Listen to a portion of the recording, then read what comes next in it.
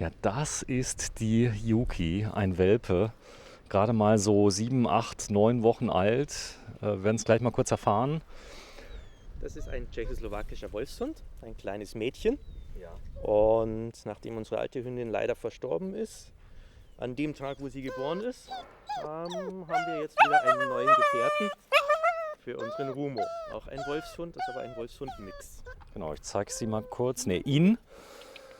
Das ist ein Herr, der ist 6 Jahre alt. Kommt aus dem Tierschutz. Da ist leider sein Frauchen verstorben und er hat dringend ein neues Zuhause gebraucht. Er ist auch sehr hübsch, ne? Sehr hübsch, aber leider ein bisschen ängstlich. Bisschen ängstlich, aber er weiß sich natürlich auch in Szene zu setzen. Ja, er kann sehr laut bellen. So, und sie ist jetzt neu dabei, das heißt, in ungefähr einem halben Jahr ist wahrscheinlich auch die Stubenreinheit da, oder? Oder geht es schneller?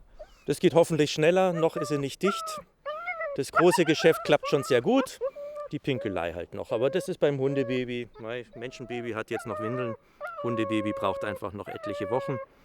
Aber es klappt schon zu 50%, 50% nicht. Und das ist jetzt ein Protest gegen Freiheitsberaubung. Freiheitsberaubung, genau. Ja. So, wir werden sie aber nicht direkt runterlassen. Hier sind Autos. Ja, warum wir hier stehen? Stefan, stell dich mal kurz vor. Ja, ich bin Stefan Christner. Ich bin der Geschäftsführer von Bimobil. Bimobil von Liebe GmbH. Wie man sieht hier, ganz viele Vorführ- und Ausstellungsfahrzeuge außenrum. Und schön, dass du da bist und wir mal ein bisschen was uns zusammen anschauen können. Ja, das ist der Mann, gell?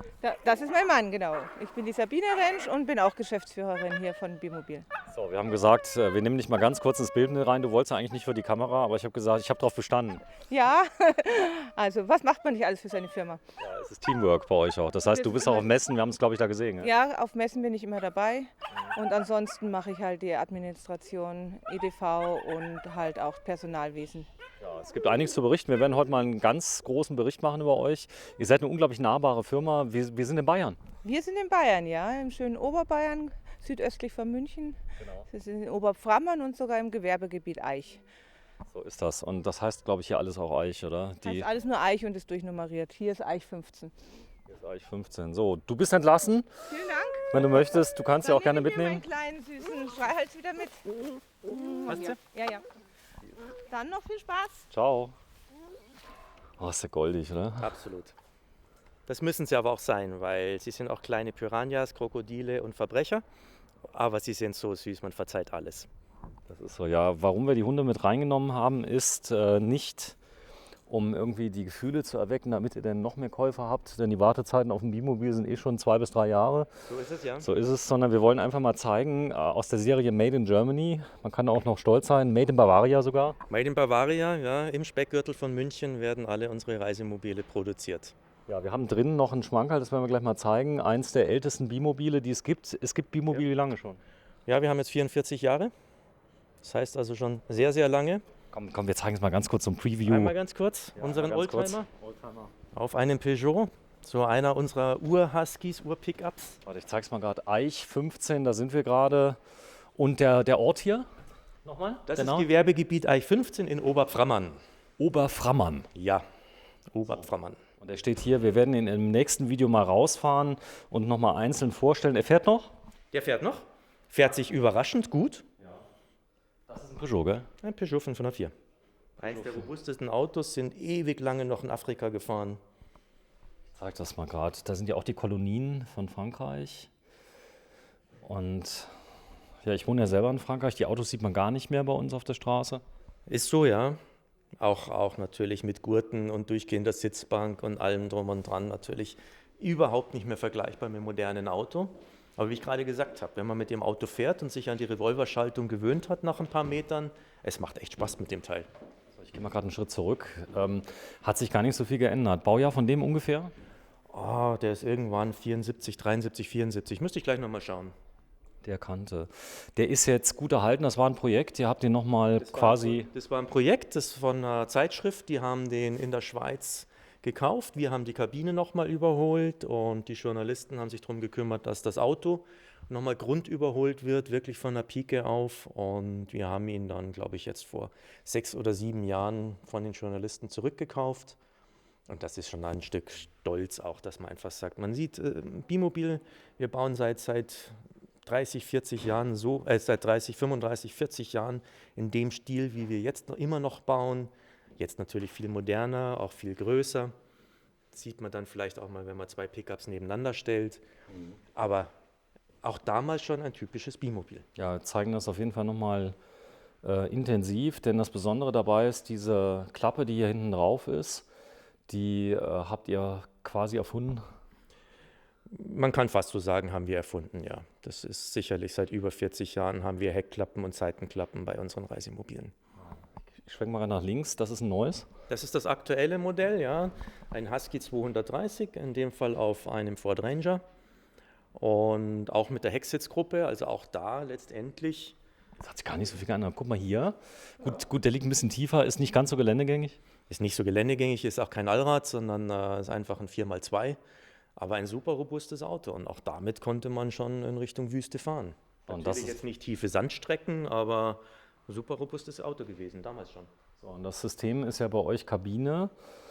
Ihr habt ja keine teilintegrierten oder vollintegrierten, sowas habt ihr nicht. Ihr habt hauptsächlich Kabinen. Wir haben nur Kabinen auf Fahrgestellen drauf, Fahrgestell-Pickup bis hin zum großen LKW. Und wir bevorzugen absolut die separaten Kabinen. Da hat man eine homogene Isolierung, sind damit ganz jahrestauglich, haben gerade Wände, wo man die Möbel entsprechend einpassen kann.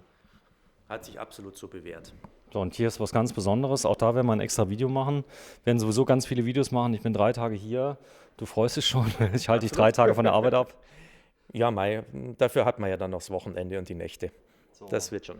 Hier ist ein Aufsteller von Büttner. Ihr arbeitet zusammen mit Büttner? Wir arbeiten zusammen mit Büttner, ja. Wir haben gerade im Expeditionsbereich den ICC 3000 und die Lithiumbatterien und die Solaranlagen, die nehmen wir von Büttner. Habe ich jetzt auch. Ich bin ganz glücklich. Funktioniert. Sind gut, gell? Ja, ich habe nämlich mal, ja, darf man ja gar nicht sagen, wir haben mal so 500 Ampere mal durchgejagt. Wir haben mal den Wechselrichter mal so richtig belastet. 3 kW, hat ihm gar nichts ausgemacht. Wissen wir. Habe ich diesen Wechselrichter, den ICC 3000, habe ich in meinem eigenen Fahrzeug auch schon jetzt seit 2017 und hat sich absolut bewährt. Ja, und selbst wenn es mal zu viel wird, dann geht er einfach aus, wartet 10 Sekunden oder 15. Ja, so ein Ringkern-Wechselrichter und Ladegerät kombiniert, also da fehlt sich gar nichts. So, das ist was ganz Besonderes. Ist nicht alltäglich in Sonderbau. Das ist ein Sonderbau von der Firma Letech. Das Fahrzeug geht in die Mongolei und da kommt jetzt eine Wohnkabine drauf. Das ist ein Mercedes G mit Portalachsen und 3 Achsen, also hinten nochmal eine Zusatzachse, und das ist also richtig ein fantastisches Auto. Sicherlich, was im Offroad-Bereich machbar ist, High-End. Da hinten 2. Also der kam nicht so ab Werk? Nee. Nein, der kommt nicht so ab Werk. Das ist ein normaler Mercedes G-Fahrgestell, langer Radstand, so wie wir ihn früher, wo es ihn noch gab, immer verwendet haben, und die Firma Letech macht dann halt das absolut Besondere draus. So, und das hier ist so ein Testaufbau, das wird später dann montiert. Das ist eine Reifendruckkontrollanlage. Das ist die Reifendruckregelanlage, wo ich während der Fahrt regeln kann. Das große Schwarze ist der Druckkessel als Druckspeicher für den Luftdruck. Rechts ist ein leistungsfähiger Kompressor, wo ich dann eben 6-mal diese großen 37 Zoll Reifen aufblasen kann. Und das in der Mitte ist einfach die Steuertechnik, die Steuerventile. Das ist bestimmt nicht so ganz billig. Wir reden mal nicht über Preise, aber ihr steht wahrscheinlich ein Einfamilienhaus. Ich kenne den Preis nicht von dem Fahrgestell, muss ich ganz ehrlich sagen, aber ich habe eine ungefähre Vorstellung davon. Aber das Einfamilienhaus hier in Bayern dann doch nicht. Also in Bayern ist ja alles ein bisschen teurer, Ja. Stimmt. So ist es. Ja, hier, aber ich zeige es trotzdem mal, auch hier machen wir ein extra Video zu. Also wenn euch sowas gefällt, wenn euch sowas gefällt, also ich glaube, den meisten wird sowas gefallen, das ist halt sehr außergewöhnlich. Das ist wirklich Ural, der geht nochmal in die Mongolei. Der geht in die Mongolei. Okay, also das heißt, dort gibt es alles, glaube ich. Also vom tiefsten Schnee bis hin zum größten Matsch, keine Ahnung, ich war noch nie da, aber viele Leute fahren ja weit weg mit euren Dingern. Absolut. Unsere Autos sind überall auf der Welt zugange und wir kriegen immer fantastische Kundenbilder, Rückmeldungen. Die sind wirklich überall unterwegs, unsere Kunden. Ja. In Südamerika, in Afrika, Asien, gerade Russland, Mongolei, Richtung China ist sehr, sehr beliebte Reiseziele. Ja, wir haben mongolische Kunden, die schon ein paar Autos von uns fahren. Die guten alten Mongolen habt ihr als Kunden, die kommen dann hier so rein, die sprechen Deutsch? Nee. Teilweise sprechen die Deutsch, weil die Mongolei hatte mit der DDR Beziehungen. Das heißt, etliche Mongolen haben in der DDR noch studiert. Ja. Und es ist tatsächlich so, dass viele von denen auch sehr gut Deutsch sprechen.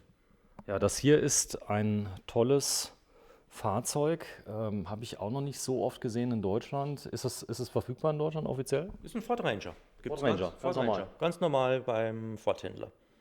Schaut inzwischen aber richtig gut aus und ist ein sehr, sehr gutes Auto. Sehr schön. Also, wir werden heute ein bisschen was erfahren. Wir haben vorab, das mache ich normalerweise nie, wir haben trotzdem mal einen Rundgang gemacht, denn euer Gelände ist weitläufig. Ja. Ich habe geguckt, habe ich genug Akku dabei? Habe ich. Chip geht auch lange. Und wir starten einfach mal. Ist das hier so eine Art Showroom oder wie soll ich das verstehen? Showroom. Momentan noch ist da ein bisschen Lagerraum, weil wir eben ein Zentrallager gerade umgerüstet haben. Wir sind gerade am Erweitern. Und hier waren ursprünglich, wo die Autos noch klein waren, so wie man hier auf unserem Zeitskala sieht, waren hier 5 Aussteller drin. Inzwischen kriegen wir gerade mal so 3 Autos noch rein. Und irgendwo müssen wir natürlich auch die Besprechungstische haben, weil wir entsprechend Publikumsverkehr haben. Das war einer von euch? Das war einer von uns, ja. E-Mobil ist immer schon im Offroad-Bereich unterwegs. Ganz hier. Volkswagen T3 habt ihr auch gemacht? Ja, haben wir viele gemacht. Windhund hießen die damals. So, aber auch der gute alte Ducato. Natürlich. Tolles Auto, muss man sagen. Also wird stark. Also Fiat Ducato und wir waren dann auf dem Citroën bzw. auf dem Peugeot Boxer. Die Äquivalente davon, ganz, ganz tolle Autos, gab es nie Probleme mit. Das einzige Problem, was wir jetzt haben, ist halt, das Ducato bzw. Eurochassis-Äquivalent hat keinen Radstand, der zu uns passt, sodass wir eine Radstandsanpassung machen müssten. Deswegen haben wir das momentan nicht im Programm. Aber aus dem Fiat-Konzern haben wir ganz, ganz viele Iveco Daily. Die sind toll. 4x4 und 4x2, also... Da fahre ich auch gerne mit. Ich fahre ja auch ein Daily im Moment und viele sagen, oh, Daily, Fehler in allen Teilen. So ein Quatsch, die sollen erstmal fahren damit, ja. Also es ist wirklich toll. Also der 3 Liter Vierzylindermotor vom Daily, der große, ist meiner Meinung nach einer der besten Motoren auf dem Markt, wenn nicht sogar der beste Motor. Ist robust, ist nicht ganz so laufrig wie ein Sprinter 6-Zylinder, aber auch das hat sich ja irgendwann erledigt. 6-Zylinder sind am Aussterben. Und nein, der Motor ist absolut robust und gerade die Iveco Daily Allrad-Fahrgestelle, das sind kleine LKWs, hochrobust und wenn man wirklich in die Welt raus will, eine ganz, ganz tolle Lösung. So, wir werden heute mal alles sehen. Wir haben uns den Montag Zeit genommen, heute am 1. März 2021. Das Problem bei euch ist ja, euer Laden ist ja absolut nichts für spontane Entscheidungen, denn bei den Lieferzeiten von 2-3 Jahren, guck mal hier Blechfläche, das ist aber auch obligatorisch. Ja. Das heißt 2 bis 3 Jahre, ich muss mich relativ früh mit dem Thema auseinandersetzen, bestellen, man muss auch was anbezahlen. Richtig. Die Qual der Wahl, Inneneinrichtungen, habe ich da denn noch wenigstens ein bisschen Zeit dann? Also was momentan gemacht wird, ist, dass man erstmal einen Bauplatz reserviert und dann, wenn man wieder hier ins Gebäude kommen kann, in aller Ruhe die Konfiguration machen. Und ich meine, ein Fernreisefahrzeug, bis das fertig definiert ist, das sind einfach mehrere Tage Besprechung, überlegen, konfigurieren, nochmal umschmeißen, überlegen, was ich wirklich brauche, welche Größe brauche ich. Ja. Leitspruch ist immer so klein wie möglich, so groß wie nötig. Und das zu finden ist wirklich schwierig. Ja. Je kleiner ich bin, desto mobiler bin ich, aber es wohnt sich nicht so gut. Ganz große Autos wohnen sich super, aber ich habe eventuell irgendwo im Gelände oder im Wald halt ein zu großes Auto bei. Und das ist ganz, ganz schwierig, dass die Leute sich da zurechtfinden. Sag mal, dein Weg zum Daily, wie kam das? Also du hast ja was gesucht, was, ich sag mal, gut funktioniert. Bist beim Daily fündig geworden? Sagen wir mal, den Daily Allrad gab es sehr lange leider nicht und 2008 kam er wieder. Iveco ist dann einfach mal bei uns vorbeigefahren und hat gefragt, ob das was wäre für uns. Und es hat nicht lange gedauert, um uns überzeugen zu lassen. Seit 2008 haben wir den Daily Allrad wieder im Programm, hatten also wirklich nennenswerte Stückzahlen und sind nach wie vor begeistert von dem Auto. Komm, wir gehen mal raus, dann fangen wir mal draußen an, denn ihr habt aus Platzgründen natürlich einige Fahrzeuge draußen. Die Halle, die neu gebaut wird, das ist aber kein Showroom mit dabei, oder? Nein, die neue Halle, die wir bauen, ich mache mal eben die Tür wieder zu, sonst frieren uns die Mädels ein. Ja. Die neue Halle wird die Servicehalle. Wir wollen dann auch mehr Service den Kunden anbieten, auch Nachrüstungen anbieten, dass die auch nochmal sagen können, mein Auto ist mehrere Jahre alt, aber ich will nochmal aufrüsten. Das haben wir bis jetzt immer aus Zeitgründen teilweise ablehnen müssen und da wollen wir einfach deutlich mehr machen. Und Nebeneffekt ist, wenn der Service, der jetzt noch in der Produktionshalle integriert ist, draußen ist, haben wir dort mehr Platz und erhoffen uns, dass wir durch den mehr Platz auch etwas höhere Stückzahl produzieren können, um die Wartezeiten zu verkürzen oder zumindest nicht weiter nach hinten rauszuziehen. Ja, was also ganz viele toll finden bei euch, ist, dass das Auto nicht alt wird. Also das ist so eine Sache, die haben mir viele erzählt. Du kaufst ein Auto bei jemand anderem, du musst nach 3 Jahren einen neuen kaufen, weil die alles verändert haben. Ich glaube, Veränderungen braucht man bei euch nicht so stark, denn das Gesicht, du hast es ja eben gesehen, bei dem einen ist genau das Gleiche. Sachen, die gut sind, die werden bei euch nicht verändert. Bimobil ist zeitlos. Wer Bimobil mag, der kann sich eins kaufen und auch nach 10, 15 Jahren, man sieht es am Fahrgestell, dass es ein älteres Modell ist, aber an der Wohnkabine ist ein Bimobil. Ja, es ist so, ich kann mir das ja so, ich sag mal, einrichten. Wir sehen auch gleich mal etwas sportlichere Modelle. Ihr habt so einen Designer mit dabei, man kann die ja mit einfachen Mitteln pimpen, aber viele wollen es ganz dezent haben. Die wollen nicht so, ich sag mal, prollig irgendwie rumfahren, sondern die wollen gerade in so Ländern, wo vielleicht das Geld ein bisschen weniger ist, jetzt nicht signalisieren, hier kommen die Reichen. Ja, ich denke, Bimobil ist Understatement. Wer Bimobil kennt, weiß, dass wir durchaus unseren Preis haben. Aber ich muss es ja nicht so zeigen. Wie gesagt, die Kunden sind in Regionen unterwegs, wo die Leute wirklich am Hungertuch nagen, nichts haben. Und unsere eigene Erfahrung ist, wo wir vor 2 Jahren in Russland waren, da war zum Beispiel ein Russe gesessen, dem ist das Hemd vom Leib runtergefallen. So arm war der. Und der war richtig lieb und freundlich und hat gegrüßt und hat sich gefreut, dass wir als Reisegruppe vorbeikommen. Und da ist dieses Menschen kennenlernen, mit den Menschen reden noch möglich. Ich glaube, irgendwann, wenn man zu protzig auftritt, funktioniert das nicht mehr. Da hat man die Akzeptanz bei den Leuten nicht mehr so. Ja, das Blaue, also es gibt einen Farbkatalog von Iveco. Ich unterhalte mich auch gerne über Iveco, ist ein wesentliches Fahrzeug bei euch im Programm. Das heißt, also der Iveco Allrad ist sicherlich im Fernreisebereich momentan eins der bestgeeignetsten Autos, weil man halt weltweit damit unterwegs sein kann. Bin robust, bin aber noch in der Transporterregion. Ja. Wir machen auch viele LKWs, aber ein LKW ist natürlich immer gleich auch ein richtig großer LKW. Und beim Daily Allrad habe ich, wenn ich unten drunter schaue, LKW-Technik, aber halt irgendwo noch bis 7 Tonnen und mit einem alten Dreier-Führerschein fahrbar. Achso, das geht. Das geht, ja. Das geht. Das heißt also, es kann auch mit einem Zweier gefahren werden, dann geht vielleicht ein bisschen mehr. Die Zuladung dann noch, wenn du so einen hast auf 7,5? Also mit dem Dreier, das ist ein 7-Tonner und das Fahrzeug hat ungefähr 4 Tonnen leer. Also ich habe 3,5 Tonnen, 2,5, 3 Tonnen Zuladung. Echt? Ja. Okay. Das geht hier natürlich nicht bei dem roten hier, oder? Nein. Unimog. Nein, geht nicht. Gut, da ist das Basisfahrzeug ein bisschen teurer. Richtig, ist gut teurer. Hat natürlich auch alle Technik, was das Herz begehrt. Die Portalachsen, Reifeldruckregelanlage vom Werk aus bestellbar. Wer braucht Nebenabtrieb und Hydraulik und Warttiefe bis 1,20 Meter. Das ist extrem. Du kannst hier mit über Bäume fahren. Also ich glaube, ich habe alles gesehen mal. Der Stahlträger vorne ist so ausgelegt, dass man halt auch mal einen Baum wegdrücken kann, wenn es ist. Ja. Echt? Das geht? Aus dem Feuerwehr- bzw. Katastrophenschutzbereich ist der so ausgelegt. Ach so, ich sehe es gerade. Das ist krass. Also das heißt, wir sprechen hier von Technik, die auch, ich sag mal, bei der NATO im Einsatz, bei der Bundeswehr, beim THW, was weiß ich. Ja. Überall da, wo man halt einfach ein hochgeländiges, gängiges, robustes Auto braucht. So, haben wir übrigens ein eigenes Video gemacht. Ist das der aus dem Video? Das ist der aus dem Video, ja. Ja, vielleicht mal kurz zur Vorstellung. Der steht jetzt nicht hier, weil ihr zu wenig Kunden habt, sondern ist er schon weg? Der ist noch nicht weg, ist noch verfügbar, aber es sind 2, 3 Leute gerade dran. Also ich denke nicht, dass der noch lange steht. Wir sind auch bereit, ihn jetzt abzugeben. Vorführfahrzeuge, die stehen bei uns so 1,5 Jahre, bis sie ihren Dienst gemacht haben und werden dann an Kunden abgegeben.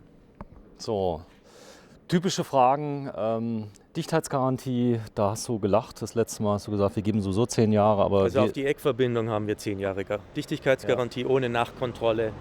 Ohne Nachkontrolle? Ohne Nachkontrolle. Ich muss nicht jedes Jahr herkommen? Nein. Und dann, ihr guckt mal nach und Nein, das machen wir brauchen wir nicht. nicht. Was auch schwierig ist für viele, denn die Fahrzeuge sind auf der ganzen Welt unterwegs. Hier ein nettes Detail, das ist wahrscheinlich Druckluft, Ja, Druckluftanschluss, zum Beispiel für... die Bremsen offen zu lassen, falls er mal abgeschleppt werden muss. Achso, okay. Jetzt haben wir abgeschleppt. Aber ist so, dass der meistens abschleppt, oder? Oder rausschleppt. Der wird eher derjenige sein, der zieht.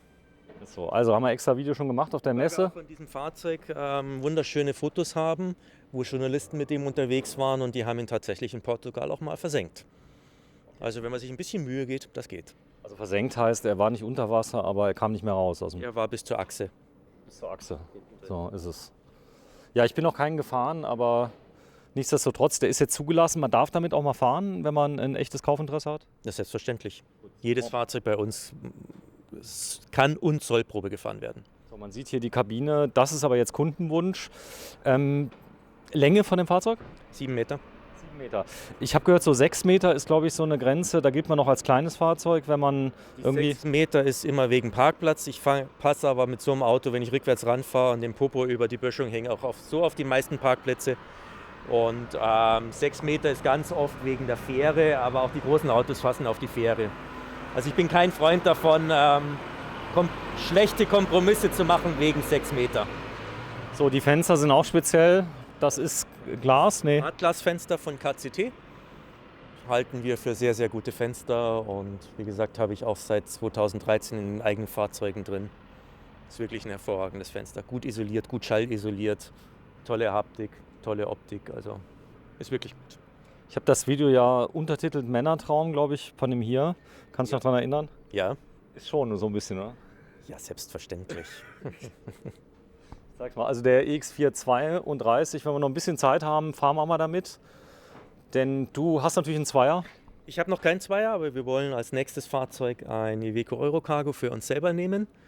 Auch wieder wie den jetzigen Daily Allrad, den wir fahren, als Testfahrzeug aufbauen, um verschiedene Szenarien durchzutesten. Und wir haben uns jetzt gerade angemeldet und meine Frau und ich machen den CE-Führerschein. Den CE mit Deichsel und allem drum und dran. Wobei ich mache den CE, bei ihr reicht wahrscheinlich der C. Und Ist jeder wie er will. so Das wie eine ist er mit will. Anhänger, das andere ohne. So ist es ja. E ist immer bei den aktuellen Führerscheinen, Euro-Führerschein, der Anhängerteil. Ja, ich habe ja keine Ahnung, das ist so herrlich, wenn die Leute immer über mich schimpfen. Ihr könnt so schimpfen, wie ihr wollt. Ich habe ja die Spezialisten immer dabei. Ich kann nur doofe Fragen stellen, die, ich sag mal, Leute stellen würden, die gar keine Ahnung davon haben. Aber oft ist es ja so, ihr habt doch einige Seiteneinsteiger, rund 10% der Leute finden euch so toll, dass sie direkt mit einem Bimobil starten. Ja, das gibt's. Leute, die halt irgendwo mal Reisetraum haben, Reisevideos gesehen haben und dann kommen und sagen, das will ich machen. Und wenn man entsprechend gut berät und sich die Zeit in der Beratung nimmt, auch die Kunden sich die Zeit nehmen, dann kann das absolut funktionieren. Wir haben natürlich auch viele Kunden, die... Ich mache mal gerade Platz, da kommt noch ein größerer. Ja. Den wollen wir mal nicht, hallo. Denn ihr seid hier ziemlich verkehrsgünstig gelegen, ihr seid nicht so weit von der Autobahn weg. Ja, von der Autobahn 20 Minuten ungefähr, von der A8. Also hier sagt sich übrigens auch Hase und Fuchs gute Nacht. Ich habe gestern, man sollte auch vorsichtig bei der Anfahrt sein, überall ist wild. Ja. Wir sind hier also schon im schönsten Oberbayern. Aber trotzdem nah an München. 20 Kilometer südöstlich von München, ja. Was sich dann an den Grundstückspreisen auch bemerkbar macht. EX366, Made in Germany ist ja für euch eine Berufung. Du könntest ja auch, was weiß ich, ins östliche Ausland gehen und da fertigen lassen. Aber die Qualität... Wir leben von der Erfahrung unserer Mitarbeiter, die wirklich viel Herzblut hier mit reinbringen, handwerkliches Geschick dabei haben, mitdenken, auch mal Ideen einbringen, das könnte man doch so besser machen und das ist Bimobil. Wir leben von und mit unseren Mitarbeitern. Das ist der neue? Das ist der neue Daily, Allrad, ja. Und ein EX412, genauso wie der da vorne in Grau oder beziehungsweise direkt daneben. Das war das gleiche Auto. Ist das so ein Hotseller bei euch, der 412? EX412, da geht sehr, sehr gut. Das ist eben dadurch, dass das so flach ist, nur einen Gepäckalkoven hat, trotzdem separate Dusche im Durchgangsbereich nach vorne, ist das ein richtig gutes Fernreise-Expeditionsfahrzeug. Ich sage immer, die Betonung liegt auf denen, die viel fahren, ja, wo das Wohnen nicht so das Wesentliche ist, sondern wenn man sagt, ich bin den ganzen Tag unterwegs und brauche trotzdem ein gemütliches Zu Hause hinten für mal eine Schlechtwetterperiode und so ist das wirklich ein absolut sinnvolles, gutes Auto. Ja, ist schön. Wir werden alles zeigen, wir werden einzelne Videos machen zu den einzelnen Hallen, dass wir das mal sehen können. All das werden wir heute abschließen oder werden es mal versuchen. Ihr baut selber, ihr konstruiert selber, fast alles ist von euch. Das Fahrgestell, das lasst ihr euch in Kooperation liefern. Auch Genau. da habt ihr volle Kontrolle. Genau, Fahrgestelle bei den großen Herstellern kriegen wir Fahrgestelle direkt vom Werk aus, also nicht über einen Händler und haben natürlich dann Zugriff auf die volle Konfiguration. Und die Fahrzeuge werden halt in einer mit uns definierten Grundausstattung bestellt, gerade beim Iveco, da haben wir eine Grundausstattung definiert und dann kann der Kunde halt noch on top, wie es im Autokauf üblich ist, sich das Auto konfigurieren und definieren. Ist der höher wie normal? Der hier? Ja. Nein, das ist das Vorgängermodell von Daily Allrad, an der Schnauze nicht zu sehen. Hat jetzt spezielle Räder von Delta 4x4, ist einer unserer Partner. Und Die auch aus Bayern sind, gell, glaube ich. ja, Ja. Rüdelshausen, beziehungsweise Unterumbach, also auch in der Nähe von der A8, andere Seite von München. Da sieht man es, also wird oft auch gewerblich genutzt, muss man sagen. Also von Firmen, die so ähnlich unterwegs sind wie ihr, nämlich draußen. Das ist so, also jemand, der so ein Auto hat, hast du mir gesagt, der stellt sich eher selten auf den Campingplatz. Das kommt schon mal vor, aber es ist die große Ausnahme. Richtig. Man muss nicht, man ist autark, wenn man es entsprechend gut ausstattet. Auch über mehrere Wochen autark. Letztendlich so wie unser eigenes Fahrzeug ausgelegt ist. Solange ich Diesel habe, brauche ich sonst nichts. Und klar, Campingplatz, es gibt Regionen, wo man sagt, man kann nicht schlecht freistehen. Dann geht man auf den Campingplatz, aber ansonsten bei den großen Reisen eigentlich eher zu vermeiden. Sprinter, neu im Programm, relativ. Nein, auch Sprinter ist schon sehr lange dabei. Den EX366 haben wir jetzt, glaube ich, auch schon in der Größenordnung von 10 Jahren. Ich sage immer, das ist so, spielt bei den Kastenwagen mit, hat aber halt eben die gut isolierte Bimobil-Kabine hinten drauf. Ist mit 6,10 Meter ein sehr, sehr kompaktes Fahrzeug, 2,10 Meter breit. Und das ist ein extrem beliebtes Auto. Und die Airline-Schienen, das ist natürlich ein Hingucker, bei euch nicht nur Show, oder?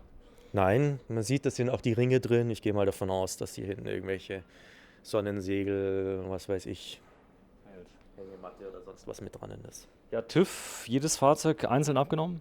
Ja, wir haben Einzelabnahmen, sprich Paragraph 13 oder 21. Ist also über eine nationale Einzelabnahme. Viel Aufwand. Das heißt also, wenn die Fahrzeuge ins Ausland gehen, noch mehr Aufwand? Teilweise nicht möglich. Wir sind gerade dabei, dass wir uns COC bzw. eine EU-Einzelabnahme anschauen.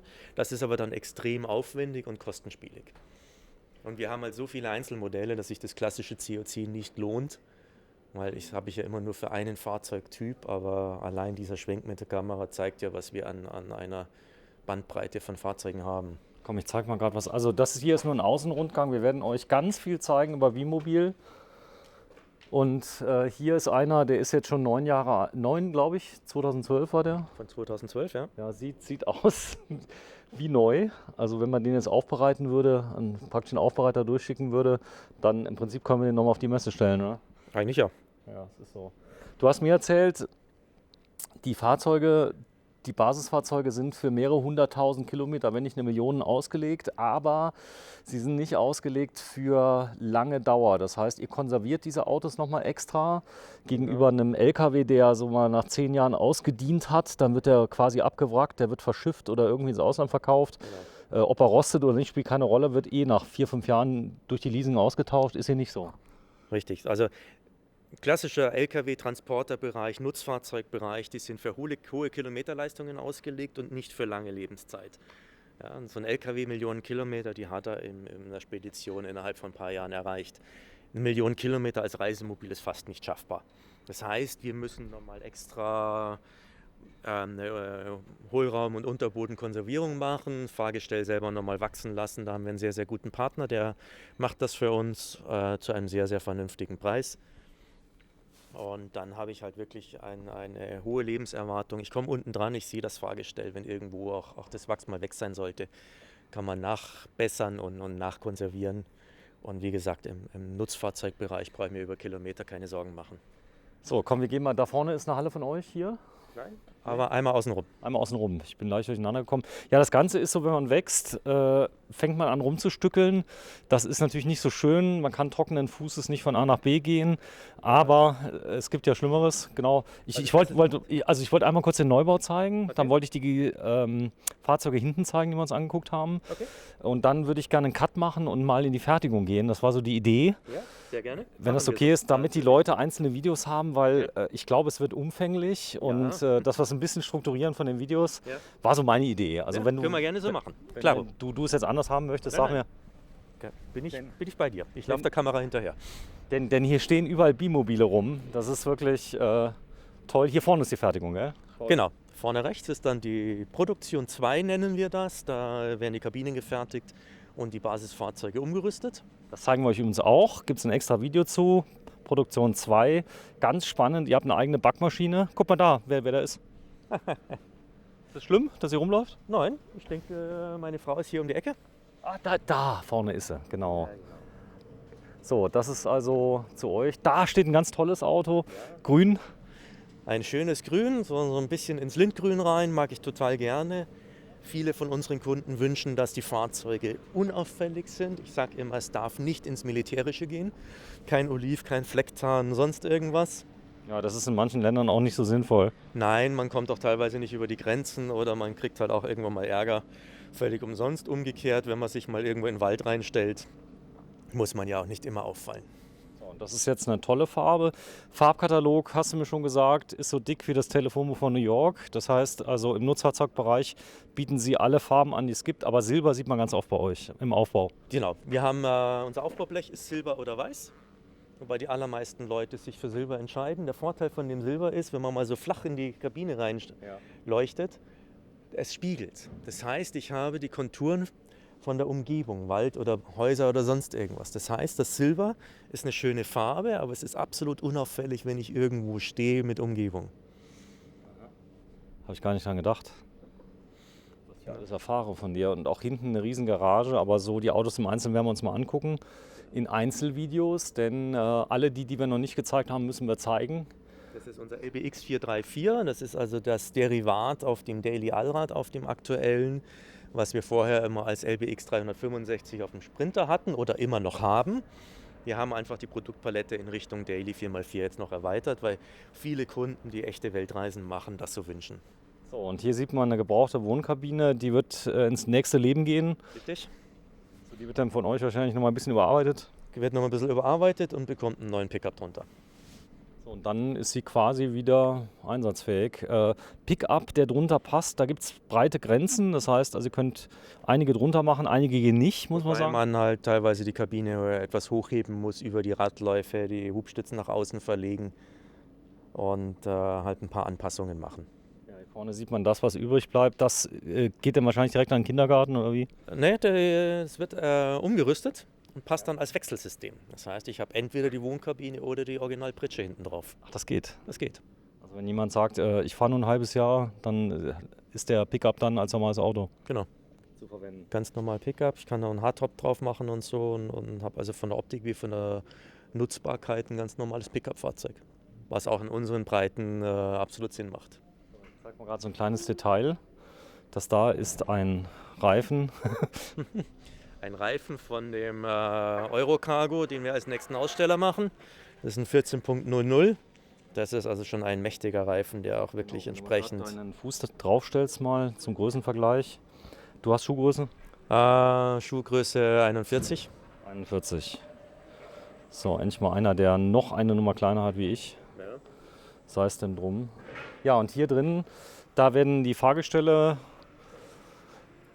vorbereitet. Die Kabine drauf passt und die Wohnkabinen selber gefertigt. So, Vorschlag ist, du machst mal auf. Wir halten nur mal ganz kurz rein, denn da machen wir ein eigenes Video zu, dass wir da mal sehen. Also hier wird auf Bayerisch, du bist Bayer? Ich bin Bayer, geborener Münchner, auch wenn man es nicht immer hört. So, da wird einiges gemacht. Da gibt es viel zu sehen, machen wir ein extra Video. Ja, gerne. Und dann gehen wir mal zu eurer neuen Baustelle vorbei am Lager. So, was macht der Kollege hier? Materiallieferung. Achso, er für prüft. einen Zwischenrahmen und das schaut er sich schnell an und wird dann wahrscheinlich ablängen.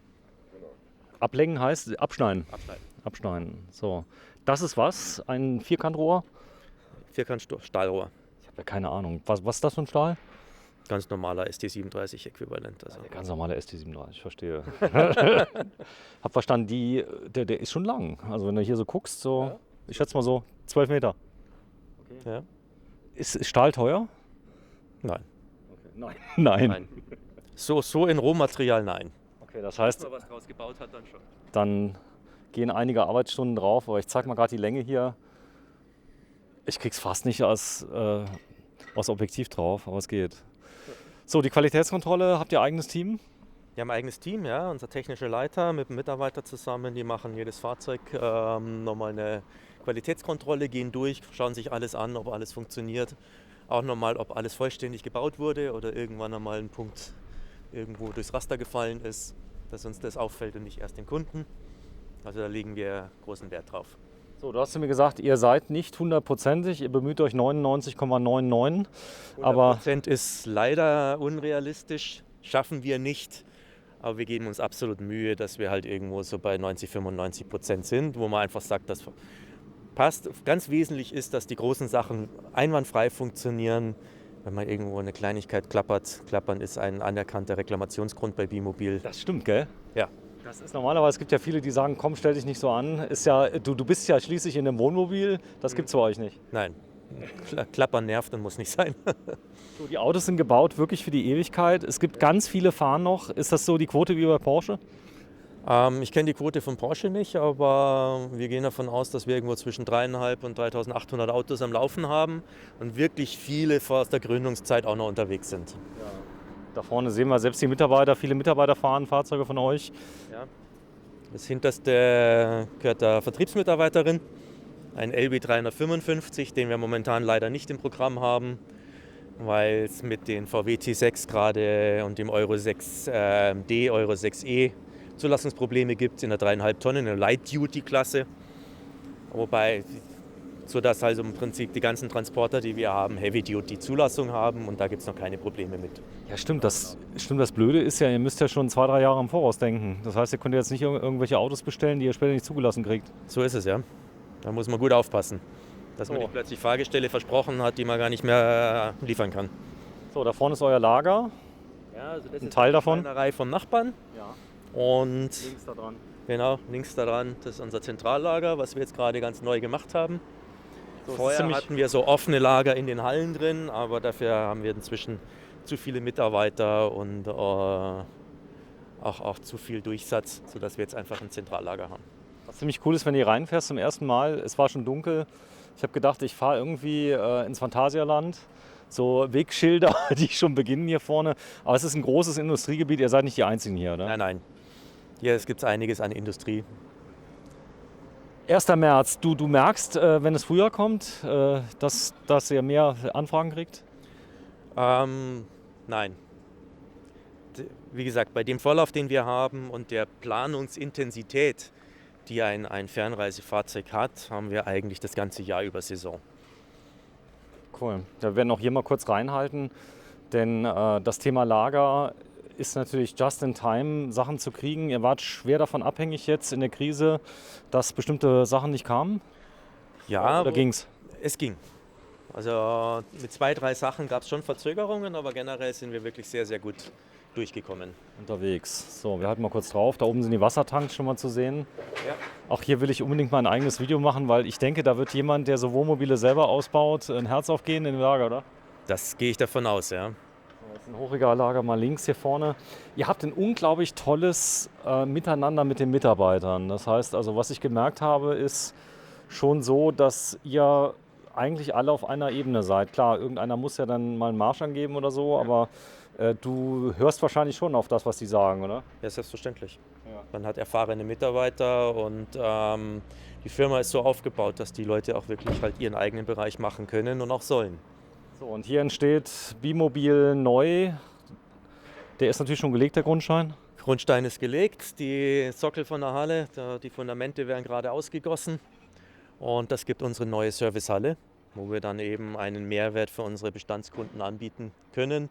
Nicht nur Reparaturen, wie wir das jetzt machen, sondern einfach wirklich, dass man sagt, einen neuen Satz Solaranlage, eine Aufwertung des Fahrzeugs, eine Ergänzung des Fahrzeugs, dass wir das aktiv anbieten. Ja, es gibt ja viele Wünsche, gerade das Thema Lithium ist ja schwer im Kommen. Ja, absolut. Dann, ich sag mal, das Thema Router, WLAN, also auch wenn, klar, ich bin jetzt unterwegs, aber so fest eingebaut, der Empfang ist besser. Autarkie, vielleicht ein großes Thema. Absolut ein großes Thema, ja. Klar, die Erreichbarkeit, Verfügbarkeit eben über Router, WLAN und so weiter. Autarkie, Wasserfilter nachrüsten, was wir halt auch wirklich alles haben. Ne? Ja, es gibt da ganz tolle Sachen. Also ich habe gesehen, einen Wasserfilter, der zieht sogar das Wasser aus dem Grauwassertank und man kann es wieder trinken. Ja, das machen wir jetzt nicht, aber wir haben eine Lösung, wo man einfach sagt, ich hole mir das Wasser aus dem Fluss oder aus dem See, gebe einen Keramikfilter, habe dann nahezu Trinkwasserqualität im Frischwassertank. Ja, und wenn ich das konsequent mache, habe ich auch kaum Probleme mit Verkeimung, wenn ich einfach schaue, dass ich keine Keime in den Tank reinkriege. Und dann haben wir nochmal einen zweiten Keramikfilter kombiniert mit einem Aktivkohlefilter, mit einem separaten Wasserhahn. Und aus diesem Wasserhahn kriege ich also doppelt gefiltert, immer egal, wo ich mein Wasser jetzt geholt habe. Natürlich einigermaßen klares Wasser und nicht irgendwo aus der Kloake. Kann ich mir mein Trinkwasser selber generieren. So, die Fragen aller Fragen. Wie seid ihr zum Wohnmobil gekommen? Oder war es so, dass das in der Wiege schon war? Das war die Verwandtschaft, glaube ich, oder? Also, es sind zwei Sachen. Klar, ich habe die Firma von meinem Onkel übernommen, der die Firma gegründet hat. Und ich natürlich dann auch schon von der Jugend an, seit er das gemacht hat. Er selber hat sich einen Bulli ausgebaut als Student. Da war ich schon als kleines Kind ganz fasziniert, wo wir uns bei der Oma getroffen haben. Wie gesagt, fand ich schon toll, was die da gemacht haben und die Reisen, die sie gemacht haben. Irgendwann hat er dann die ersten Pickups gebaut. Da war ich dann so 16, 17 und habe ich sofort gesagt, hey, da kann man doch tolle Touren machen und Island und so weiter. Ich selber komme eigentlich aus dem Trekking- und Fahrradbereich. Ich habe 4 Wochen Island mit dem Fahrrad gemacht, Echt? über 1000 Kilometer.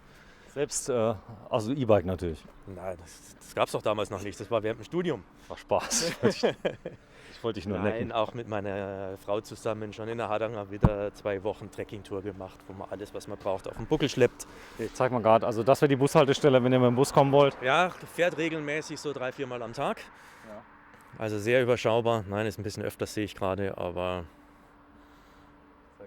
Die gute MVV. Ja, genau. Die Hier Münchner, draußen auf dem Lande. die Münchner Verkehrsbetriebe oder was sind das? Verkehrsverbund. Okay, klasse. So, warum gehen wir hier lang? Das werden wir euch gleich mal zeigen. Das ist das Ende des ersten Teils, was wir hier haben. Zu deiner Frage noch, wie wir dazugekommen sind. Ach so, Wie sorry. gesagt, ich war einfach vom immer Outdoor begeistert, Trekking und Touren und so weiter. Und irgendwann sagt man natürlich einen Schritt bequemer, dann kam die Tochter und dann hat gesagt, Mensch, Trekkingtour mit dem Säugling geht nicht. Und dann haben wir uns ein Pickup gekauft. Da habe ich aber noch bei Fairchild Dornier gearbeitet als Flugversuchsingenieur. Natürlich ein Pickup bei der Verwandtschaft und nicht irgendwo. Das heißt, seit 2000 sind wir mit dem eigenen Reisemobil unterwegs und seit 2003 bin ich bei Bimobil, wo leider Fairchild Dornier pleite gegangen ist. Da habe ich gesagt, Mensch, das ist naheliegend, das macht mir Spaß, das ist tolle Technik und mein Ingenieurswissen kann ich einbringen. Ja, dann bin ich eben erst in der Technik gelandet und dann zum Vertrieb übergewechselt. Und 2017 habe ich mit meiner Frau zusammen dann die Firma übernommen. Toll. 2017. Gar nicht so lange her, oder? Das ist noch nicht so lange her, nein. So, da auch die Entscheidung, das heißt also auch in das Erbe einzutreten von demjenigen, der gesagt hat, ich habe meine Standards, die wollt ihr vorführen. Denn ich sag mal, die Modellpflege bei euch ist wichtig. Es gibt immer wieder was Neues, aber es soll auch nicht die Leute jetzt, ich sag mal, komplett jetzt vom Hocker reißen, sondern es soll smooth, langsam. Also Leitspruch meines Onkels war immer, den ich mir sehr zu Herzen genommen habe, den hat er mir vor kurzem erst wieder gesagt. Ich wollte immer nur sehr gute Reisemobile bauen. Aber Ich glaube, der Anspruch, gute Reisemobile zu bauen, nicht anfangen verspielt zu werden, nicht dem letzten Trend hinterherrennen, sondern einfach zu sagen, das, was ich ausliefere, muss funktionieren. Ich glaube, das als Leitspruch ist das, was auch Bimobil ausmacht. was ist denn das für ein Auto hier? Ich kann überhaupt nichts lesen. Das ist ein russischer LKW, ein Kamaz. Wer Paris-Dakar guckt, weiß, dass die da bei der Rallye gut zusammen sind. Ich gehe mal gerade nach vorne. Ich sag's ja, die Russen. Einfach ein hochrobuster, aus unserer Sicht natürlich sehr klassischer LKW. Das ist noch Technik, die bei uns schon lange ausgestorben ist. Er säuft. Ich denke ganz gut, ja. Wir haben hier noch nicht lange Strecke gefahren. Aber auch vom Saufen her, ich weiß nicht, 20, 25 Liter wird er haben. Das geht ja noch. Aber der hat halt hohe Zuladung. Ich weiß jetzt nicht, wie viel der hat, aber ich glaube, das sind 30 Tonner. Also das bisschen Bimobil-Wohnkabine hinten drauf merkt das Auto nicht wirklich. So, MGL, das steht für Mönchengladbach, nehme ich an. Ja, oder in dem Fall für die Mongolei. Die Mongolei, so ist es. Mongolische Kunden. Und die haben schon ein paar Fahrzeuge gekauft bei uns. Das ist die 4. Kabine auf einem Kamaz. Und die haben uns erzählt, da bin ich extrem stolz drauf, dass die Kabinen schon, also die erste Kabine, die wir ausgeliefert haben an diese Firma, den 3. Kamaz unter sich hat. Das heißt, die Mongolen fahren also diese hochrobusten LKWs kaputt und die Bimobil-Kabine hält. Und sie waren bei minus 50 Grad Celsius mit so einer Bimobil-Kabine draußen. So, da gibt es natürlich so nette Details wie einen tonnenschweren Kran, den brauchst du allein schon um das Reserverad. Ja, und der Anspruch ist, wenn Sie normale Touren fahren, haben Sie ein Ersatzrad dabei. Wenn Sie extrem fahren und den die Mongolen extrem meinen, dann ist es extrem. Dann passen 2 Ersatzräder nebeneinander. Die Räder sind nur so groß, dass wenn beide nebeneinander stehen, die Räder breiter sind als die Wohnkabine. Ach so. Ich nehme an, so Zulassung ist da nicht so das große Thema in der Mongolei. Das Problem Einzelabnahme und so. Nein, man kennt sich. Wer eine Firma in der Mongolei hat, hat auch die Finger in der Politik und umgekehrt. Das heißt, die kaufen das und fahren das. Naja, was auch immer. So, da ist eine Truma D drin. Interessant, dass du das schön mixt. Also hier keine, ich sag mal, Standheizung aus Russland noch drin, die ich auch selber in einem Reisemobil habe. Nee, eine schöne Truma D. Die funktioniert. Die funktioniert, ja. Truma Diesel ist eine absolut bewährte Heizung. Habt ihr es gehört, liebe Truma-Leute? Sagt der Stefan von Bimobil. Truma D ist eine absolut bewährte Heizung, aber ihr verlasst euch selten auf eine Heizung, oder? Richtig. Wir kombinieren gerne Heizsysteme. Ich empfehle auch immer eine Kombination der Energiequellen. Sprich, ich habe eine Gasheizung, eine Dieselheizung kombiniert. Und wir arbeiten halt dann mit den Truma Diesel- und Gasheizungen, beziehungsweise wir arbeiten mit Webasto zusammen. Und Webasto hat ja über Vale inzwischen auch eine Gasschiene, sodass wir da sehr, sehr flexibel sind. Und je nachdem Hauptreiseregion, wo der Kunde hin will, muss man halt schauen, was er sich dann für ein Heizsystem nimmt. Boah, das Silber ist schon echt edel. Also in Verbindung hier mit dem Riffelblech. Ist es Alu oder Stahl hier? Das ist ein Alu-Riffelblech. Alu-Riffelblech. So, der Winkel, ich nehme an, das kann man hochdrehen irgendwie hinten. Das kann man hochklappen, ja. Unter Fahrschutz auch eine Mongolei-Pflicht insgesamt, aber wird dann hochgeklappt und ich gehe mal davon aus, wenn dir die Mongolei einreißt, da klappen sie nicht mal einmal runter. hoch und bleibt oben. So ist das. Da ist die Welt noch in Ordnung, würde jetzt ein Deutscher sagen. Aber es hat ja alles ein Für und Wider. Warum auch immer, das Ende des Diesels. Wir sind gerade Euro 7, das ist ja auch ein Thema für dich. Ja, absolut. Absolut, das heißt also, die Dinger so, ich sag mal, mit einer Lithium-Ionen-Batterie zu fahren, geht nicht. Das wäre auch das Ende des Schwerlastverkehrs. Gehe ich davon aus. Also Diesel wird im Nutzfahrzeugbereich noch relativ lange, gerade im internationalen Nutzfahrzeugbereich, lange die Energiequelle der Wahl bleiben. Wobei wir natürlich als Bimobil sehr, sehr hellhörig sind auf Alternativen.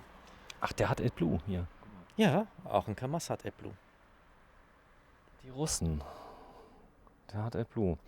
Denn ich sag mal, auch die kommen nicht dran vorbei. Es macht ja auch Sinn. Also wenn das funktioniert und ich sag mal, das AdBlue kostet ja nicht die Welt. Nein, AdBlue nimmt die ganzen, reduziert die Stickoxide und die modernen Motoren machen auch den Feinstaub reduziert und über die Partikelfilter.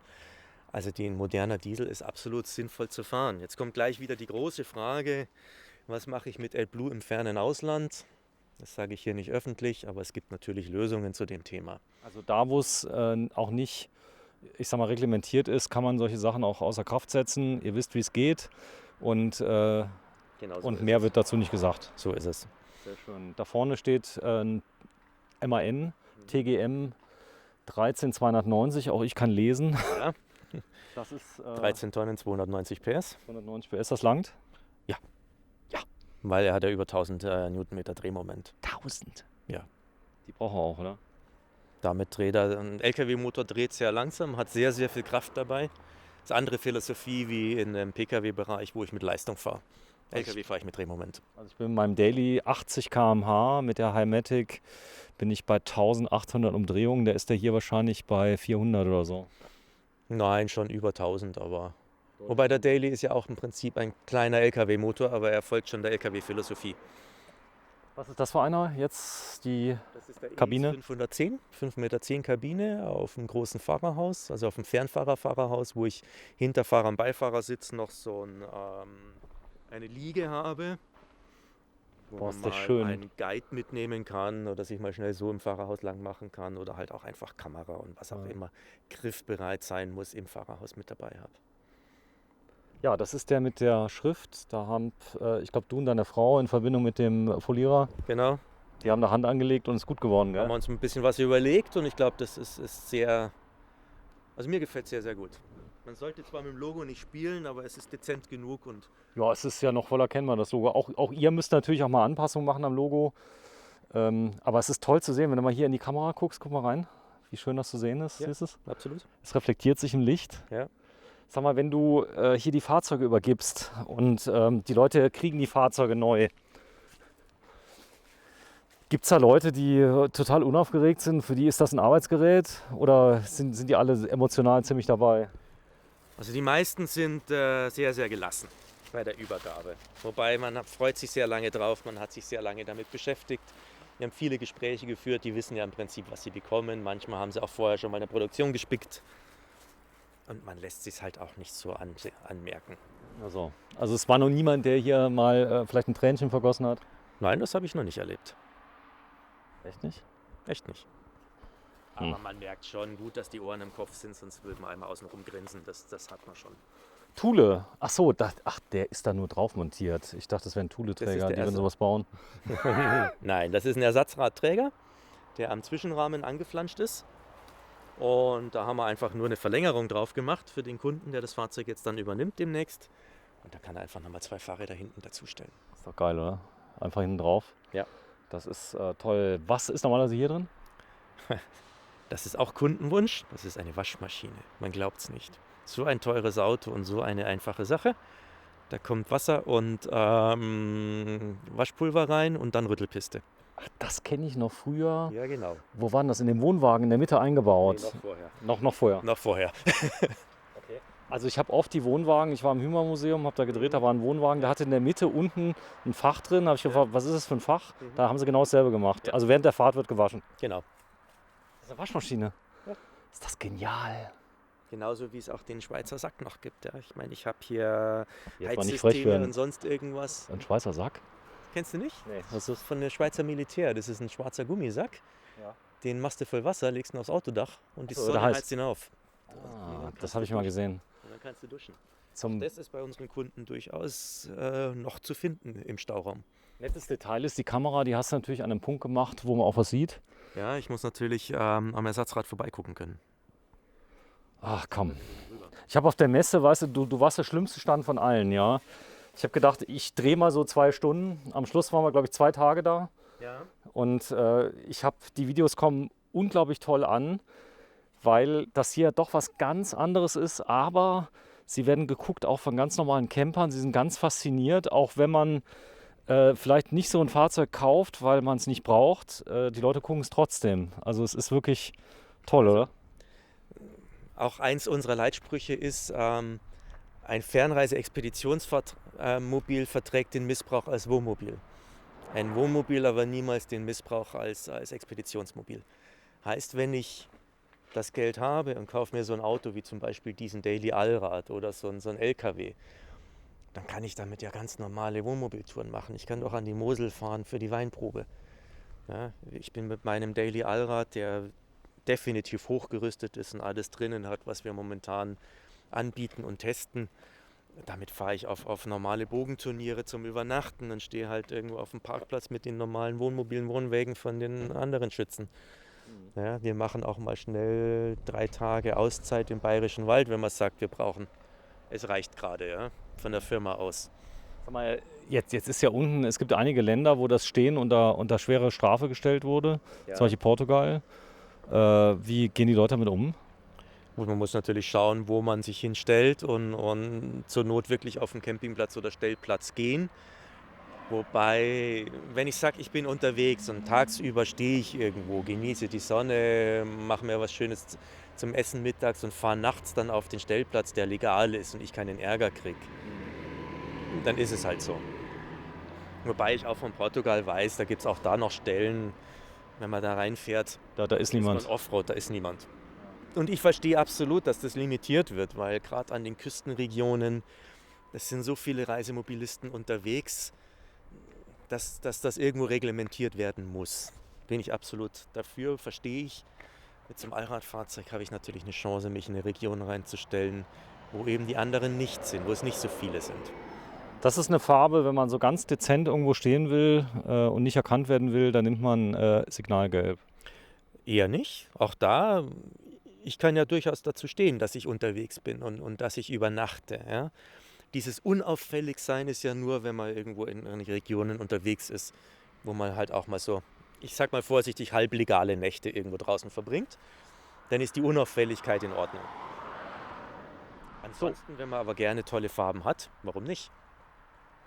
So, jetzt habe ich gerade den Ort nochmal vergessen, wo wir sind.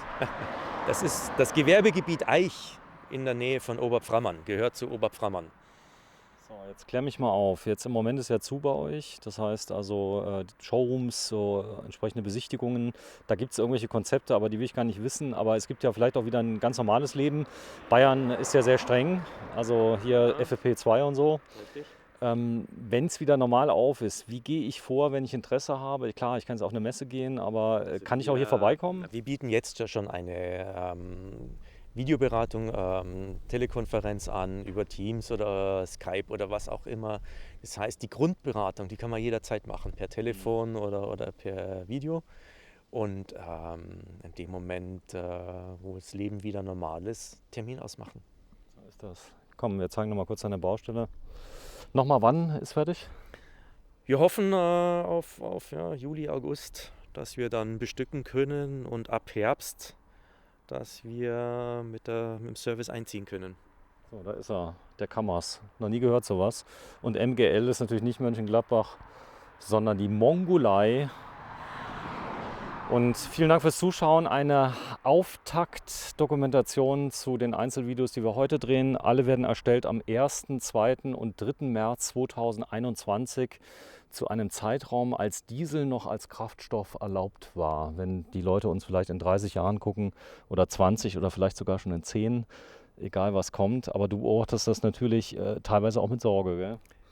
Mit Sorge und auch mit Neugier. Wie gesagt, was ich gerade gesagt habe, im Nutzfahrzeugbereich wird es noch relativ lange Diesel geben. Auch wenn ich Weltreise mache, wird es noch keine Alternativen geben. Nichtsdestotrotz arbeitet Iveco zum Beispiel mit Nikola an einem Elektro-Pickup. In dem Moment, wo die Nutzfahrzeugindustrie Alternativen anbietet, werden wir eine Kabine draufstellen. So wie wir vor ein paar Jahren auch schon mal auf ein Erdgas-Iveco eine Kabine gestellt haben. Im Prinzip, wie gesagt, wenn ich ein Fahrgestell habe mit aktuellen Antriebsvariante, funktioniert das als Reisemobil. Spielt ja eh keine Rolle. Bei euch ist ja die Kabine ist es. austauschbar. Dann mache ich ist was es. anderes drunter. Sehr schön. Also, wenn ihr Lust habt, schaltet ein. Der Stefan ganz lieber. Ich habe ihn einmal angerufen, dann habe mich zurückgerufen. Hat gesagt, komm doch vorbei. Ich freue mich. Und hier sind wir. Tschüss, Stefan. Und das Wetter hat mitgespielt, gell? Wetter ist super. Richtig schöner blauer Himmel. Dankeschön. Tschüss. Ciao. Ein Iveco Daily Fahrgestell. Wir sind in Bayern in der Nähe von München und zusammen mit dem Stefan von Bimobil. Und wir schauen uns heute mal an, wie die Basisfahrzeuge modifiziert werden, damit anschließend natürlich die ganz tollen Bimobil-Aufbauten draufkommen. Der Stefan steht in der Abendsonne. Es ist, guck mal auf die Uhr, kurz vor 5, Viertel vor 5. Es neigt sich im Ende, 2 Videos müssen wir noch drehen, nämlich das hier und das Lager, haben wir gesagt, da gucken wir mal kurz rein. Grüß dich, Stefan. Grüß dich, Sven. Ja, das ist so das Herzstück quasi, die Stunde Null vom Fahrzeugbauer. Bekommt ihr die Fahrgestelle? Wir bekommen die Fahrgestelle angeliefert, wir passen sie an, machen Pritschen runter und so weiter, Radläufe weg und schneiden den Durchgang zum Fahrerhaus, den wir immer von der Wohnkabine nach vorne haben. Und so weiter. Man macht Außenanbauten wie Winde und Tankänderungen und so weiter. So, ihr seid ja Partner von Iveco. Ja, Wenn ihr die Autos so auseinandernehmt, ist denen das recht? da spricht nichts dagegen. Das ist zum Beispiel ein Windenanbausatz von der Firma Taubenreuter. Und das ist mit TÜV-Abnahme und nach Vorgabe. Wie gesagt, da spricht nichts dagegen. Und das ist ein Nutzfahrzeug, das ist normal. Das ist ja so, bei Nutzfahrzeugen gibt es ja viele Aufbauhersteller. Letztendlich seid ihr nichts anderes wie jetzt ein Hersteller, der vielleicht dort, ich sage jetzt mal, einen Kipper dran baut oder irgendwas anderes. Wir sind als Aufbauhersteller gelistet, nichts anderes. Genau, das nochmal festzustellen. Ist das hier ab Werk, dieses Bauteil, was hier dran ist? Ja. Das ist so, da ist die Stoßstange dran, die ist aus Metall. Diese beim Iveco Allrad aus Metall. Nebendran gehen wir mal eben hin. Das ist einfach eine Stahlstoßstange, die richtig was ab kann. Auch diese Ösen, die haben, glaube ich, 3,5 Tonnen pro Öse frei und gehen direkt auf den Rahmen, auf den Fahrzeugrahmen. Also kein Spielzeug. Kein Spielzeug. So, das ist gedacht, also diese Fahrzeuge werden ja vielfältig eingesetzt, zum Beispiel in der Forstwirtschaft ganz gerne. Forstwirtschaft, Militär. Auch im Militärbereich ist der Iveco Allrad inzwischen platziert. Italien, da fährt ganz viel Militär, fährt Iveco. Das sind also Fahrzeuge, die dem Sprinter in nichts nachstehen, würdest du sagen. Anderes Auto, anderes Konzept, aber auch sehr, sehr haltbar.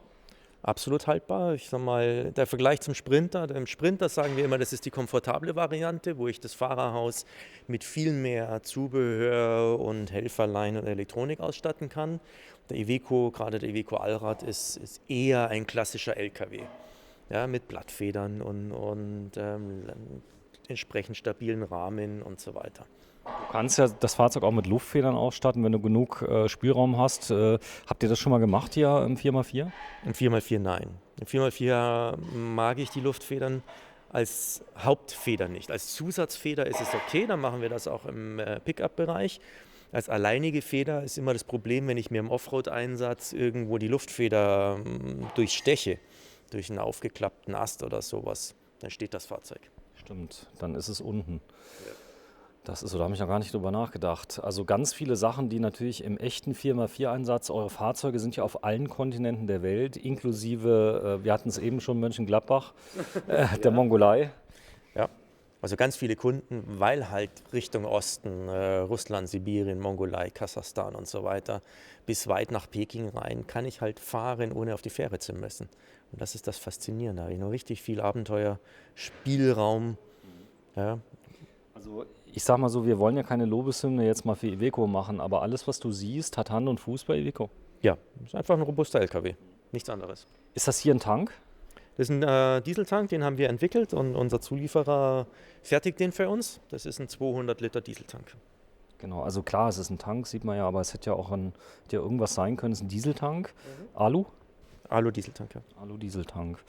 Die Schweißnähte, wenn du die siehst, du hast was gelernt? Ich bin also Luftfahrttechnik studiert an der Fachhochschule in München und bei Fairchild Dornier war ich dann später Flugversuchsingenieur. Hast du selbst mal geschweißt?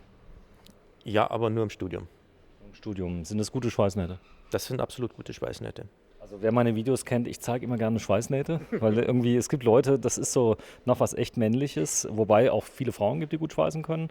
Aber ich sag mal so, wenn man das so sieht mit allem drum und dran, was war denn an dem Originaltank so schlecht? Das Volumen. Achso, der war nicht groß genug. Genau, einfach nicht groß genug. Aber nicht aus Alu.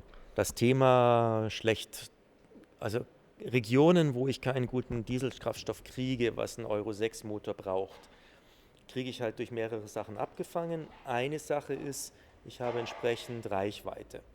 Ich sage immer, wenn ich im Fernreisebereich ungefähr 1000 Kilometer Reichweite habe, kriege ich auf jeden Fall passenden Diesel. Den kriege ich nicht alle 100 oder alle 50 Kilometer. Aber mit entsprechender Reichweite passt das immer. Also mein Tank in meinem Reisemobil hat jetzt 250 Liter, glaube ich.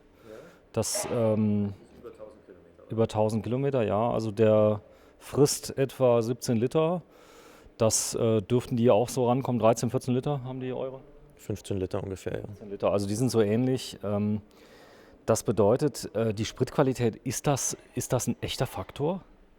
Also wenn ich in Regionen unterwegs bin, wo ich keinen Diesel nach Euronorm kriege, wo ich Fassbetankung machen kann, wo ich sage immer, kommt aus dem Fass und riecht nach Diesel, aber was ich wirklich da reinkipp, das darf ein modernen Auto nicht, wenn das wasserhaltiger Diesel ist.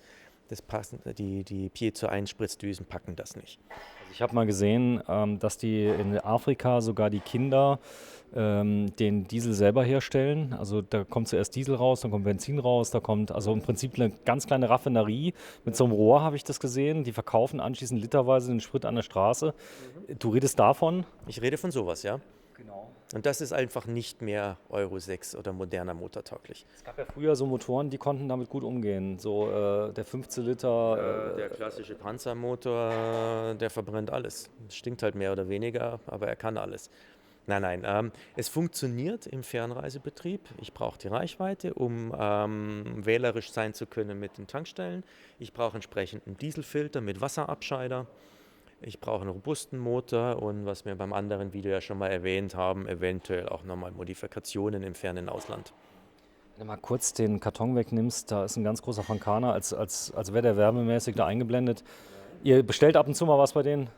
Wir bestellen bei Francana selbstverständlich. Okay, sehr schön. Also, liebe Firma Francana, wir warten mal kostenlos im Bild. Da sind jetzt so 2 Tanks, was können die? Das sind die Luftdrucktanks von den Differentialsperren. Die sind hydraulisch gesteuert. Hydraulisch. Also pneumatisch, Entschuldigung. Pneumatisch. Also ich glaube, die habe ich auch drin. Hinten sind die, glaube ich. Aber ihr habt mehrere Sperren, ihr habt 3, gell? Sperren, ja. Wo? Überall? Ja, im Heckbereich, zentral, also beim Mittendifferential und vorne. So, klär mich mal auf. Man sieht ja hier relativ viel. Das da ist ein Kardan. Das ist ein Kardan. Wir haben... Warte mal kurz, ich muss das immer zeigen. Das Einfachste wäre, wir gehen mal auf die andere Seite. Dann kann man direkt auf den Kardan gucken. Also vielleicht mal ganz von vorne. Das Fahrzeug hat 4 Räder. Alle Räder sind angetrieben. permanenter Allrad. Permanenter Allrad. Also nicht das, was man von Audi kennt. Ich weiß nicht, ob der permanent ist. Ich weiß nur, der ist zuschaltbar oder schaltet sich automatisch an und ab und so weiter. Der ist immer dran. Es gibt unterschiedlichste Varianten. Wir reden hier von der ganz klassischen Allradtechnik. Das heißt, ich habe permanent 4 angetriebene Räder. Damit habe ich auch 3 Differentialgetriebe. Sprich, ich habe ein Differentialgetriebe für die Hinterachse. Hier Zeig mal das da. dicke Ding in der Mitte. Ding in der Mitte. Das hier ist das Differentialgetriebe der Hinterachse und das hat auch eine Differentialsperre. So, das Differential, was ich gelernt habe, ich hatte früher mal so Bücher, wer kennt was oder so irgendwas oder wie funktioniert das? Eine war blau, das andere orange. Da waren so Sachen erklärt, so Basics. Was ist überhaupt ein Differential? Was macht das? Gut, in dem anderen Video habe ich das ja schon mal kurz erklärt. Ein Differentialgetriebe lässt unterschiedliche Radgeschwindigkeiten zu. Das heißt, wenn ich mit so einem Auto um die Kurve fahre, ist rein geometrisch, muss das äußere Rad schneller drehen, weil es den größeren Weg fährt als das innere Rad. Und ich habe aber eine Kardanwelle, das heißt vom Motor kommt über die Kardanwelle an dieses Zentralgetriebe, Differentialgetriebe, eine Drehzahlgeschwindigkeit an. Und wenn ich jetzt im Kreis fahre, habe ich unterschiedliche Radgeschwindigkeiten. Das Differentialgetriebe gleicht das aus. Jetzt gibt es aber im Offroad-Bereich, oder auch jeder Autofahrer kennt das, wenn ich rechts auf der Eisplatte stehe und links auf dem Asphalt, dreht das rechte Rad, das linke Rad steht. Das rechte Rad geht doppelt so schnell im Vergleich zur Kardangeschwindigkeit. Ja? Das Auto versteht, wir drehen uns um das innere Rad. Das ist natürlich ein Blödsinn. Ja? Ich würde aber gerne weiterfahren und nicht... Wenn das eine Rad durchdreht, dann hat das versteht andere... das Auto einfach, wir drehen aufs innere Rad und da kommt keinerlei Kraft mehr an. Das heißt, ich stehe. Und bei einem permanenten Allrad reicht ein durchdrehendes Rad, dass ich zuverlässig keinen Vortrieb mehr auf den anderen 3 Rädern habe. Was? Echt? Ja, echt. Und deswegen brauche ich die Differentialsperre, um diese Funktion des Differentialgetriebes zu sperren. Wenn ich die Heckdifferential sperre, dann habe ich links und rechts hinten gleiche Radgeschwindigkeiten. Dann kann ich mich geradeaus rausschieben. Das gleiche gilt fürs Mitteldifferential. Das ist wo? Vorderachse, Hinterachse. Sag mal, wo? Das da? Ist da vorne mit drin, ja. Das Mitteldifferential. Genau. Ah, okay. Ich glaube, ich verstehe so ganz langsam. Vorder- und Hinterachse und Vorderachse hat dann auch nochmal ein zwischen den Rädern. Jetzt mal eine blöde Frage. Wozu brauche ich jetzt ein Mitteldifferential? Beim permanenten Allrad kann ich ja auch unterschiedliche Achsgeschwindigkeiten haben. Beispiel, ich fahre über eine Böschung. Das heißt, vorne komme ich hoch. Warte, zeig mal. Vorne komme ich hoch und hinten schiebe ich noch ran. Okay. Da habe ich unterschiedliche Achsgeschwindigkeiten. Das wird durch das Mittendifferential ausgeglichen. Richtig. Und vorne habe ich das gleiche wie hinten. Genau. Das da. Richtig, ja. Okay. Vorne ist natürlich mit den unterschiedlichen Radgeschwindigkeiten durch das ständige Lenken noch mal extremer wie hinten. Ich habe ein Video gedreht, mit wem haben wir das gedreht? Mit LKW, Baustelle, es war nicht Scania, ich glaube es war Volvo. Und da hat er einen Knopf gedrückt, es ging nicht rein, das Differential. Ja, normal. Normal. Also es hat mal nicht funktioniert. Ganz einfach. Ein Differentialsperre ist ganz klassisch eine Verzahnung. Ja? Und wenn ich jetzt, die drehen aneinander vorbei und greifen ineinander und manchmal klappt es halt nicht. Das heißt, dann muss ich Druck wegnehmen, dass die wieder in Verzahnungsstelle sind und dann Druck da rein. Das ist normal, das ist jetzt kein normal. Malus. Das ist normal. Das heißt, ich kann jede mechanische 100% Sperre, kann passieren, dass die einfach nicht reingeht. Es kann auch passieren, dass sie nicht rausgeht, weil wenn die verzahnt ist und ich habe jetzt hier Druck drauf, ist diese Klemmkraft größer als die Auszugskraft. Und die Auszugskraft ist entweder pneumatisch oder hydraulisch, je nachdem, oder einfach über Federn. Auf jeden Fall ist Ziehe an dem Differential und wenn es mehr klemmt, was ich immer sage, ich muss leichte Kurven fahren, aber bitte mit Fingerspitzengefühl und nicht rumwuchten oder leicht vorwärts-rückwärts fahren. Und irgendwann ist die Verspannung weg und dann springt das Differential wieder raus oder wieder rein. Okay, das heißt zum Beispiel, ich sage mal so ein Beispiel, wäre jetzt die nasse Wiese oder wir sind mit dem LKW jetzt einen Hang hochgefahren, alles war nass, alles war batschig und da hat er gesagt, jo, ich mache jetzt mal langsam alle Sperren reingemacht. Da fuhr die Kiste auf einmal wieder raus. Ja. So ist es. So, jetzt gucken wir uns mal ganz kurz an, diese Blattfedern, die bestehen ja aus einer Feder, das habe ich nicht ganz verstanden, die hängt hier unten frei. Ja, das ist eine Blattfeder ist immer progressiv. Das heißt, mit wenig Beladung fahre ich nur auf den Federn. Ja. Wenn ich jetzt weiter einfeder, kommt dieses Blatt dazu. Ah, das ist also jetzt nicht so, da brauche ich nicht den Nachbarn ansagen, sagt, hier, deine Blattfeder ist kaputt, sondern das ist so. Das ist so. Also liebe Leute, schreibt jetzt bitte keine Kommentare, ich habe es wirklich nicht gewusst. Aber ich denke mir, wenn man keine Ahnung hat davon, dann kann man ja ruhig mal fragen. Also warum das hier so frei hängt. Das legt sich dann auf. Richtig. Ist der Fahrkomfort ohne Kabine ist wahrscheinlich ja nicht so toll, oder? Also beim 7-Tonner ohne Kabine ist, als hätte ich keine Feder. Okay. Also brachial hart. Das heißt, der braucht das Gewicht. Ja, der braucht das Gewicht. Die Bremse, was ist das für eine Bremse? Das ist Scheibenbremse. Scheibenbremse. Also das ist klassisch wie bei jedem Auto, ein bisschen größer, nehme ich an. Beim aktuellen Iveco Scheibenbremse, beim alten war es noch Trommelbremse. Hinten Trommelbremse. Und das ist wann geändert worden? Jetzt mit dem vor 2 Jahren, also mit der Einführung von dem aktuellen Fahrgestell. Ist das schlecht, Trommelbremse hinten? Bei langen Bergabfahrten wird halt heißer. Also Aber die funktioniert auch, Trommelbremse. funktioniert auch, aber die höhere Bremsleistung habe ich natürlich immer mit der Scheibenbremse. Jetzt mal eine Frage, ihr macht da ja große Räder drauf. Da sind normalerweise hier diese, oder ist das da Serienbereifung? Das ist die Serienbremse. Das ist Serienbereifung, aber die ihr drauf macht, sind ja noch größer. Die sind nochmal etwas größer, ja. Genau. Ist die Bremse, wird die dann geändert? Nein. Warum? Die sind noch in der Toleranz. Okay. Geht noch. Geht noch. Das habt ihr wahrscheinlich ausprobiert vorher. Genau, ist auch gerade in der Erprobungsphase und mit TÜV-Gutachten, wie immer bei uns. Jetzt mal eine ganz saudumme Frage. So, du bist ja Bayer, du wirst mich jetzt nicht töten, aber ich habe ganz oft gesehen, es gibt so Pendelrahmen. Wenn ich jetzt so, die also so irgendwie frei gefedert mit Schlag mich tot, das sehe ich jetzt nicht hier. Nein, ist bei dem Iveco unserer Meinung nach keine gute Idee, eine Dreipunktlagerung, weil das ganze System dann zu weich wird. Ja, durch die Alkovenfahrzeuge, Schwerpunkt relativ hoch. Wie gesagt, Dreipunktlagerung wird zu weich. Was wir machen, sind diese Elastomere. Warte, wenn du mal kurz das mal gerade wegziehst hier vorne, genau den Werkzeugschrank, sei so lieb, kann ich es etwas besser filmen. Die sind an mehreren Stellen. Ja. 5 Stück pro Seite. 5 Stück pro Seite. Ja. Und wir versteifen den Iveco-Rahmen nochmal mit dem Zwischenrahmen und die machen auch keine Bewegungsfreiheit, sondern die nehmen nur die Spannungsspitzen weg. So, ja, das heißt, das kann sich bewegen. Ein bisschen, ja, aber ein bisschen. Im LKW-Bereich geben wir über dieses System ungefähr 10 cm frei. Beim Iveco machen wir nur die Spannungsspitzen raus. Nehmen in Kauf, dass die Verwindung des Rahmens unterbunden wird, gewinnen aber deutlich Fahrstabilität. Und damit können wir auch Fahrerhaus und Wohnkabine fest verbinden, sodass wir ein absolut komfortables Fahren haben, fahrstabil, vor allen Dingen auf der Piste, wo es ständig schlägt und eine immer noch ausreichende Verbindung über die Federwege. Gut, das heißt auch, ihr braucht da vorne die Sicke nicht beim Durchgang. Das ist ja alles eins, oder? Richtig.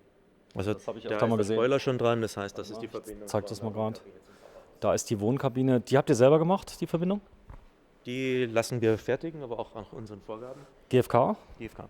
Das ist ein GFK. GFK-Formteil und genau ans Auto angepasst. Und hier liegt dann die Wohnkabine an.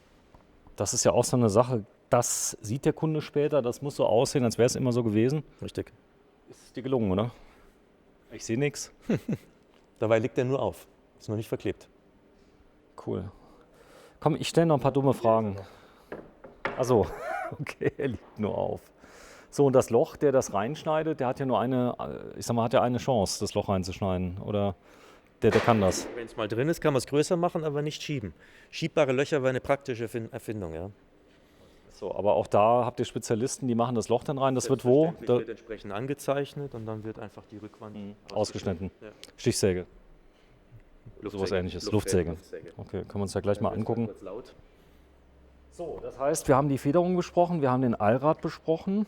Das Thema Unterbodenschutz haben wir mal kurz drüber gesprochen. Ihr könnt diese Fahrzeuge, ihr behandelt die Fahrzeuge auf Wunsch auch nochmal richtig heftig. Genau, da kommt nochmal entsprechend Wachs drunter, Spezialwachs und erhöht halt die Lebenserwartung von dem Auto ganz deutlich. Wobei wir jetzt nicht irgendwelche versteckten Hohlräume oder sonst irgendwas haben, sondern man sieht, das ist ein LKW-Fahrgestell, das ist ein Ziehprofilrahmen mit Querträgern, wie in jedem LKW auch. Komm, wir gehen mal kurz darüber. Da ist noch ein bisschen freier. No Step. Was ist das hier? AdBlue? Ja, Das ist der AdBlue Blue-Tank. Okay. Auch da ist es ja so eine Sache, die Fahrzeuge sind wirklich sehr sauber. Die Dieseltechnologie, ich glaube, hat einen schlechten Ruf, aber das stimmt gar nicht. Sie ist wirklich so sauber geworden wie nie zuvor. Absolut.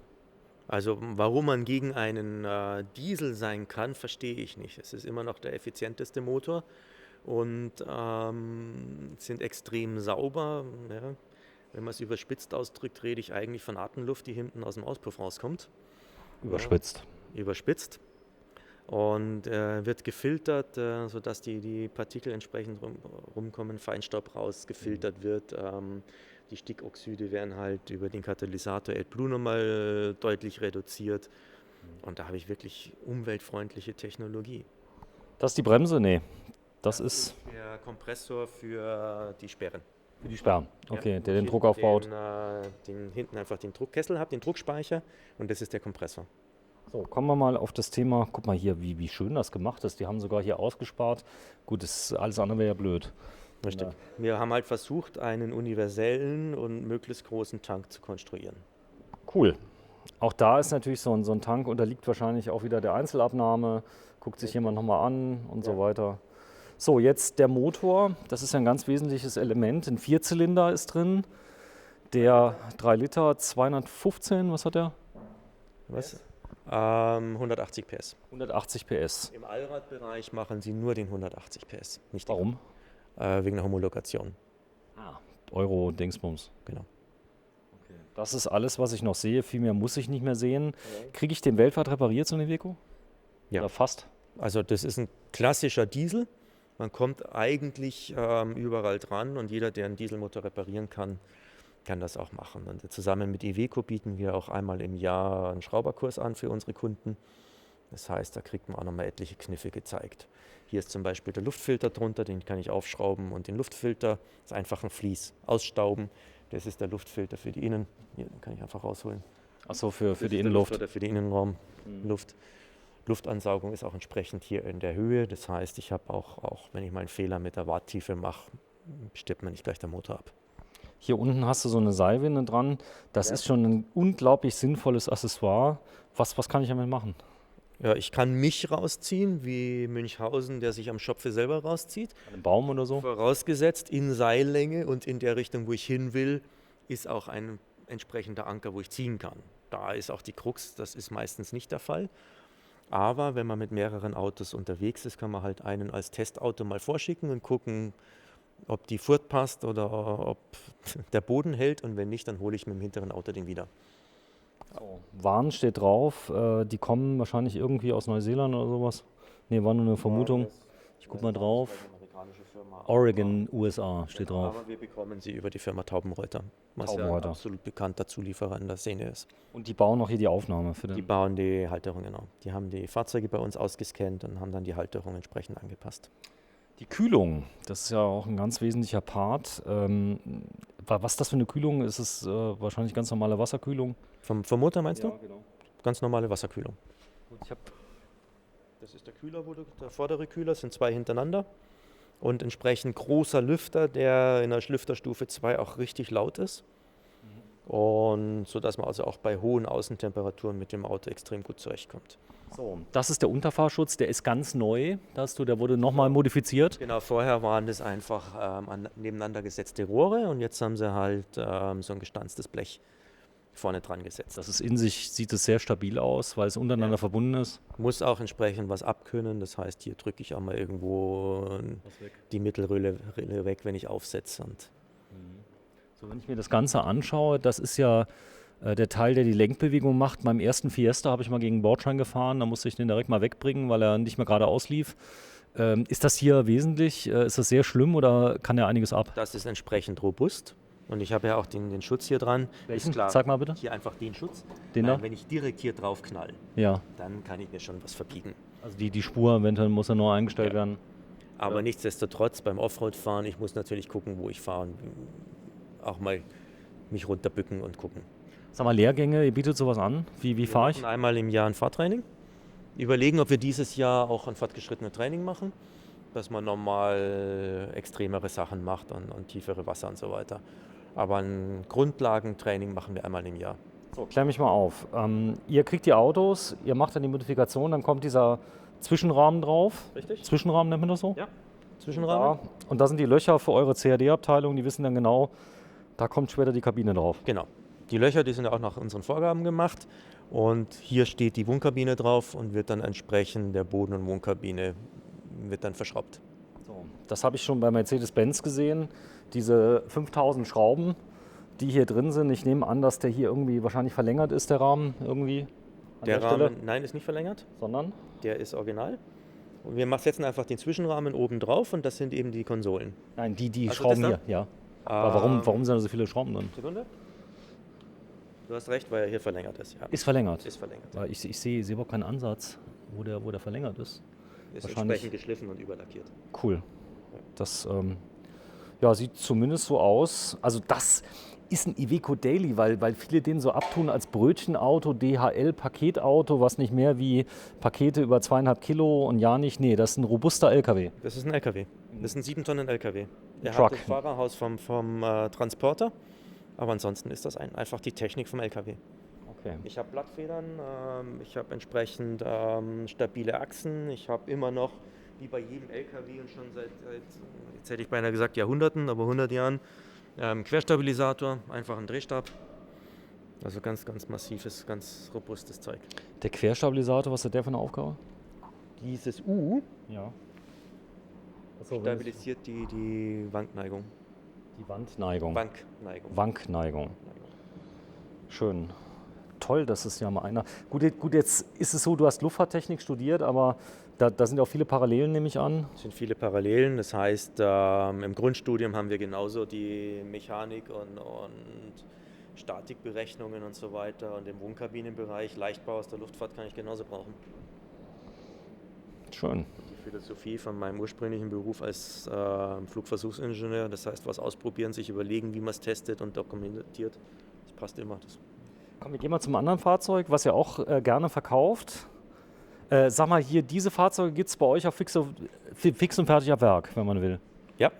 Das Einzige, wo wir eine Fahrzeuganlieferung zulassen, ist im Pickup-Bereich. Ansonsten ist es immer ein komplettes Reisemobil. Ist das auch ein LKW? Das ist ein LKW mit Wechselaufbau, ja. Das heißt auch, Ist LKW. okay, das heißt auch, der Pickup, würdest du sagen, der hat ja auch Blattfedern drin, der hat sogar Luftfederung hier drin. Eine Zusatzluftfeder, weil die müssen wir auflasten. Die haben von Haus aus, also wir brauchen die Pickups aufgelastet auf 3,5 Tonnen, zulässiges Gesamtgewicht und eine Hinterachse von 2,1, 2,2 Tonnen. Weil wenn ich das immer so sehe, wenn auf so einem Pickup so eine große Wohnraumkabine drauf ist, dann denke ich mir immer, mein Gott, die tun mir so leid, das Auto bricht ja gleich zusammen. Nee, ganz im Gegenteil, oder? Die können das. Die können das. Ich meine, ich habe mit der großen Wohnkabine natürlich schon Einschränkungen im Offroad, weil die Winkel anders sind, Schwerpunkt ist anders und ich kann nicht mehr ganz so brachial im Gelände unterwegs sein durch die hohe Last. Aber wenn man damit sinnvoll umgeht, ist das nach wie vor eine ganz, ganz universelle, ganz, ganz tolle Sache. Ich bin unglaublich wendig mit so einem Fahrzeug, weil der Radstand ja noch kleiner ist. Und ich muss ja für den Offroad-Einsatz nicht unbedingt die Wohnkabine mitnehmen. Die Wohnkabine kann ich irgendwo stehen lassen, mache einen Tagesausflug nur mit dem Pickup, dann bin ich hochgeländegängig. Das dauert, wie lange dauert das? Eine halbe Stunde? Dann trinkst du aber 3 Tassen Kaffee nebenher auch noch. Warte, Nein, 10 Minuten ungefähr. 10 Minuten. Ich zeige mal gerade was. Ihr habt hier vorne eine stehen. Hallo erstmal. Ich wollte euch nicht stören. Ich mal kurz vorbei darf. Ich wollte nur mal gerade die Kabel mal zeigen. Das heißt hier bei der Wohnraumkabine, das ist jetzt eine gebrauchte. Das ist der Anschluss ans Fahrzeug hier. Da unten? Nee. Gut, der ist ein bisschen modifiziert. Der ist so ein bisschen erhöht. Also hier vorne ist die vordere Wechselschiene, Ja. ja, und hinten ist die hintere Wechselschiene. Okay, das sind eigentlich so im Prinzip Aber so wie gesagt, der ist schon Splinte. modifiziert, weil die Kabine aufs aktuelle Basisfahrzeug nicht mehr genau drauf passt. Okay, ich verstehe. Aber Normalerweise haben wir nur diese Platte und dann kommt so eine Schräge hier hoch und da rutscht die Wohnkabine vorne rein und hinten haben wir entsprechend so ein Doppeltrapez. du hast zu mir erzählt, die Wohnraumkabine, die kriegst du nicht kaputt, eher das Fahrzeug. Ja. Das heißt, man kann die mitnehmen. Die ist es ungefähr, wie alt ist die? Was denkst du? Die ist von 2003. 2003? Ja. Das ist fast ein Oldtimer. Ja. Ist das krass? So, das heißt auch hier, ich meine, die hat einiges mitgemacht. Das heißt, die war im Die hat Offroad. gelebt. Die hat gelebt. Oder lebt. Die hat auch schon was gesehen. Ja, aber da ist jetzt, ich sag mal, jetzt ein klein wenig Politur dran. Die hat Patina. Das ist. Ist sie auf oder ist sie zu? Die ist zu. Ich hoffe, dass die zu ist. Ich hoffe, dass sie zu ist. Nee, ist offen. Ist offen. Ich will nur mal kurz mal reinschauen. Ganz Denn- normaler Grundriss 3. Wenn du. Genau den Grundriss habe ich 13 Jahre gefahren. So, das Krasse ist, wenn du das von außen siehst, da denkst du, da ist ja kein Platz drin. Und dann gehst du rein, auf einmal bist du ganz überrascht. Hast irre Platz drin. Ich habe in der Kabine, haben wir schon zu 5 übernachtet und noch die 2 großen Hunde dazu. Na, herzlichen Glückwunsch. 2 Erwachsene plus Nesthäkchen im Alkoven oben. Aha. Ein 60er Bett, da passen also 2,5 Leute rein. 2 Teenager hier in der Sitzgruppe und 2 Hunde, die sich dann irgendwo noch was suchen. Gut, jetzt guck mal Da rede die. ich dann aber von Übernachten, nicht von Wohnen. Aber guck dir mal die Wohnraumkabine an, die ist jetzt fast 20 Jahre alt. Die steht da genauso wie die anderen da drin. Ja. So, das Holz könntest du zur Not abschleifen und nochmal neu lackieren. Richtig? Das ist krass. Cool. Komm, Stefan, wir gehen mal weiter rein. Da vorne steht noch ein Mercedes. Ja. Den hast du gemacht. Ich habe mir uns auch einen T3 habe ich mir gekauft, ein Feuerwehrauto. Okay, schön. Ja, ist eigentlich viel Arbeit. Ich habe meinen auch gerollt. Mhm. Nee, ich habe ihn nicht gerollt, der kam schon gerollt. So, ich sehe überall Iveco Daily. Das heißt, viele Kunden finden die Form klasse. Aber der Sprinter, hast du mir erzählt, allein aus der Historie habt ihr viele Sprinter gebaut. Und der Sprinter ist immer die komfortablere Variante. Der Iveco ist immer der Raubein, das robuste Fahrzeug, was wir empfehlen für die echte Weltreise.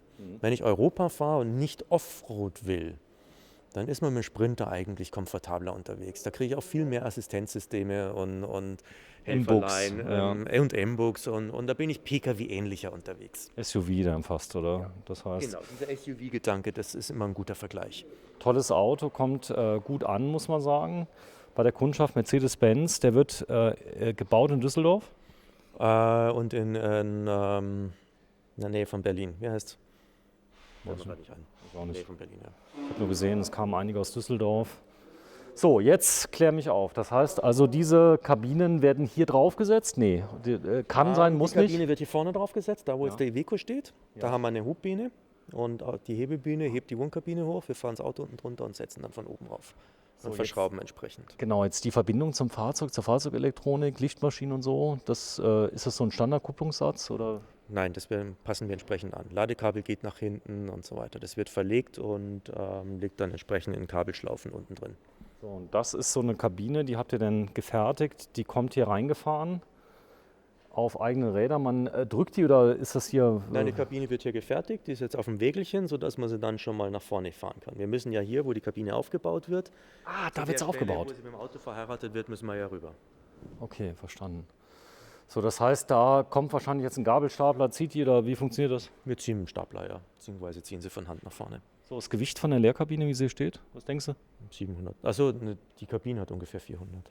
400 Kilo. Ist definitiv Leichtbau, richtig? Ja, ja. So, man sieht es hier vorne schön. Das ist jetzt, der Boden ist drin, die Seitenwände. Genau, Ich weiß gar nicht. Hier wird halt der Zwischenboden schon mal reingelegt. Achso, genau, der muss ja vorher Weil rein. wenn das Dach jetzt dann drauf ist, passt da nirgends mehr rein. Das ist wie das Hubbett bei meinem Liner. Genau. Das machst du nur vorher rein. Genau. Und dann die Scheibe drauf. Richtig. Genau, der Inneneinrichter hebt sie sich halt den Zwischenboden nochmal hoch, bis er den Unterbau dann alles drinnen hat. Und dann wird der Zwischenboden abgesenkt.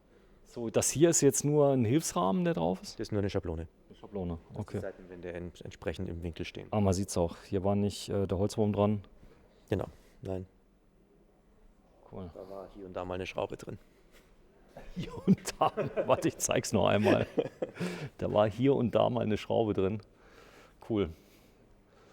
Es ist unglaublich viel Handarbeit, wenn du das Ganze siehst. Jetzt wird auch mal klar, dass hier wahrscheinlich um die 1000 Arbeitsstunden oder mehr in so eine... So viele sind es nicht, aber doch 800. 800 Arbeitsstunden. So, jetzt kann man eine Sache richtig schön sehen. Wenn du mir mal gerade da vorne das Hockerchen mal gibst, was da ist, oder die Trittstufe. Denn du sprichst die ganze Zeit von 0,7, wenn du mal gerade die Trittstufe noch ungefähr, dahin ungefähr die Trittstufe. Ich sag dir gleich, was ich will. Du weißt ja, ich lobe dich ja die ganze Zeit, aber es hat ja auch einen Grund, denn du hast ja erzählt, das Ganze ist überlappend.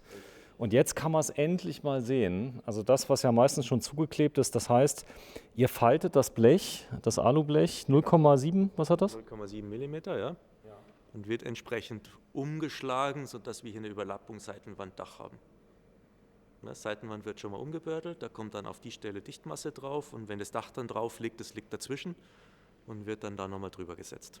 Das ist der Grund, warum eigentlich nichts passieren kann. So ist es. Das heißt, es läuft drüber, allein aus Schwerkraftgründen wäre jetzt die Kabine vielleicht, die würde am Kopf liegen, dann könnte vielleicht noch was passieren, dann liegt er näher am Dann Kopf. haben wir immer noch die Dichtmasse drin. Ja, und dann liegt es am Kopf. Ja. Dann, okay, das habe ich soweit verstanden. Das war auch der Grund, ich habe dich eben gefragt, das Alu ist da vorne, das können wir uns gleich mal angucken. Warum das Blech nicht dicker ist, hast du gesagt, ab einer gewissen Dicke geht es nicht mehr. Genau, dann können wir eben hier nicht mehr sauber kanten und sauber umschlagen, sondern dann wird es schwierig. Alles Handarbeit, sag mal. Man würde noch auf 0,8 kommen oder sowas, aber ab einem Millimeter ist es nicht mehr sinnvoll machbar. So, jetzt kriegst du ja dieses Alu ja nicht gerade. Also das ist ja so, wenn ich hier jetzt so reingucke, habe ich immer so leichte Wellen drin. Das ist systembedingt, geht gar nicht Das anders. ist systembedingt, wobei durch die Spiegelung, wenn ich da flach drüber gucke, sehe ich natürlich Änderungen im Mühlbereich. Ist gemein, oder? Ja, absolut. Das ist das, was die, glaube ich, wenn die ausbeulen, da holen die ja auch so Leuchtstoffröhren, gucken genau. drauf. Also das siehst du im echten Leben, siehst du es nicht so stark, Nein, oder? nein. Ich habe es bei mir auch. Also bei mir sind die Seitenwände ja auch aus Alu und da hast du auch Wellen drin. Das ist so jetzt, wenn ich mir jetzt eine Delle reinfahre, was mache ich denn dann? Kann ich die ziehen, wie beim Nein, Auto? kann man nicht ziehen. Kann man nicht ziehen. Weil durch das Ziehen würde ich ja den vorkomprimierten Schaum Ablösen. würde ich ablösen und dann besteht die Gefahr von der Blasenbildung. Okay, Spachteln oder was macht Bei man? leichten Dullen Spachteln lackieren, bei schweren Beschädigungen Seitenwand austauschen. Okay. Aufwand? Seitenwandaustausch in der Größenordnung, ja, schon 2 Tage. 2 Tage. Das heißt, also oft sind die auch Vollkasko versichert, die Fahrzeuge. Wie ist denn das jetzt im Offroad? Ist das eine spezielle Vollkasko? Nein, nein. Das heißt, du darfst auch Offroad mit so Fahrzeugen fahren? Ich wüsste keine Einschränkung. Es sei denn, es steht drin, sie dürfen nicht Offroad fahren. Richtig. Okay, verstanden. Also in Deutschland ist ja, ich glaube, immer noch alles erlaubt, was nicht verboten ist. Nicht umgekehrt. Genau. Obwohl man oft das Gefühl hat. Oft hat man ein anderes Gefühl, nein, aber da kenne ich jetzt keinerlei Einschränkung. Ich So. wüsste auch nie von keinem einzigen Kunden, der irgendwo Restriktionen erfahren hat. So, jetzt mal eine blöde Frage. Das ist zunächst mal ein Stück und das wird dann rausgeschnitten. Oder wie funktioniert das? Wie geht ihr da vor? Also wir schweißen einen Rahmen, hier ist ein Alurahmen drinnen, einmal außenrum, das gibt die Kontur vor. Ja? Okay. Dann, wenn du mal kurz rumschwenkst, das ist unsere Presse, wenn der Deckel oben ist, rollen wir das Aluminiumblech, was da vorne auf dem Keul drauf ist. Ich zeig's mal. So, da ist wahrscheinlich was drin, was gerade im Moment gepresst wird, oder? Nein, das ist gerade nicht bestückt. Ist leer. Die ist leer. Okay. Ja? Das ist das Aluminiumblech, 0,7. Ja. Das wird ausgerollt. Dann kommt der geschweißte Rahmen, die Umrandung drauf. Dann wird der vorgeschnittene Schaum reingelegt und dann kommt das vorgeschnittene Innendekor drauf. Jeweils entsprechend vorher den Kleber ausgerollt Und dann geht die Presse zu und liegt 8 Stunden, ist er unter Vakuum. Da Vakuum, das heißt, die zieht ein Vakuum, backt das Ganze zusammen. Ist da warm drin irgendwie? Nee, Einfach nur Druck. einfach nur Druck. und Zeit. Und das ist der Kleber, ihr braucht da keinen Superkleber, braucht nur Zeit. Spezialkleber? Ja, aber klar, der muss jetzt nicht in der Zeit X. Nein. Also wir haben mal einen Ausflug gemacht in einen Kleber, der deutlich schneller abbindet, aber das war keine gute Erfahrung, sodass wir uns da lieber die Zeit nehmen. Das heißt auch hier, das ist Marke Eigenbau. Die Presse ist Marke Eigenbau. Gut, aber auch hier mal wieder. Ist nicht kaufbar. Ist das Stahl oder Alu? Das ist ein Alu. Alu. Alurahmen. So, das habt ihr aber nicht selber gebaut, sondern da kam wir wahrscheinlich. selber gebaut. Habt ihr selber gebaut? Das haben wir selber gebaut. Auf die Idee zu kommen, sowas gibt es auch ab Werk. Ich wüsste nicht, wer sowas in der Größe anbietet. Warte mal gerade. Du musst mir mal einen Gefallen machen, stell dich mal davor, weil man hat so gar keine Idee, wie lang das Ding ist. 12 Meter. 12 Meter lang und die Breite? 2,50 Meter. 2,50 Meter. Blech liegt maximal also ein bisschen breit. Das Blech liegt maximal 2,50 Meter. Und das ist jetzt auf einer Seite schon lackiert, Ja. das Blech. Mhm. Das heißt, wenn du das jetzt hier, wenn ich das sehen könnte, da wäre jetzt Die Unterseite ist lackiert. Unterseite ist lackiert. Das ist das, was wir eben gesehen haben, in dem Silber. Wenn du hier reinschaust, die Innenseite. Das ist lackiert. Ah ja, Hochglanz lackiert. Und da, oh, guck mal, hier ist ein Reifen drin. Die wickeln auf Reifen, ja. Ja, was die alles kommen. Wir sind ja gar nicht hier in Usbekistan oder nee. So wird das angeliefert. Auf Reifen? Was für eine geile Idee. So wird das angeliefert. Das ist ja cool, da könnte ich mich ja gerade beömmeln. Ja, so, jetzt kommt die raus, da ist die Form auch noch nicht drin, oder? Das ist nur ein glattes Stück. Die Form ist so. Die Form ist so. Die Seitenwand kommt so raus und dann wird nur das Blech umgeschlagen. Jetzt habe ich immer noch nicht verstanden, wie das jetzt, wie die Seitenwand jetzt ausgeschnitten wird. Wer macht das denn? Die kommt ja nicht so vom Himmel. Nein, wir schweißen den Rahmen Ja. und der Schaum wird entsprechend schon zugeschnitten eingepasst. Das wird so gepresst. Nochmal. Jetzt habe ich es, ich glaube, ich komme so langsam dahinter. Was wir jetzt nicht sehen, ist innen drin ist ein Rahmen. Hier ist ein Rahmen. Ja, das ist ein Dreiecksprofil, das heißt, die Schräge ist ein Alurahmen. Ja? So, der ist Dieses Dreiecksprofil, die Form wird geschweißt. Hast du irgendwo so einen Rahmen hier? Nee.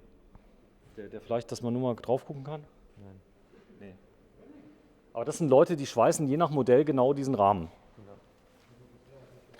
Aber ich glaube, ich habe es verstanden. Hast du einen Seitenwandrahmen, Roger? Roger? Hast du einen Seitenwandrahmen? Bitte? Seitenwandrahmen? Hast nichts da stehen, oder? Super. Aber das machen die, das heißt, die schweißen das Alu dann zusammen Genau. und dann sind diese. Damit ist die Kontur vorgegeben. Okay, verstanden. Jetzt habe ich es verstanden. Also vielleicht war ich ja zu blöd, aber. Und auf der liegenden Platte werden dann die Fenster ausgeschnitten. Okay. So, und hier, was ist hier normalerweise? Hier machen wir die Böden, das heißt auch unser Unterboden, das ist ein geschweißter Aluminium-Gitterrohrrahmen, sodass wir extrem hohe Stabilität und Steifigkeit vom Boden kriegen. Und auch der Boden geht in die Presse, kriegt ein Polydett, also ein GFK-Unterboden und eine Holzplatte obendrauf, beziehungsweise bei den kleinen und leichten, also bei den 3,5 Tonnen Schaum. Und PVC wird dann hier drauf gerollt und der Boden wird hier vorbereitet. Also komplett anders wie der Fließbandbau, wo die Möbel, glaube ich, teilweise tragendes Element sind. Also Normalerweise im Fließband wird der Boden durch die Straße gefahren, es wird alles von außen dran gemacht und am Schluss wird die Wand an die Möbel geschraubt. Wir fertigen den Boden, stellen die Seitenwand, wie du hier siehst, stellen die Seitenwand auf den Boden. Ja. Das Dach liegt zwischen den Seitenwänden, beginnt hier und ist eine Abwicklung bis unterm Alkoven. Das ist eine Platte, das ist eine Abwicklung. Und dann haben wir noch eine Front. Und damit haben wir die Box an sich als extrem steife Einheit und stabile Einheit. sag mal, ihr baut ja jetzt schon Reisemobile extrem lange. Also Ja. seit wie vielen Jahren nochmal? 44 inzwischen. Überleg mal, 44 Jahre, das war Adam Riese Ende der 70er. Ja, Hat ja 77. angefangen, 77. Da war es ja so, der ganze Aufwand, der hier betrieben wird, der kostet ja Geld. Das ist ja unglaublich intensiv. Ja. Es geht aber nicht anders, nach deiner Meinung. Nein, in der Qualität und der Flexibilität nein.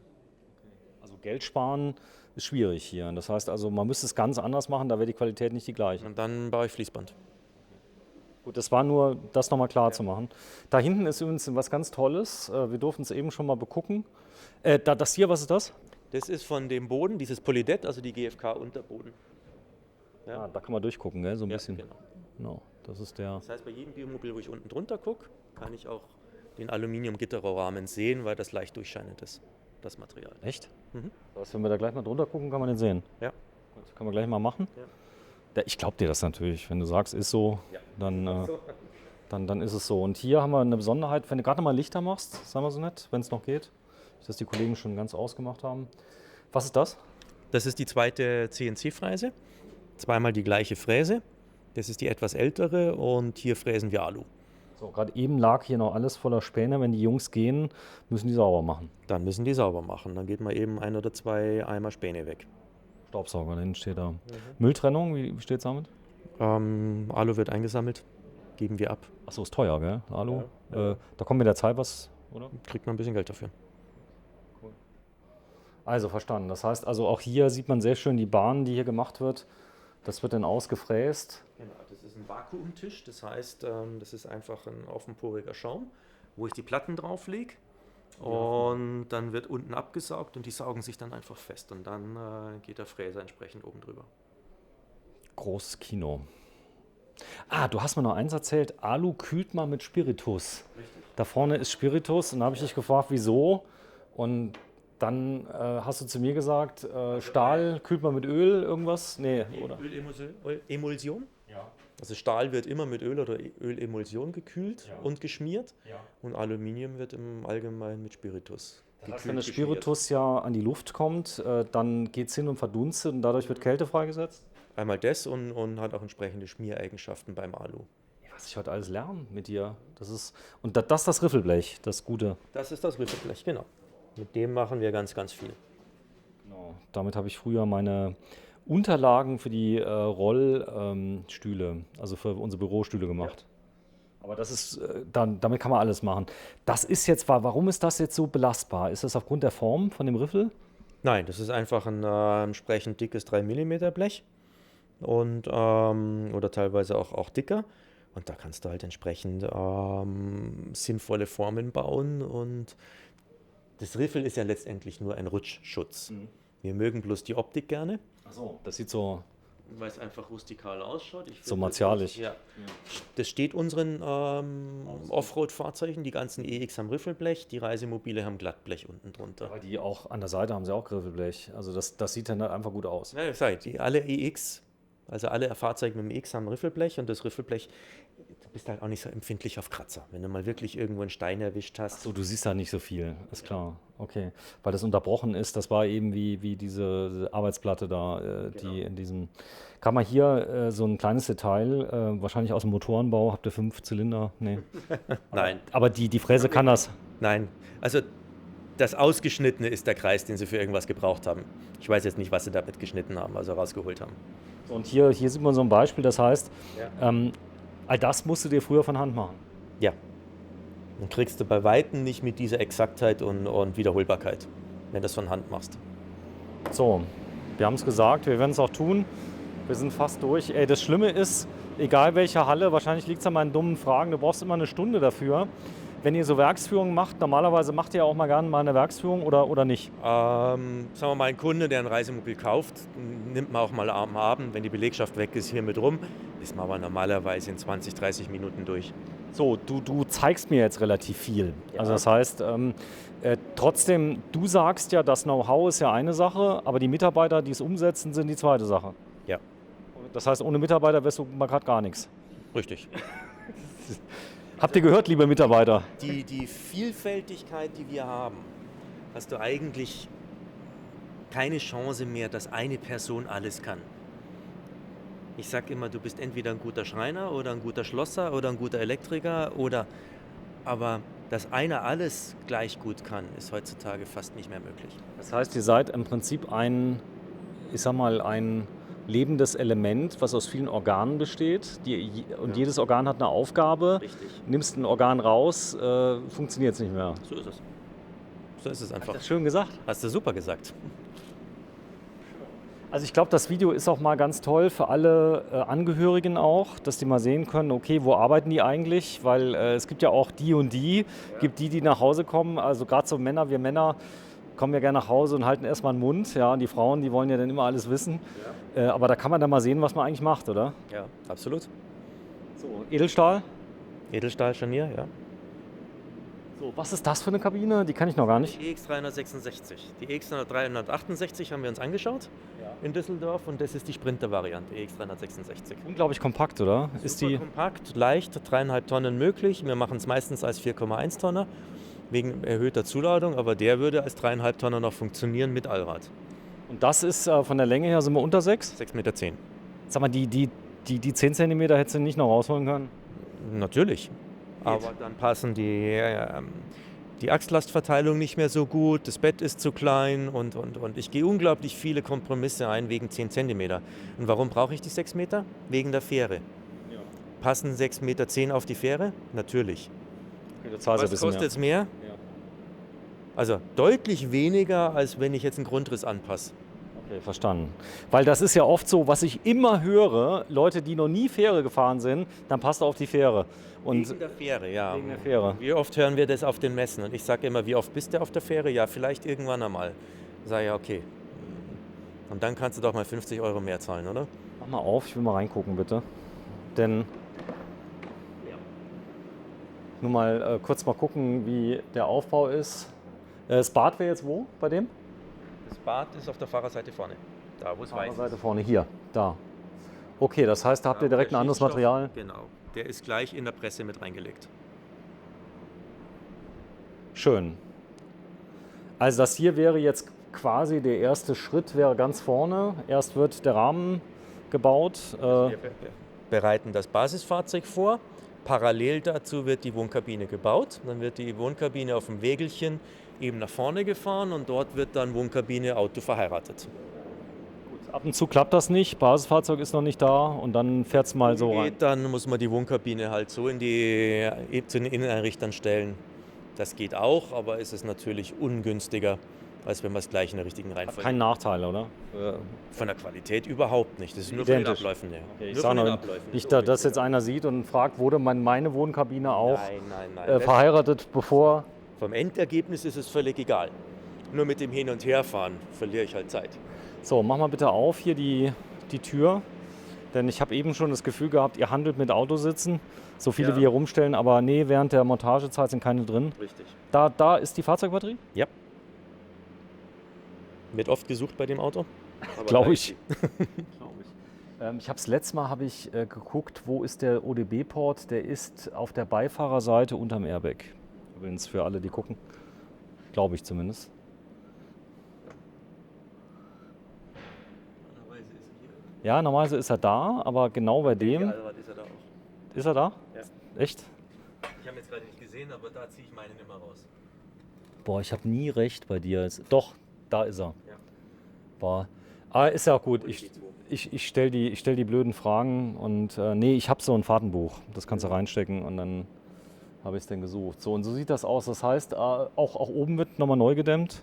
Nein, wird nicht neu gedämmt, aber da kommen Kabel rein, weil der B-Mobil-Chef sagt immer, ein Rückfahrkamera-Bildschirm muss da sein, wo der Rückspiegel ist und nicht irgendwo anders. Sprich, wir machen den Himmel runter, legen die Kabel rein. Damit das so ist wie gewohnt mit Genau. jedem anderen, damit du nicht nach unten guckst, sondern nach oben. Das kennt man. Und wenn ich ihn irgendwo auf dem Armaturenbrett habe, beim Offroad-Fahren, irgendwann gucke ich ja doch auf den Bildschirm statt auf die Stelle, die ich gerade brauche. Das heißt, wenn die Hektik kommt, das kennst du aus der Fliegerei, Ja. dann es muss an der Stelle sein. So sein, wie man es gewohnt ist. Umdenken ist gefährlich. Ist schön, das Fahrerhaus hier mit dem Blau. Guck mal. Ja. Gibt es in Blau und in Schwarz. So, das große Navi habt ihr drin. Also das ist das Größte, glaube ich, was es gibt, gell? Das ist einfach nur der Radio. Der Radio. So. Das, das Radio. Kein nee, der Radio. ich wollte dich nicht korrigieren jetzt. Das war der. Also kein Navi drin. Ich mag im Offroad-Bereich die fest eingebauten Navis auch nicht so gerne, weil die halt, wenn ich die Straße verlasse, immer das Jammern anfangen. Da brauche Was habt ihr für ein Navi da oft? Garmin? ich entweder neben Kunden Garmin oder ich arbeite mit Quo Vadis auf dem PC drauf. Okay. Da gibt es viele spezielle Sachen. Es gibt spezielle Sachen. Ich da hab gibt's die- relativ viele. Ich habe die Jungs gesehen in Kalka, die hatten dann so spezielle Laptop-Halterungen für dieses. Du hast einen Laptop bei dir am Tisch stehen, dieses Toughbook. Toughbook von Panasonics Toughbook. Das CF20 ist ein super Gerät, super robust und damit navigiere ich auch. Ich habe die Spezialhalterung, ich hänge mir das ins Fahrerhaus rein und damit arbeite ich. So, hier vorne habt ihr schon ein paar Sachen zugeschnitten. EX366, Ford Ranger. Also Ja. das sind so das einfach Handlager. Vorbereitete Sachen, ja, die man mal, wenn gerade ein bisschen Luft ist, ein paar Stück macht. Boah, ey, ich möchte nicht in deiner Haut stecken. Wenn du hier ein neues Modell kreierst, ja, dann freuen sich bestimmt alle wieder mal. Der Chef hat wieder mal eine Idee gehabt. Ja, Und wir müssen es ausbaden. so ist es. Ist ja oft so, oder? Ja, so ist es einfach. Es freuen sich aber alle. Der Materialeinkauf, die Buchhaltung. Ja, natürlich. Die können. Manche Sachen macht man auch dreimal. Ja. Wenn man es nicht auf Anhieb hinkriegt, aber dank dem 3D-Zeichnen wird es immer besser. Das ist ein AT-Reifen, steht drauf. All-Terrain, ja. So, was heißt AT3? Das sind einfach, AT steht immer für All-Terrain, MT für Mud-Terrain. Und die 3? Keine Ahnung. Keine Ahnung. Also es steht da Das halt ist so. halt von General Grabber, das ist der AT3. Gut. Entspricht dem BF Goodrich K02. Es geht noch härter vom Profil. Ja, das ist ein AT, ein All-Terrain. Okay. Also ein Also der auf der Straße universeller einigermaßen. Reifen, ja, ein universeller Reifen. Und die MT, das sind dann die Mud-Terrain, das sind dann die richtig grobstolligen. So, und da oben sind die Sitze, die fahren dann im Stapler hoch, dass die ja nicht schmutzig werden. Richtig. Okay, verstanden. Da ist, was ist da? Schweißen? Schweißen? Echt? Wie cool. Wer meine Videos kennt, Schweißen finde ich cool. Aber das muss man können. Das muss man können, aber hier ist die Hoheit von unserem Edi. Ja. Er ist eigentlich Kunstschmied und begnadeter Metaller. Wir haben jetzt auch die Schweißtische seit 3-4 Jahren. Und das ist eine echte Hilfe, so ein Schweißtisch. Warum? Achso, hier wegen den Aufnahmen für Wegen die. den Aufnahmen. Das heißt, für die ich kann Halter. spannen, ich kann mir mit diesen ganzen Winkelstücken, die wir da hinten haben und Sag mal, Distanzstücken die Winkel? und so weiter. Ich kann mir halt ein Maß, das sind alles Distanzstücke vorbereitet. die da? Das da, ja. Wo ich einfach dazwischen klemmen kann. Das sind alles Aufnahmen, das hier sind Aufnahmen. Und ich kann mir halt jedes Maß und jeden Winkel spannen. Nee, nicht die, einfach diese Löcher. Die Zapfen. Die Zapfen gehen in die Löcher. Warte, ich zeige das einmal kurz. Und das sind im Prinzip diese. Genau, das sind die ganzen Die Spanner. So, und dann. Warte, ganz kurz, ich muss einmal. Warte. Jetzt. Mit hier reingesteckt. Ja. Und dann verkippt und dadurch kann ich hier spannen. Ja, ich habe hier ein Raster auf dem Tisch, das heißt, ich kann also jeden Winkel 90 Grad oder sonst irgendwas kann ich mir schon mal entsprechend vorbereiten und dann kann ich heften. Zum Durchschweißen nimmst du es dann runter, aber zum Anheften ist das eine super Sache. Ich bin halt wesentlich schneller und genauer, als wenn ich da irgendwo freischaffend irgendwo versuche, das Metall so zusammenzuspannen, dass ich dann die Schweißpunkte setzen kann. Demmeler heißt der Hersteller. Ich zeig's mal gerade. Den hast du wahrscheinlich nicht für 3 Euro bei eBay Kleinanzeigen bekommen. Nein, das kostet richtig Geld, das System. Der ist aus Stahl. Der ist aus Stahl. Und schau dir mal die Wandstärken an. Warte, lass mal gucken. Wenn du mal gerade einen Finger reincheckst. Mach mal. Das ist die Wand. Genau, ich brauche mal gerade so ein freies Feld. Ja. Also das heißt, der hat so einen Zentimeter, fast 2 Zentimeter Dicke. Ja, 2. 2. Ja. Was wiegt der? Keine Ahnung. Wiegt was? Ja, eine Tonne. Ja, ist ja Stahl, ist ja cool. Das ist auch was ganz Tolles, habe ich mal ein Video drüber gemacht. Das sind solche Automatikhelme, die erkennen, wenn man schweißt, gell? Und Ja. wie viel und so. Die reagieren wahnsinnig schnell. Das heißt, der macht sofort zu. In dem Moment, wo der Schweißbogen, der Lichtbogen vom Schweißen kommt, macht er sofort zu und dunkelt ab. Das war nämlich immer so, also ich hatte so die ersten Schweißversuche. Das Problem ist, dass beim Helm dann sofort die Perlen dann an das Ding, je nachdem wie nah du rangehst, oh, ich habe dann aufgehört zu schweißen, also ich kann es einfach nicht. So, und das ist ein solches Schweißgerät. Was ist das für ein Schweißgerät? Das sind Elektroschweißgeräte. Elektro. Und das Gas, also habt ihr Gas oder ist das in dem Fülldraht? Nee, das haben wir hier auch. Da ist das Gas. Genau. Weil ich habe so ein gut, ich habe die Das sind Baumarkt-Variante. unterschiedlichste Varianten. Das sind alles 3 Schweißgeräte. Vorne haben wir nochmal ein Schweißgerät. Okay. Aber ich sag mal so, ich kann jetzt dem sagen, Gas und Mic-Mac, wie es alles Ja, heißt. Okay. Ja. Du merkst, also wenn ich von nichts keine Ahnung habe, dann ist es vom Schweißen. Aber ich finde es toll, weil das ist so eine richtige, das ist so, da fliegen Funken. Technologie, ja. So, das sind Flexe. Ja. Die sind noch von Flex? Keine Ahnung, ja. Ja. Milwaukee steht drauf. Ja. So, das ist der Milwaukee und das ist, Unterschiedliche Flexen zum Oberflächenflexen abtrennen und so weiter, je nachdem. so, da vorne sehe ich mal so eine Kappsäge, eine große. Aber was ich viel cooler finde, ist kleine Vierkantprofil, was Wandstärke hat. Wahnsinn. Das ist so eine Rahmenverlängerung? Das ist eine Rahmenverlängerung, Zwischenrahmen, je nachdem, wo man es braucht. Es riecht nach Eisenbahn hier. Und hier hast du dann natürlich auch diese Ölemulsion. Das heißt, wenn du hier Stahl schneidest, dann musst du halt mit dem Das ist das, was du riechst, glaube ich. Wenn du irgendwelche Maschinen hast, die werden ja mit Öl behandelt. Genau. Das ist dieses Öl, was so nach Metall riecht. Genau. Okay. Boah, die werden sich jetzt alle totlachen über meine Fragen. Das ist so hier. Das sind so typische Teile, die ihr schweißt, gell? Ist noch nicht fertig, oder? Das ist nur angeheftet. Ist noch angeheftet. Die So. Seite siehst du. So, das ist auch Alu und Alu schweißt man ja mit Alu. Genau. Kann man noch dummer fragen? Nee. Ja. Und das sind die Seitenteile, die du draufsetzt, wenn du mit der Plattform fährst. Hier ist dann die Wohnkabine drauf. Im Pickup-Bereich sind es die Seitenteile. Hier kommen dann noch die Radläufe dran. Und den Teil nimmst du ab, wenn die Pritsche drauf ist. Ah ja, und Dass hier du haben wir nicht mal, doppelt Radläufe hast. mal wieder die Firma Demmeler, die Genau. das Dann gleiche. eben diese großen Winkel für den Schweißtisch. So, was ist da noch für ein... schon wieder fast eine Stunde. Aber das ist so... Das ist ein Standbohrer. Nee, das ist eine Fräse. Eine Eine Fräse. kleine Fräse. Hier hast du einen kleinen Fräskopf. Und hier kannst du halt dann entsprechend deinen Tisch Rauf und runter bewegen. Du musst es aber... Das ist noch mechanisch. Genau, es ist aber so, dass du im Studium nicht irgendwelche Würfel fallen musstest oder so. Doch? Doch. Im Grundpraktikum. Ja, aber das ist auch wichtig, dass man mit dem Material mal ein bisschen übt, oder? Ich glaube, das ist wichtig, dass man mal ein Gefühl für das Material kriegt. Wie das reagiert, was du machen musst. Ich meine, als Student oder später als Ingenieur musst du jetzt nicht derjenige sein, der hier begnadet irgendwelche 90-Grad-Winkel feilen kann. Aber du musst es mal gemacht haben. Du musst auch wenn du den Auftrag an die Werkstatt gibst, musst du wissen, was du denen gibst. Und auch ein Gefühl dafür haben, was ist mit den Werkzeugen, die du zur Verfügung hast, was ist machbar. Hier ein Zirkel, guck mal. Ja. Cool. Also, all das braucht ihr, um ein Bimobil zu bauen, das in Handarbeit gefertigt wird. Unter anderem finde ich ein tolles Detail, den Mülleimer. Er hat ja gerade Zeit gehabt, da hat er eben mal kurz geschweißt. Kommen wir an den Schluss, wir gehen mal kurz davor, dann machen wir nochmal die Abmoderation. An dem schönen Tag, dann machen wir noch euer kurzes Magazin, aber das machen wir nicht zu lange, denn obwohl, da finde ich bestimmt auch wieder 10.000 tolle Sachen. Der gute Ranger. Ja, die Pritsche vom Ranger. Ja, gibt es richtige Fans beim Ranger, die alle bemängeln, dass es den Motor nicht mehr gibt. Das ist irgendwie ein Running Gag bei allen Autos, oder? Dass es den V6 nicht mehr gibt. Das ist überall so. Aber die Sechszylinder sterben aus, beim Sprinter genauso. Und man geht halt alle mal auf die kleinen volumigen Motoren. Man kriegt die Abgasnormen und Umweltnormen halt mit den großvolumigen, vielzylindrigen Motoren nicht mehr hin.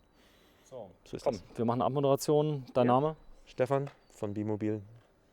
Genau, heute 1. März 2021. Ich hoffe, es wird bald warm, denn ich kann wirklich die Kälte, dann ist immer so früh dunkel, mittlerweile geht es ja. Und dann, weißt du, was total geil ist? Ja, dann wird es dann endlich mal abends hell und dann machen sie wieder Sommerzeit. Richtig, das ist eine doofe Sache mit der Sommerzeit, oder? Das gehört endlich aufgehört. Aufgehört. Vielen Dank fürs Einschalten und last but not least machen wir die Abmoderation auf dieses tolle Auto. Name von dem EX, was ist das? LBX 434. LBX 434 von Bimobil. Also morgen sind wir ja zusammen. Jetzt falle ich gleich ins Bett oder ich muss zumindest noch Hausaufgaben mit meinem Sohn machen und dann werden wir auch mal dieses Auto zeigen. Tschüss, Stefan. Alles klar, bis morgen. Das ist ein fertiges Bimobil auf Basis Iveco, das meistverkaufte Fahrgestell im Moment für Reisemobile im Jahr 2021. Stimmt das? Nein, das stimmt nicht. Na super. Aber? Nein, also den Daily Allrad, wobei das ist noch das Vorgängermodell mit dem Systemlieferant Scam drunter und jetzt hier die beiden, der gelb-grüne und der graue, das ist schon das aktuelle Modell mit der 8-Gang Heimatic drinnen, 7-Tonner-Variante, noch mit Straßen- oder Baustellenbereifung, wobei wir gerade mit über unseren Partner Delta 4x4 dabei sind, 37x13,5 R20 zu entwickeln bzw. entwickeln zu lassen. Das gibt dann einen richtig Ja, schlanken Fuß, ein ganz, ganz tolles Rad und dann auch eine Offroad-fähigere Kombination. Ja, was ist denn jetzt das meistverkaufte? Das meistverkaufte Auto ist etwas mehr noch der Sprinter Allrad bei uns. Echt? Ja, Ja, doch. der da. Unter anderem der da.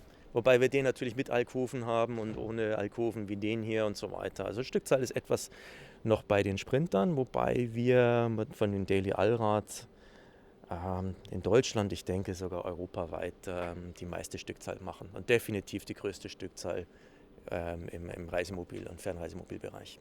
Ja, wenn du mal kurz sagst, wie du heißt, wo du herkommst, was du machst. Ja, ich bin der Stefan Christner und ich bin hier Geschäftsführer bei Bimobil. Bei Bimobil, zeig mal gerade deine Jacke.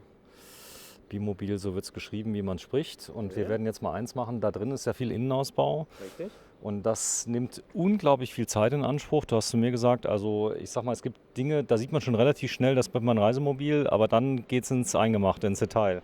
Ja, wir machen die Leerkabinen bei uns. Die Leerkabine kommt zu den Inneneinrichtern und die haben halt erstmal nackte Wände und fangen dann an, Möbel einzurichten, Technik einzurichten und so weiter.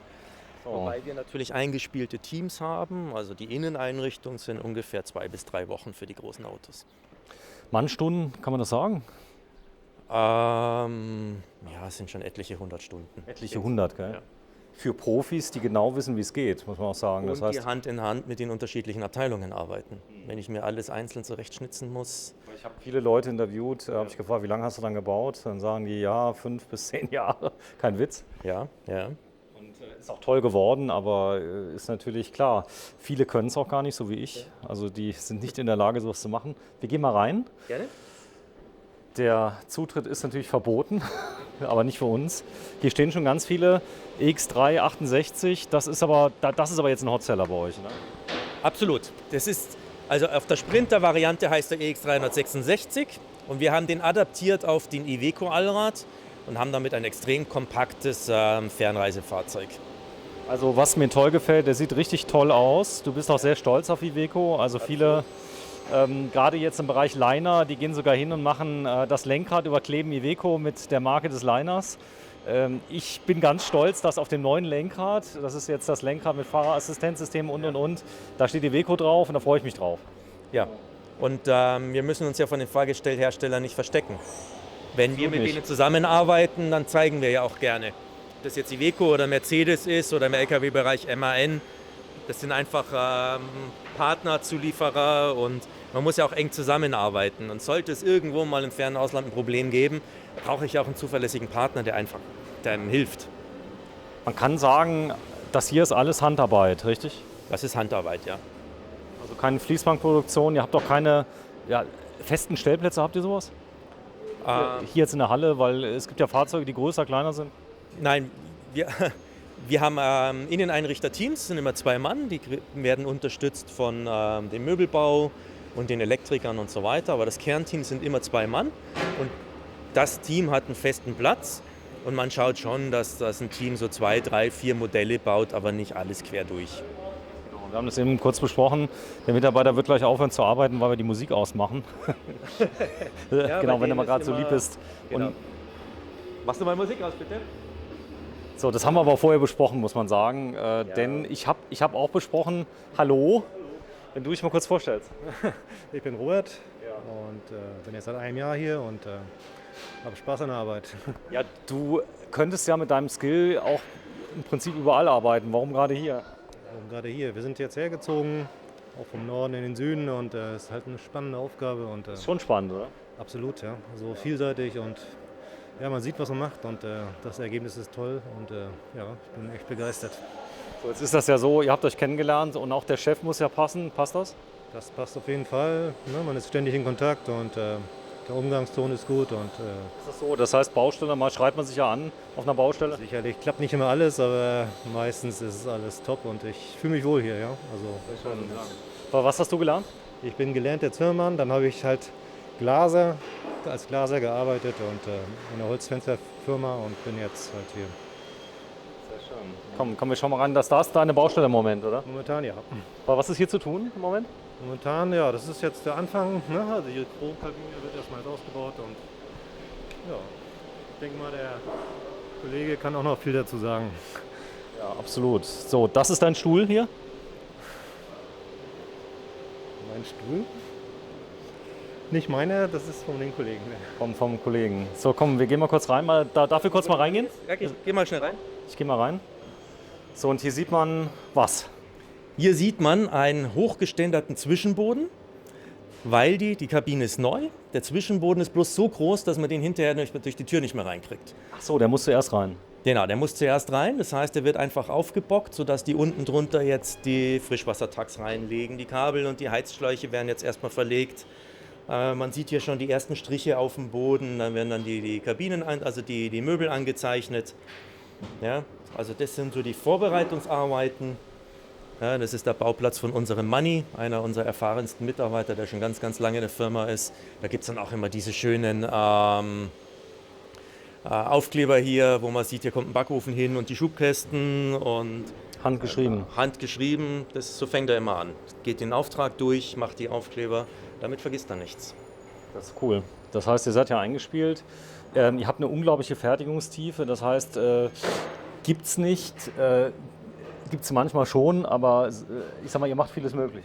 Wir machen vieles möglich. Wir sind, was die Grundrisse angeht, offen.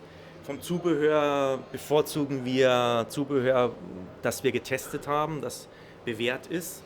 Also nicht alles, was gerade irgendwo ganz neu auf dem Markt ist, macht Sinn. Und wie gesagt, Variationen, Größe der Kabine, Grundrissanpassungen, ich sage immer spaßeshalber Anpassungen an Körpergrößen. Ja, wir haben üblicherweise eine Stehhöhe in der Wohnkabine von 1,95. Es gibt aber natürlich Kunden, da reicht es nicht. Ja, wir haben gerade einen Interessenten, der ist 1,98 groß und wenn er Schuhe anhat, ist er über 2 Meter. Dem kann ich eine normale Wohnkabine nicht anbieten. Da passen wir das natürlich an. So, hier vorne sieht man schöne Details. Da oben kommen jetzt Schränke hin später, oder? Das ist der Grundriss LBX 434 auf dem Daily Allrad. Hat die Rundsitzgruppe hinten und hier sieht man auch schon, wie wir die Gurte lösen, also die Gurtsituationen lösen für die Heckgurte. Und das wird einfach eine Rundsitzgruppe da hinten unten drunter. Und wie gesagt, das ist Zwischenboden. Das sind dann einfach mal die Zugriffe im Keller. So, den macht ihr selbst den Boden? Den Boden machen wir selbst. Okay, Wir das ist machen ja- die Kabine selber, wir haben eine Sandwich-Plattenpresse. Und das ist ein Aluminium-Gitterrohrrahmen geschweißt, der dann auch auf der Presse war und entsprechend extrem stabiler Boden ist. So, Alu habt ihr hier unten. Das Ganze ist jetzt hier verschraubt, mehrfach. Da sind bestimmt Ja, 20, 30 Schrauben drin. Ja, auf dieser Auflage liegt der Zwischenboden hinterher. Okay. Ja, das heißt, das, was ich hier sehe, diese Kante, ist nachher ganz vorne. Die Kante ist später Kante ganz vorne. liegt hier Ach so, vorne. hier. Am Boden, also im Durchgang nach vorne. Verstanden. So, der Zwischenboden heißt, ihr braucht doch keine Fußbodenheizung hier. Der Zwischenboden erwärmt sich. Wir können Fußbodenheizung machen im Fernreisebereich, wenn man auch mal von Rüttelpisten ausgeht, halten wir aber die Umluftheizung für die einfachere und damit robustere.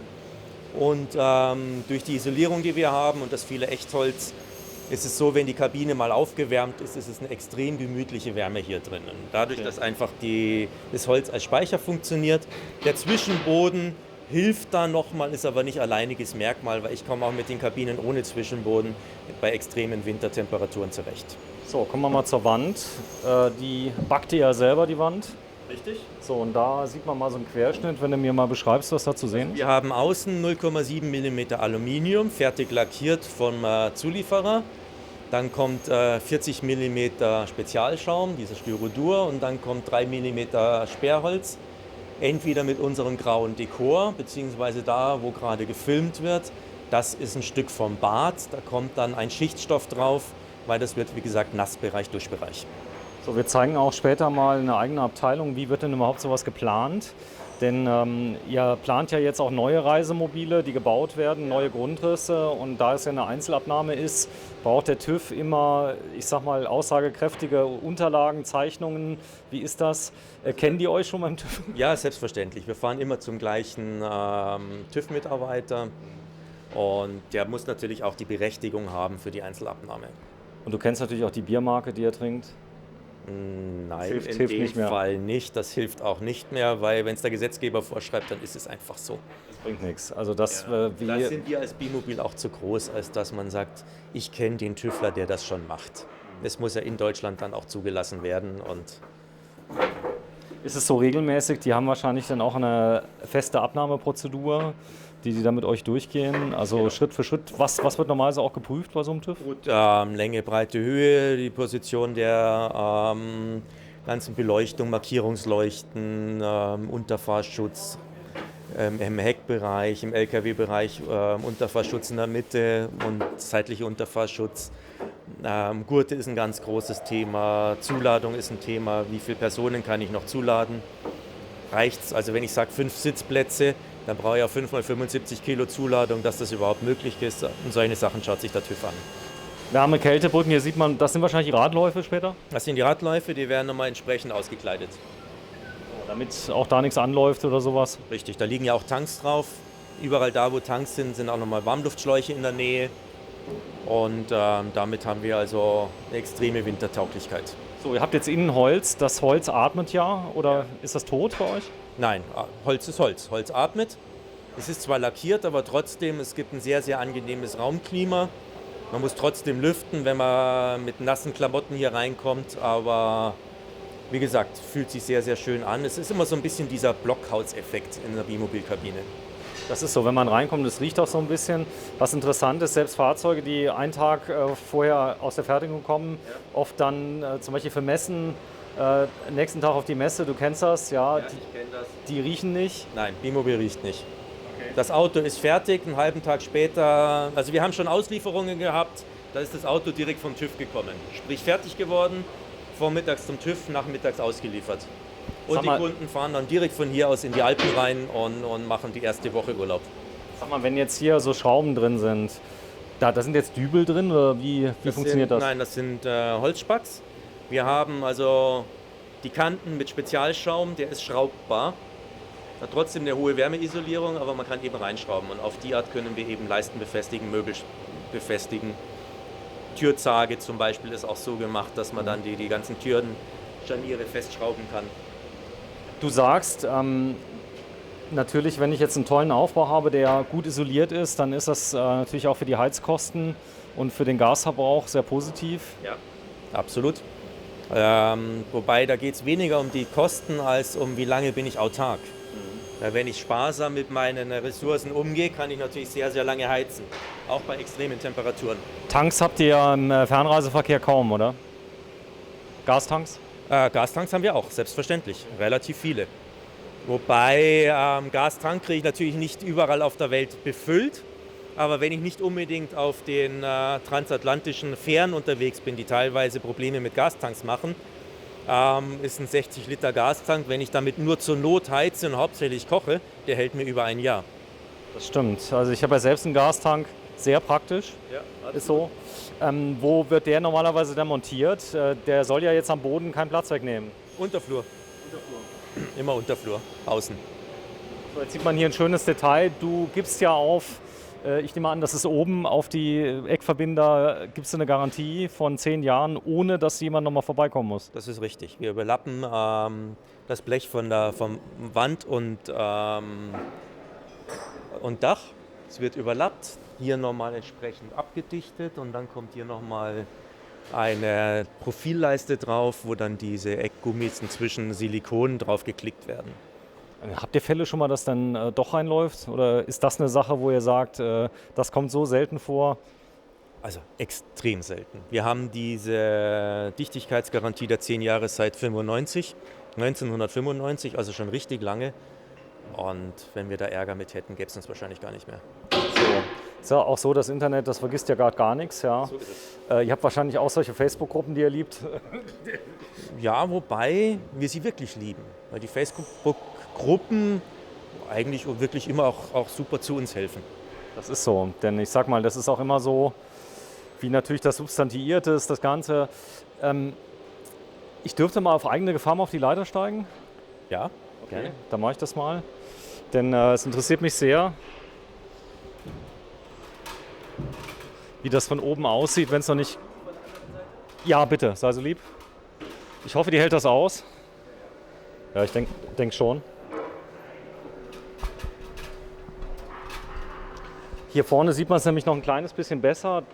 Das ist so die Dichtigkeit, das sind natürlich ganz klar die Kanten, auf die es ankommt. Richtig, das ist also Dach, also Seitenwand wird umgeschlagen, dann wird das Dach drüber geschlagen, ja, sodass das Aluminiumblech hier auf dieser Breite überlappt, in der Dichtmasse drinnen ist und dann kommt eben dieses Halteprofil. Und da ist dann, wenn man mal ganz kurz auf die andere Seite... Warte, die andere ganz langsam. Ich muss einmal... Warte mal kurz, ich gehe mal gerade einen Schritt höher. Das Schöne ist, wenn es jetzt zum Unfall kommt, habe ich es wenigstens mitgefilmt. Genau. Nein, dieses Silikonprofil wird einfach nur in dieses Halteprofil eingeklickt, nimmt nochmal ein bisschen bei Baumkontakt oder sowas die Energie weg und hat aber nichts mit der Dichtigkeit zu tun, sondern es ist nur Optik und ein bisschen Schlagschutz. Ein ganz tolles Detail ist hier dieses Rohr, was oben verläuft, was wahrscheinlich bei Bäumen sehr hilfreich ist, wenn du da irgendwo vorbeifährst. Astabweiser. Ein Astabweiser ist das, ja. Ja, das heißt, wenn ich hier Dachaufbauten habe, Alkofenaufbauten, Ventilator, Dachhaube oder sowas. Und zwar geht es um die Äste, die so flach drüber streichen und dann so richtig schön in die Aufbauten draufklatschen würden. Dann werden die Äste hochgehoben und gehen dann oben drüber. Echtglasfenster habt ihr oft im Einsatz. Ihr habt auch schlagfeste Fenster im Einsatz. Das heißt, die du gar nicht irgendwie mit dem Vorschlaghammer kaputt kriegst, was der Kunde will, oder? Ja, irgendwann geht alles kaputt. Aber sagen wir mal, die Hartglasfenster von KCT, die wir verwenden, sind extrem schlagfest und robust. Die Hühnerkopffenster schauen wir uns gerade an aus Makrolon. Die entsprechend. Hier sind das? Das sind die Hühnerkopffenster. Nein, das ist ein KCT-Fenster. Entschuldigung. KCT-Fenster. Der Vorteil ist, wenn da jetzt mal ein Ast oder so vorbeigeht, das ist nicht vergleichbar mit den Seitsfenstern, die Kunststofffenster, wo du dann alles siehst, oder? Nein, aber da habe ich es beim letzten Video auch schon gesagt, der Aufpreis für die KCT-Fenster ist so horrend, dann könnte ich also ganz oft die Scheibe, bei jedem Kratzer die Scheibe von Dometic-Fenster tauschen. Ja, es ist so. Das als Argument mag ich immer nicht so gerne. Es geht mir um die Isolierung, akustisch wie thermisch. Das ist krass mit dem Schallschutz. Ja. Also du bist drin, du hörst von draußen gar nichts, oder? So ist es ja. Das heißt, du selbst entscheidest, ob du was hörst. Bei mir, Also über die Wohnkabinenwand, dadurch, dass wir Leichtbau haben, kommt schon der Schall durch. Ja. Aber es ist ein ganz, ganz deutlicher Unterschied, ob ich jetzt Kunststofffenster drin habe oder eben diese Hartglasfenster. Und das liegt mehr? Ja, ja. Das sind ungefähr 20 Kilo pro Fenster. Also bei so einem Fenstersatz auch gerne mal 100 Kilogramm. So, jetzt sieht man hier vorne, ihr spart nicht an Dichtmaterial, oder? Ihr spart nicht an Dichtmaterial? Nein, wir sparen nicht an Dichtmaterial. Das Fahrzeug wird jetzt entsprechend nachgerüstet. Er bekommt die Cinderella-Verbrennungstoilette. Er kriegt eine Cinderella? Ja. Okay. Du bist kein Riesenfan im Fernreiseverkehr, weil du sagst, ich bin abhängig dann vom Gas, aber auch hier, wie der Kunde möchte? Auch hier, wie der Kunde möchte. Wir bauen sie ein. Im Fernreisebereich halte ich nur für aktuell das Sinnvollste diese Trockentrenntoiletten, weil ich da mit der Entsorgung die wenigsten Probleme habe und auch mit der keine Energie mitführen muss. So, das ist die mit dem Kokos, gell? Glaube ich, oder? Die mit den Kokosflocken, ja genau. Kokosflocken, was so irgendwie riecht wie irgendeine Suppe, glaube ich. Riecht das am Schluss, Erbsensuppe oder so. Eigentlich riecht es wie Hummus. Wie Hummus, okay. Die Fenster, das sind schöne Fenster, sind riesengroß, aber sie müssen ja auch robust sein. Ja, auch das ist von KCT, sind die Hartglas-Dachluken. Das können wir uns ja mal anschauen. Ja, was kommt hier anschließend rein? Das ist der Kamin. Ja. Ich habe das System gesehen, da kommt so ein Filter rein, da macht man den rein. Richtig, lässt das Ganze damit nach unten fallen und dann wird es verbrannt. Und ich habe auch gesehen, selbst nach 30, 40 Tagen sollte man sie so langsam mal wechseln, aber du bist komplett autark, oder? Sie ist nicht ganz billig, ich glaube 5.000 €. Ich weiß jetzt gerade nicht, was wir verlangen dafür mit Einbau, gerade in der Nachrüstung ist natürlich entsprechend aufwendig. Dieser Größenordnung liegt sie aber. Wie gesagt, die einzige Bedenken, die ich mit dem System habe, ist im Falle von Montezumas Rache, dass ich nicht häufig genug hintereinander gehen kann. Und wenn ich mal im fernen Ausland was Falsches erwischt habe, kann das passieren. Und das andere Thema ist halt einfach, im Fernreisebereich würde ich das Gas lieber zum Kochen und zum Heizen nehmen, als um die Kacke zum Dampfen zu bringen. Ja, es ist so, ich zeige gerade Solar. Das ist natürlich entsprechend effizient, soll auch leicht sein und robust. Was habt ihr da für Zellen im Einsatz? Wir arbeiten da mit Büttner als Lieferant und haben je nach Kundenwunsch entweder die Powerline oder die Blackline. Schön. Komm, wir gehen nochmal runter.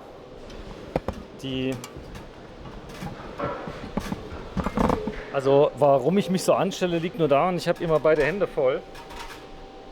Und Ah, ich habe es geschafft. So, und da hat man immer eine Hand zu wenig. Ich nehme an, dass da ist ein Tisch später, oder was wird das? Das wird ein Tisch, das ist das Hubgestell. Steht natürlich dann andersrum. Hier ist die Tischplatte drauf und das ist auf dem Boden verschraubt. So, da ist ja der CRX 110, ein Klassiker, ein Kompressorkühlschrank von Dometic. Ja, klassischer Kompressorkühlschrank haben wir schon seit vielen Jahren im Einsatz. Und der funktioniert auch Bei auf hohen irgendwelchen Außentemperaturen. Rüttelpisten, geht Ja. auch. Ja, Hält. hält. Funktioniert. So, AGM habt ihr ganz oft im Einsatz, kriegst du überall. Wobei wir AGM gar nicht so viel machen, sondern mehr die Gelbatterien, klassisch. Wenn man sagt, eine Gelbatterie kann über lange Zeit wenig Strom abliefern. Das ist das, was ich im Reisemobil eigentlich viel brauche. Oder ich gehe auf Lithium. Was immer mehr kommt, oder? Was immer mehr kommt und was wirklich eine tolle Technologie ist. So, was ist hier zu sehen? Hier ist einfach eine Tischkreissäge zu sehen, wo einfach die Möbel entsprechend nochmal angepasst werden, Leisten schnell abgeschnitten werden und so weiter. Hinten noch eine Ständerbohrmaschine und hier haben wir nochmal Aluleisten, wo man gewisse Sachen nochmal einfassen kann, schützen kann. Oder wo eben auch, wie wir uns innen gerade angeschaut haben, die Auflagen für den Zwischenboden ist. Ganz, ganz viel, was auch viel benutzt wird. Zurschienen haben wir immer als Meterware da. Airline. Airline-Zurschienen, ja. Weißt du, warum die Airline-Schienen heißen? Flugzeuge sind in Verwendung, weiß ich Die nicht. Sitzschienen. Die Sitzschienen. Ja. Ich habe das nur gesehen im Reisebussen, da sind die auch eine Versendung. Ja, genau. Das war so irgendwie, aber ich kenne den Begriff ja jetzt erst seit ungefähr einem Dreivierteljahr, Ja. aber unglaublich praktisch. Also Ich habe in meinem, als in der Schülerarbeit oder in meinem Praktikum als Student oder sowas habe ich schon mit den Sitzschienen gearbeitet in der Luftfahrt. und das System ist bis jetzt das gleiche, das heißt auch das Lochmaß ist vollkommen identisch. Immer das Gleiche. Ist international genormt. Nur wir arbeiten hier halt mit guten Alulegierungen, aber das Luftfahrtaluminium mit Zertifikat ist im Reisemobilbereich nicht zahlbar. So, was jetzt immer mehr kommt, deswegen auch, ihr baut eine neue Halle, das Thema Auf- und Nachrüstung könnt ihr teilweise nicht so oft machen, wie ihr es gerne wollt. Da wird es erweitert. Das heißt, wenn jemand Lithium haben will, direkt ab Werk, viele wollen ja Erstausrüsterqualität, viele wollen auch zu euch und dann rufen sie bei euch an und sagen, ich hätte gerne einen Termin und dann ihr seid eh schon gut. Sagen wir einen Termin, wo der Kunde sagt, oh, das muss aber jetzt nicht sein. Und das mit der neuen Halle soll dann deutlich kundenfreundlicher sein, dass man wirklich sagt, komm, wenn du schon da bist, jetzt schauen wir nochmal, was wir da für einen Mehrwert einbauen können. So, ich erlaube dir mal ein bisschen Werbung zu machen. Du suchst Personal, männlich, weiblich, divers. Was zum Beispiel im Moment? Wir brauchen für den Kabinenbau ganz dringend jemanden, der am besten eine Metallausbildung hat und Spaß dran hat, Sandwichplatten herzustellen. Im Elektrikbereich haben wir jetzt gerade aufgestockt. Schreiner können wir dringend nochmal jemanden brauchen. Das heißt, egal wer zum Beispiel Allrounder ist, handwerklich gut begabt, soll sich direkt mal melden. Aber Gerade den Allrounder, wie gesagt, wenn die neue Halle steht, werden wir auch eine Service-Nummer aufstocken. oder eine Allrounderin. Wir haben auch mittlerweile Frauen. Ihr habt immer mehr Frauen im Einsatz. Ja, Also die es können, es zählt die Qualifikation und nicht das Geschlecht. Oder? so ist es. Ja, es ist nicht nur so dahergesagt. Also ich habe gerade eben auch eine Schreinerin gesehen, also die das ganz toll macht. Die eine sehr junge Schreinerin ist und schon die Abteilungsleitung hat und die macht das sehr gut, ja. Ja, Frauen, die haben ja oft so das Heft in der Hand. Ich zeig mal gerade, das sind die KCT Hartglasfenster. Und ja, toll. Komm, wir gehen mal hier vorne hin. Vorteil ist, glaube ich, von denen auch, die kriegst du nicht so schnell auf, oder? Wie die Dometic. Richtig. So, gehen wir mal hier oben hin. Sehr, sehr hoch. Ja, wenn man mal schaut, wenn jemand daneben steht, ich habe eigentlich keine Chance, da oben hinzulangen. Warte, ich zeig dich mal komplett, dass man dich mal sieht. Deine Größe? 1,73. Das wollte er erst gar nicht sagen. Irgendwo auf 2 Meter. Das heißt, ich habe keine Chance, ans Fenster zu kommen. Und das Fenster ist von außen bündig und glatt. Ich kenne den Effekt bei mir aus dem anderen Reisemobil. Du bist halt über allen Dingen. Das ist aber auch, hat einen riesen Vorteil. Du hast auch oft eine Luke, da kannst du draufsteigen, um Fotos zu machen. Richtig, ja. Das ist eine tolle Sache. Man kann sich auch mal einfach auf den Alkoven setzen und das Meer genießen. Und kann halt über jemanden, der vor einem steht, drüber schauen. Solange es noch erlaubt ist. Nicht, dass irgendein Staat dann kommt und sagt, das Sitzen auf Alkoven ist verboten. Das hoffe ich dann mal doch nicht. Mitfahren im Alkoven ist ja schon verboten, aber oben drauf sitzen.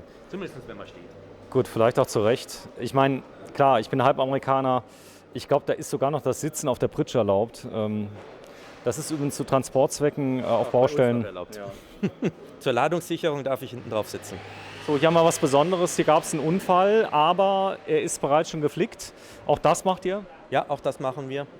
Unfallschäden, auch Seitenwand, Dachwand, Seitenwandaustausch, Dachaustausch.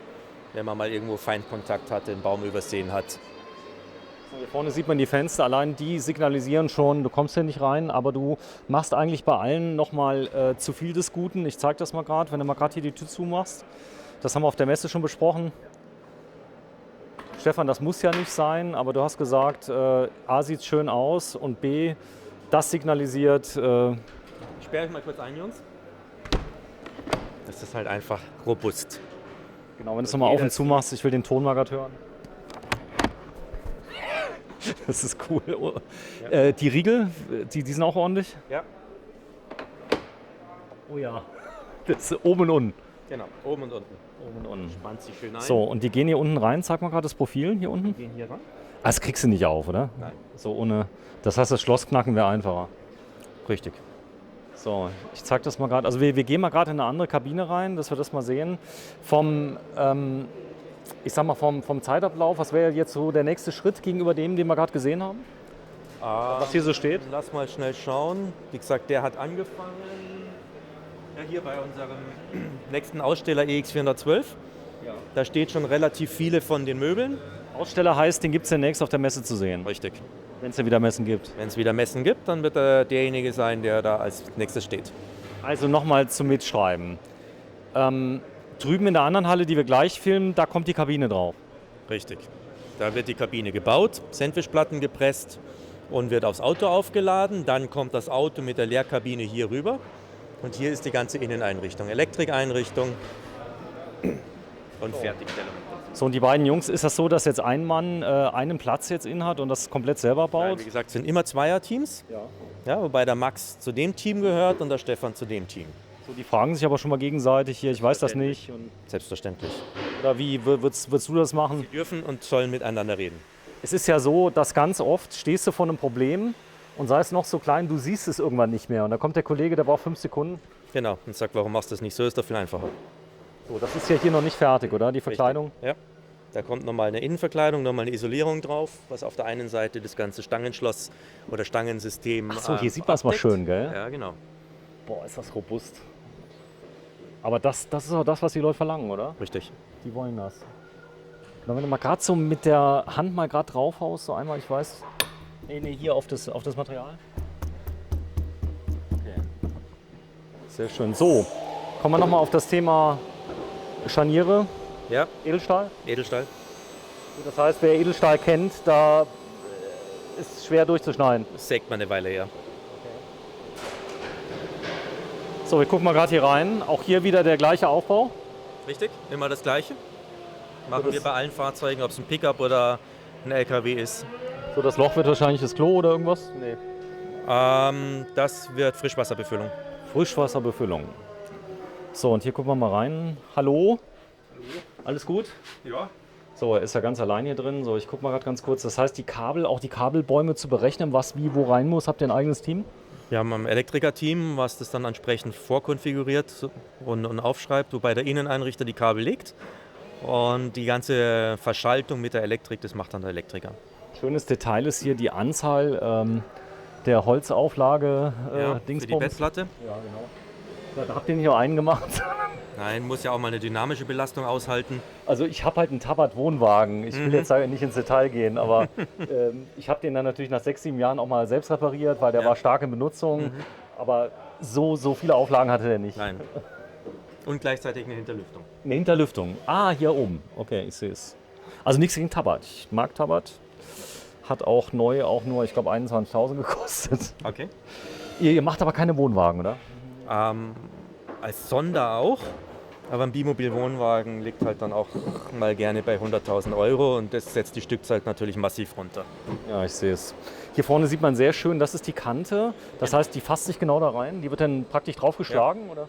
Genau, einfach reingedrückt. Das heißt, ich habe hier diese Feder und die werden dann hier in die Nut reingedrückt. Okay, und die sind gleich mehrfach da, so dass nichts reinkommen kann. Und wenn mal irgendwas da ist, läuft es in der Mitte ab.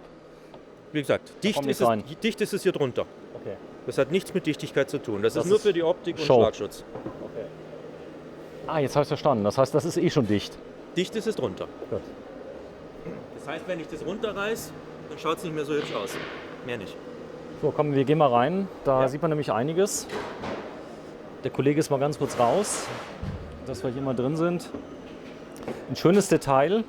Ich war nämlich gerade eben schon mal kurz drin. Kann ich euch gleich mal zeigen, wenn du mal kurz reinkommst. Das ist so eine typische Zeichnung, die kommt aus dem CAD dann. Richtig. Wir arbeiten für die Zeichnungen mit AutoCAD LT und für die aufwendigen Sachen seit kurzem mit Inventor für die dreidimensionalen Zeichnungen. Ich zeig mal ein schönes Detail. Das ist eine richtig schöne Schreinerschublade. Du kannst ruhig mal da bleiben, wenn du mal so lieb bist, die mal öffnest. Das ist doch schön, sowas zu sehen, oder? Mit Softeinzug, schöne Holzschublade. Ich nehme an, du hast doch schon mal einen Schreiner als Kunden. Ja, und das freut uns auch sehr, die sagen dann durchaus, würde ich auch so machen oder kriege ich selber nicht besser hin. Das ist wichtig. Das hier ist ein Kleiderschrank. Im Kleiderschrank, ja? EX412, toller Grundriss eigentlich. Alle durchdacht. Absolut. Wir haben hier Dusche im Durchgang zum Fahrerhaus. Man sieht auch schon die Edelstahl-Duschtasse. Hier kommt die Toilette rein. Wo ist die Dusche? Ach, da, in der Mitte. Genau, in der Mitte. So, die hat auch mehrere Abläufe. nehme Zwei ich an. Abläufe, ja. So, links ist was? Toilette-Waschraum. So, der Waschraum. Kann man es schön mal sehen. Also guckt ruhig in Ruhe mal hin. Was ich ganz oft sehe, ist dieses Material hier. Dieses graue Material. Was ist das für Material? Das ist einfach der Schaum von unseren Sandwichplatten. Ach, der in der Mitte ist. Ja.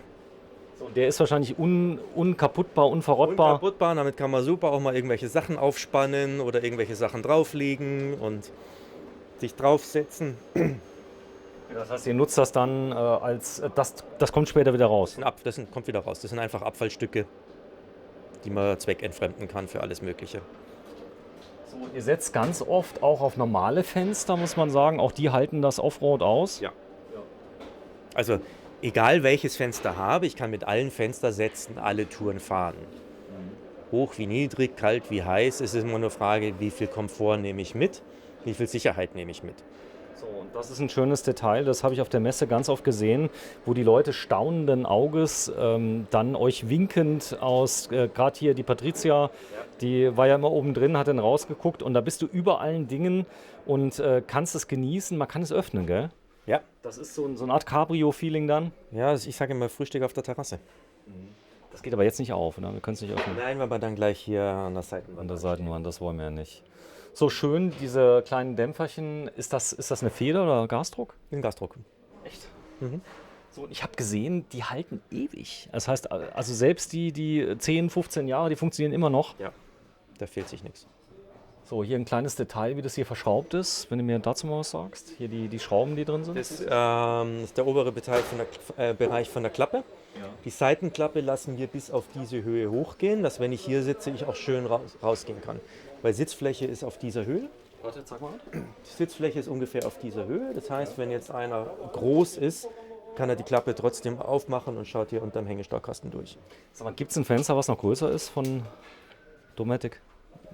Ja, würde aber hier nicht mehr reinpassen. Aber das ist schon groß. Oder? Das ist schon groß. Das ist ordentlich. Also gerade Luft, die Leute wollen was sehen. Das Ausschauen, Frischluft. Ja. So, und da ist die Truma D, nehme ich an. Ja. Ist eine gute Heizung? Ja, wir sind zufrieden. Hat 6 kW, ist aber mit 6 kW absolut überdimensioniert für unsere Kabinen. Der Verbrauch an Diesel, ist das schlimm im Vergleich zu Gas oder hält sich die Waage? Hält sich in Grenzen. Also ich habe pro Tag ungefähr 1-2 Liter. 1-2 Liter. Also ich habe mal gemessen, 0,3 Liter im Eco-Modus, wenn sie dauernd laufen würde. Ich meine, sie geht ja an und aus, nehme ich an. Genau. Das Schöne ist, die hat auch einen Tank mit drin zum Duschen. Richtig, 10 Liter Warmwassertank. Frostwächer. 60 Grad. Frostwächer, genau. Also das ist das, was die Leute auch kennen aus dem Kastenwagenbereich, wird es auch verwendet. Genau. Okay, also Standard. Also das ist Standard. Die Truma-Leute haben was Gutes gebaut. Truma-Leute haben was Gutes gebaut und wir brauchen natürlich auch einen Partner, der entsprechend Serviceabteilung Logistik hat. Das heißt, dass man dem Kunden, der eventuell einen Fehlerfall hat, auch mal helfen kann. Das heißt, irgendwelche Exoten, wo kein Service da ist, irgendwelche kleinen Bastler als Zulieferer können wir eigentlich nicht einsetzen. Ja, auch weltweit gibt es ja Truma. Also das heißt, du kriegst das Zeug da wahrscheinlich überall. So ist es, ja. Das ist ein gutes Argument, oder? Für viele. So, Schrauben. Das sind die gleichen? Nee, das sind alles unterschiedliche, ne? Unterschiedliche Schrauben, ja. Das heißt, die Firma Wirth, ich sehe dauernd irgendwelche Wirth-Kalender bei euch rum. Ist aber nicht nur Wirth, die euch anliefern? Nein, wir arbeiten momentan mit 2 von den Schraubenlieferanten. Forsch. Ich sehe es gerade da vorne. Ja. Ist es da. Das ist aber auch, die Logistik hat sich stark verbessert. Die, glaube ich, die kommen sogar bei euch vorbei, die füllen auf, oder? Die achten immer drauf, dass immer alles voll ist, ja. Ja, das wäre normalerweise auch Zeit, die weg ist. Das heißt, ihr könnt euch darauf verlassen, das kommt. Und ab und zu gibt es einen Kalender. Ja, wie in jeder deutschen Werkstatt. Guck mal hier. Das ist jetzt mal was ganz Tolles. Ist das jetzt Massenware bei euch? Oder ist das was ihr selber baut, hier die Schublade? Die Schublade lassen wir von einem Schreiner zuliefern, auf unser Maß, Ein Handwerksbetrieb. Handwerksbetrieb. Und die Auszüge und den Einbau machen wir. Das heißt, die werden nochmal angepasst. Also diese Schublade könnten wir auch selber bauen, aber es ist wirtschaftlicher, die einfach von jemandem fertig zu lassen, der entsprechend spezialisiert ist. Ja, wir haben ja auch gesagt, Made in Bayern, auch die kommt aus Bayern. Die kommt hier aus der Nähe, ja. Ich wollte ja gerade sagen, also nahe Wege ist ja auch ein Thema. Ja. Ich habe dich gefragt und deine Frau ökologisch Wohnmobil. Also es ist ja wohl die nachhaltigste Reiseform, die es überhaupt gibt. Denn gerade eure Wohnmobile halten ja ewig. Ja. Das heißt also die CO2-Energiebilanz beim Bau des Wohnmobils, die kann sich sehen lassen über die Zeitraum von 30 Jahren. Ja. Ist das jetzt, ich sag mal 30 Jahre, kann man schon annehmen bei so einem Wohnmobil, wenn es ja noch fahren darf später? Also wenn man gut aufpasst und gut pflegt, ja. Also wir haben viele Fahrzeuge, die 20, 25 Jahre unterwegs sind und auch etliche Fahrzeuge, die tatsächlich noch länger unterwegs sind, auch aus der Gründungszeit von Bimobil unterwegs noch sind. Ja, ein schönes Detail, das ist der Zweiflammen oder 3, ich guck mal gerade. Genau, der Zweier mit der Piezo-Zündung. Ja. Und jetzt sieht man ein schönes Detail, der hat einen Ablauf zum Reinigen.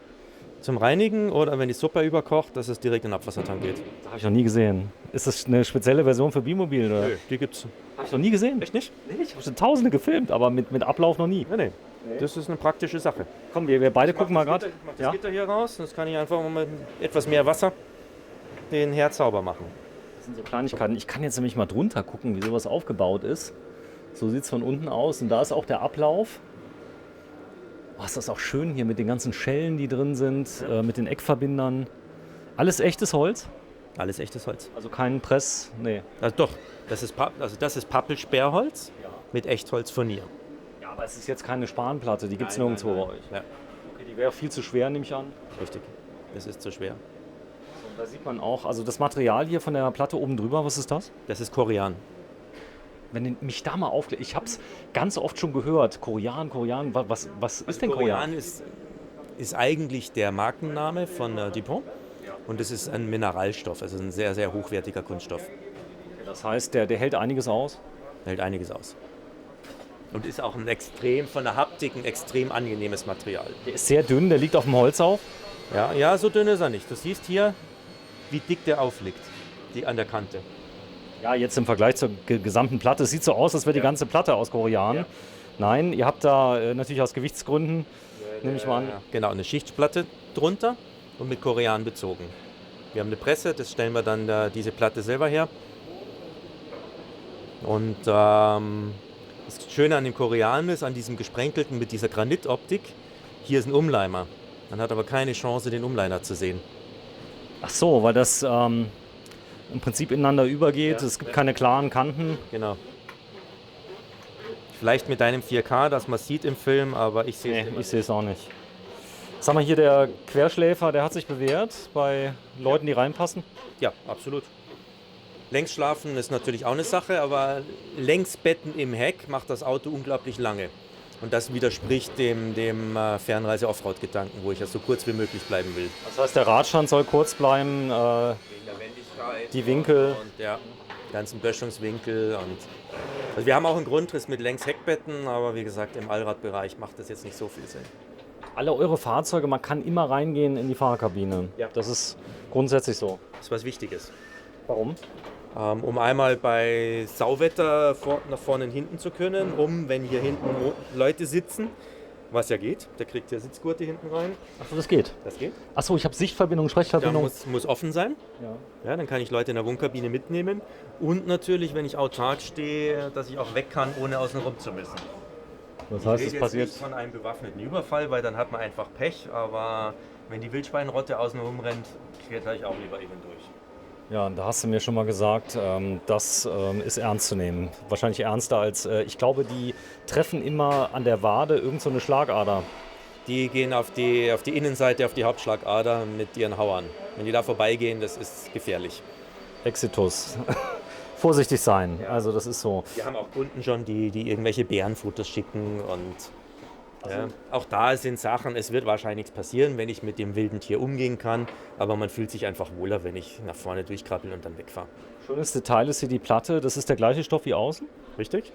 Das ist immer eine Aluminium-Sandwich-Platte, wobei du filmst gerade auf einen Aluminiumrahmen. Das ist ein Alurahmen. Gut. Gitterrohr und entsprechend mit Schaum ausgefüllt, sodass es eine extrem steife Bettplatte ist. Wenn du mal kurz da drauf haust, sagen wir so nett. Die so. Und die hält jetzt wie viel aus? N. 2 große erwachsene Männer. Okay, sagen wir mal so 300 Kilo packt die, oder? Ja. Okay. So, jetzt liegt das ja direkt drauf, da kommt jetzt ein Lattenrost drauf. Da kommt das Froli-System drauf, diese Teller. Die Teller, die wir eben gesehen haben. Ja. Okay. Das ist wahrscheinlich wesentlich leichter als das Lattenrost. Leichter, ich habe die Unterlüftung von der Matratze und man schläft sehr, sehr gut drauf. Toll.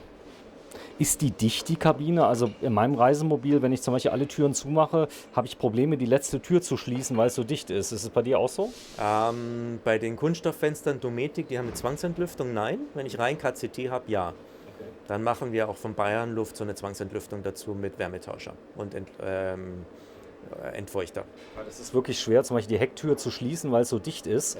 Ja. Du musst richtig drücken, ist aber eine Tür auf, da geht es ja ganz problemlos zu. Das ist auch ein Beweis dafür, dass sie dicht ist, gell? Ja, absolut. Ja, ich bin ganz begeistert. Es gibt viel zu sehen. Ich gucke mal auf die Uhr, 42 Minuten und es ist noch gar nicht langweilig. So.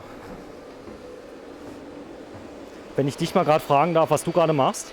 Ich klebe gerade die Dichtung vom Waschbecken, also die Abdichtung zwischen der Arbeitsplatte und Waschbecken. Und die müssen wir halt alles schön manuell kleben, dass es auch wirklich hält. Und was ist das für ein Kleber, den du verwendest? Das ist ganz normaler Sekundenkleber in diesem Fall. Okay. Ist auch eine Spitzenerfindung, oder? Sekundenkleber? Ja, es gibt wenig, wo wir es noch einsetzen. Also es ist einer der ganz wenigen Fälle, wo wir es noch machen, aber da macht es einfach Sinn. Genau, wenn du mal ganz kurz da vorne den Siphon mal zeigst in die Kamera. Da das Weiße, Genau, das ist wirklich ein Siphon. Das ist ein Siphon, genau. Der kommt eben dann unterhalb des Waschbeckens hin. Ist ja süß. Also was alles gibt. Okay, das ist ja das, was die meisten Leute gar nicht sehen, oder? Das sieht man nicht mehr hinterher. Aber es braucht, genau, braucht man. So, und das da ist der Wasserhahn. Zeig mir den mal bitte auf der Seite. So, das ist im Prinzip wie zu Hause? Genau, der ist wie zu Hause. Ganz normal schließen wir Warm-Kaltwasser an. Ist qualitativ genau wie jeder Wasserhahn im eigenen Also ich wollte mal zeigen, normalerweise ist das ja immer eingebaut. Hier sieht man es mal schön. Vielen Dank erstmal bei dir. Danke. Ja, das heißt, er war jetzt nicht darauf vorbereitet, dass ich ihm was frage, aber die Leute sind unglaublich kommunikativ, die lieben ihren Job, habe ich das Gefühl. Er ist auch noch nicht lange dabei, aber er hat sich unglaublich schnell reingefunden. Und klar, das sind natürlich erfahrene Handwerker, die mit viel Liebe und viel Spaß die Reisemobile bauen. So, das da kenne ich aus dem Baumarkt. Eine Plattensäge, ja. Nachdem wir ja große Platten haben, brauchen wir sowas. Ja, auch die habt ihr, aber jetzt kommt's. Da vorne ist noch einer, der ist jetzt fast komplett nackt. Da ist aber schon, nehme ich an, der Doppelboden, der ist schon vorne dran. Der Doppelboden, bei dem anderen war der Doppelboden ja noch oben. Und der Boden ist schon runtergelegt und man sieht, dass die Tanks schon eingebaut sind und auch schon angeschlossen sind. Aber die ganzen Verschalungen der frischen Abwassertanks sind noch nicht da. Tankvolumen immer bei euch? Ganz unterschiedlich, je nach Modell, zwischen im Pickup-Bereich 80 Liter bis zu 400 Liter im LKW-Bereich. Wir haben auch schon 600 Liter Tanks gemacht. So, wann kommt die Heirat eigentlich von der Kabine aus? Optimalerweise gleich, wenn die Leerkabine fertig ist, wird es aufgebaut. Funktioniert nicht immer, wenn das Basisfahrzeug nicht rechtzeitig da ist oder am Basisfahrzeug vom Zulieferer noch was umgerüstet werden muss. Aber optimalerweise gleich Leerkabine aufs Auto und dann zusammen hier rüberfahren. So, das wird eindeutig ein Familienauto? Richtig, das wird ein HD 420. Ein HD 420, 2 Stockbetten, ein Alkoven. Der Alkoven ist meines Erachtens auf der Länge gesehen wirklich enorm praktisch, wenn du mit der Höhe kein Problem hast. Richtig. Ein Alkoven macht ein Auto immer kurz, aber hoch. Aber der Platz über dem Fahrerhaus, wenn ich den für den Alkoven nutze, ist natürlich ein super genutzter Raum.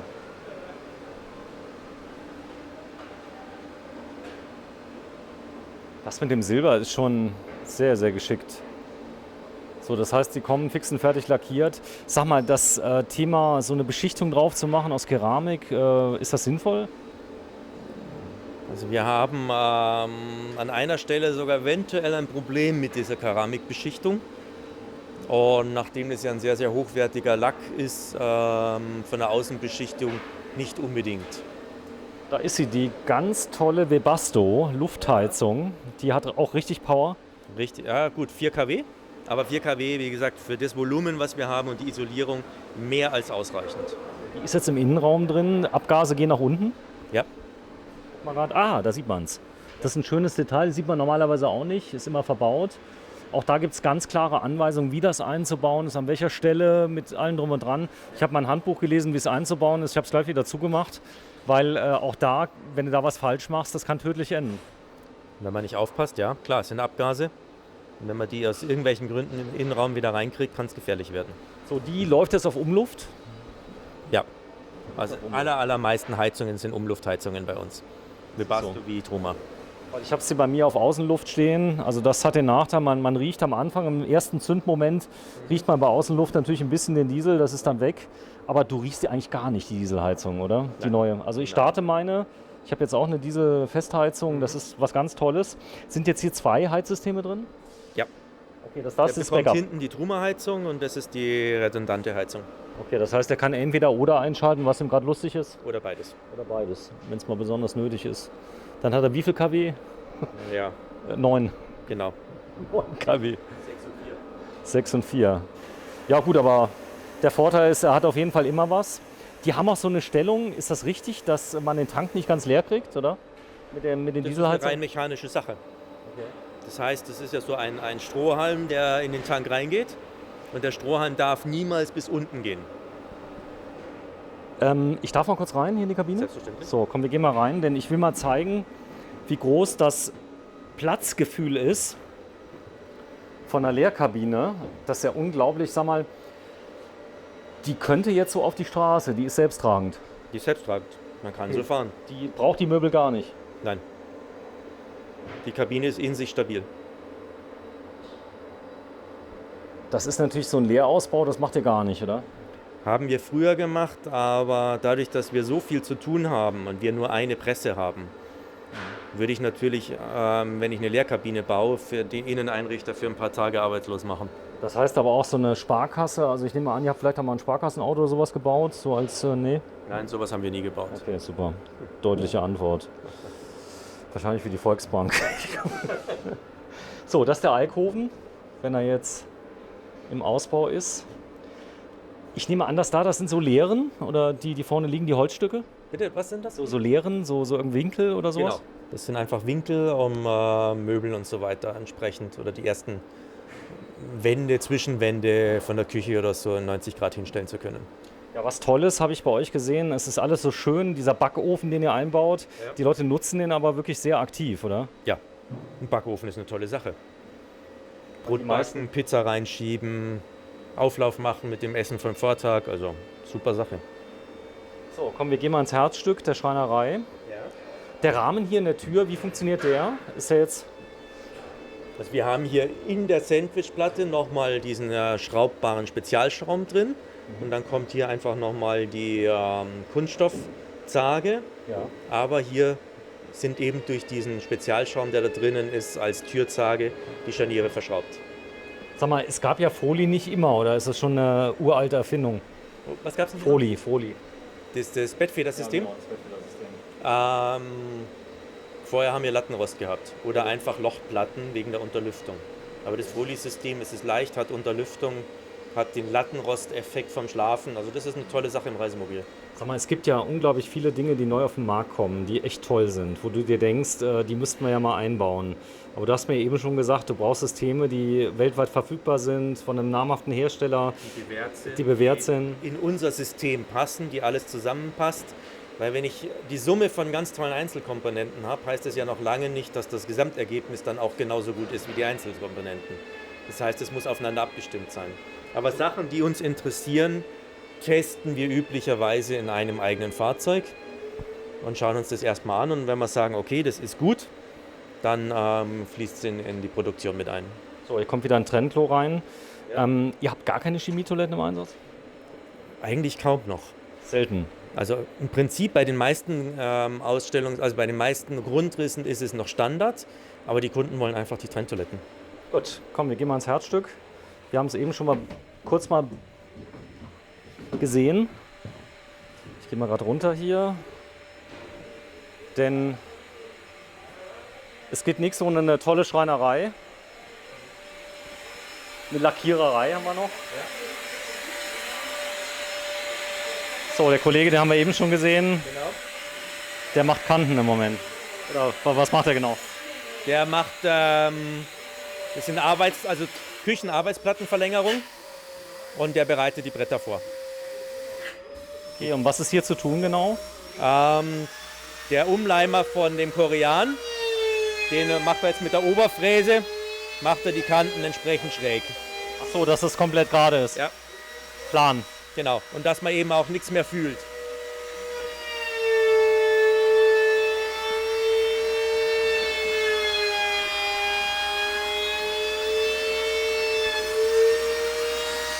Und der Koreankleber, das riecht immer so ein bisschen wie beim Zahnarzt. Ja, stimmt. Das ist so, das ist aber wahrscheinlich unbedenklich. Kleber. So, hier vorne ist eine Holzpresse. Eine Plattenpresse, die ist auch gerade bestückt. Ich zeige das mal gerade. Die macht so richtig viel Druck. Ja. Nicht den Kleber abwischen, der ist jetzt hier drauf. Ach so, der Kollege macht gerade was. Komm, ich darf es gerne mal zeigen. Ich nehme an, das ist die Vorbereitung, bevor es dann in die Presse kommt, oder? Das ist der Kontaktkleber. Das ist der Kontaktkleber, sagt er. Gar nicht mehr in die Presse dann. So. Und das ist wirklich Handwerk pur. Ja. Normalerweise, wenn man jetzt keine Presse hätte, wird es schwer. Wichtig ist halt, dass wenn der Kleber schon drauf ist, wie gesagt, das Kontaktkleber, der geht jetzt nicht in die Presse. Aber ich darf natürlich keine Luftblasen reinmachen. Deswegen rollt er den so diagonal drauf und streicht ihn jetzt entsprechend ab. Nochmal. Da ist der erste Druck entscheidend und dann darf auch keine Luft drin sein. Das heißt, man geht einmal in der Mitte durch und dann immer nach außen streichen, dass die Luft rauskommt.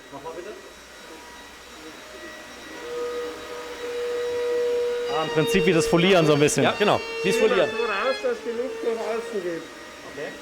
Also ich darf jetzt nicht so reinstreichen, sonst habe ich Luftblasen. Und einen festen Druck.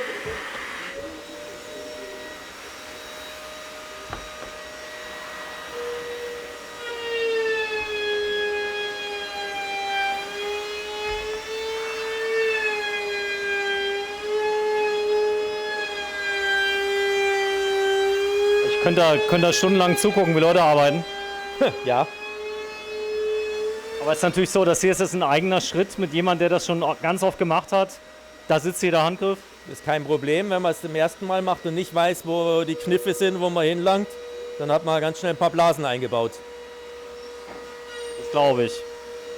Ja, da ist natürlich auch die Arbeitsvorbereitung ein ganz wichtiges Thema. Ja. Das ist halt der Vorteil bei unserer Firmengröße, dass die Inneneinrichter von den Möbelvorbereitern unterstützt werden und diese Arbeit halt einfach extern gemacht wird und dann vorbereitet zu den Inneneinrichtern kommt, die dann in Anführungsstrichen nur noch einbauen. Unfälle, gibt's hier viele Unfälle bei euch? Extrem wenig. Extrem wenig. Ja. Das ist natürlich so, wenn hier Sägen offen sind und die Leute... Ja. Wobei die haben alle ihre Einweisungen, sind geschultes Personal und klar, Unachtsamkeit gibt es überall, aber eher mal, dass einer stolpert, als dass er in die Kreissäge langt. Was sehr unangenehm ist, weiß ich aus eigener Erfahrung. So, ihr habt hier Holz lagernd. Bitte? Ihr habt hier Holz lagernd. Holz lagernd, ja, klar. Das sind die Platten, die wir brauchen. Da brauchen wir entsprechende hohe Stückzahlen. So, und hier vorne sieht man ein Teil, das hat die Kollegin mal vorbereitet, ja. Wenn es so aus der Presse kommt. Das hier? Ja. Das ist vom EX412. Die Tür, wo die Duscharmatur dahinter ist. Das heißt, das ist im Nassbereich, das ist wasserfest verleimtes Birkensperrholz mit lackierten Kanten und Resopal als Schichtholzofen draus. Und das ist in der Dusche eine ebene Tür. Ja, schön ist auch, wie unten jetzt das Schloss da eingelassen ist. Ja. Da kann man schon hingucken, oder? Absolut. Das ist absolut sauber verarbeitetes Möbelstück. Das ist aber jetzt, ich könnte jetzt egal was nehmen, das ist das Schöne. Ihr arbeitet ja mit CNC. Ja. Genau, wenn du mir das mal zeigst, wo die Maschine steht. Ja, gerne. Warte mal ganz kurz, hier ein kleines Detail. Bitte. Mach die Kanten jetzt am Bandschleifer mit dem entsprechenden Winkel, dass die Kanten halt gebrochen sind.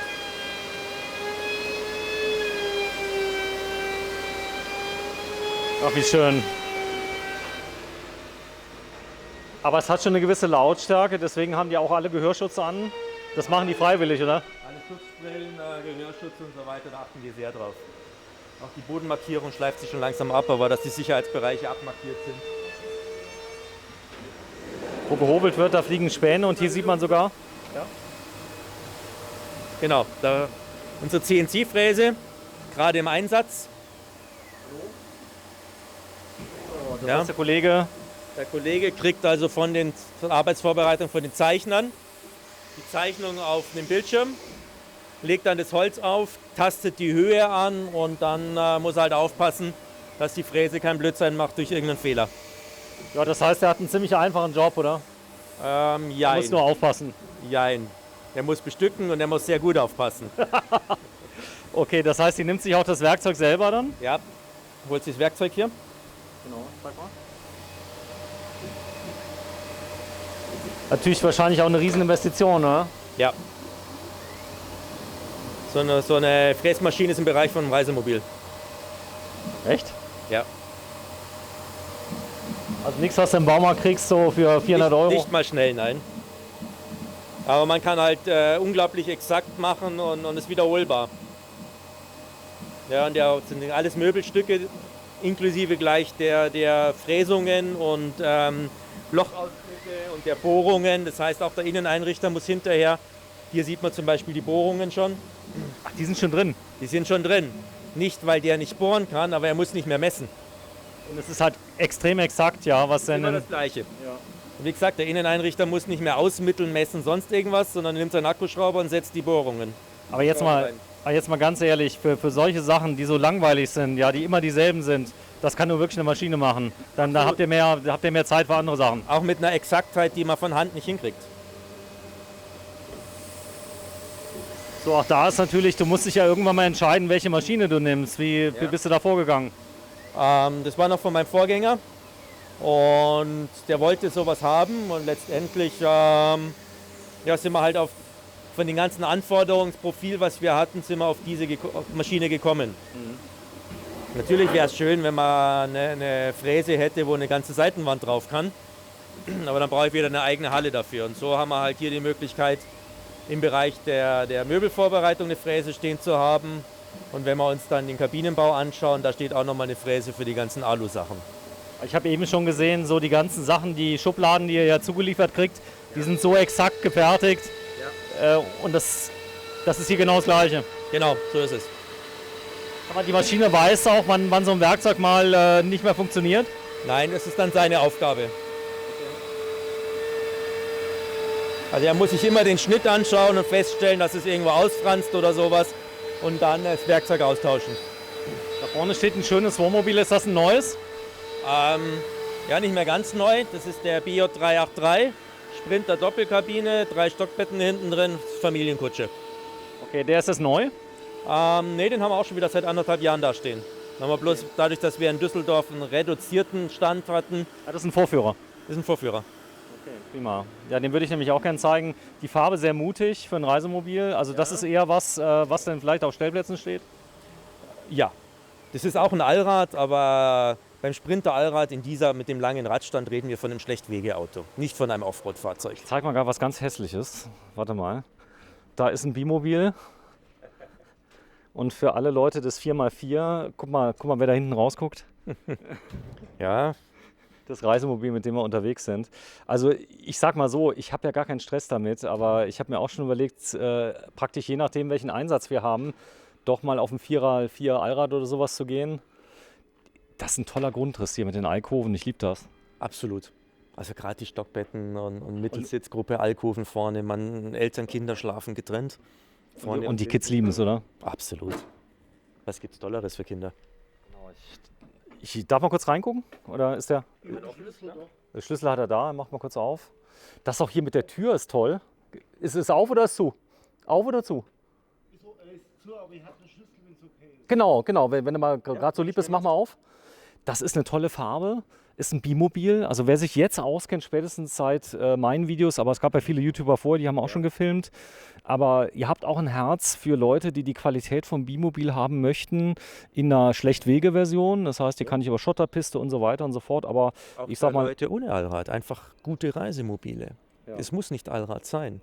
Es hängt immer vom späteren Einsatzzweck ab. Wenn ich die Welt bereisen will, ist ein Allrad wie der Sprinter-Allrad eine absolut sinnvolle Sache, weil ich die schöneren Stellplätze kriege. vielen Dank erstmal. Wenn ich Pisten fahre und Stücke Offroad fahre, dann muss ich nochmal eins mehr höher gehen. Ne? Immer die Frage, mit welcher Tonnage, welche Wege will ich fahren? So, und das habt ihr jetzt quasi in dieser Werkstatt gebaut. Die Bauzeit von so einem Fahrzeug? So eine Kabine steht ungefähr 3 Wochen.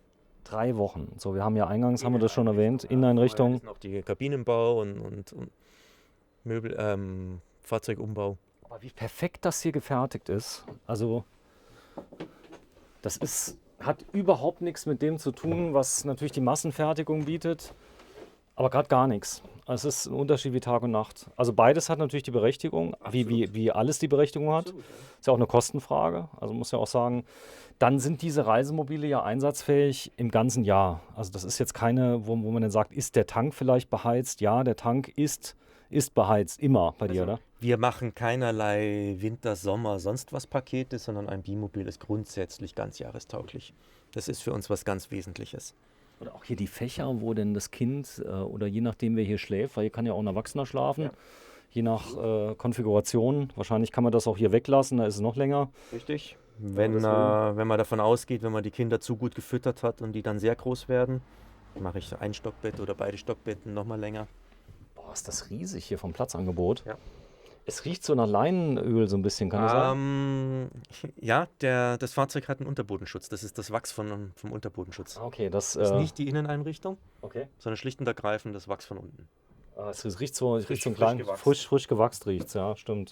Ich guck mal gerade, hier steht ein Preis drauf, 173 kostet das. Ja. Das ist natürlich schon eine Stange Geld. Allerdings hast du mir erzählt, selbst Gebrauchte, die du nach 10 Jahren nochmal verkaufst, weil du vielleicht was anderes brauchst, die erziehen Höchstpreise. Absolut. Das ist schon also überhaupt eins zu kriegen. Überhaupt eins zu kriegen und auch durch die Lieferzeiten, die wir haben und auch durch die Langlebigkeit unserer Produkte ist auch nach 10 Jahren ja noch viel, viel wert. Also du kannst ja wirklich, wenn du all das hier siehst, was mir immer auffällt, auch bei Firmen in Amerika, ich bin ja Halbamerikaner, wenn wir da filmen, dass die Leute unglaublich stolz sind auf ihren Betrieb. Und was ich also des Öfteren mal gesehen habe bei Reisemobilen, also jetzt vom Fließband, die ich gesehen habe, dass du Sägespäne noch unten drunter hast bei neuen Fahrzeugen. Und das erzählen mir Leute ganz oft, die haben gesagt, da sind noch Sägespäne drin gewesen. Ich habe da mal reingeguckt, da lagen Schrauben. Also das heißt, da ist eine Schraube mal runtergefallen in der Fertigung, die lag halt noch da drin. Das ist ja nichts Schlimmes, eine Schraube zu viel. Aber also Schraube sollte nicht passieren, weil die halt auch irgendwann einmal, wenn sie eine blöde Stelle wandert, einen Blödsinn machen kann. Aber Sägespäne findet man bei uns durchaus, ja. Auch, das ist so. Und da ist nicht die Argumentation, ihr wollt mal auch sicher gehen, wenn es einen Wasserschaden gibt, dann sieht man es anhand der Sägespäne. Nein, das ist einfach Handbetrieb. Das heißt, da wo der Mitarbeiter halt auch nochmal was ausgefräst hat oder gebohrt hat, da liegen halt die Späne. Wie schön groß das Bett ist. Toll finde ich auch immer, wie man auf das Bett draufkommt. Diesmal wahrscheinlich über die Sitzgruppe. Über die Sitzgruppe, ja. Genau. Der Tisch. Das ist so schön. Also ich lobe dich ja schon mal über den Klee, ja. Das fällt mir aber gar nicht so schwer, muss ich sagen. Der ist absenkbar. Auch hier kann ich ein Bett. Absenkbar. Ich kann auch hier nochmal ein Bett bauen, dass ich also nochmal irgendwelche zusätzlichen Gäste mit schlafen lassen kann oder mich auch mal, wenn ich krank bin, einfach lang machen kann. Ich zeige mal gerade hier vorne.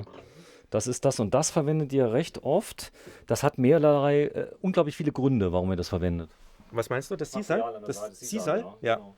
Also wir hatten es ganz früher, wirklich ganz früher, vor 35, 40 Jahren am Boden. Sisal am Boden ist keine gute Idee. Da fängt sich der Sand und der Barz und so weiter. An den senkrechten Flächen ist das ein super Material. Ich kriege selbst die Hundehaare weggesaugt und ich habe halt keine Streifen von Schuhen, keine schwarzen Abriebe. Nichts. Gar nichts. Die Polster, da habe ich dich auf der Messe schon gelobt. Die Stoffe, die ihr da wählt, also oft ist ja die Vorgabe von den Messefahrzeugen, viele kaufen die ja so, wie sie sind, tatsächlich, hast du mir erzählt. Die wollen gar nichts groß ändern, die sagen, das ist so perfekt. Trotzdem die Qual der Wahl eurer Grundrisse. Ihr hattet ja früher viel weniger Grundrisse, da war es ja viel einfacher. Da hattet ihr Sehr viele Grundrisse, sehr viele Polsterfarben und so weiter. Also da geht schon wirklich viel Entscheidungszeit rein. Ja, aber ich war draußen, ihr macht ja zurzeit Videoberatung draußen. Die Kollegin habe ich mal kurz beobachtet. Genau, ja. Die stand da, soll ich nochmal reingehen, rausgehen? Wie sind die Klappen? Wie sind die Klappen bei dem anderen anders? Ja, genau. Und so, also da steckst du einfach manchmal nicht drin. Schönes Detail, hier die Treppe, zeig mal bitte. Das ist Handwerkskunst. Das ist geil. Ich finde die so klasse. Das ist jetzt was für Material? Das ist einfach Tischlerplatte. Ja. Ahorn. Ahorn. Sehr schön. Mach nochmal hoch bitte. Und noch ein kleines Detail, was wir eben gesehen haben, der Doppelboden, der ist ja zugänglich. Da ist ein Tank oder was ist? Nee, da geht's Stauraum. Keller. Geht's in den Keller runter. Gut.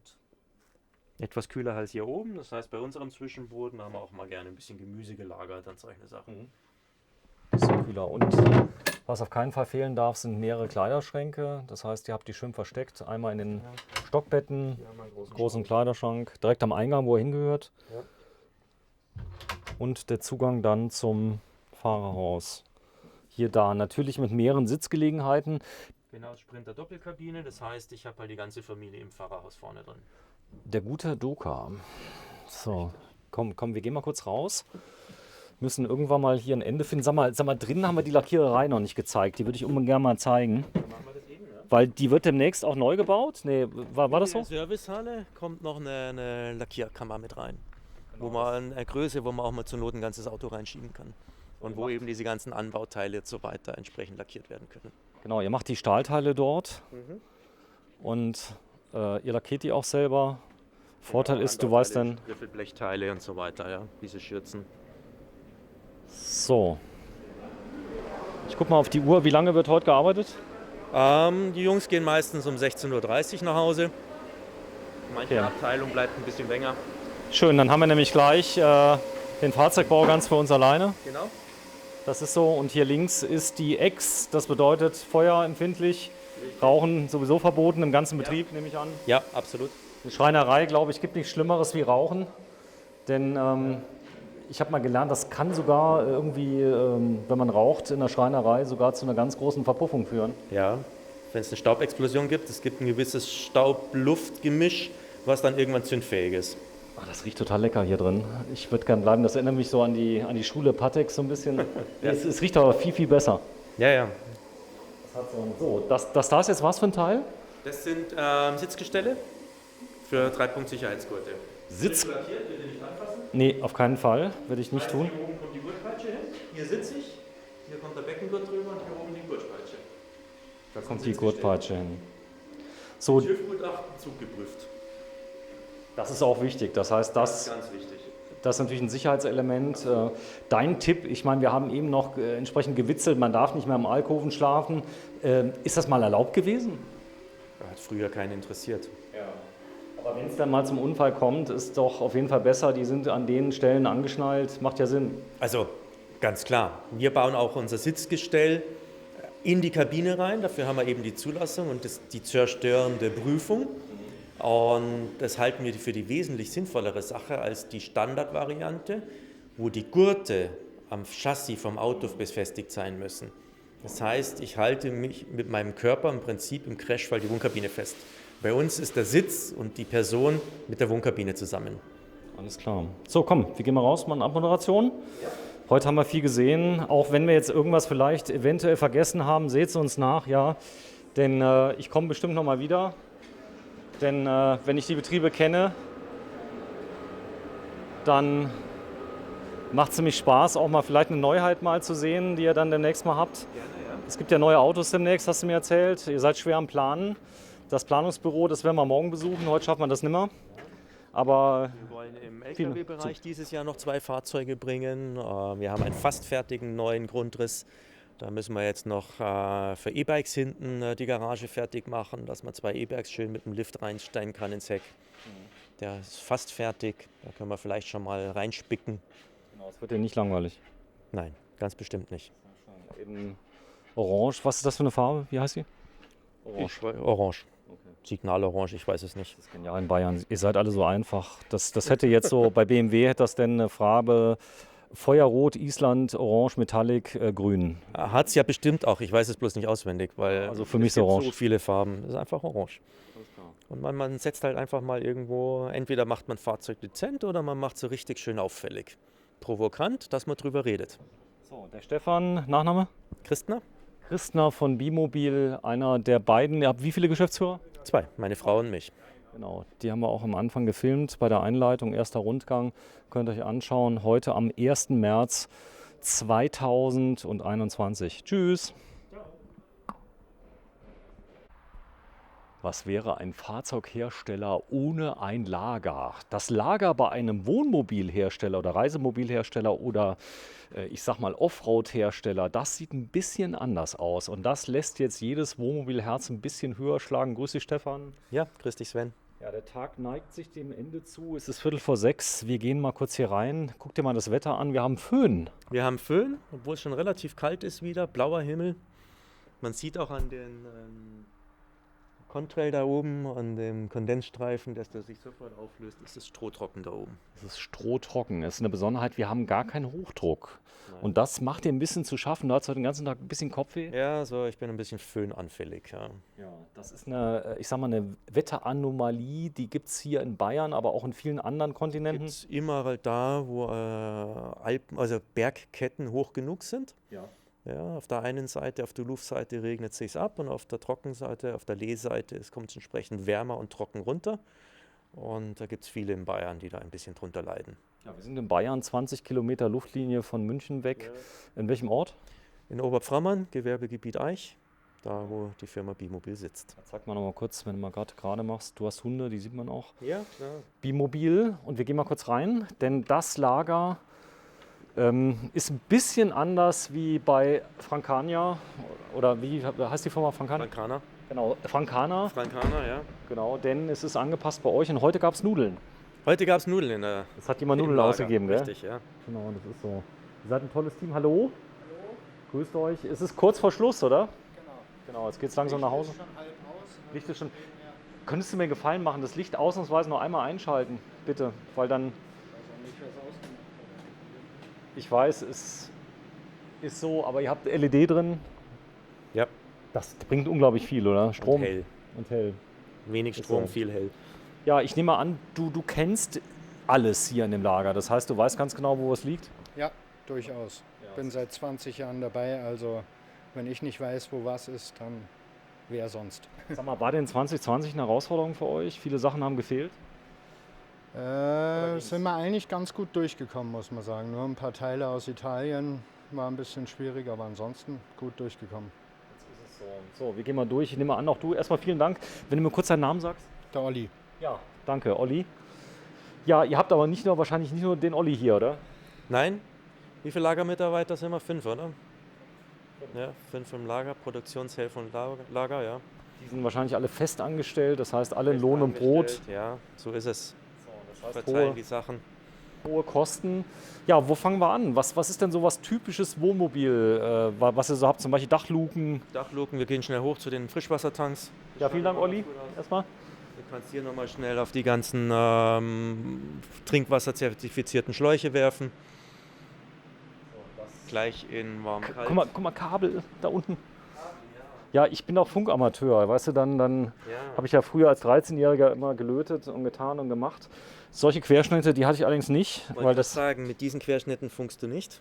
ist Niedervolt. Ja doch, wir hatten ja 12 Volt schon drauf, aber das sind schon die Querschnitte natürlich Nein, enorm. Mit unserer Elektroanlage fahren wir halt inzwischen auch Ströme, wo wir diese Kabelquerschnitte brauchen.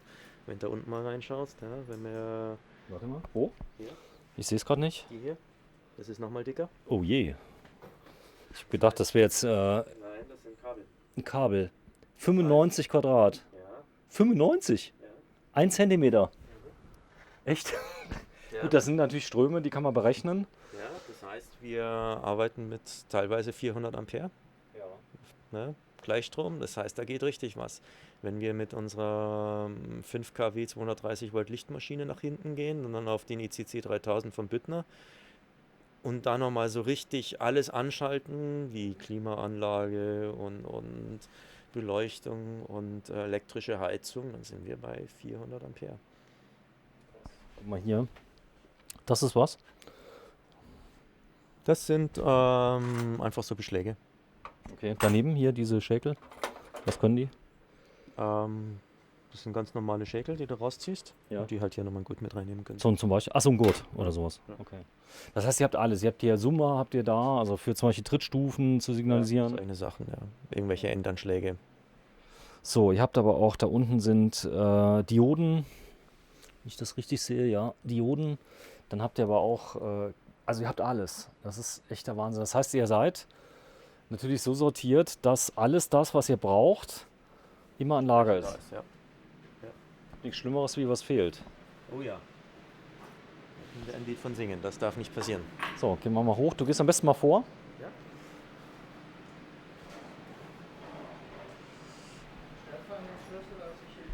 Ja. Stefan macht zu. So, und hier, hier sieht man schon die Lieferanten. Genau. Truma. Heizungen. Dann von Dometic entsprechend die Kühlschränke. Da hinten haben wir einen ganzen Stapel von großen und kleinen Wassertanks. Heizschläuche in entsprechenden Metern. Die Oyster, die übrigens, ich habe zum allerersten Mal eine Oyster-Sattanlage, die ist so schnell, dass ich schon ganz überrascht war. Es funktioniert echt gut, Oyster. Ihr seid auch zufrieden, oder? Wir sind sehr zufrieden, wobei wir ganz wenige Sattanlagen machen. Der typische Bimobil-Kunde schaut normalerweise lieber aus dem Fenster als in den Fernseher. Korrekt, außerdem gibt es ja WLAN. So, Gastanks habt ihr, das ist ein 120er? Stimmt das? Müsste ein 120er sein, ja. Genau, das ist ein 70er? Oder auch nicht? Oder 90. Du hast sowieso immer recht, das hat gar keinen Sinn mit dir. Wenn ich dann irgendwas sage, es ist so, ist eh immer falsch. So, das sind diese Luftschläuche, die kenne ich aus meinem Wohnwagen. Ja. Ist es immer der gleiche Durchmesser? Gibt es verschiedene?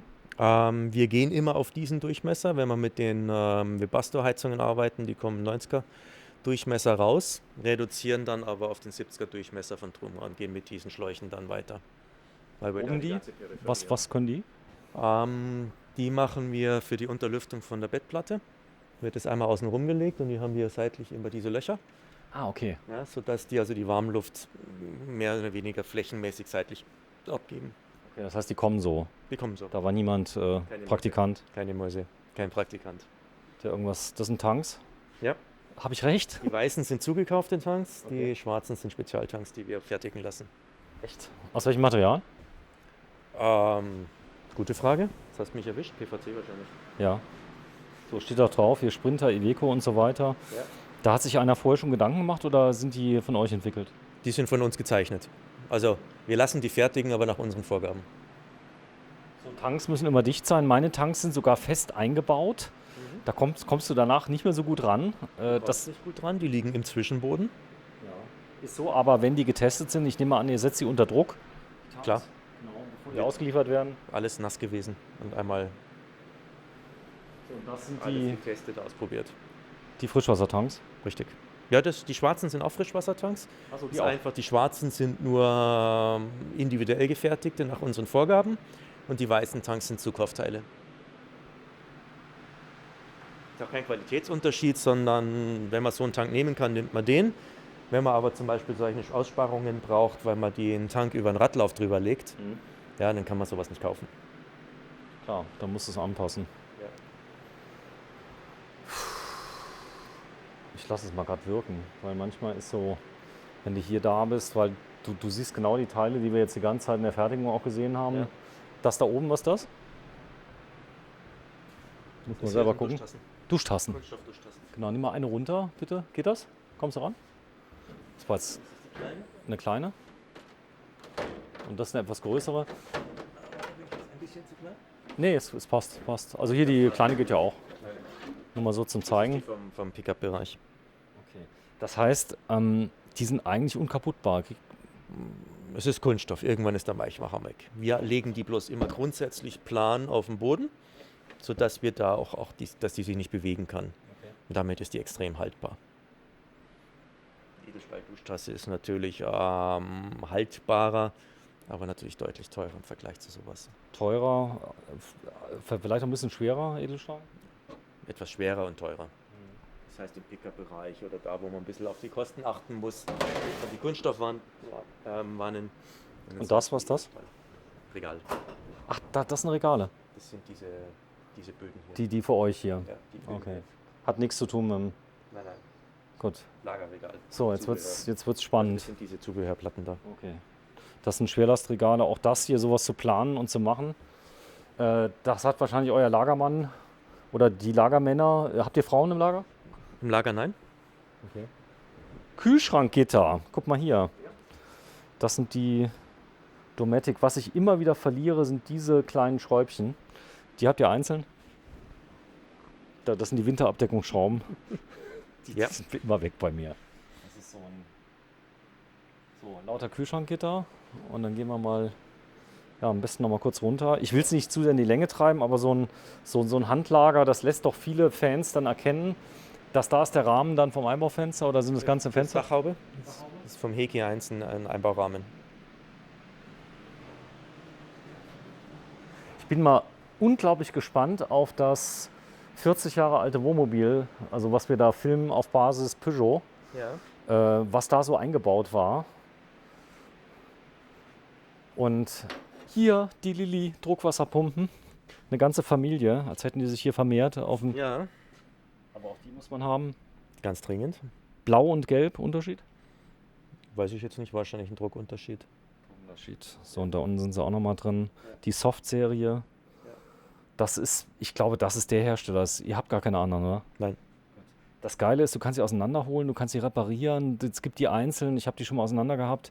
Die laufen halt auch ewig, ja. Ja. Ja, und wenn sie mal nicht mehr ganz gut funktioniert, machst du auseinander, machst du einmal sauber, geht wieder.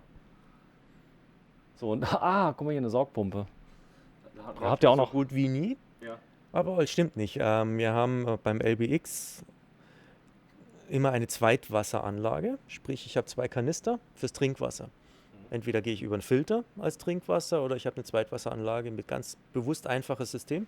Und da setzen wir die Tauchpumpe ein. Einfach rein in den Kanister und wenn das Zeug verkeimt ist, austauschen. Genau, das ist irgendwann mal kaputt. Sie wird immer lauter dann. Das kann ich Aber das kostet nicht viel und einfach austauschen. Genau, hier links Schalterchen. Was ist das hier? Das da? Ein Muffenschieber? Das hier? Ja. Ja. Was hat der für einen Einsatz? Das ist um das Frischwasser-Absperrventil. Ah, okay, ordentlich. Frischwasser ablässt. Gut, das habe auch ich hier vorne. Da ist noch so ein Abfluss. Und dann gehen wir gerade mal weiter. Ah, guck mal hier, Sog. Ist das so gut, dieses Sog? Ich habe das nie gehabt. Zieht halt die Gerüche nach außen über einen Aktivkohlefilter. Okay. Riecht innen drin nicht so, ja. Aber funktioniert. Ja. Aber bauen jetzt auch nicht so viele. Ich denke, Zumal wir ja kaum noch Chemietoiletten verwenden. Das da unten sind die Trenntoiletten, gell? Die, genau. Von der Trenntoilette. Da kommt das Pipi rein. Genau, der Urinbehälter von der Trenntoilette. So, und dann haben wir hier, was ist das hier? Ah, Frolistar, guck mal da. Ja. Sag mal, ihr seid wahrscheinlich, ist ja so, ihr seid ja kein mega großer Abnehmer im Vergleich zu, ich sag mal, den ganz Großen, die das zu Tausenden verbauen. Aber ich sag mal, trotzdem ist es ja ein Prädikat, wenn Bimobil hier zum Beispiel Froli. Ja. Oder? Ich meine, das ist ein absolut gutes Produkt, funktioniert. Und alle Kriterien, die wir so haben, erfüllt das Material. Also. So. Ich brauche halt mehrere Kisten pro Auto. Ja, hier, guck mal hier. Das sind diese LTE plus GPS-Antennen. Wenn du mal kurz so eine rausnimmst, bitte, dass man das mal sieht. Die werden aufs Dach geschraubt. Mhm.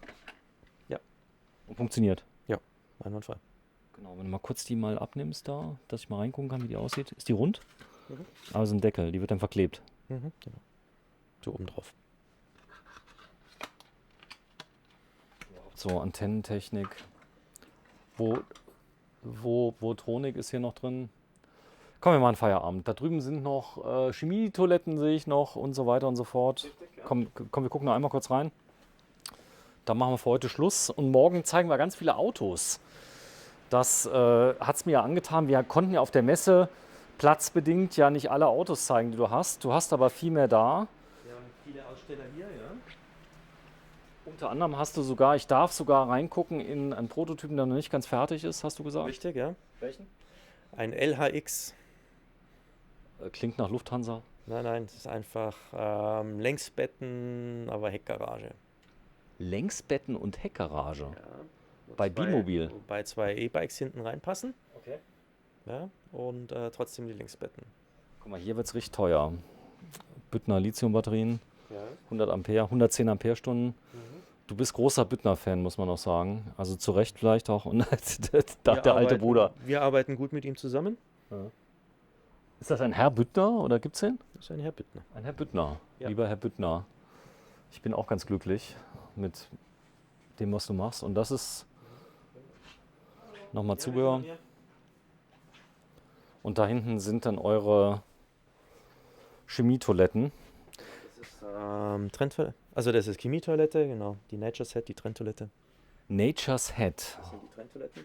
So, die kommt made in USA. Das heißt, als die erste kam mit diesen Trenntoiletten, sind die schon alt, das System? Oder ist das was USA Neues? gibt es die schon relativ lange. Und hier in Deutschland? Tom Tour, Olli und Harriet haben die halt, weiß ich nicht, vor 5 Jahren oder sowas hier eingeführt. Aber jetzt überleg mal, du erklärst den Leuten, dass du das Kaki in so Kokos reinmachst, was du vorher denn nass gemacht hast und dass das dann nicht riecht. Und das glaubt dir erstmal keiner, oder? So ist es, aber es stimmt. Es stimmt. Es stimmt. Und dass du das denn noch vergraben darfst sogar, weil das ist ja Natur. So ist es. Es ist eigentlich Humus Ja. am Ende. Genau. Okay. Und es wird irgendwann so trocken, ich kann es sogar per großem Lagerfeuer entsorgen. Ah, ich dachte, du wolltest es essen. Aber auch das würde wahrscheinlich keinen umbringen, es ist so, aber die Chemie bringt dich dann wirklich um. Hier, Solar. Ja, Solarzellen. Solarzellen. Ja. Auch da ist es ja so, dass, ich sag mal, das Ganze darf ja nicht viel wiegen. Ihr habt ja keine GFK-Dächer bei euch drauf. Das ist ja der Vorteil. Das heißt, ihr könnt richtige Solardächer montieren mit richtigen Halterungen. Richtig. Ja. Also Wie nichts gesagt, draufgeklebt. wir haben einfach diese Profile hier. Ja, und da liegt die Solarzelle drauf Und hält. und hält. So, komm Stefan, wir machen Feierabend. Du musst zu deinem Hund. Ja, ich muss unbedingt eine Gassi-Runde machen. Gassi-Runde, hallo. Und wir machen jetzt für heute Schluss. Ich könnte jetzt noch 5000 Sachen zeigen, aber das geht jetzt zu weit. Machen Abmoderationen und gehen vor die Tür und gucken uns nochmal den schönen Abendhimmel in der Nähe von München an. Boah, ist das ein Kaiserwetter, oder? Ja, super. Komm, wir zeigen noch einmal deine Baustelle bei Nacht. Also das wird das neue Servicezentrum. Riesending ist ja Erweiterung. Das heißt also, viele Leute wünschen sich ja Lithium-Nachrüstung, vielleicht mehr Solarpanels. Erweiterung, mal auf dem Dach zusätzliche LTE-Router und was auch immer da inzwischen aktuell auf dem Markt ist. Sieht jetzt so riesig aus. Ich glaube, wenn es später zu ist, wie viele Fahrzeuge können rein? 5, 6 Fahrzeuge in sinnvoller Variante. Hier in der Ecke kommt, da wo es schon Fundament gelegt ist, kommt Waschhalle und daneben noch eine eine Waschhalle. Ja, Länge von der Waschhalle? 10 Meter, 12 Meter. 12 Meter. Ah, du bist mein Freund. Höhe? Ausreichend. Ausreichend. So, Okay. dass unsere hohen Autos reinpassen. Du bist mich los für heute. Kein Problem. Wann? Es kam gerade noch eine Lieferung, mal wieder nach Feierabend. Frankana ist dein Freund, oder? Der Fahrer, ja. Aber ich sag mal, morgen soll man wann starten? Um 10? 10 ist gut. 10 ist gut, weil ich Ja. muss noch ein bisschen dann. 10 ist gut. Sehen wir uns morgen. Also 1. März 2021. Stefan, ich freue mich auf morgen von Bimobil. Tschüss. Bin gespannt. Bis dann. Tschüss. Die rote Nummer wird montiert. Ja, heute geht es tatsächlich in die Sandgrube, in den Sandkasten. Und ein befreundeter Unternehmer hat uns in die Sandgrube gelassen. Wir fahren mal hin, das dauert ca. 10 Minuten. Die Autos werden vorbereitet. Ein Klassiker hier vorne. Werden wir gleich mal ein bisschen mehr erfahren vom Stefan, was wir machen. Und wir fahren mit dem Unimog in die Sandgrube. Und dann zeigen wir euch mal so richtig was denn die Autos so alle können. Da ist ja der Stefan ein bisschen, sagen wir. Also nicht zu viel, aber auch nicht zu wenig. Also einmal ein ganz tolles Allradmobil, bei dem man ihm wahrscheinlich von außen gar nicht zutraut, dass er das können wird, was wir gleich sehen. So ist es, ja. Understatement pur. Understatement pur. Er ist Kastenwagengröße, 6,10 Meter lang, 2,10 Meter breit, kompaktes Auto mit dem Original Mercedes-Allrad, mit anderen Reifen, All-Terrain-Reifen drauf, und das wissen wir von unseren Offroad-Trainings, wenn die Autos dabei sind. Er kann deutlich mehr, als man ihm ansieht. Ja, ein Babyblau. Die Bezeichnung von dem? EX366. Sag mal kurz in die Kamera. 366 EX für Expedition? Ja. Sehr schön. So, ich fahre mit dir gleich mit. Wir gehen aber mal ganz kurz noch zum Kollegen. Du musst noch ein bisschen was hier machen? Nein, ich muss eigentlich nur ganz kurz die Nummer reinschmeißen, Carsten noch Funkgerät in die Hand drücken und dann können wir los. Wenn ihr Funkgeräte habt, können wir nämlich Folgendes machen. Du kannst ihm gleich auf der Sandgrube ein paar Anweisungen geben, was er tun soll. Was hältst du davon? Ich schon, er wahrscheinlich gar nicht. Er mag das nicht. Nein. Denn er ist eigentlich der Instructor. Da vorne ist der Carsten. Der Instructor, der mag das nicht, wenn ich ihm Anweisungen gebe. Das ist. Ja, es ist aber.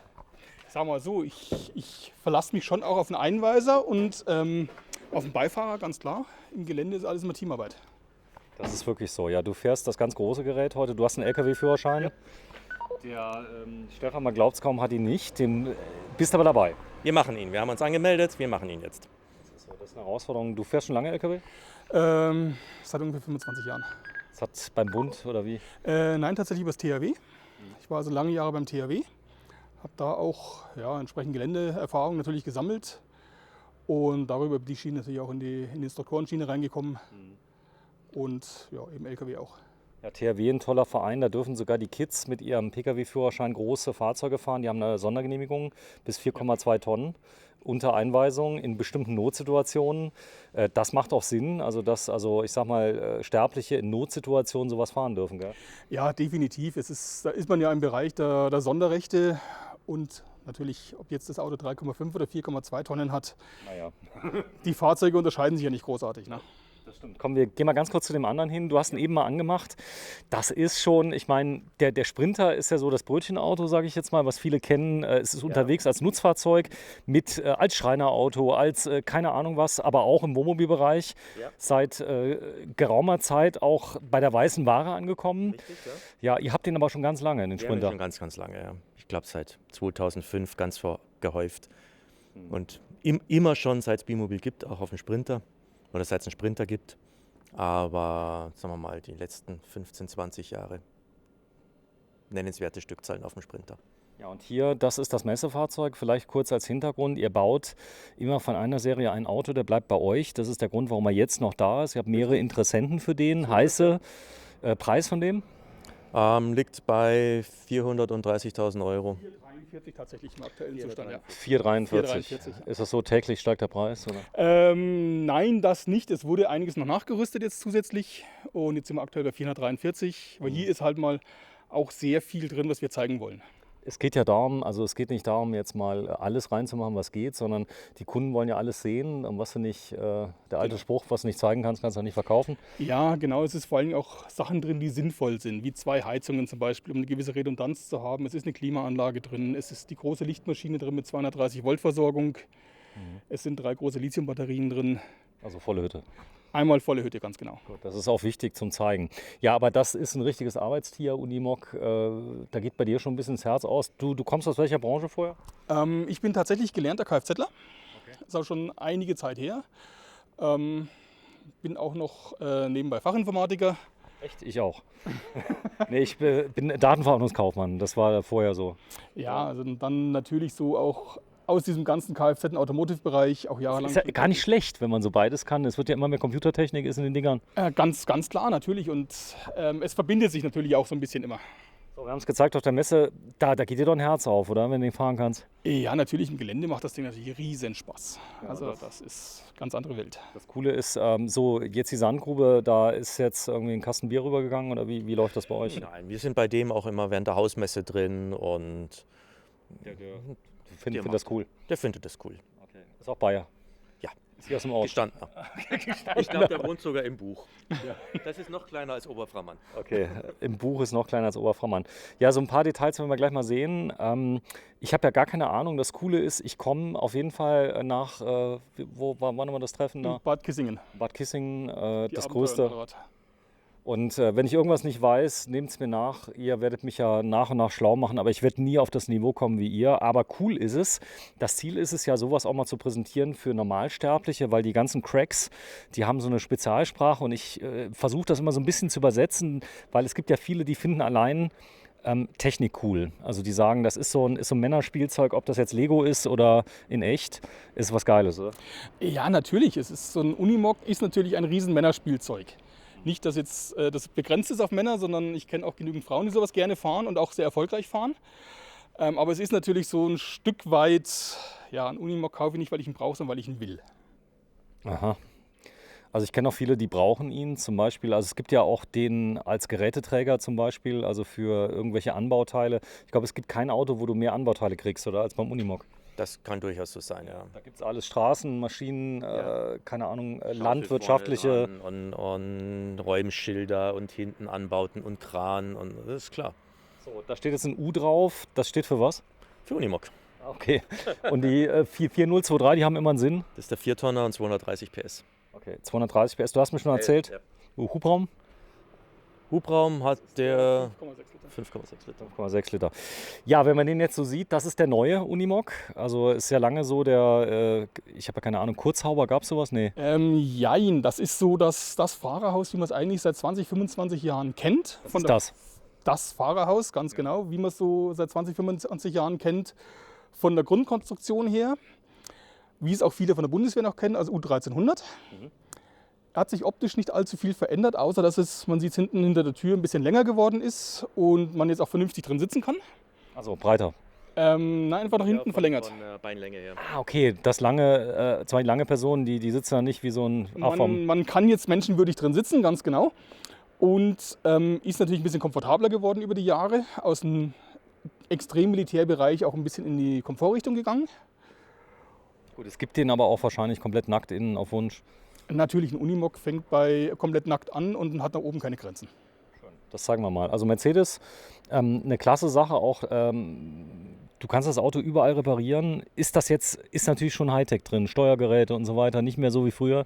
Nein, Unimog ist grundsätzlich ein Hightech-Fahrzeug. Was Hydraulik und Elektronik angeht, man sieht es, wenn du mal unten in den Radkasten reinleuchtest, an Leitungen, was da alles läuft. Also es ist wirklich ein Hightech-Fahrzeug geworden, der Unimog. Aber der hält einiges aus. Wir werden jetzt mal fahren. Du hast eben mal kurz den Motor angemacht. Der war nicht gerade leise. Wie ist es innen? Innen während der Fahrt ist es ein absolut angenehmes Fahren. Er ist jetzt im Stand gelaufen, weil ich die Luftdruckbremse auffüllen musste. Achso, die geht sonst nicht auf. Ganz genau, sonst ist der Federspeicher einfach zu, weil er jetzt länger gestanden ist. Aber prinzipiell auf der Straße zu fahren, absolut angenehm. Was ist das für ein Show-Effekt, wenn du damit mal zum Lidl fährst? Ja, es dreht sich halt jeder nach dir um, ne? Ja. Also ganz klar. Aber man fährt ja nicht, obwohl du musst ja ab und zu auch mal damit einkaufen. Hilft ja nichts. Du kannst damit auch ganz normal im Straßenverkehr fahren. Wir werden es nachher, wenn wir zur Kiesgrube fahren, ja merken, es ist ein ganz normales Fahrzeug. Und die Straßen sind hier nicht groß. Also. Die Straßen sind nicht groß. Breite 2,55? Breite sind wir so im Bereich von 2,50 Gesamtbreite etwa. Plus Spiegel. Plus Spiegel, ganz klar. Wir haben in Deutschland eine gesetzliche Maximalbreite von 2,55 insgesamt, aber wir sind hier so bei 2,50 etwa. Okay. Spiegel dazu rechnen, normales LKW-Maß. Okay, das heißt also nicht zu lang die 5 cm Späße in der Baustelle. Ich habe 2,40, finde ich viel cooler wie 2,50, muss ich sagen, denn manchmal geht es auch eng zu. Aber wenn man fahren kann, ich glaube, das macht auch keinen Unterschied. Oder? Nein, es ist die reine Gewöhnung an die Fahrzeugabmessungen. Das ist alles. So, der Radstand, was ist das für ein Radstand? Ist das der kurze? Das ist tatsächlich der 380er Radstand, ne? Genau. Das ist jetzt aber der mittlere beim Unimog, wenn ich mich nicht irre. Es gibt ihn doch kürzer. Okay, verstanden. Also hier, das ist wahrscheinlich ein Dieseltank? Wir haben hier 2 Dieseltanks, A190 Liter. Ja? A190 Liter. Genau, einmal und zweimal. Das sind Serientanks. Jein. LKW-Tanks, die von der Firma Helget nachgerüstet wurden. Ganz genau. Okay, das habt ihr dann gemacht, das werden wir uns gleich mal angucken. Denn ich sag mal, ich habe ihn gesehen auf der Messe, da stand er geil, der war natürlich geputzt, gemacht, getan, der war wie neu und man traut sich ja gar nicht, damit ins Gelände zu gehen. Aber ihr sagt, das hat alles keinen Sinn, die Leute, die sowas kaufen, wollen das auch fahren, oder? Nein, wenn ich ihn nur geputzt und klinisch rein haben möchte, dann wäre es kein Unimog geworden. Und dieses Auto war ja auch schon richtig schmutzig. Man kriegt ihn auch wieder sauber für die Messe. Okay, ihr kriegt demnächst was ganz Tolles. Du darfst schon mal einen kleinen Blick auf die Zukunft werfen, denn ihr habt eine riesen Baustelle und da ist eine Waschstraße mit dabei. Ja, Ist das wir nicht kriegen toll? Eine Waschhalle mit 12 Meter Länge. 12 Man kann Meter die Länge. einfach abspritzen, die Autos dann. Das ist aber keine automatische Waschanlage? Nein, nein. Einfach nur warm im Winter, dass man auch im Winter sauber machen kann. Beheizt mit Dampfstrahler. Das ist ja Handwäsche, so ein Auto, oder? Ja. Prima. So, wir fahren mal los. Du steigst mal ein. Deine Größe heute? Ich bin 1,78 groß. So im 70. Vergleich. Du hast 3 Stufen. Die letzte Stufe ist, glaube ich, flexibel, oder? Richtig, also wenn ich hier mal, man sieht hier den Schmutzfänger natürlich und die flexible Stufe. Wenn ich mal irgendwo hängen bleibe an einem Stein im Gelände, dann kann die einfach nach hinten wegklappen. Sag mal, die letzte Frage frage ich normal immer so bei so, keine Ahnung, Seat Ibiza, die Wartungsintervalle. Nach Anzeige. Achso, der zeigt das an. Der zeigt das an, ja. Ah, der weiß, wie stark es beansprucht wird? Ganz klar, der weiß, wie stark es beansprucht wird. Der geht nach dem Ölsensor auch mit und nach Betriebsarten. Also sprich, fahre ich nur Straße, fahre ich Gelände. Ja, wenn ich jetzt in China bin und kann mal eben nicht zum Service? Ja, mein Gott, da muss ich halt ein bisschen überziehen. Okay, das geht. Das geht natürlich. Okay, das Sieht ist also, deswegen nicht aus. geht nicht aus. Ja, es gibt ja viele, zum Beispiel AdBlue ist nicht mehr drin, da geht der ja jetzt auch aus im Moment, oder? Das ist eine gesetzliche Vorschrift, da komme ich nicht drum rum. Gut, aber darüber reden wir nicht. Ja, egal wie, es gibt ja andere Länder, andere Sitten, wie auch immer. Es muss ja auch weitergehen. Wir fahren mal los und du machst mir einen Gefallen, du fährst mal bitte hinter uns. Ja, dann kann ich nämlich ab und zu mal die Kamera raushalten aus dem Fenster. Wir werden nicht mit 2 Kameras filmen, wir machen das in extra Schnitten, das wird ziemlich cool. Und wir fahren jetzt mal in die Sandgruppe und ich fahre einfach mal mit dir mit und da können wir uns noch ein bisschen über die Leidenschaft Offroad-Fahren unterhalten. Denn du fährst geradezu ich sag mal so, ein Stealth-Auto, kann ich das so sagen? Also, Mein eigenes Auto? nein, Stealth heißt, man sieht ihm nicht an, was er kann. Ja, nur mein eigenes Auto, das ich fahre, ist nicht Stealth. Okay. Das ist ziemlich aufwendig hochgerüstet. Welches ist das? Ich fahre ein Iveco Allrad, die EX420 mit Seilwinde vorne dran, Sandbleche hinten drauf, Bergekissen, also Hubkissen hinten noch dran gemacht und Böse. ja. Okay, das ist auch schön. Viele wollen das ja.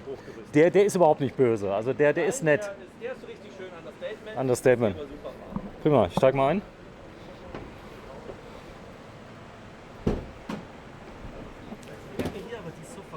Genau, innen Serien Sprinter, rote Nummer eingetragen. Warte, ich schnapp mich mal kurz an. So, was jetzt geklappert hat, waren die Schilder übrigens und nicht das Auto. Weil die Leute hören alles, Stefan. Das ist echt schlimm. Die sagen, Da hat was geklappert, wir sind doch bei Bimobil. denn alter Running Gag ist bei dir, wenn irgendwas klappert, ist das ein Reklamationsgrund. Ja, das ist so. Das mögen wir gar nicht. So, Rückfahrkamera nicht an dem Ort, wo du es haben wolltest. Nein, bei dem noch nicht, beim Sprinter. Aber inzwischen ist es auch da, wo ich es immer haben will. Am Rückspiegel, nämlich genau da. So, das ist mal ausnahmsweise nicht das M-Bux. Das freut mich auch sehr, weil das ist mittlere, gell? Radio. Ja, das mittlere Radio. So, habt ihr guten Kenwood-Funken? Ja, Die funktionieren gut, die gell? funktionieren super. IP68, das heißt, man kann die auch mal kurz eintauchen. Ja, die haben wir beim Offroad-Training immer dabei. Da haben wir 6 von den älteren, 6 neuere. Boah, man hört ihn hinter uns, Ja, den Unimog. ja. Ist das krass? Warte mal, ich will mal ganz kurz hier mal auf den Bildschirm. Ja, Das ist ja cool, du hast einen permanenten Rückspiegel. richtig. Ist auch bei diesen großen Autos sehr, sehr angenehm, wenn man einfach nochmal im Rückspiegel sieht, was hinter einem herkommt. Was toll ist die Bildqualität. Ich habe es im Moment ja auf dem Radio drauf, aber ich überlege mir auch so einen Monitor. Bei mir geht leider nicht der Rückspiegel, weil ich keinen habe. Und die Scheibe so irgendwie gefühlte 3 Meter hoch ist. Ja. Du weißt ja, weiße Ware. So, ich guck mal gerade drüber. So, wir fahren jetzt wohin? Wir fahren jetzt in die Kiesgrube nach Buch. Da machen wir auch bei der Hausmesse immer ein Probefahren für Kunden. Und die sind sehr, sehr nett. Und das ist eine aktive Kiesgrube, das heißt, wir lassen uns überraschen, wie es hier aussieht. Okay, das heißt, es ist jetzt nichts vorbereitet, aber Nein, da ist nichts vorbereitet. da war wahrscheinlich immer mal ein großer Bagger schon irgendwo und da. Das ist ein ganz, ganz großes Loch. Also die schürfen hier Kies. Wir sind hier in den Endmoränen von den Alpen von der letzten Eiszeit. Das heißt, hier unten drunter ist überall Kies. Und dementsprechend viele Kiesgruben gibt es auch, wo einfach Kies abgebaut wird und tiefe Löcher gegraben werden. Und das ist die nächstgelegene, wo wir einfach jetzt rein dürfen. Sag mal, so Kiesgruben, ist das eine lokale Sache, weil das ja auch einiges wiegt, oder? Ja, man will nicht allzu weit wegfahren. Toll. So, er fährt, wenn du mal das Fahrgefühl, wenn man gerade so lieb ist, Stefan Mann, einmal vielleicht mal gerade die Wischwasch betätigst für mich, wenn was drin ist. Wenn ich es finde. Da ist es.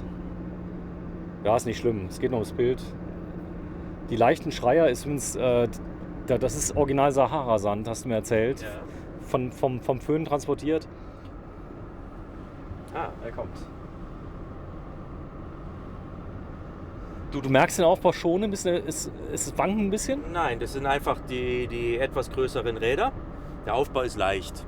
Ja. Und Sprinter ist jetzt kein Auto, der absolut platt auf der Straße liegt. Das ist ein Transporter. So, und der liegt auch recht hoch bei euch? Ja.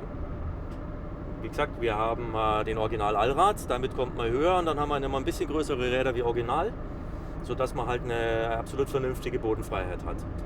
Der Lauf jetzt nach vorne geradeaus, ist das gut? Absolut. Absolut. Ja. So, Ja, ganz locker. Ganz locker zu fahren.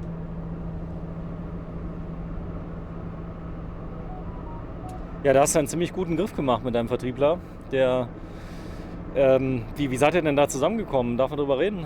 Oder war das Zufall? Wir haben einfach eine Vertriebsstelle ausgeschrieben und dann hat sich Carsten beworben. Die Daten, die er so geliefert hat, haben gut ins Schema gepasst. Und dann haben wir ihn eingeladen und dann haben wir festgestellt, dass wir uns gut verstehen. Im Gespräch haben wir festgestellt, dass er in der gleichen Stadt aufgewachsen ist und dann auf der gleichen Schule war wie ich. Echt? Ja, er ist 3 Jahrgänge hinter mir. Und also irgendwann, ein paar Wochen später kam er. Jetzt weiß ich auch, woher wir uns kennen. Wir sind nämlich mit seinem Bruder befreundet. Die Welt ist so klein, oder? Die Welt ist so klein, ja. Das ist aber krass, das passiert ja nicht nur hier, sondern auch wenn du auf Expeditionen bist. Hast du selbst eigentlich noch Zeit, groß wegzufahren? Ach, ganz selten. Wir haben es geschafft, vor 2 Jahren nach Russland zu fahren für 4 Wochen. Das war eine 10.000 Kilometer Tour, wo 22 Autos waren dabei. Die Hälfte war Bimobil, Kunden von uns. War eine ganz, ganz fantastische Tour, wo wir viel erlebt haben und auch noch viel dazugelernt haben. Wie gesagt, die Hälfte war Bimobil, die andere Hälfte war vom Mitbewerb, von alten Selbstausbauern bis hin zu Actionmobil, Unica und Bliss war dabei. Aber das Fazit war die Tour, die ja teilweise wirklich harte Strecken dabei hatte. Die Fahrzeuge haben das alles super gemacht, da müssen wir uns also vor keinem einzigen Mitbewerber verstecken. Das glaube ich auch. Das heißt, auf solchen Touren fahren ja auch nur Fahrzeuge mit, die wahrscheinlich ankommen werden, oder? Ja. Bei der Tour ja, weil die Vorauslese stattgefunden hat. Wobei wir haben also Passagen gefahren, wo es schon wirklich derbe aufs Material ging. Es gibt ein schönes Video auf YouTube, das kann man finden. Wir sind zum Beispiel 1,5 Tage, waren nur 14 Kilometer, aber trotzdem 1,5 Tage ganz viel auf Bahnschwellen gefahren. Weil der Versorgungsweg, den wir eigentlich fahren wollten, der war dermaßen mit tiefen Wasserlöchern, dass wir es nicht geschafft hätten. Und wenn man Bahnschwellen fährt, das geht aufs Material und auch aufs Gemüt. Ich glaube eher aufs Gemüt. Du hast mir erzählt, der Möbelaufbau, der macht das locker mit, aber da kommt auch so ein Mercedes schon mal an die Grenzen. Also einen Mercedes Sprinter hätten wir bei der Tour ungern mitgenommen. So, was war dabei, Iveco? Ganz viele von den Iveco Allrad waren dabei. Es war von uns ein alter LE10 220 dabei und ein alter Mercedes LKW. Es war ein C-Tross dabei mit einer Actionmobilkabine und es waren mehrere MANs dabei. Also wie gesagt, die LKW-Klasse hat das super gemacht. Aber das Fazit, die Iveco Allradler sind da völlig problemlos mitgefahren bei der Tour. Was übrigens so piepst, ist der Spurhalteassistent. Ist das gut, deiner Meinung nach? Ich halte das für eine gute Sache. Bloß wenn man sich hier mit dir unterhält und hier Verkehr ist auf den schmalen Straßen, piepst er natürlich ständig. Gut, das heißt, er hilft einem natürlich die Aufmerksamkeit. Oder ich sag mal so, das Aufmerksamkeitsdefizit kann ja immer mal irgendwas Schlimmes passieren, da ist man mal kurz abgelenkt. Und dann, er lenkt aktiv mit? Habe ich jetzt nicht gespürt, aber ich denke, der greift auch mit ein. So, der Unimog ist hinter uns, gell? Der Unimog ist hinter uns, ja. Das ist ja genial hier mit deiner Rückfahr. Man sieht es jetzt nicht richtig gut, aber das werden wir gleich nochmal zeigen. Ja, Funkgerät ist an. Funkgerät ist an, ja. Genau, sag mal was zu ihm, bitte. Carsten, wie ist die Verständigung?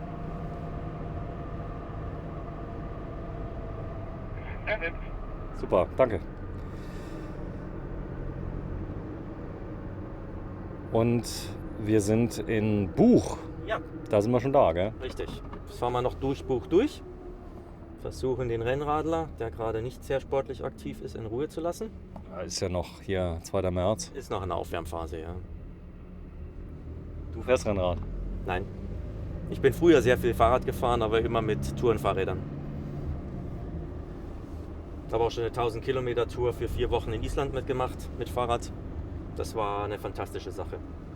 1000 Kilometer. Island ist bergig? Island, ja. Wir sind durchs Hochland durchgefahren, die Kjöla durch, in der Mitte durch und außenrum zurück. Das ist bergig und im Hochland ganz, ganz viel Wind und immer von vorne. Egal wie rum man fährt. Achso, du hast immer Pech. Ja. Ja, ich bin einmal am Meer in Spanien. Da ist der Akku leer gewesen. Ich fahre mal so 90 Kilometer mit 2 Akkus. Also es ist durchaus auch anstrengend. Aber dann kam Seewind. Das war klasse. Jo, das macht halt Spaß. Da bin ich erstmal zur Tankstelle gefahren, habe mal 3,5 Bar reingepumpt in die. So, hier sind wir angekommen. Ja. Vielen Dank noch an den Kollegen, der uns das. Ich melde uns ganz schnell an. Ja. Ich spring schnell raus.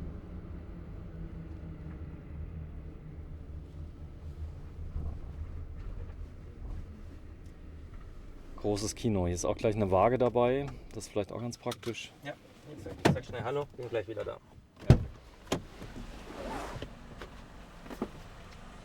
So hält man es hier in München.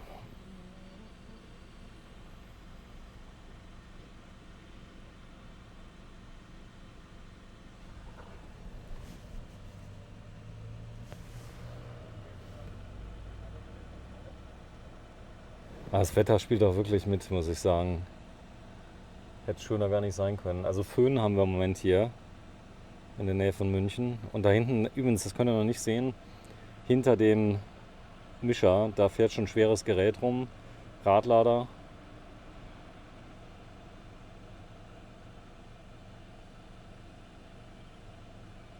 Und ich gehe mal ganz kurz zum Kollegen. Derweil. Babyblau übrigens das Auto. Hi!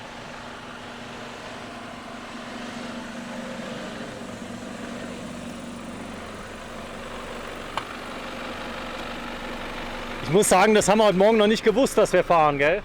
Nein, noch nicht. Deswegen auch das vollkommen falsche Schuhwerk natürlich dabei. Aber ich habe ja auch nicht vor, aus dem Auto auszusteigen jetzt beim Fahren. Dafür haben wir ja das Auto dabei. Ja, wir kriegen es hin. Das ist die Feststellbremse, gell?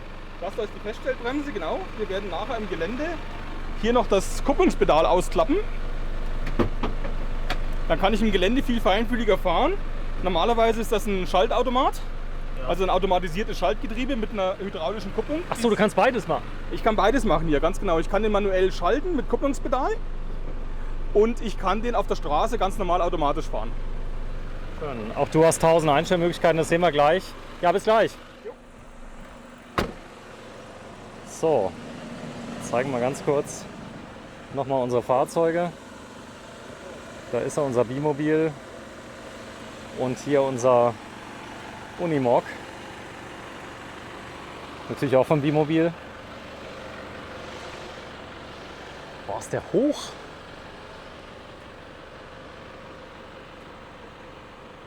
Aber richtig schön.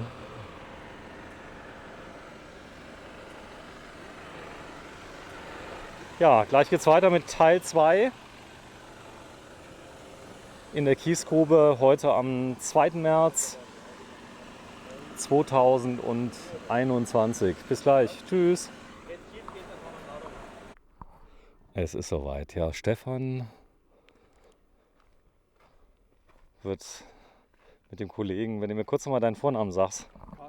Carsten, weil ihr habt unglaublich viele Stefans da. Ich krieg schon immer Angst, ja. Ja, das war so eine Zeit lang so ein bisschen Einstellungsvoraussetzung, der Name. Aber inzwischen werden auch andere akzeptiert.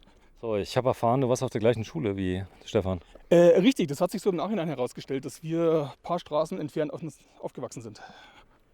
So, das ist, ja, du kennst die Grube, aber sie ändert sich ja permanent. Ich war tatsächlich hier noch nicht. Er war hier noch nicht, aber waren hier schon oft. Also wir können schauen, dass wir ins Loch unten reinfahren. Da müssen wir aber, wenn ich es richtig sehe, hinten rein. Wir können hier hinten runterfahren. Da können wir in das Loch rein und... Achso, das ist eine Rampe hin, ja? Ja, und da hinten können wir ein bisschen spielen. In das Loch dürfen wir nicht rein. Und da oben ist Renaturierung, da dürfen wir auch nicht rein. Was wir auch machen können, Carsten, im Unimog zumindest, wir können hier runterfahren und die Rampe wieder hoch. Hinten hoch, ja. Ja, das ist die steile? Ja. Das packt er. Ja, natürlich. Deswegen fahren wir mit dem Unimog und gehen nicht zu Fuß, weil es ist viel einfacher im Unimog. Okay, also wenn ich dumme Fragen stelle. Ich glaube, es ist von außen gar nicht so spektakulär, wie es von innen ist. Wenn du, glaube ich, runterfährst und du bist es nicht gewohnt. Es ist, glaube ich, eher umgekehrt. Echt? Es kommt einem von innen bei weitem nicht so schlimm vor, als wie es von außen aussieht. So, ihr fahrt mal bitte, ich bleib draußen, ich renne euch hinterher oder davor, mal gucken, wie wir es machen. Und dann, ja, machen wir es mal. Kann ja mit draußen bleiben. Carsten dreht eine Runde, ich bleibe bei dir. Dann kann ich das ein bisschen kommentieren. Und du hast Funkgerät dabei. Wir können kommunizieren. Genau, dann würde ich erstmal hier runter und hinten die Rampe hoch, drehen oben und dann wieder runter. Genau. Ganz genau. Ja. Ich würde schon gern so ein kleines bisschen mitlaufen, weil ich ein extremes Weitwinkel drauf habe und dass wir das Ganze mal filmen. Aber ich würde es gerne in Echtzeit machen. Also ich glaube, wir finden zueinander. Okay? Ja, ich mache das Ganze in Schritttempo, dass du auch hinterherlaufen kannst. Genau, dass du das auch mal ein klein wenig erklärst. Du hast Funkgerät. Ich höre dir zu, ich habe das Mikro dann am Funkgerät dran, vom Stefan, Carsten. Ja. Gut, dann hol mal. Den Sprinter fahre ich da schnell auf die Platte. Ja? Okay. Und dann kommt der Carsten an uns vorbei. Prima, so machen wir es. Genau so. Gut. Ich bleib hier. Okay. Ich laufe dann. Du läufst? Ich laufe. Okay. Dann habe ich wenigstens ein paar Außenaufnahmen. Ja. Aber das Blau ist so scharf. Das Blau mit dem Silber, das hat was, gell? Ja, das ist toll. Toll. Und so ein Auto darf man auch mutig fahren. Also. Ja, aber das Blaue ganz anders. Er hat mir nämlich gesagt, dass auch der Kleine dem Großen in fast nichts nachsteht.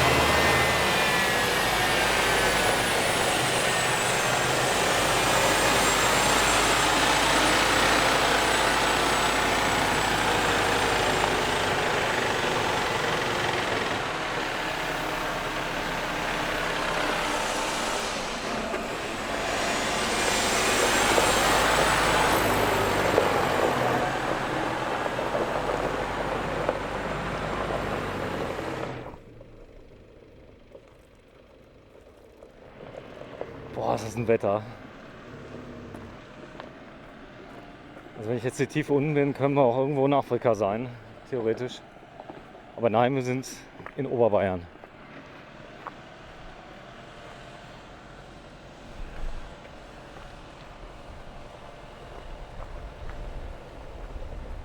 Boah, die Rampe ist aber auch...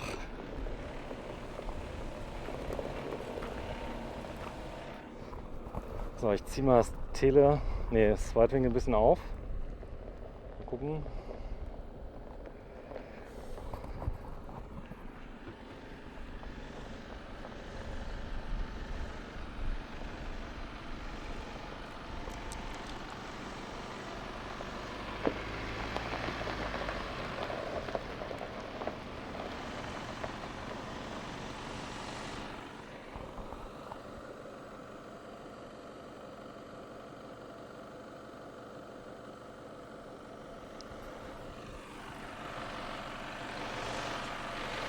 Im Prinzip so ein Radlader, der hier fährt, der kommt ja auch locker hoch, oder? Im Prinzip ja, der ist natürlich auf die Kraft ausgelegt und auf die Traktion ausgelegt, aber der tut sich auf der Straße halt relativ schwer. Okay. Sag mal, die Bergabfahrhilfe, hat er sowas? Bergabfahrhilfe an sich brauchen wir hier nicht, das mache ich mit der Motorbremse. Okay. Ich habe die Geländeuntersetzung drin, das heißt, ich habe ein kurzes Vorgelege und habe eine sehr wirksame Motorbremse und kann hier im niedrigen Gang mit der Motorbremse ohne mitzubremsen runterfahren. Okay, immer. So, das Funkgerät. Das Funkgerät, ja. Genau, wenn du es mal gerade ganz laut machst, bitte, so laut wie es geht. Dann habe ich es ein bisschen einfacher. Mach mal Sprachtest. 1, 2, 3. Ja, perfekt. Ja, dann walte deines Amtes. Das ist aber eine coole Socke, der Carsten. Also Absolut. Und du kannst ihn egal was fragen, wir haben ja nichts vorbereitet. Einordnung, ich bin jetzt im 3. Gang in der Untersetzung.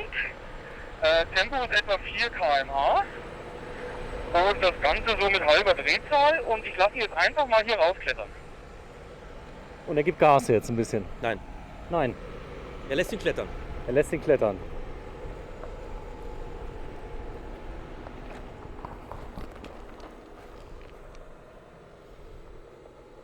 Das macht das Auto, das kann das Auto. Und das ist also für den Unimog noch keinerlei Anstrengung. Ungefähr die Steigung, was denkst du? Was ist das? 15 Grad. 15 Grad. Da geht noch mehr? 45. Echt? 45? Unimog kann 100%. Also 100% ist 45 Grad? Ja. Ja.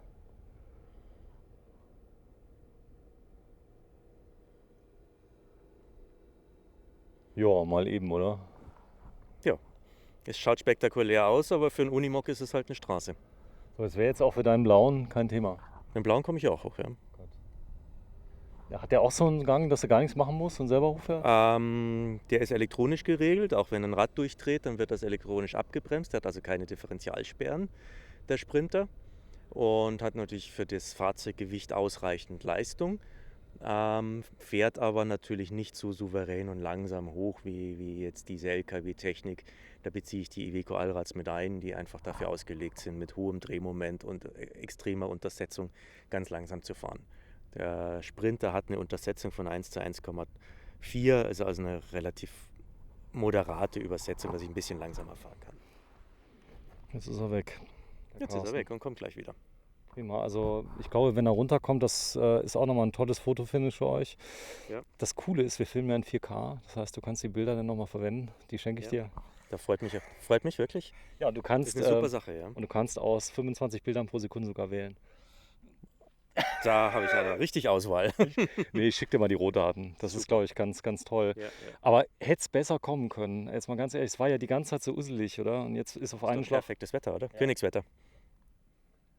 Und wenn du jetzt hier so bist, das könnte ja auch irgendwo in Afrika sein hier, oder? Man sieht es nicht. Ja. Es sind auch tatsächlich das eine oder andere Prospektbild ist hier aus der Region. Du alter Faker. So, und jetzt den Berg runter. Ich fahre das Ganze im 3. Gang in der Untersetzung und nur mit der Motorbremse, ohne mitzubremsen.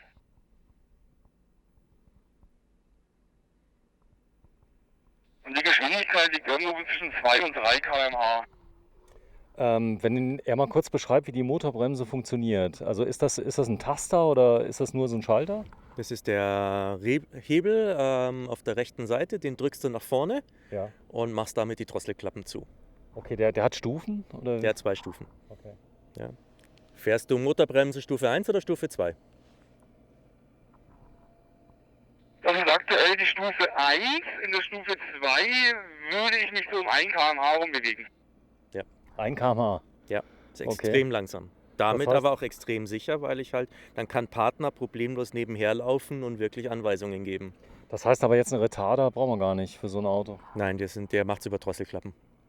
Das heißt, der macht also wirklich die einzelnen Zylinder zu, sodass ich über den komprimierten Luftdruck bremse. Das ist extrem effektiv und es wird nichts heiß dabei. Zwischenzeitlich kann ich die Motorbremse sogar ganz rausnehmen und arbeite allein mit der normalen Motorbremskraft, ohne die Drosselklappe.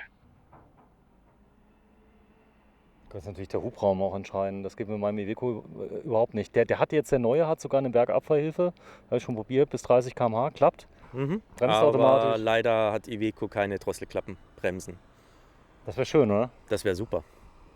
Gut, du bist ja da direkt an der Quelle. Ja. Die Ich habe Iveco natürlich Leute? auch schon diskutiert mit denen, aber das bringen sie nicht durch. Obwohl es das für den Motor gibt. Also der Stefan, ich darf dir mal ein Kompliment machen. Das ist eines der schönsten Autos, die ich je gesehen habe. Vielen Dank, das freut mich. Und da vorne die Lichtanlage, die ist so cool. So reduziert. Ja. Einen Lichtbalken hätten wir noch drauf, aber wir haben den Ersatzradträger gerade nicht dabei. Der kommt noch oben drauf.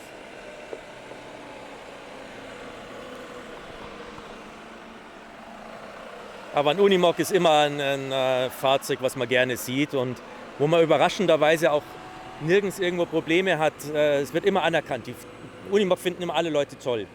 Nie protzig, nie angeberisch oder so, sondern die kommen immer und sagen, wow, was für ein tolles Auto. Das ist die Erfahrung, die wir gemacht haben. Sag mal so, die Räder bleiben immer am Boden oder kann es sein, dass auch mal eins abhebt? Es kann auch sein, dass eins abhebt, aber da muss man sich beim Unimog ordentlich Mühe geben. Genau. Ja, ich würde schon mal gern sehen, wie du da hochfährst, wenn ich ganz ehrlich bin. Sprinter? Mit dem Sprinter? Dann mache ich das mal eben. Ich fahr mal mit. Ja. Das ist. Oder weißt du was? Du fährst einfach mal ein Stückchen hoch Ja. und dann vielleicht mal ein Stück wieder runter, nimmst mich mit und dann fahre ich mal mit hoch, Okay. dass man das Ganze mal sieht. Denn du hast mir erzählt, also das, was der Unimog kann, das kann der Sprinter fast. Also der Unimog kann natürlich deutlich mehr als der Sprinter. Ja. Der hat andere Geschwindigkeiten, er kann viel langsamer, er hat viel mehr Bodenfreiheit, er hat ganz andere Räder, er hat ganz andere Reifendrücke. Das heißt, mit einem Sprinter kann schon sein, dass mir hier ein Rad ein bisschen durchgeht. Das ist beim Unimog noch lange nicht der Fall. Weißt du was, ich fahre dir hinterher. Was hältst du denn davon? Oder so. Mit dem Unimog. Dann Ja. steige ich mal bei ihm ein. Mach das. Das ist ja cool.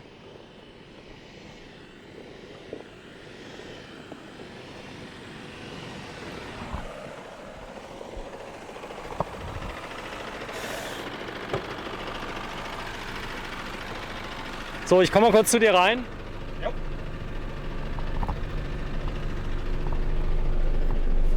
So, jetzt ist hier eine Besonderheit. Hier ist eine Öffnung. Ganz genau. Das Kannst du die ist noch öffnen? Aus Militärzeiten. Das sogenannte Panzerturmlug. Ich kann hier also mit, wenn du mal da drüben auf den Gegend drehst, Warte, mache ich. auf deiner Seite, kannst du das Ganze hier auf die Seite schieben. Okay, das würde mir nämlich enorm helfen. Und dann kannst du quasi da oben rausfilmen. So, wir haben jetzt mal gesagt, er fährt jetzt auch mal da hoch, Ja. dass wir das Ganze mal sehen. Und Ich hier gerade ein bisschen auf dem Weg. das ist natürlich toll, wenn du Fotos machen möchtest, die Luke, oder? Ja, logisch. Das ist zum einen natürlich für Fotos, zum anderen kann ich da auch aus dem Fahrzeug nach oben mal raus, wenn ich auf den Aufbau irgendwie drauf möchte. Also es ist, ja, und ich kann natürlich Sonne reinlassen und Frischluft reinlassen. Frischluft ist auch ein Thema, gell? Ja. Okay. Ich bin bereit. Und du kannst.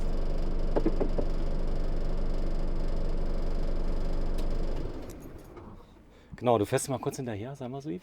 Ja. Damit du auch was zu tun hast. Und ich glaube, wir machen oben nochmal zu. Ist ein bisschen ruhiger.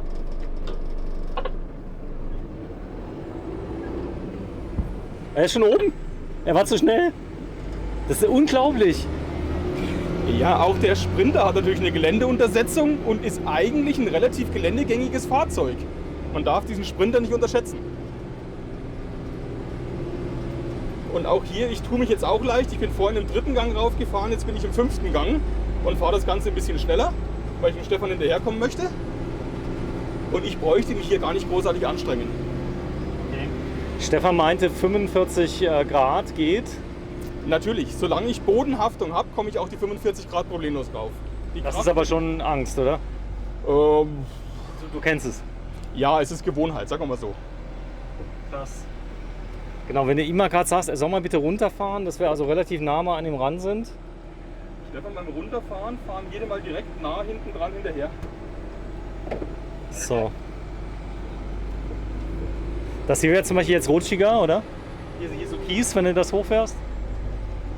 Ja, es kommt nur mal auf den Untergrund an. Also Kies ist natürlich von Haus aus schon einmal rutschiger. Da rollt mir eher mal der Kies unterm Reifen weg. Ich muss meine Fahrweise anpassen. Eventuell die Differentialsperren nutzen oder ein bisschen mehr Schwung nehmen. Da muss ich mich auf den Untergrund einfach einstellen. So, wir haben eben mal kurz gesagt, das Gefälle oder die Steigung ca. 15 Grad, würdest du auch sagen? Ja, so zwischen 15 und stellenweise bis zu 25 hätte ich jetzt grob geschätzt. Gut, aber... Ach so, hinten der Sprinter, kann der auch 45 Grad? Nein, das kriegt er nicht ganz hin. Aber es geht viel mit dem Sprinter, oder? Es geht definitiv mehr, als man ihm zutraut. Also man darf diesen Sprinter, wie gesagt, nicht unterschätzen. So, man sieht ja jetzt von hinten auch die Winkel, die er hat. Also er hat ja auch gute Böschungs- und Rampenwinkel. Gerade mit dem kurzen Sprinter hier auf dem 366er. So, er soll mal gerade ein bisschen langsamer machen, bitte? Machen wir ein bisschen langsamer. So, dass wir etwas näher rankommen, denn... Mal gerade gucken, ja, ich habe den Weitwinkel voll aufgezogen. Ah, jetzt sieht man schon vorne das Vorderrad, der bremst, das Vorderrad dreht durch oder bleibt stehen. Du kannst die Bremse wieder ein Stück aufmachen, du gräbst dich ein. Ja, jetzt sieht man mal, wie weich der Boden eigentlich ist. Ne? Wie er beim Bremsen schon mit den relativ kleinen Rädern im Vergleich zum Unimog natürlich in den weichen Boden einsinkt. Das ist aber noch gar kein Thema, oder hier? Ist alles überhaupt kein Thema, nein. Das ist, wie gesagt, alles ein bisschen einstellen auf den Untergrund und absolut fahrbar. Auch so mit dem Sprinter. Wenn es jetzt nass wäre, wäre die Situation anders hier in der Kiesgrube? Ja klar, nass ist immer ein anderes Thema. Wenn ich jetzt einen nassen Erdboden habe oder einen nassen Lehmboden, der rutscht natürlich ganz anders. Und dann ist es teilweise auch so, dass ich keinen Meter mehr vorwärts komme. Dass ich mit 4 durchdrehenden Rädern einfach dastehe und keine Chance mehr habe. So, du darfst mir mal ganz kurz... Genau, wenn du mal so lieb bist, dem Stefan auch gerade mal sagst, wir erklären mal ganz kurz den Unimog, wenn das okay ist. Hallo Stefan. So, wir machen jetzt mal eine kurze Erklärung vom Unimog. So, warte mal kurz, ich mache mal gerade die Klappe oben auf, denn es ist warm. Und das ist natürlich eine prima Sache hier oben, das Loch. Und ich mache meinen Weitwinkel nochmal auf. Da sind wir. So, das ist das Lenkrad. Das ist das Lenkrad, ganz genau, schön groß und griffig, ist auch voll verstellbar in der Höhe und in der Weite. Ich habe jetzt hier natürlich bei dem Unimog, man sieht so schon Pkw-Komfort mit Bordcomputer und allem drum und dran. Ich habe hier eigentlich am interessantesten natürlich den Wahlschalter für Allradantrieb, Differentialsperren vorne und hinten. Jetzt haben wir aktuell nur den Allradantrieb drin, das heißt, ich habe vorne und hinten eine starre Verbindung. Differentialsperren brauche ich hier noch keine. Ich kann hier mein ABS umschalten auf Offroad-Betrieb.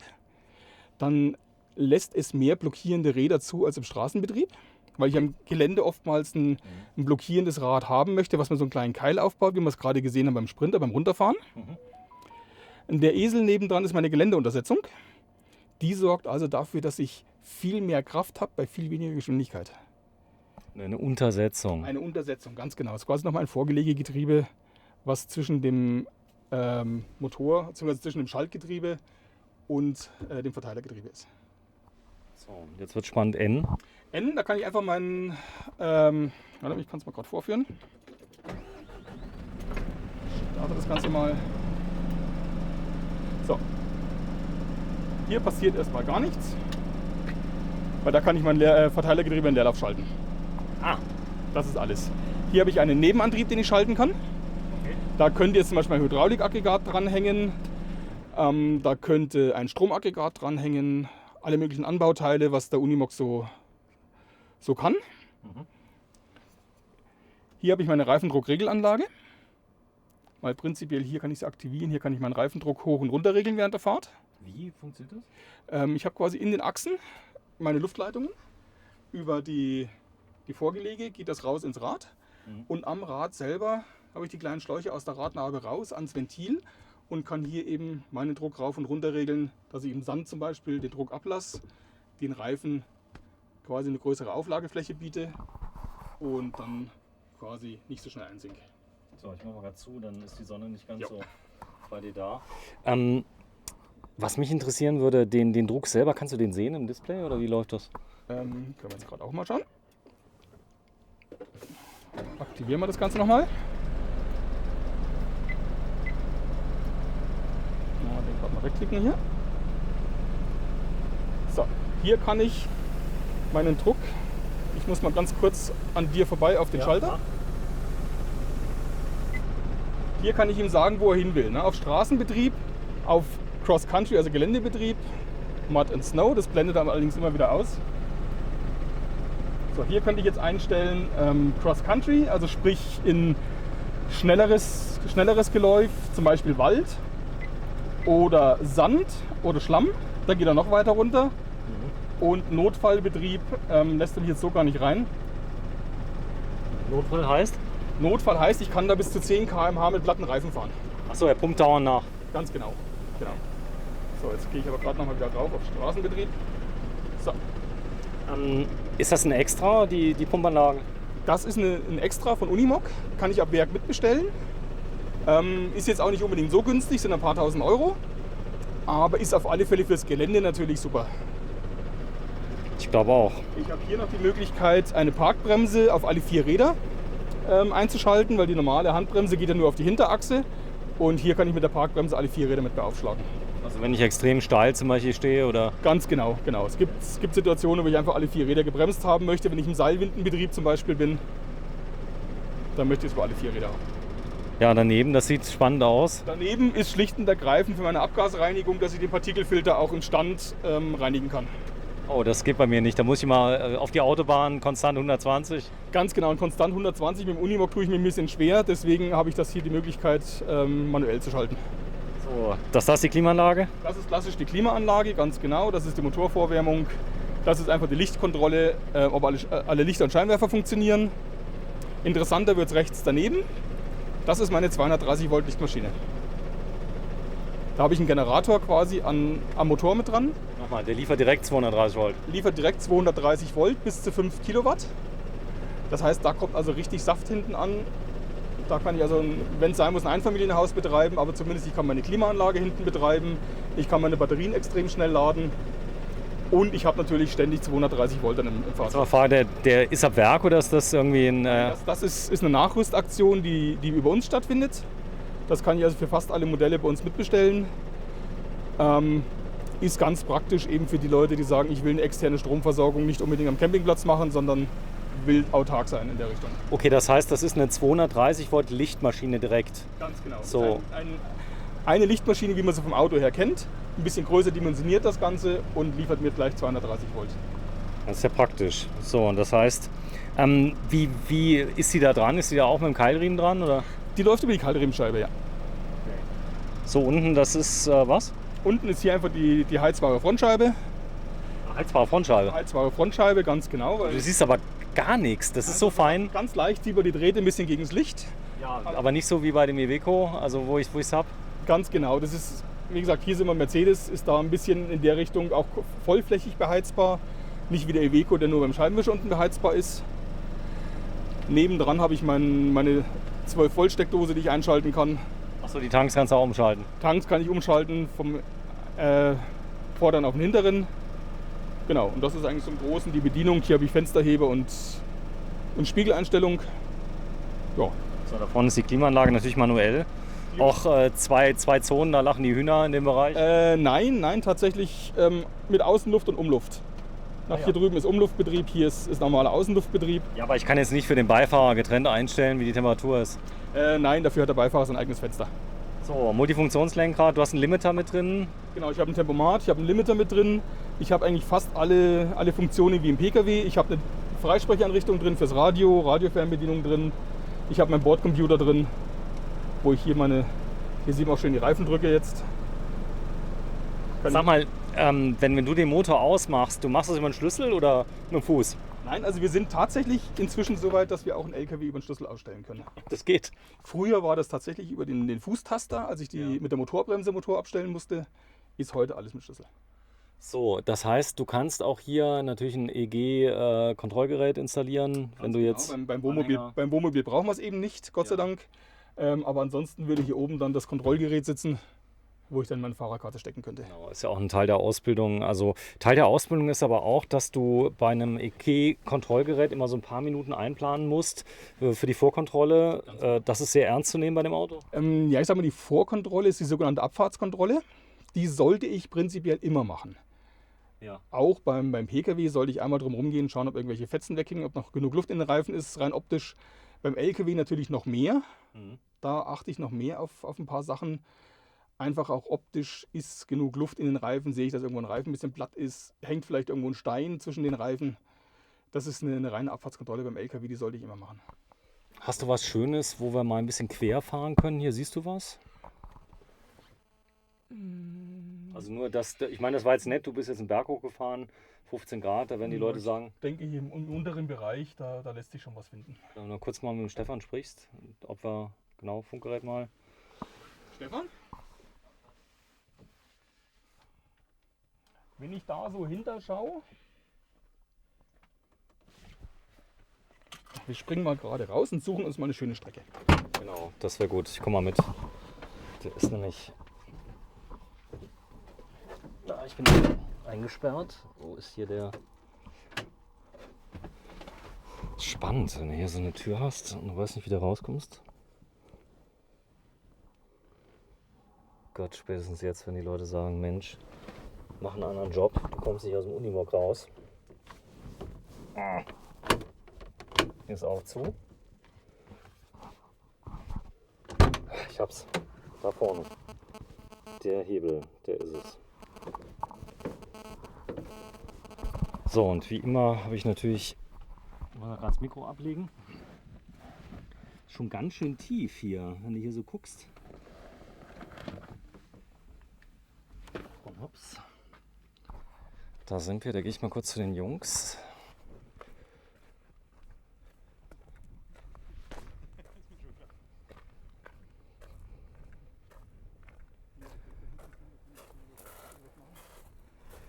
Boah, Stefan, ich glaube, wir geben hier ein total falsches Bild ab von dir. Weil das ist ja nicht so, dass ihr jeden Tag in der Kiesgrube seid, oder? Leider nein. Das wäre aber eine Alternative. Wir brauchen noch eine Dienstkiesgrube. Eine Dienstkiesgrube, aber das ist doch genial hier, oder? Für egal was für Tests. Ja, ist das super. Und wenn der Kunde so kurz vor der Unterschrift ist, ja, dann fährst du nochmal hier mit rein. Also, sie kommen erst wieder raus, wenn sie unterschrieben haben. So, nee, aber... Wenn es einfach wäre, ja. Wir haben beschlossen jetzt, wir fahren unten runter. Ja. Und genau da drüben in diesem Tal, da gehen wir mal kurz mit dem Unimog rein. Ja, sehr schön, das machen wir. Ich fahre mal mit dir mit. Gut aus, ja? Genau. Ich fahre dir mal hinterher und dann gucken wir mal. Voraus, ja. Du arbeitest dich runter, Carsten. Auf, wie geht's? Es war schön, dir zuzugucken. Also, denn. Man sieht die Unterschiede einfach. Genau. Der Sprinter kann das, aber der Sprinter ist hier schon grenzwertig. Der hat keinen Bergabfahrassistent. Und dementsprechend ist er schneller, das heißt, du musst mitbremsen und beim Mitbremsen, habt ihr ja gesehen, gräbst du dich schon ein bisschen mit den Rädern im feinen Schotter ein. Prima, Ja? komm. Und das sind einfach die Unterschiede. Ich habe es gesehen, also das Vorderrad war so ein bisschen eingegraben. Aber Stefan, du hast zu mir gesagt, das Thema Fahrertraining, ein guter Fahrer, der holt fast aus jedem Auto noch viel raus, oder? Ja, absolut. Sag mal, du wärst hier jetzt mit dem Heckantrieb, wärst du schon verloren hier? Auf dem weichen Schotter, denke ich, hätte man hier schon verloren gehabt. Ja. Boah, ist das eine Maschine, dieser Unimog, wenn er drin sitzt. Allein schon, wenn du so vom Campingplatz losfährst und der klingt ja schon ganz anders. Ja, ist doch schön, oder?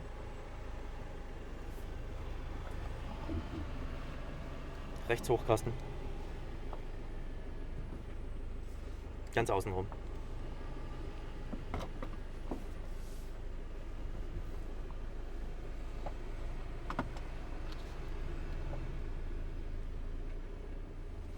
Es geht irgendwo unter den Förderband durch. Nochmal bitte, ich habe akustisch nicht verstanden. Es geht unter dem Förderband durch.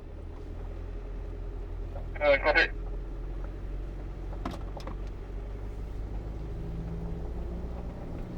Ich habe jetzt hier beim Sprinter ein Allrad eingestellt und den Low Range. Ist aber natürlich von der Untersetzung her eine ganz, ganz andere Sache. Und das ist jetzt die Sache, ich fahre extrem langsam und ich fahre jetzt mit dem Wandler.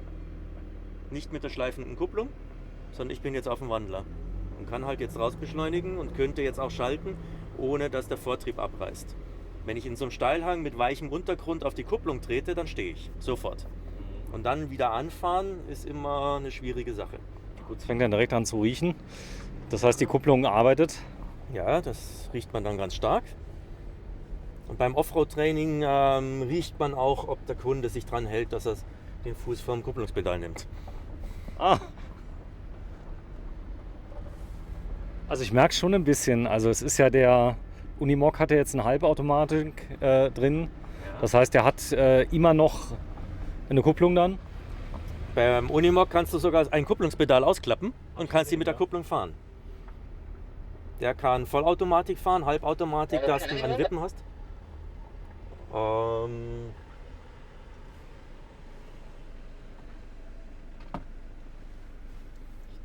Ich denke, da geht's runter, ja. Ja, sehr richtig aus.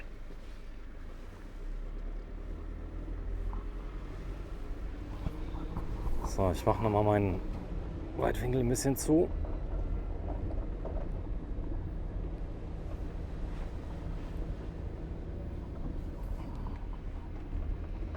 Für alle Fans der Fotografie, wir filmen mit einem APS-C auf 18 gerade, 18 mm und üblicherweise übrigens auf 10 mm mit dem neuen Sony-Objektiv. Ich will ja keine Werbung für Sony machen, aber das Objektiv ist wirklich gut.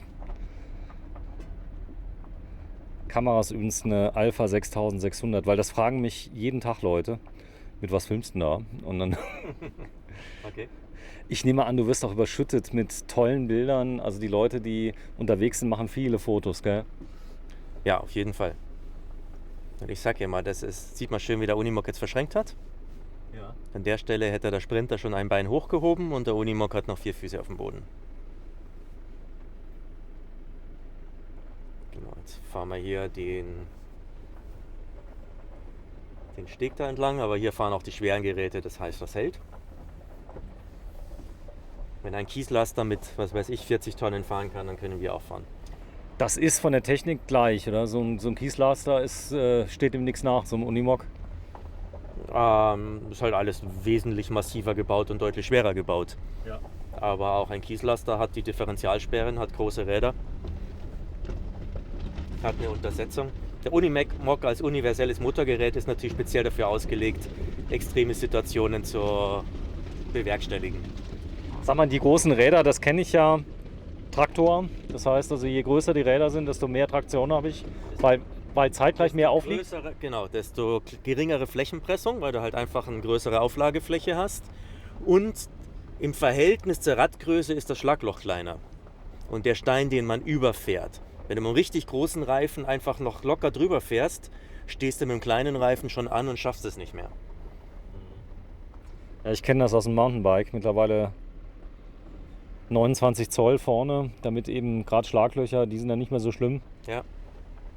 So, und es gibt demnächst ja für den Sprinter, hast du erzählt, ich glaube es war der Sprinter, nee, es war der Iveco, macht der eine neue Felge? Iveco kriegt eine 20 Zoll Felge mit einem 37 Zoll, also ein 37 13,5 R20. Das wird dann ein sehr, sehr spektakuläres Rad. Und mit den Langsamfahreigenschaften vom Iveco oder sowas würde das, was wir mit dem Unimog gerade fahren, kann der Iveco hier locker mitfahren. Das müsst du nur dem Kollegen das uns ein bisschen absprechen, dann kann ich das nämlich mal filmen. Ich stelle jetzt einen Sprinter hier hin und dann fährt der Carsten da hinten runter. Ich glaube, ihr bleibt besser draußen aus dem Ding, das ist ziemlich weich. Wir wollen ja den Unterschied Sprinter zu Unimog zeigen. So, das heißt, ihr bleibt besser draußen. Wir bleiben hier. Ich kann aber zu Fuß dahin, oder wie sollen wir es machen? Komm. Ja, das macht nichts.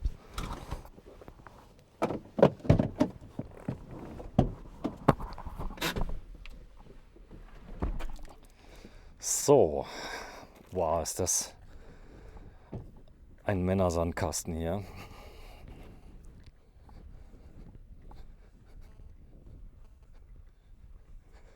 So, Carsten, du wolltest es wissen. Wenn du mich mal kurz in Szene setzt, wenn ich jetzt Offroad fahre, du hast mir erzählt, es läuft öfter mal einer mit, der geht vor. Was hat der für eine Aufgabe? Grundsätzlich muss ich wissen, wo ich hinfahre. Ich will also im Gelände erstmal wissen, wo fahre ich überhaupt hin? Wie sieht mein Gelände aus? Nicht, dass ich irgendwo reinfahre, wo ich nicht mehr rauskomme oder im Extremfall über eine Kuppe fahre und dahinter ist einfach nur noch senkrecht runter. Deswegen steige ich dann immer selber aus oder habe meinen Einweiser dabei, der vorausgeht und das Gelände anschaut. Warte, ich zeig's mal. Ja, Das Profil schaut sofort so aus. Warte, zeig's mal. Das Profil schaut sofort so aus. Lehm, gell? Lehm. Und damit ist das Profil zu und das muss ich vorher wissen. Genau, warte mal. Hier durchfahre. Das ist ein selbstreinigendes Offroad-Profil, das geht noch. Wenn ich mit Sprinter hier reinfahre, bin ich unterwegs, als wäre ich auf Slicks. Das war der Grund, warum er direkt gesagt hat, mit den Es Reifen. ist weich und das sind nicht die richtigen Reifen, dafür ist nicht grobstollig genug. Gibt es Reifen, die besser sind für einen Sprinter? Nein, es ist immer, das Thema Reifen ist natürlich sehr abhängig von dem Untergrund, auf dem ich fahre, dem Einsatzzweck. Es gibt nicht den perfekten Reifen. Es gibt nur den Reifen, der für den Untergrund eben passt. Okay, das heißt, also ich habe im Zweifel mehr Reifen dabei. Das ist beim Unimog ja nicht so einfach. Entweder habe ich einen Anhänger mit vielen Reifen, das macht natürlich niemand. Nein, ich brauche einen Kompromissreifen, wo ich sage, der Unimog ist natürlich auf Offroad ausgelegt, aber die Michelin XZL, wenn ich da mit Langstrecke fahre, radiere ich mir den einfach runter und mache ihn letztendlich kaputt. Der All-Terrain, wie der Name sagt, ist ein All-Terrain, also ein Reifen, der überall mitspielt, im Umkehrschluss aber nirgends perfekt ist. So, wo wäre jetzt der Baum, der dich rauszieht? Ja, hier natürlich nirgends. Das heißt, hier muss ich vorher darauf achten, wo fahre ich überhaupt hin. Und im Zweifelsfall ist der Baum dann ein großer gelber Radlader. Komm, ich schaue mal ganz kurz. Genau, du kannst jetzt im Zweifel anrufen. Jetzt sind wir ja vor 5 Uhr oder so, dann geht das noch. Genau, wir sind in einer kontrollierten Umgebung. Bin ich natürlich in freier Wildbahn unterwegs, schaue ich, dass ich immer 2 etwa gleichwertige Fahrzeuge habe. Dass wirklich einer den Ganz anderen wichtig, bergen gell? Genau. kann. Ist ganz wichtig. Ich mache sowas nicht alleine. Ist wie beim Tauchen, Buddy-System. Beide mit Winde. Im perfekten Fall beide mit Winde. Wie so Bergsteiger, der eine sichert den anderen ein bisschen ab. Ganz genau, das ist dasselbe System. Und die selbstreinigenden Reifen, das bedeutet, das Profil ist... Du hast hier, siehst ein sehr grobstolliges Profil mit einem sehr hohen Negativanteil. Das heißt, der Negativanteil, das sind diese Gräben hier, die man sieht. Ne? Und man sieht es hier schön, der Dreck geht hier rein. Und durch die Umdrehung, durch diesen hohen Negativanteil, wird das relativ schnell wieder rausgeschleudert. Hat keine Chance, da drin zu bleiben. Hat gar keine Chance, da großartig sich festzusetzen. Und noch dazu sind die Blöcke auch ein bisschen konisch geformt. Das heißt, die gehen nach unten breit dazu. Das heißt, der Dreck wird nicht im Reifen gehalten, sondern wird rausgeschleudert. So, die Aufgabe wäre jetzt für deine Prüflinge, wenn du welche hättest hier? Die allererste Aufgabe wäre natürlich erstmal Gelände sondieren, schauen, wo fahre ich überhaupt hin. Das ist immer das allererste. Ich habe eine gute Idee. Wir sind doch hier auf Privatgelände, oder? Ja. Du weißt, was ich weiß, was du willst. Mach. Genau. So, er hat ja ein Funkgerät, du bleibst mit mir draußen, okay? Ja. Und ich sag mal, am Privatgelände brauche ich ja keinen Führerschein, so ist es. Die Genehmigung haben wir. Das ist abgeschlossenes Gelände. Abgeschlossenes Gelände, da können wir mal üben. Das dürfen auf euren Terrains auch mal Leute größere Fahrzeuge fahren, theoretisch, auf Privatgelände? Solange das Ganze abgeschlossenes Gelände ist, ist alles kein Thema. Kann man hier so sagen. Kann man hier so sagen, ja. Also hier ist relativ wenig öffentlicher Verkehr. Boah, ich liebe euch. Du kamst ja auf die Idee, heute Vormittag hast gesagt, ey, komm, wir fahren mal in die Kiesgrube. Ich finde euch so cool. Ihr seid echt coole Socken. Ah ja, wir machen das mal. Dann kommt er auch mal zu seinem Spaß, hat er bestimmt schon 100 Mal gemacht, ja. Der hat einiges drauf. Aber du hast ein cooles Auto gebaut, muss ich mal sagen. Das ist so der mit dem richtigen, ungefähr Stückzahl im Jahr. Wie viel macht ihr da? Unimogs? Ja. Einen. Ja. Das ist eher so Fun-Faktor ein bisschen? Es ist ein sehr, sehr teures Fahrzeug und er kann unglaublich viel, was nicht jeder braucht. Ja? Und es hat auch Nachteile, wenn sich das jemand just for fun kauft, man weiß, man hat einen richtigen LKW jetzt da, oder? Was heißt Nachteil? Ich fahre ein Fahrzeug über 7,5 Tonnen, ich brauche einen LKW-Schein. Und in dem Moment bin ich einfach in der nächsten Kategorie. Und wie gesagt... Ich meine so Lautstärke, Fahrkomfort, Spritverbrauch, das ist... LKW. LKW. Bin ich einfach im LKW-Bereich. Ja, ich fahre große, grobstollige Reifen, die hört man, die singen immer so schön mit. Das ist aber eine Frequenz, die ich persönlich sehr gerne mag. Es stört mich nicht. Ja? Es stört mich nicht. Nein, es ist einfach so, ja. Genau, es gibt andere Geräusche, die empfindet man als lästig. Das Singen der XZL mag ich. Ja, okay. Ja, das ist ein ganz typisches Geräusch. Man hört es auch auf der Autobahn, wenn einer an einem vorbeikommt und sagt, na okay, der hat nichts. Fast den Luftdruck bestimmen. Genau. So, wir machen nämlich jetzt mal eins, das habe ich gemacht bei, wo war es denn nochmal? Wann das? Genau, bei Volvo Baumaschinen sind wir nämlich einmal runter und einmal raufgefahren und haben auch mal gestoppt. Das kann ja mal vorkommen, dass ich stoppen muss wieder zurück. Ja, das kann natürlich vorkommen. Ich sollte es natürlich vermeiden und muss dann in der Regel auch erstmal rückwärts wieder runter, um dann vorwärts wieder hochzufahren. Ah, okay, das klappt nicht immer. Klappt nicht immer, also im Berg stehen bleiben ist immer ein bisschen kritisch und da sollte ich wirklich schauen, dass ich rückwärts aus der Situation wieder rauskomme. Weil beim Anfahren, ich habe natürlich die Chance, dass mir das Fahrzeug einfach mal wegrutscht oder wegrollt und ich mit der Kupplung zu langsam bin. Deswegen sage ich immer rückwärts runter und dann nochmal neu ansetzen. Okay. Wenn es aber gar nicht anders geht, weil es eben ganz eng ist, habe ich schon mal gesehen in so Filmen, da geht es so rechts den Berg runter und so. Auch dann ist es sicherer, rückwärts runterzufahren. Okay, verstanden. So, jetzt letzte Frage, bevor es losgeht. Die Gewichtsverteilung, das ist ja, glaube ich, ein wichtiges Thema, oder? Wie geht ihr da vor? Ist das 50-50 auf den Rädern? Im LKW kann es nicht 50-50 sein, weil ein LKW ist immer dafür ausgelegt, dass die Last auf der Hinterachse getragen wird. Okay, weil die Hinterachse antreibt. Ist das der Grund? Nein, weil einfach die Last ist auf der Hinterachse hinten drauf. Das heißt, eine Hinterachse kann immer mehr als die Vorderachse. Man sollte aber das Verhältnis Vorder- zur Hinterachse auch ungefähr einhalten. Es macht also keinen Sinn, wenn ich die Vorderachse am Minimum bewege und die Hinterachse am Maximum, sondern das Verhältnis sollte so sein, wie es auch vom Basisfahrzeughersteller gedacht ist. Also vorne ungefähr also 1/3, hinten 2/3, ist das so? Nee, weiß man nicht. Je nach Fahrzeug. Je nach Fahrzeug, Radstand, Auslegung. MAN hat relativ hohe Vorderachslasten, da kann man anders ausbalancieren als der Iveco Eurocargo zum Beispiel. Der hat vorne, glaube ich, 4 und hinten 18 oder 15 Tonnen oder irgendwie so. Also der hat einen relativ großen Unterschied vor der Hinterachse. So, du darfst rein. Ich soll fahren? Ja, du sollst fahren. Wer ist eigentlich dabei, das Fahrzeug zu reinigen? Habt ihr da so einen Aufbereiter? Das haben wir Mitarbeiter, ja. Okay. Sehr schön. Ja, ist ja so, die fahren ja ab und zu mal. Ja, Stefan Walter des Amtes, du darfst. Ich habe den Luftdruck schon angepasst. So, das haben wir vorhin nicht abgesprochen. Wirklich nicht, oder? Nein, aber tatsächlich habe ich den Luftdruck beim Reinfahren schon runtergelassen. Mein Stefan weiß ja genau, was er tut. Wir schauen jetzt mal, wo wir ihn runterschicken. Warte, wir gehen mal dahin. Ah, endlich mal ein bisschen Action hier. Ganz genau. Ich werde den Stefan jetzt einweisen. Also Stefan hört jetzt eigentlich auf mich und schaut auf mich und fährt quasi dahin, wo ich ihm jetzt anzeige. Das ist immer ganz wichtig im Gelände Teamwork. Ist das hier so eine ganz realistische Sache, die mir auf der Fahrt mal auch begegnen könnte? Hier so Lehm und... Natürlich. Je nachdem, wo ich unterwegs bin, kann mir das durchaus passieren. Ganz klar. So, sehr schön. Da steht er. Stefan, wenn du dann bereit bist, ich gebe dir den Weg an. Ne? So, ich gehe nochmal auf die andere Seite zum Einweisen. So, ich komme mal mit.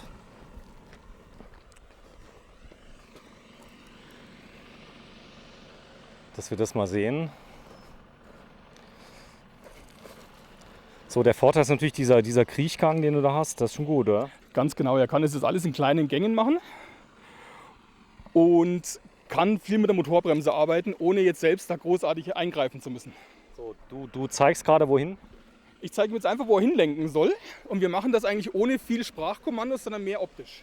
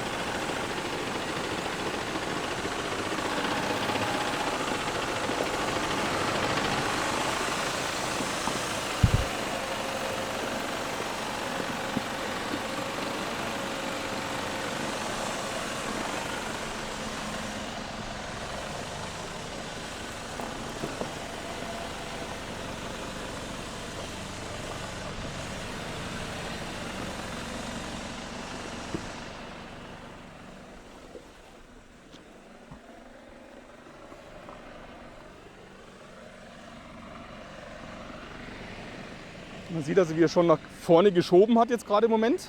Durchs Gewicht einfach und die eingeschlagenen Räder.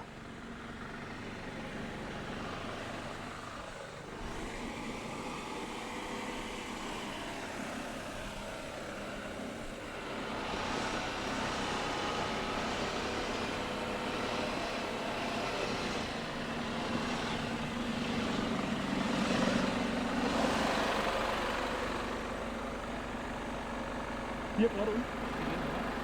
Also hier rauf, ja. Drehst du drum? So, erzähl. So, nächste Runde. Ich lasse ihn jetzt hier hochfahren. Man sieht also diese Kante. Ich gehe mal einfach daneben.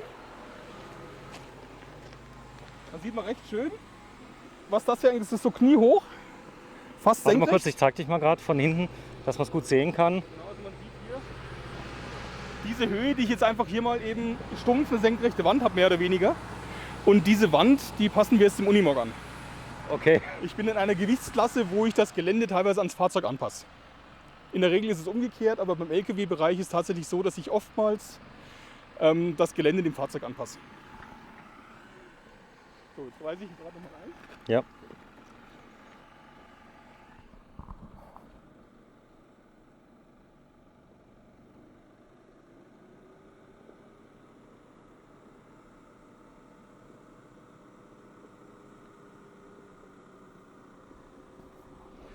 So, für alle, die gerade zuschalten, wir sind in Oberbayern zusammen mit Bimobil in der Kiesgrube mit dem Unimog EX432.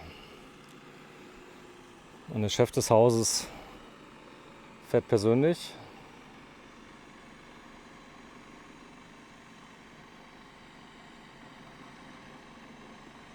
Und der Carsten ist im Vertrieb.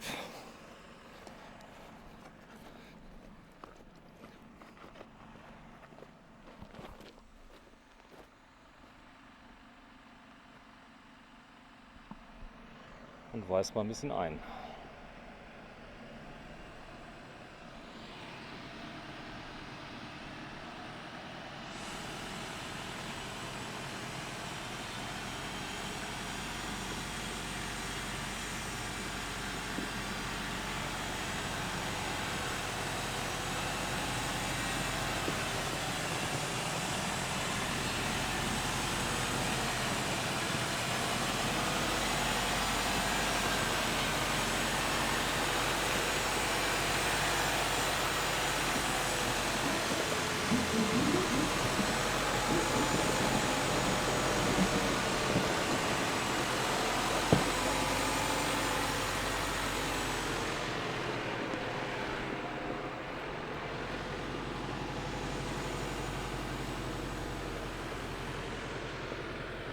Wie easy das ging.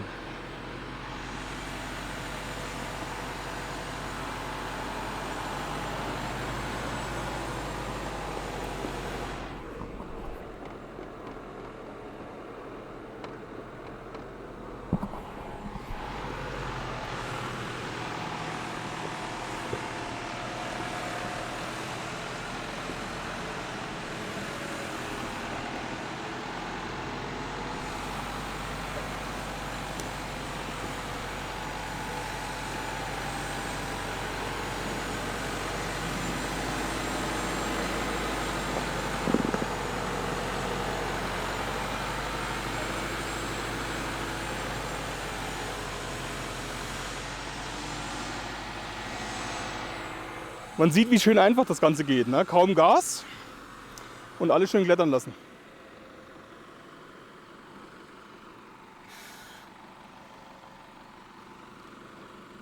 Ja, so einfach ist das mit dem Unimog.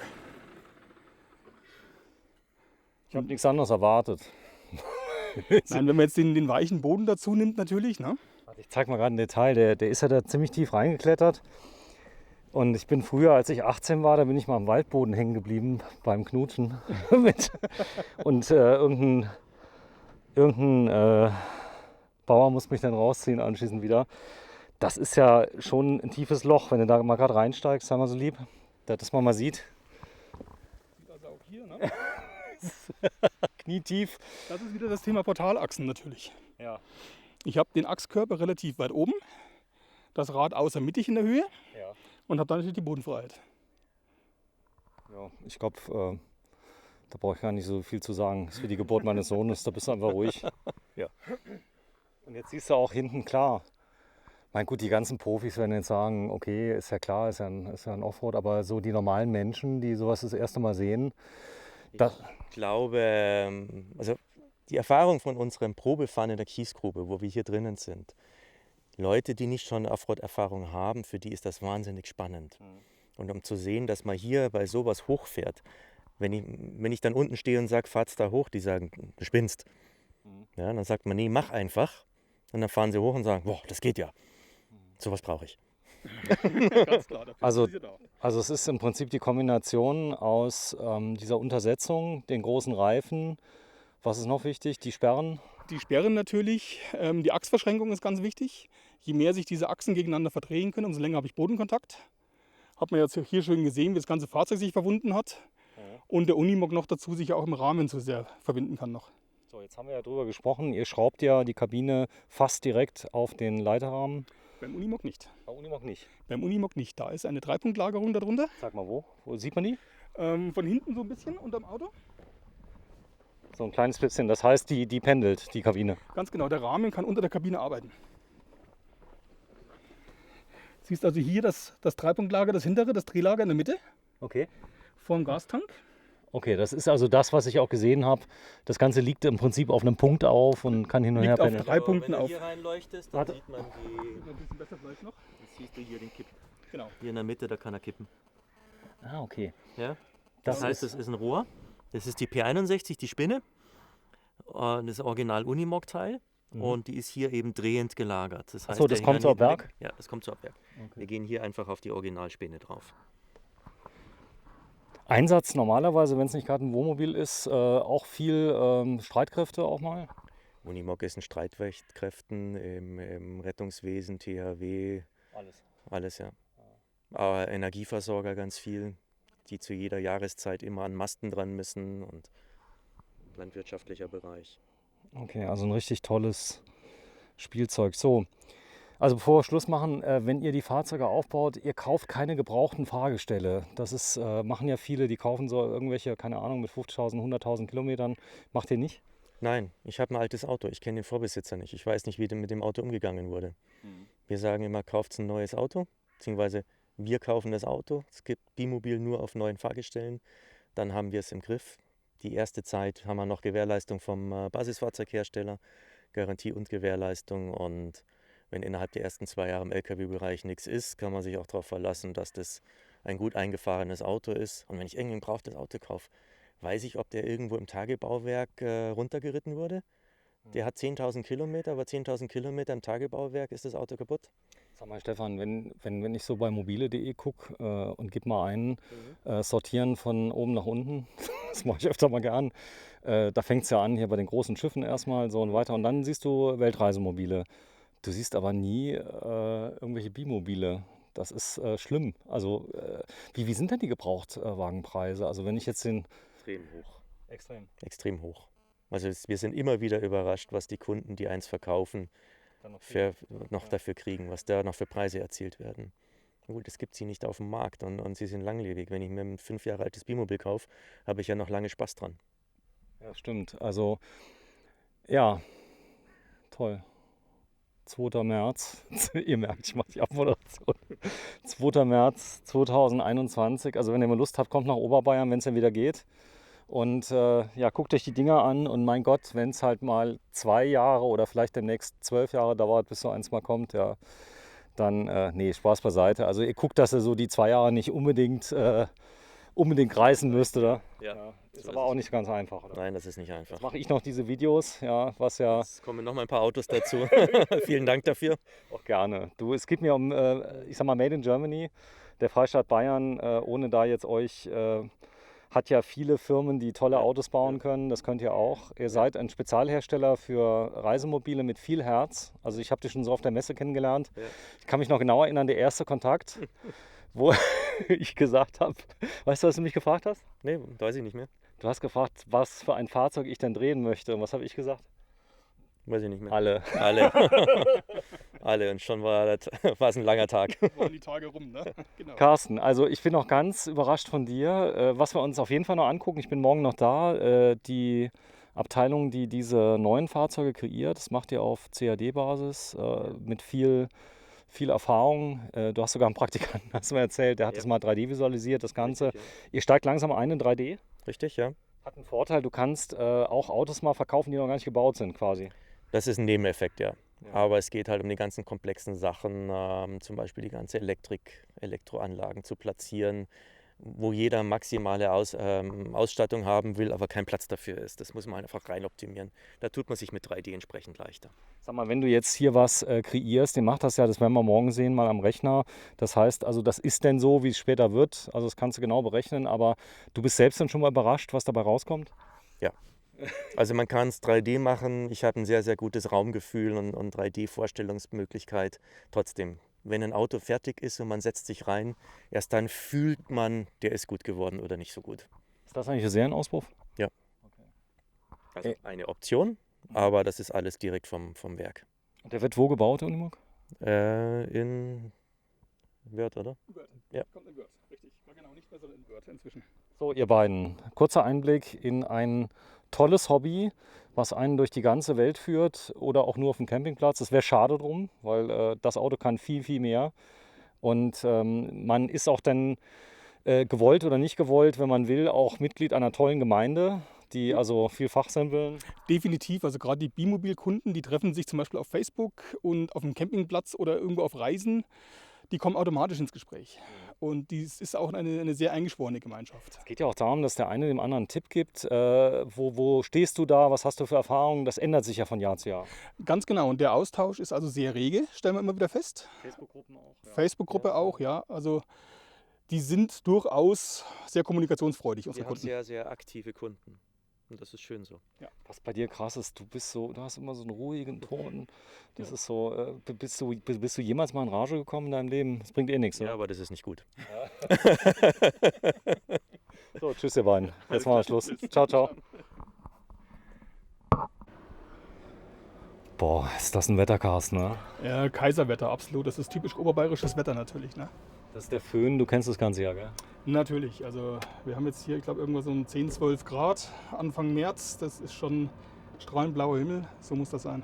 So, wir fahren zurück, du lässt den Motor mal an. Du hast so ein kleines Schmankerl für mich mal vorbereitet, dass ich auch mal sehen kann, was es so ein bisschen kann. Ja, natürlich. Ich bin jetzt aktuell noch hier voll im Offroad-Modus. Das heißt, ich habe das Kupplungspedal noch manuell ausgeklappt. Zeig mal gerade. Also das heißt, es ist eine Automatik und du kannst eigentlich wahlweise... eine Automatik, die ich hier am Lenkrad schalten kann. Okay. Und habe hier also erstmal den Vorwärtsgang, kann hier meine Gänge entsprechend sortieren, wie an der Schaltwippe. Das ist also, ich sehe hier in der Anzeige auch, welcher Gang gerade eingelegt ist. Ich habe die Geländeuntersetzung noch drin und starte jetzt hier einfach schon mal im 4. Gang. Und man merkt also anhand der Geschwindigkeit, 4. Gang, Untersetzung ist mal gar nichts. Und gehe direkt hoch in den 6. Gang. Anzahl der Gänge? 8 Gänge, ja. Also 16. Im Prinzip 16, ganz genau, wenn man nur die Vorwärtsgänge zählt. So ein Unimog hat im Prinzip ein Wendegetriebe, das heißt, ich habe 8 Vorwärtsgänge und 4 Rückwärtsgänge beim Unimog. Weil der schaltet also quasi hinter dem Getriebe einfach um zwischen Vorwärts- und Rückwärtsfahrt. So, wenn du mal kurz bei mir hochmachst, bitte. Und bei dir auch, da haben wir es ein bisschen leiser. Jo. Ja, es ist nur wegen dem Ton. Aber es hat schon Lautstärke hin, oder? Ja, ganz klar. Noch dazu in der Geländeuntersetzung bin ich halt mit einer viel höheren Drehzahl unterwegs. Ja. Da habe ich eine viel höhere Drehzahl als auf der Straße. Und dann wird es natürlich auch relativ laut. Das ist ganz klar. Wie viel? Wir sind jetzt bei 1200 Umdrehungen. Es ist so Beginn grüner Bereich. Wir sind natürlich im LKW-Bereich von der Drehzahl her ganz anders als im PKW. Im LKW-Bereich ist 2000 Umdrehungen ja schon das Maximum eigentlich, was ich haben will.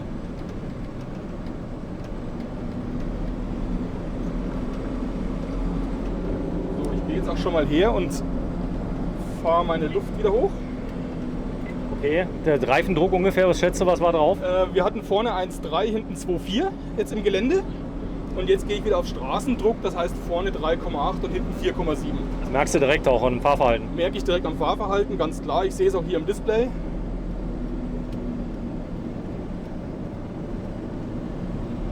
Und das geht jetzt so Stück für Stück hoch, wird durch den Motor, durch den Kompressor, der am Motor angeflanscht ist, der auch die Bremse versorgt, auch entsprechend die Reifenluftdruck versorgt. So, das Ganze elektrisch, normalerweise ja Sperren zum Reinhauen, oder? Meine Sperren habe ich hier auch die werden mit Druckluft geschalten. Das läuft alles über Druckluft inzwischen. Sag mal, der Kühler, ist der schon hydraulisch hier? Der Kühlerlüfter meinst du? Ja, genau. Der ist elektrohydraulisch, ja. Genau, Also das, eine Hydraulikkupplung, die elektrisch dann zugeschaltet wird nach Temperatur auch. das hat einen Grund. Der Kühler darf nie ausfallen, oder? Ganz klar, der Kühler ist natürlich das vitale, zentrale Instrument, dass das Fahrzeug nicht überhitzt im Gelände. Ich habe das ganz oft bei so zum Beispiel Reisebussen, da hast du auch die elektrohydraulischen Kühler. Ich habe ja noch einen Keilriemen. Ja, natürlich, der wird über einen Keilriemen angetrieben. Aber das ist eine Hydraulikkupplung dazwischen, die je nach Temperatur entsprechend auf und zu macht und natürlich auch elektrisch überbrückt werden kann. Das ist das Thema Elektrohydraulik. Aber angetrieben wird es über einen Keilriemen. Sag mal, wie bist du dazu gekommen zum Offroad? Ja, als Kind angefangen mit Motocross und ja, irgendwann gab eins das andere. Immer wieder mal ein bisschen Rallye gefahren, mich gerade hier auf dem Hof verfranst. Warte mal, ich bin gerade falsch abgebogen. Wir müssen eigentlich hier oben rauskommen. Nein, wie gesagt, Motorsport gemacht. Warte, ich zeig mal gerade, da vorne steht auch ein Unimog, gell? Das ist ein alter 404, richtig. Wenn du mal ein Stück vorfährst, ganz kleines bisschen. Genau, da sieht man ihn, ein alter 404. Die Dinger kriegst du nicht kaputt, oder? Nein, kriegst du nicht kaputt. Sind extrem langlebig natürlich auch, ne? Aber auch von der Leistung her, wir sprechen hier irgendwas zwischen 60 und 80 PS und natürlich Fahrkomfort gleich 0. Okay. Genau, jetzt muss ich hier gerade nochmal rangieren, weil wie gesagt, ich habe mich auf dem Hof verfranst. Vor lauter Erzählen falsch abgebogen. So, zum Glück hast du hier eine Rückfahrkamera. Ganz genau, ja. Die ist unterm Koffer montiert. Unterm Koffer? Ja, es ist original Unimog. Und die sauber zu halten, wie geht das? Die bleibt tatsächlich von alleine relativ sauber.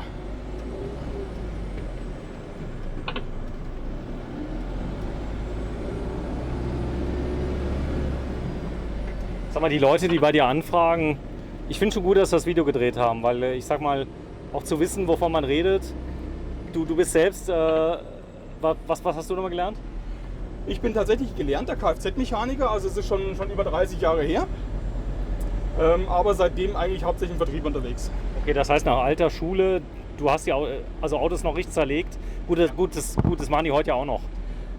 Ja, natürlich in einem ganz anderen Maß. Also wir haben früher tatsächlich, als ich gelernt habe, noch Getriebe zerlegt, Motoren zerlegt und von ganz klein angefangen. Heute ist ja viel leider in Richtung Teiletauschen übergegangen, weil die Arbeitszeit viel zu teuer geworden ist. Aber ja, ich habe das noch von klein auf gelernt. Ja, die Zukunft des Dieselmotors, Euro 7, das habt ihr ja schwer im Blick und es wird immer schwieriger, Fahrzeuge zu kriegen, die beliebt sind, sage ich jetzt mal, und in 2 Jahren, wenn das Fahrzeug ja zugelassen werden soll. Das heißt, habt ihr schon mal Autos, die ihr jetzt schon zulasst oder wenn ihr merkt, es wird eng, die müssen dann zugelassen werden? Nein, also wir bestellen die Fahrzeuge in der Regel so, dass wir die quasi rechtzeitig auf dem Hof haben. Wenn du mal kurz auf die Waage fährst, will man gerade was sehen. Warte nochmal zurück. Ja, ich glaube, hier ist auch eine Waage, ja, oder? Nein, Nee, ist rechts. Waage ist rechts. Stimmt, du hast vollkommen recht. Das ist die Ausfahrtswaage hier auf der rechten Seite. Ja, stimmt. Ich will nur mal sehen, was die Kiste heute wiegt. Ja, und wenn du jetzt dann sagst, die linke Seite ist schwerer als die rechte, dann muss ich Genau, stopp. Ich will nur mal die Vorderachse sehen. So, wir sind vorne bei 3.920 Kilogramm. Genau. Hinten beide mal. So, sind wir bei 8.140. Genau, das heißt, wir haben also noch so knapp 1.800 Kilo Zuladung. 1,8 Tonnen. Zuladung, ja. So, und wenn du jetzt mal nur die Hinterachse, gut, das werden wir nicht erleben, aber ich kann ja auch das Delta einfach abziehen. Genau, also wir sind so fast 50-50 in der Gewichtsverteilung. Und jetzt ist natürlich, die Dieseltanks sind jetzt voll, das Wasser ist noch leer. Also kann ich hier nochmal so gut 350, 400 Kilo fürs Wasser draufrechnen. So, jetzt gehe ich hier aus der Untersetzung noch raus, nehme mein Allrad raus und wir können los. So, und jetzt gehe ich aber her, weil jetzt fahre ich wieder auf die Straße, dann will ich nicht mehr selber schalten. Ja. Ich klappe mein Kupplungspedal wieder hoch. Automatik rein. Automatik, ganz genau. Und jetzt lasse ich den Unimog arbeiten.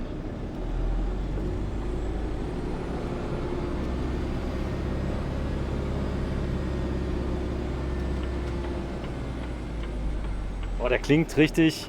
Der hat natürlich mehrere Turbos, oder? Nein, tatsächlich ein Turbo. Aber natürlich einen relativ großen Motor, viel Hubraum. Und er darf natürlich ein- und ausatmen.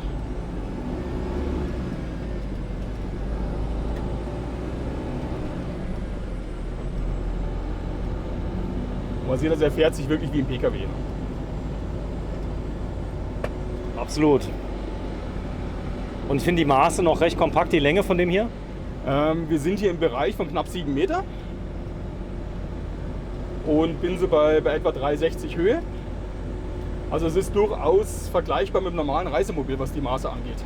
Also wir werden gleich mal wegen den Schuhen mal kurz die Schuhe gleich mal ausziehen, dann gehen wir mal rein. Denn jetzt haben die Leute ja nur von außen das ganze Auto gesehen und trotzdem wollen wir einfach mal zeigen, ja, das ist ein richtig vollwertiges Reisemobil, du hast alles drin. Wie lange sind die Leute im Schnitt unterwegs, wenn die so Fernreisen machen? Auch schon mal ein Jahr? Das geht von 4 Wochen bis 4 Jahre. Es ist eigentlich zeitlich nur die Grenze, wann muss ich wieder irgendwann anfangen, Geld zu verdienen. Wir haben also tatsächlich Leute, die sind dauerhaft unterwegs. Die leben auch in den Fahrzeugen.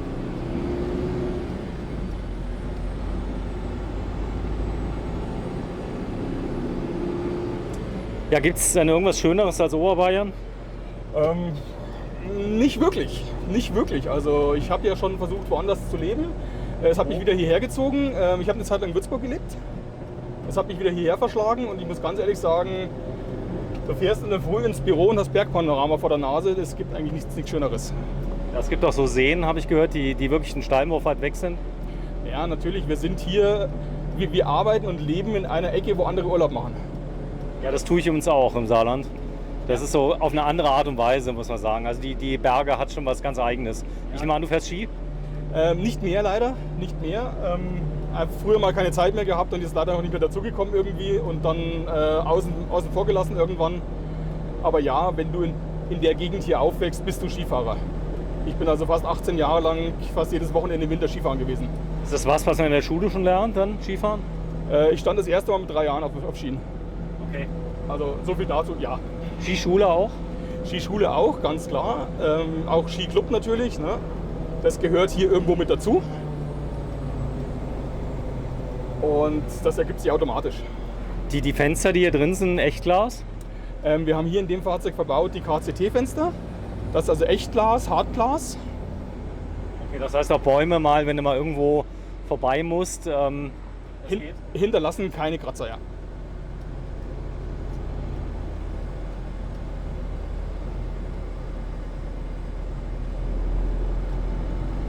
Hast du das Auto mal mitgenommen mal für ein Wochenende?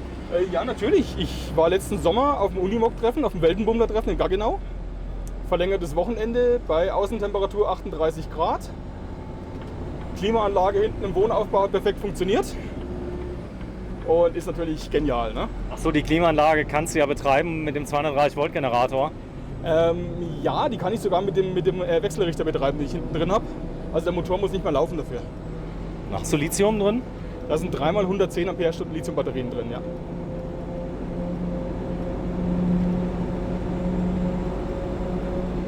Also so zur Einordnung der Lautstärke, wir sind jetzt bei ca. 80 km/h, also es ist durchaus vertretbar von der Lautstärke her.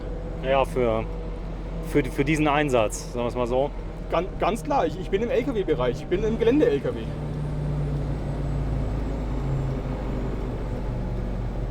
Boah, ihr habt es hier so schön. Ihr habt Kunden aus ganz Europa. Das Problem ist die Zulassung. Das heißt also, die Fahrzeuge sind ja einzeln abgenommen. In welchen Ländern habt ihr das denn gut drauf zuzulassen?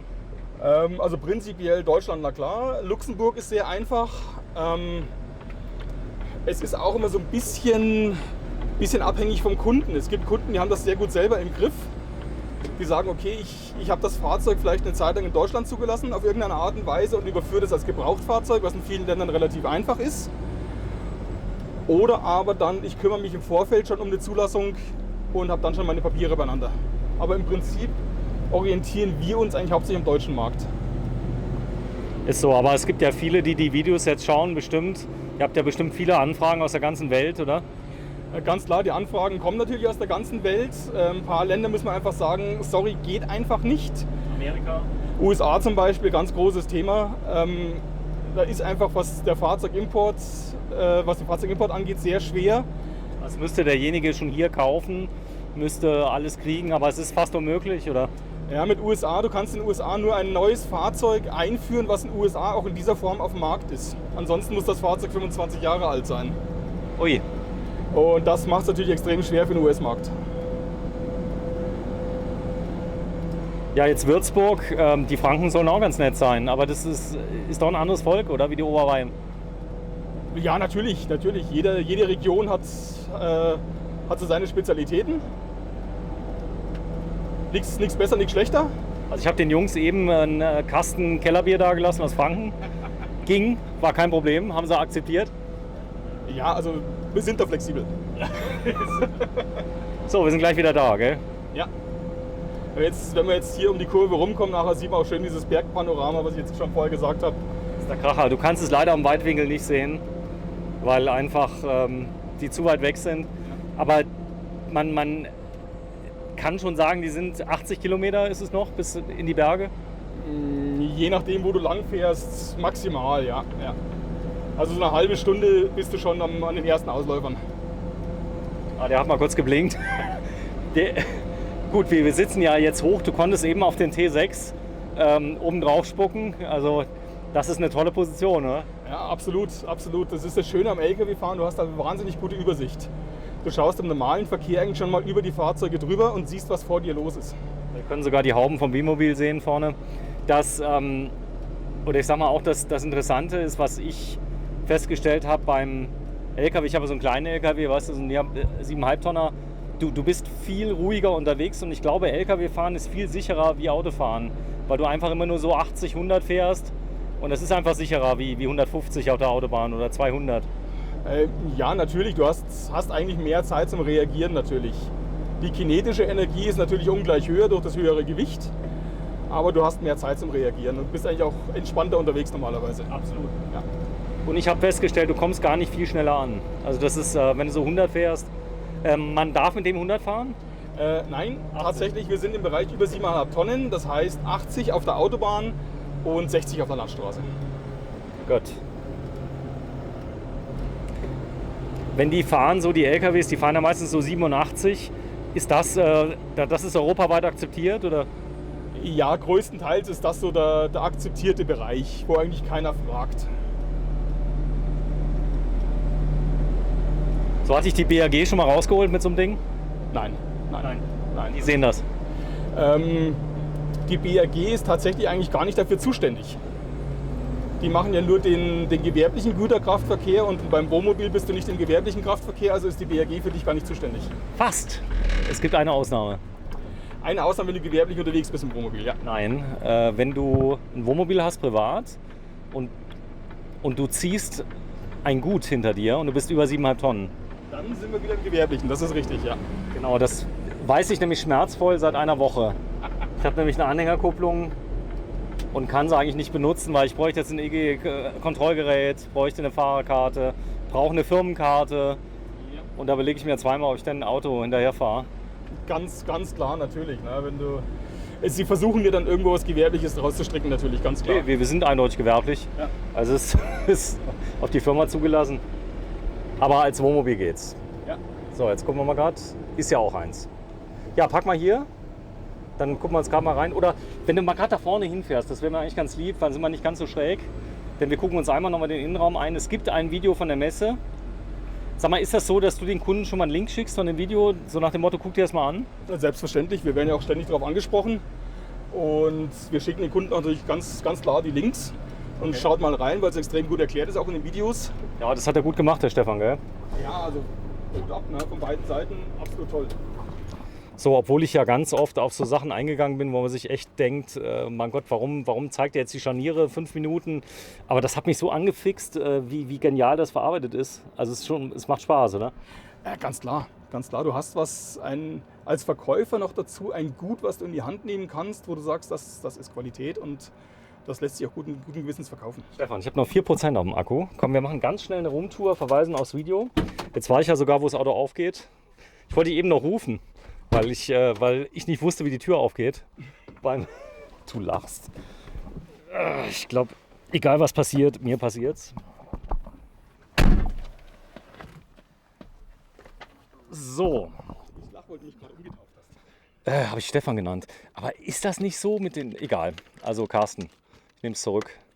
So, die Trittstufe, geniale Erfindung, die kann man sich kaum abfahren, oder? Die steht da gut. Die sitzt hier natürlich hinter diesem ganzen Auspuffgedöns. Ne? Also hier haben den Abgaswäscher. Okay, ist also nicht der tiefste Punkt zwingend. Nein. Okay. Ich kann mir natürlich irgendwo im Gelände kann ich immer irgendwann aufsetzen. Das ist ganz klar. Aber sie ist hier sehr gut geschützt. Komm, ich ziehe mal gerade die Schuhe aus. Lass die Schuhe an. Kann ich anlassen? Warte. So, gehen wir mal rein. Denn die Leute wollen noch mal ganz kurz einen Blick nach innen werfen. Tatsächlich, die Schränke sind noch alle dran. Ja, so ist das ja auch gedacht, ne? Ganz klar. Wir wollen ja auch ein Fahrzeug, das im Gelände funktioniert und ich hinterher aus dem Gelände rausfahre oder im Gelände übernachten möchte und natürlich ganz klar auch das Reisefahrzeug dabei habe. So, was ist denn das für eine Dachluke? Ist das auch die KCT? Das ist KCT, ja.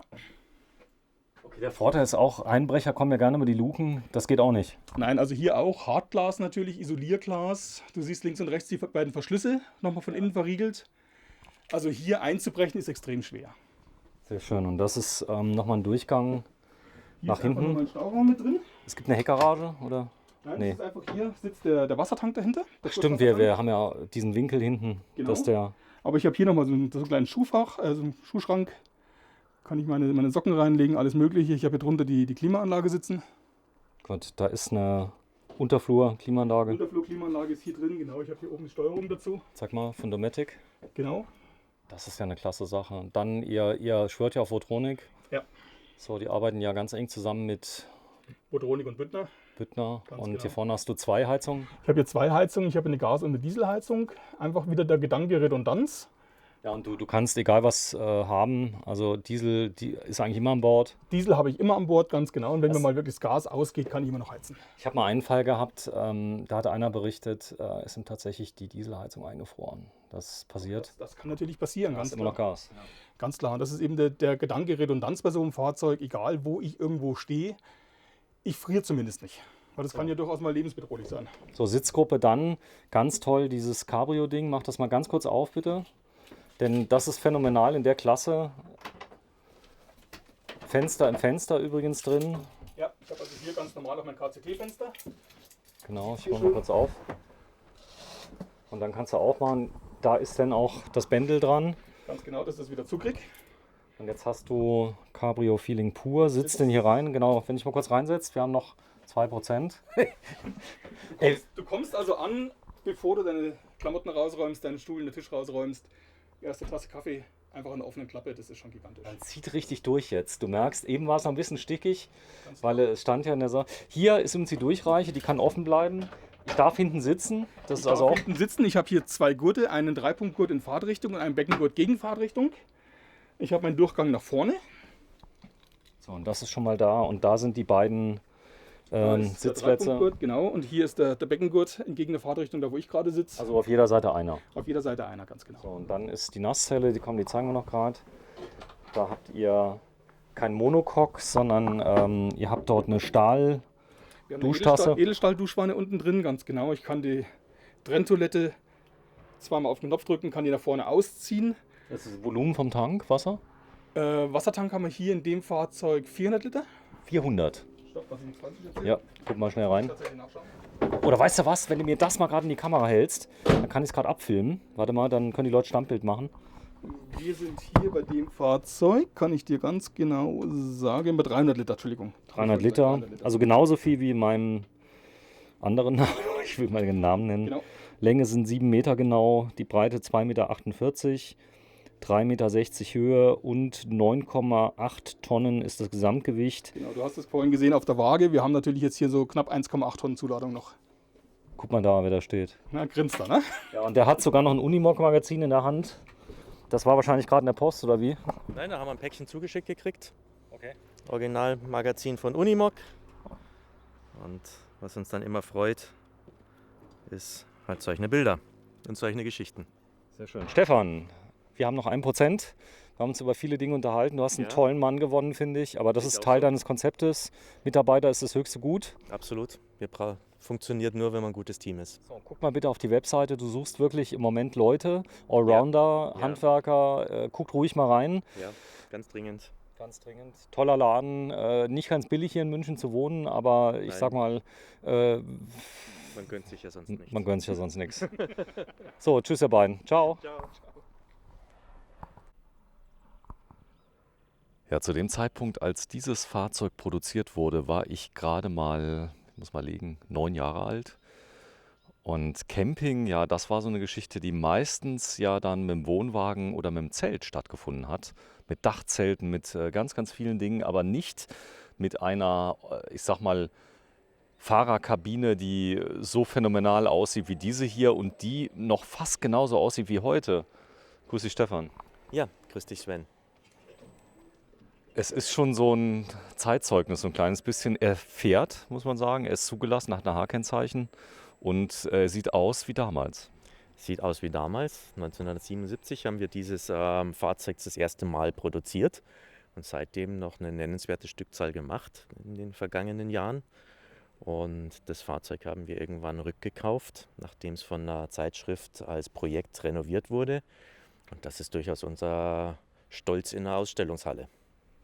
Das ist so, ich denke mal auch ein Zeitzeugnis dafür, dass ihr gute Dinge nicht verändert. Das heißt also, das, was damals schon gut war, ist heute auch noch gut. Ich nehme an, auch hier ist das Aluminium umgefalzt. Richtig, ja. Die Kabinenbauweise ist fast unverändert. Wir hatten damals nur 35 mm Wandstärken statt jetzt 40 mm und wir haben 1995 muss man ja inzwischen sagen, noch die Eckverbindung geändert.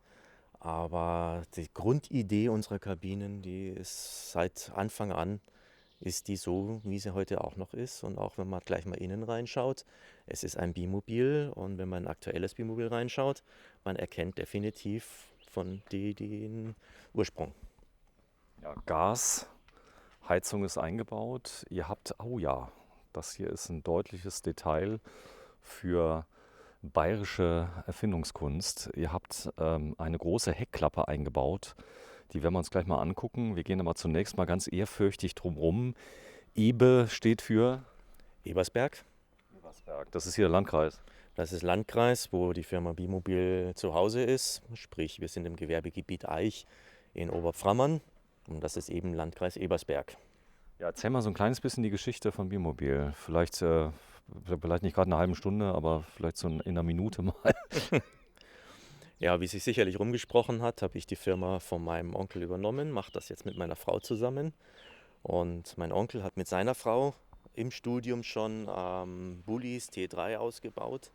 Das fand ich als Kind schon ganz, ganz faszinierend, wenn er dann um die Ecke kam und gesagt hat, wir fahren jetzt nach Griechenland.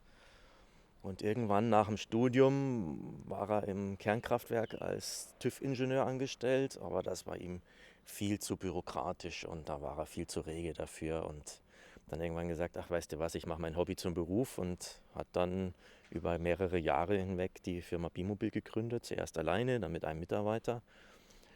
Und auf die Art sind wir halt inzwischen bei inklusive Teilzeitkräften 80 Mitarbeitern, machen so knappe 100 Reisemobile im Jahr. So, wir haben ihn mal direkt neben einen EX420 gestellt. Die Dimension, wie alles im Leben, ist gewachsen. Früher die Parkplätze auf dem Edeka-Markt, die waren winzig im Vergleich zu heute. Das ist ein kompaktes Fahrzeug, schon ein bisschen größer. Es geht noch ein bisschen kleiner, gell? Es geht auch kleiner. Wir haben eben unsere Pickups. Wir haben auf dem Sprinter ein 6,10 Meter Auto. Wir haben relativ viele Modelle mit Alkoven, die zwischen 6,5 und 7 Meter liegen. Ja, und daneben, wo wir gerade wieder drauf leuchten, den alten Oldtimer, der so richtig schön kompakt und klein war. Und wenn man ehrlich ist, man konnte darin genauso fahren und wohnen. Und ich war vor 3 Jahren mal auf einer Veranstaltung mit dem Auto. Das Auto hat immer noch aktuelle Fahreigenschaften, liegt super auf der Straße und macht echt Spaß, so ein Oldtimer. Aber es ist ein Oldtimer, muss man sagen. Das heißt, die Garantie für 10.000 Kilometer ohne Intervention, die ist nicht gegeben. Man sollte ein bisschen schrauben können bei so Autos. Absolut. Aber der Vorteil ist, wenn man schrauben kann, man sieht auch noch, wo man schraubt. Das heißt, es ist übersichtlich und einfache Technik. Das Auto hier, du bist ja jetzt zum Glück 20 Jahre älter als ich, kennst dich aus mit diesen Autos, weil die sie damals früher selber gefahren. Nee, wir sind tatsächlich ein Baujahr. Das heißt, du warst damals auch 9. Ich war genauso neu wie du. Aber ein 504, der gilt als absolut robustes Auto, ist noch ganz, ganz viele Jahre danach, wo er hier schon nicht mehr gab oder nicht mehr gebaut wurde in Europa, ist er in Afrika noch gelaufen. Die ganzen alten 504 sind noch nach Afrika rübergegangen, haben dann nochmal eine zweite, dritte Chance gehabt. Also das war schon ein richtig gutes, phänomenales Auto. Ja, 2. März 2021, die Leute lechzen nach Camping. Und wenn man das hier so sieht, so eine Aufbaukabine, die, ich sag mal, es damals ja möglich gemacht hat, so eine Kabine multifunktionell auf mehrere Autos zu setzen. Also das würde ja heute auch noch gehen. Du könntest sie abschrauben, könntest auf den nächsten machen. Gut, das wird jetzt kein Mensch mehr machen, weil der in 100 Jahren wahrscheinlich auch noch hier steht. Also der ist nicht verkaufbar, der macht uns einfach Spaß. Und ist auch ein Stück weit eben Aushängeschild für die Firmenhistorie. Aber ja, die Kabine wäre noch auf ein aktuelles Fahrgestell umzusetzen. Mach mal auf, bitte. Na klar. Die Inneneinrichtung. Hier ein nettes Detail. Da gab es die elektrischen Trittstufen noch nicht damals. Die Da ist hat ja, man sich noch behelfen müssen. die ist ja fast elektrisch. Fast elektrisch, ja. Das ist der Boden, wo du mir gesagt hast, früher habt ihr den auch am Boden verwendet. Richtig. Ja. Inzwischen machen wir das Sisal nur noch an den senkrechten Flächen, Sitzstaukästen. Früher war das auch im Boden, aber das hat sich als Bodenbelag nicht so bewährt, wenn man den Sand ganz schlecht rauskriegt. Aber als Bezug für den Sitzstaukasten ist das eine hervorragende Sache, auch heute noch, weil man halt den ganzen Abrieb von den Schuhen nicht sieht. Das ist aber auch ein Teil, nehme ich an, das ist jetzt auch Tradition, ihr müsstet ja kein Sisal mehr verwenden. Also das habt ihr damals verwendet, heute verwendet, aber es ist ein sehr, sehr praktisches Material. Man hat sich einfach bewährt, ja, ist ein praktisches Material. Ich gehe mal kurz rein, dass wir mal, Stefan, warte mal ganz kurz, dass wir einmal ganz kurz den Schwenk machen. Ich weiß, dein Auto, aber ich brauche mal ganz kurz den Platz, weil die Leute immer gerne mal so eine Übersicht haben. Das heißt, auf der rechten Seite, wie heute, das Bett. So, du darfst mal reinkommen. Boah, ist das groß im Vergleich zu den Wohnwagen. Ich habe ja mal im Hümer-Museum diese Wohnwagen um die Zeit gefilmt. Die waren winzig. Ja. Da war das hier quasi schon der Jumbo-Jet auf dem Campingplatz. Absolut, ja. Und wenn man ehrlich ist, man hat alles, was man wollte. Das war beheizbar hier. Es war gut isoliert. Man konnte damals schon im Winter wegfahren. Und schöne Sitzgruppe für 2 Personen, Liegefläche für 2 Personen. Nicht 1,40 m oder 1,60 m Bettbreite, was man halt heutzutage wünscht. Aber wenn man ehrlich ist... Gut, die Leute haben ja, das waren die 70er, ich will jetzt nicht zu tief ins Detail gehen, aber die haben sich ja deutlich mehr geliebt wie heute. Da waren auch irgendwelche anderen Sachen auch gang und gäbe, die heute verteufeln, sage ich jetzt mal. Festivals. Fernsehen und Internet gab es ja nicht, das heißt, man hatte Zeit für andere Sachen. Ja, wir wollen da nicht so sehr ins Detail gehen, aber ihr wisst, was ich meine, denn... Ich meine natürlich lesen. Lesen. Hier ist alles rot, also die Farbe der Liebe. Ist das dem nachempfunden oder war der rot? Also der kam ja, ich habe auf den Bildern gesehen, der war damals, glaube ich, beige, oder? Der war mal beige und ist aber aus der Schweiz zurückgekauft worden und war natürlich schon ein altes Fahrzeug und die Besitzer hatten da sicherlich mehrfach die Stoffe gewechselt. Also hier stehen wir ja eigentlich vor einem Relikt, das sehr schön beschreiben kann, dass man ein Bimobil prima restaurieren kann, weil die Basis eben nicht bei einmal Schmürgeln weg ist. Es gibt auch kein Foliendekor hier oder Fototapete, ist alles echt. Nein, das ist alles echt. Hier. Das bauen wir immer noch so. Pushlock. Pushlock, Massivholzleisten und Sperrholz mit Echtholzfurnier. Mach mal auf. Also das Geile ist ja so echt Pushlock, diese moderne Technologie. Ja. Und da guckst du so 1977, Pushlock. Gut, ist nichts Neues, oder? Nein, nichts Neues. So, da vorne ist das Bordbuch. Ja. Echt? Die Unterlagen. Mach mal auf. Ich halte mal kurz weg, nicht, dass... Lass uns mal kurz überraschen. Dass irgendwas Böses da drin ist. Nee, geht. Ist da vielleicht ein Handbuch dabei? Guck mal. Schauen wir mal. Ach, damals gab es auch die Anleitung schon auf USB-Stick, gell? Ja. Und mal, siehst du, da haben wir noch die ganzen Unterlagen. Genau, vielleicht mal so ein Prospekt, wenn du noch eins hast. So. Dass man so ein bisschen... Ah, das sind so Teile von der Restaurierung. Ja, da haben wir doch die Dokumentation der Restaurierung. Können wir Entschuldigung, ich gucken. mach das Ding mal eben aus. Ja, ist der Schicht der Geschäftsführer. Ja, Mit dem Handy von Caterpillar. Muss ja auch so sein. ja natürlich. Im Offroad-Bereich. Man muss Und- davon treu bleiben. Ah, okay, das heißt, die haben das ganze Ding nackt gemacht. Die haben das Auto richtig entkernt und richtig sauber aufbereitet. Warte mal kurz. Ja, Muss das mal gerade filmen? Ja, bitte eins weiter. Okay, also nach allen das war Kenntnissen eine des Karosserie. professionelle Oldtimer-Restaurierung. Ich glaube, da hat sich jeder Cent, den du da investiert hast, du hast ihn ja anschließend übernommen von Ja. von dem Verlag, der das damals gemacht hatte, als Projekt, nehme ich an. haben die Das war ein gemacht? Projekt, ja, entsprechend großer Artikel. Okay, weiter. Und nein, das hat sich absolut gelohnt. Die haben das professionell gemacht. Wir haben uns um die Wohnkabine gekümmert und haben die nochmal aufbereitet.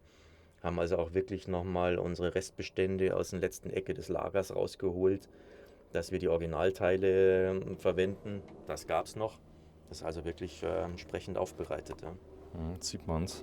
Mach mal eins weiter, das ist wahrscheinlich nur die Das Karosse. das ist alles nur Karosserie. Karosse. Ah, da wurde er dann rot lackiert. Ja, da hat er dann seine Farbe gekriegt. Ah, die Farbe steht ihm gut. Absolut. Und das war halt eine der gängigen Farben damals. Gut, Da kann heute ich mich ja. noch erinnern. Heute ja immer noch so. Ja. Da vorne ist so ein Prospekt, guck mal gerade, da drunter, unten drunter. Da liegt so eine CDs, gab es ja auch noch nicht, aber da waren die ganzen Bilder drauf. Das sind die Bilder drauf. Oh, da schauen wir nach. Nein, das sind historische Bilder noch dabei. Ja. Warte mal Schau mal, gerade. das ist der alte Prospekt. Das ist der. Den Weiher gibt es immer noch hier in Oberfraumann. Achso, den gibt's noch. Den Weiher gibt es noch. Auch Den- da entsteht aktuell ab und zu mal ein Prospektbild. An dieser Stelle. Genau, wenn du es mal kurz rausnimmst, das Prospekt.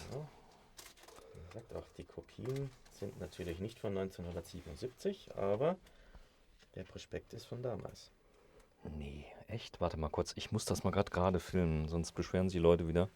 Wenn du es mal gerade hinlegst auf die. Sollen wir auf den Tisch? Nee, das Tisch ist zu Nee, Tisch ist hell, aber hier, genau, das ist perfekt. Super. Und dann kann ich einfach mal zeigen, weil für alle Freunde des Standbildes Husky, habt ihr den Namen mal geändert zwischendurch? weil das Nein, überklebt der ist auch geschützt. Okay.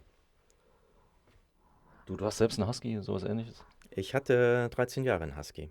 Von 2000 an bis 2013. Damals noch auf dem Mitsubishi L200, ein Husky 230.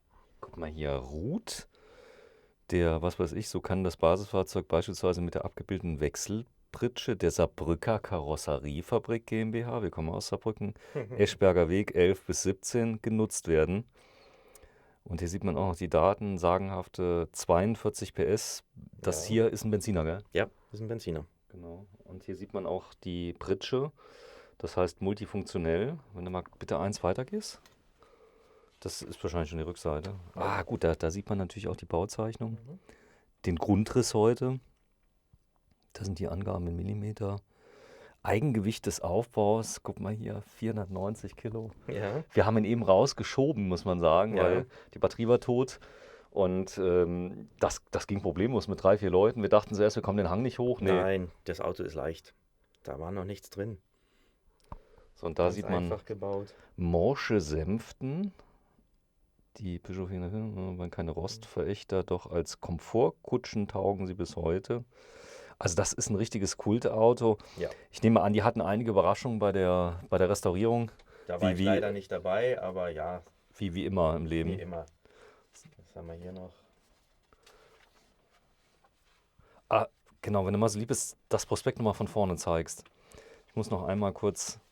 Das hier? Nee, das da. Das da. So, das Bild von dem Weiher, das hatte ich eben noch nicht so gut. Das bist aber nicht du, oder? Auf dem irgendwie da drin. Der da Nein, angelt? aber das dürfte die Chefin sein. Der Wuschelkopf, das ist höchstwahrscheinlich die Frau Meschliebe. Okay, da sind noch Fotos dabei, zeig mal. Ja, schauen wir mal, ein paar historische Historische Bilder. Fotos. Nee. Und ich nehme an, dass das Der ein Onkel. Firmengründer. Echt? Ja. Wenn du es mal gerade hinlegst, genau, sagen wir so nett. kann ich es besser abfilmen. Das ist der Firmengründer. Und da ist er, ihr habt ja nicht nur einen gebaut davon, ne? Nein, da haben wir relativ viele von gebaut. Der hat auch schon ein bisschen einen Böschungswinkel hinten. Das war auch damals schon immer wieder Thema, dass man die Kabinen anschrägt. Dass der um eben die also Heckfreiheit zu bekommen, Heckfreiheit. dass wenn man irgendwo durchfährt. Das Bild kennen wir ja schon aus dem Prospekt. Mhm. Mal weiter. Das sieht fast aus wie Originalfotos. Ja, Mit das- Saarbrücker Kennzeichen. Ich fasse es nicht, ja. Das mitten in Bayern. Okay. Hier SBP. Man muss auch sagen, der Firmensitz von Peugeot Deutschland, der war ja ewig in Saarbrücken. Ja. Das ist wahrscheinlich der Grund, warum der Saarbrücker Nummer hat. Und ihr habt die da wahrscheinlich bekommen. Holiday Car steht drauf. Ja. Adventure, Bimobil ist Ja. hier vorne. Okay. Und ja, da sieht man, also es hat sich gar nicht so viel geändert und das ist auch Nein. gut so. Mach mal weiter. Wow, guck Das mal ist hier. aber auch nicht von uns. Das ist nicht so schlimm. Es geht ja nur um die Zeit. Also Ja. es ist nicht von euch, aber es geht nur mal darum, so sahen Autos früher aus. Ja. Und war du warst ja damals mit so einem Wohnmobil, warst du ja damals der absolute Star. Denn Wohnmobile gab es ja nicht so viele, oder? Nein, es gab nicht viel. Es war eine sehr, sehr kleine Szene. Auch die ganze Infrastruktur. Da war Freistehen ja nicht irgendwas Exotisches wie heutzutage, sondern das war das, was man machen konnte. Man konnte auf große Campingplätze gehen, aber die waren auch nicht glücklich, wenn man mit dem Wohnmobil kommt. Die waren auf Zelte und Wohnwegen ausgelegt. Aber das heißt aber auch für euch damals wahrscheinlich, ihr brauchtet da gar kein großes Marketing. Du hast dich mit der Kiste dahingestellt, hast einen Bimobil-Aufkleber gemacht. Das ist allerdings heute noch so.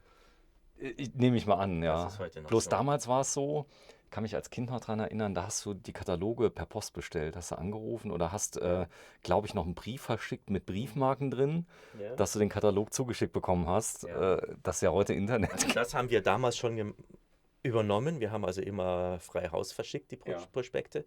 Aber ja, wobei, wo ich bei Bimobil angefangen habe, 2003, war das auch noch so. Da gab es niemanden, der sich ein Prospekt runtergeladen hat.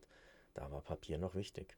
Ich nehme mal an, ihr habt so ein Lager, wo so praktisch ein Archiv, Firmenarchiv, wo ganz viel noch drin ist. Wir haben alle Prospekte noch. Ja. Alle Prospekte noch. Ein Belegexemplar ist jeweils da. Warte, ich zeige mal ganz kurz hier vorne.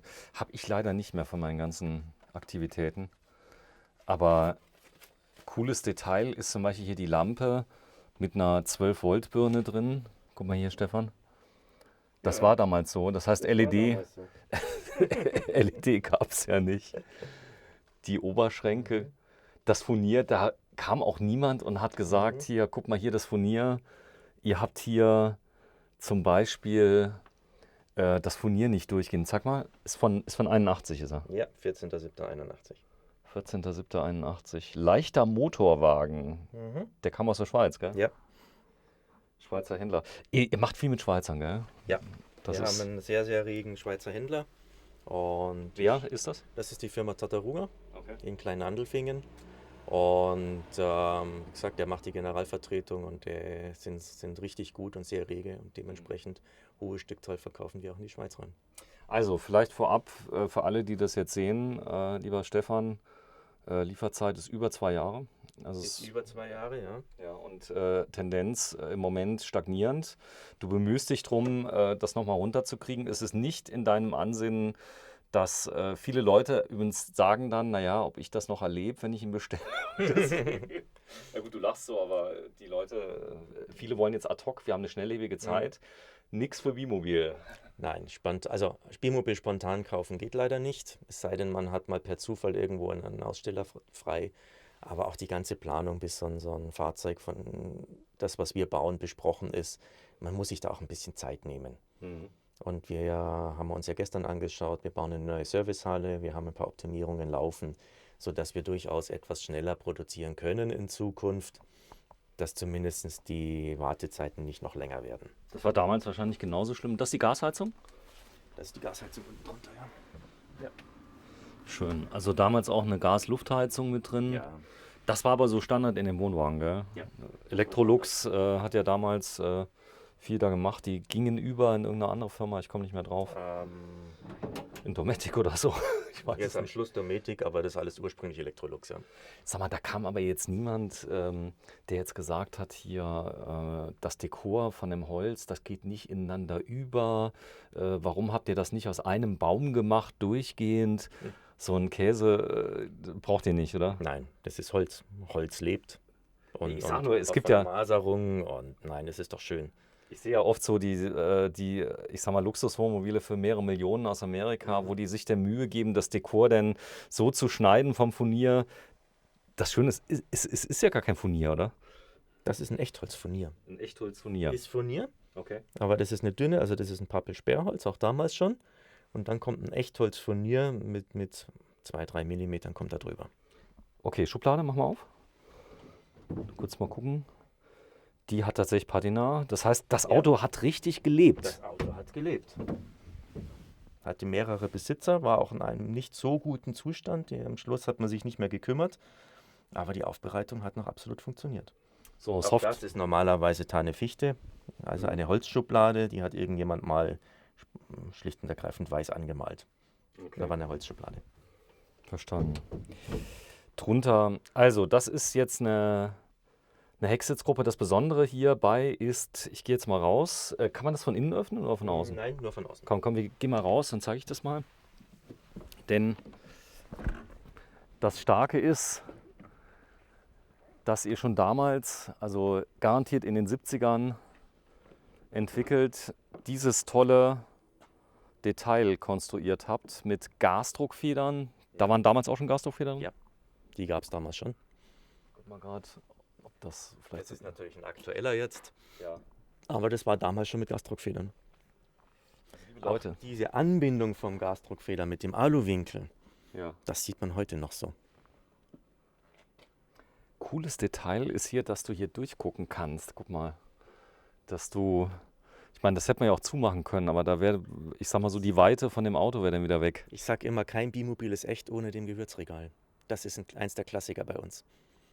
Auch immer noch in jedem Bimobil gibt es dieses Gewürzregal.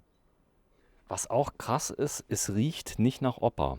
Es riecht überhaupt nicht schlimm, sondern es riecht wie heute. Das ist uns wichtig, in dem Moment, wo man halt hochwertige Materialien verwendet, wie Sisal, wie Echtholz, wie hochwertige Stoffe. Was soll da riechen? Ja, Den Tisch kann man rausnehmen? den kann man rausnehmen. Mach mal bitte. Das ist ein Doppelkonus. Ja. So, Tischplatte. ja, stopp, warte, ganz kurz. Ich will auf was ganz Besonderes hinaus, wenn die mal kurz drehst. Ich behaupte einfach mal, das ist die Originaltischplatte. Ja, das ist die Originaltischplatte. So, und das ist das Originalmuster dazu. Und die hat tatsächlich jetzt 40 Jahre überlebt. Ja. Und ich habe tatsächlich von meiner Großmutter noch ein Schneidbrett mit genau diesem Material, die sich das damals hier in der Firma abgestaubt hat. So, und die Kanten sind auch noch bis auf ein paar Kleinigkeiten. Da löst sich so ein ganz kleines bisschen ab. Nach 40 Jahren darfst du mal, oder? Ja, ich denke ja. Aber es hält immer noch. Es hält immer noch. Ja, bei 40 Jahre alte Kunststoffe haben natürlich auch irgendwann ein gewisses Eigenleben, aber es hält. Es hält. Und wenn du hier siehst, du siehst genau, wo die Leute gefrühstückt haben. Also das heißt, das war richtig in Verwendung. Wobei ich glaube, man kann auch nochmal durch ein bisschen Streicheln den Effekt ändern. So, und du konntest das hier umbauen dann zum Bett. Und ich nehme an, der Tisch hat denn 2 Leben. Richtig. Entweder als Bettplatte oder, was wir auch damals mitverkauft haben, ich kann auch den Fuß unten rausnehmen. Ja. Und dann gab es für diese Stangen 3 Bein. Und dann konnte ich den Draußen. Tisch draußen hinstellen. Das habe ich schon mal gesehen. Also viele Dinge, die ja heute als sensationell verkauft werden, sodass du einen Innentisch auch außen verwenden kannst. Ich sehe schon an deinem Schmunzeln Ja. nichts Neues. Nichts Neues, nein. Ganz, ganz viele Sachen, die heute noch aktuell sind, die sind seit 40 Jahren schon bei uns in der Produktion und in. Also das sieht man ganz oft jetzt natürlich im Offroad-Bereich. Das sind diese Taschen, Ja. die gemacht werden. Heute werden die angeklettet. Aber auch damals in den 70ern, 80ern, das war Standard. Wir machen die auch heute noch so. Ja. Holzleiste in die Stoffschlaufe rein und dann ins Dekor geschraubt. So, Bono K ist das Fenster. Meinst du, das ist das Originalfenster von damals? Das dürfte das Originalfenster sein.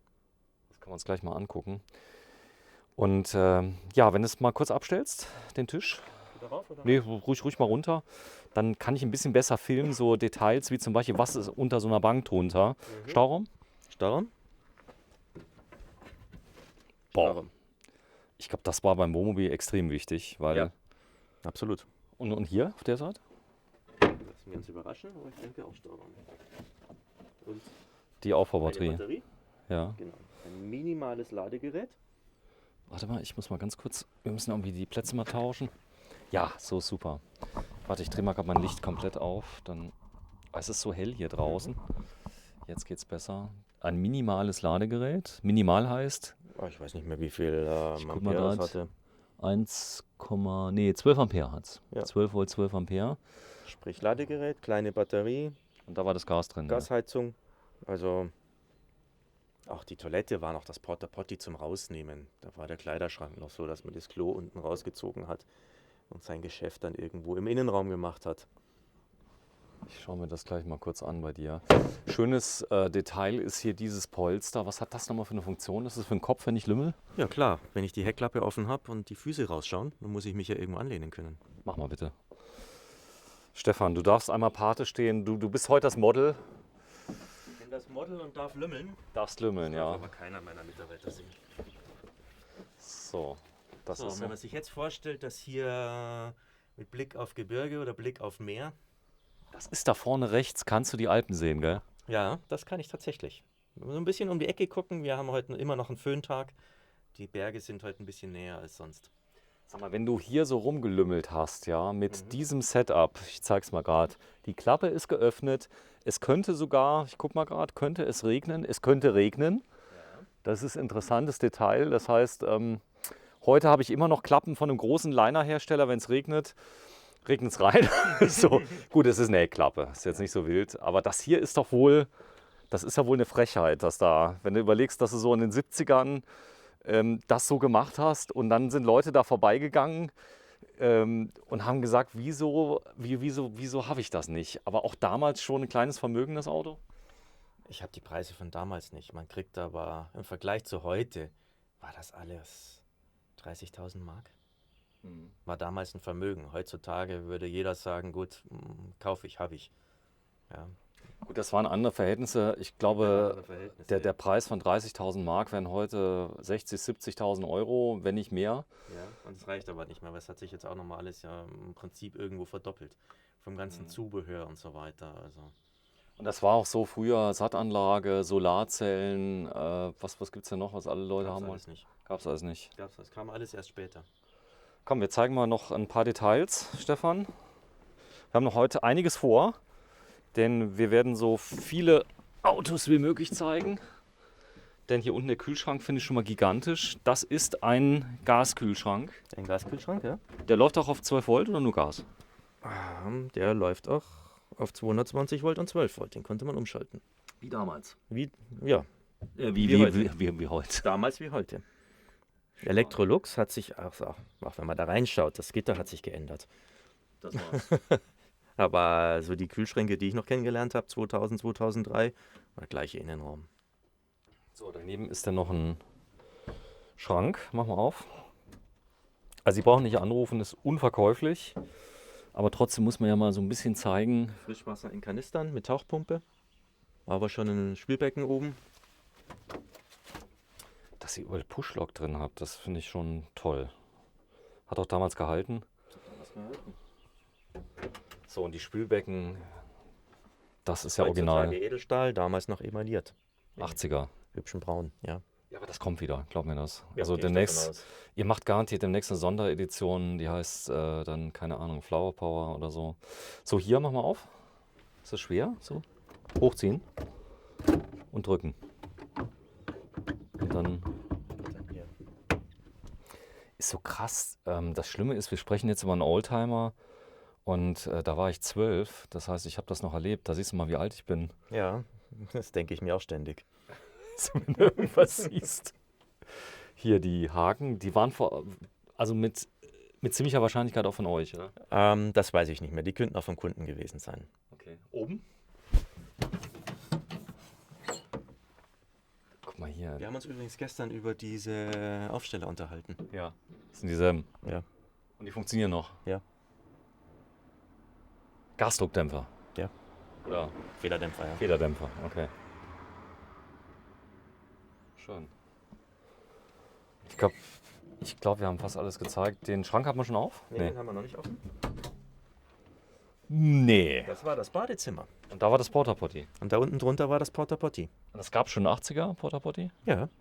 Okay. Hat man einfach vorgezogen. Hat dann ein bisschen Intimsphäre geschaffen. Ach, das war dafür gedacht? Ja. Und dann konnte man da mal schnell sein Geschäft machen. Du machst beide Türen auf und hast eine Trennwand. So, und jetzt hast du hier ein bisschen Intimsphäre. Ich nehme an, da haben die noch irgendwas dann Expander, was weiß ich, dazwischen gemacht. So, dann war hier nochmal ein Kanister, nochmal mit Tauchpumpe, nehme ich an. Ja. Das heißt, ihr hattet ein Backup-System sogar, wenn die Richtig, ja. Hat es immer noch Wasser. Fail safe. Fail safe. Das ist, ja, ist das nicht genial? Guck mal hier, der Hahn, der Kleine. Ja. So, und dann das Muster mal wieder, diesmal ein anderes. Oder ich überlege gerade das gleiche. Ja, Nee, ganz klar. aber gleicher Stil, sagen wir mal so. So, und hier dann der Badezimmerschrank. Ah, ist das krass, du machst es auf, du vermutest hier und da ist das Waschbecken mit drin. Und wenn du zumachst, ist alles weg. Das heißt, Ja. du musst es nicht sehen. Genau. Cool. Zahnbürste, sonst irgendwas, Handtücher, alles da drin weg. So, Stefan, komm, bevor die Leute hier in Tränen ausbrechen und sagen, damals war ja alles viel besser. Es gab Vor- und Nachteile. Viel einfacher. Viel einfacher. Und ich glaube, das ist ab und zu vielleicht auch mal eine Idee, dass man Camping mit der Einfachkeit wieder verbindet. Ich fahre auch voll ausgestattetes Fahrzeug, ich habe allen Komfort dabei. Aber wenn man sich mal so überlegt, die Zeiten mit dem Zelt, wo man einfach nichts dabei hatte, waren auch toll. Also ich habe ja noch einen T6 mit Aufstelldach. Das durfte ich dann im Dezember, hatte ich ja 4 Wochen kein großes Auto. Durfte ich dann mal machen, ging genauso. Ich hatte nur keine Dusche, muss man sagen. Also da ist der Rastplatz, wo du da einen Euro reinschmeißt und duschen kannst, der ist dann auf einmal dein Freund. Ja. Aber das war damals auch so. Ist einfach so, ja.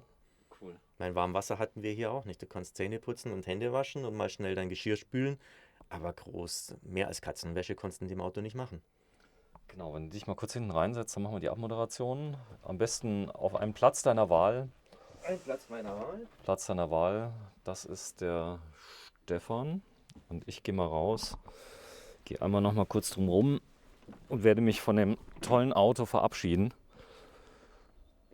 Anfang der 80er auf die Straßen gekommen. Wir sind bei Bimobil in Bayern. Jetzt überlege ich gerade, ist es Oberbayern, Mittelbayern, Unterbayern? Oberbayern. Das ist Oberbayern. Ich kenne das nur aus Mallorca. Was, Oberbayern aus Mallorca? Das ist eine Kneipe. Ich war noch nie auf Mallorca. Ich war irgendwie 3-mal da. Okay. So, und hier ist der Stefan, ja, im Bimobil. Tschüss, Stefan. Tschüss, Sven.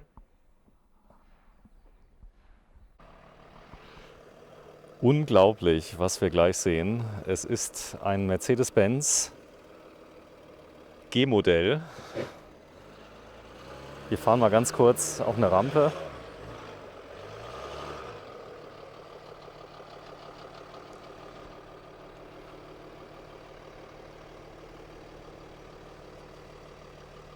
Wie krass.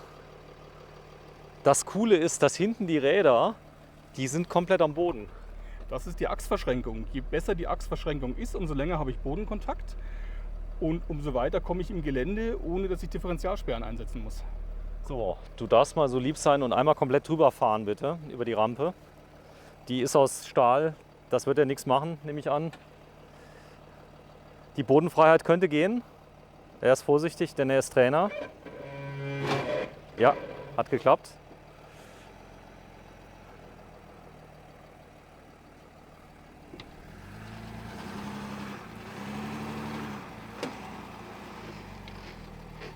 Unglaublich. Ich sehe auch schon, der Luftdruck ist nicht zu hoch. Das hat wahrscheinlich einen Grund. Kann man nachregeln, denn der hat eine Luftdruckregelanlage, die ist jetzt noch nicht montiert, aber die kommt noch. Und ja, er fährt halt eben mal so drüber. Das eine Rad ist ein bisschen hoch. Wie cool. So, wenn du mal so lieb bist, das vorne nochmal draufstellst, wie es eben war, dann filme ich das mal gerade mit.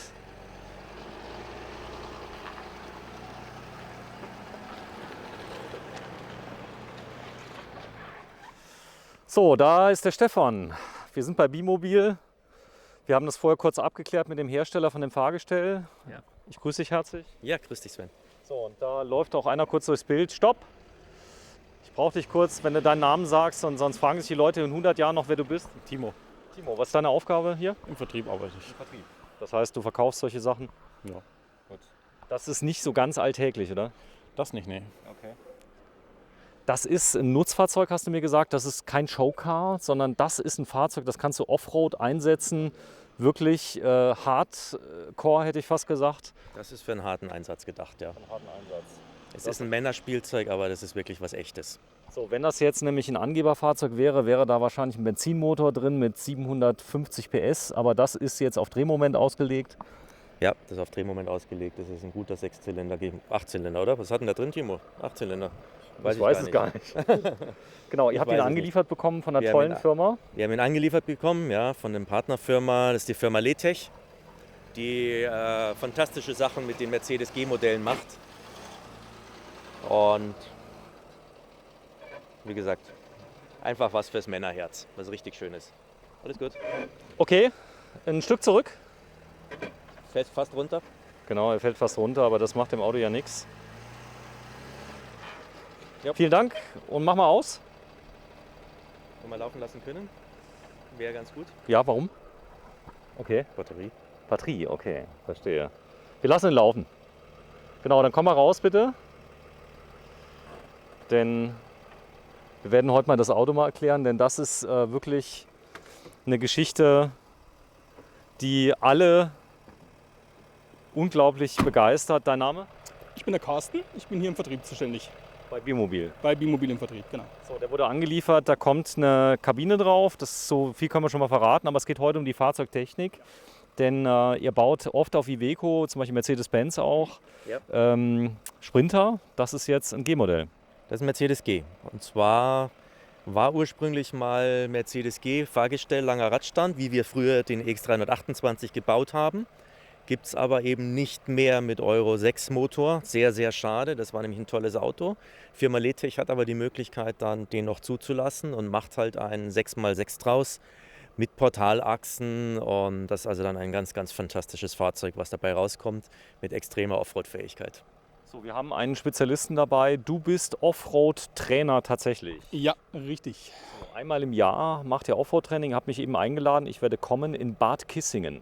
In Bad Kissingen auf dem Gelände, auf dem auch die Abenteuer- und Allradmesse stattfindet jedes Jahr.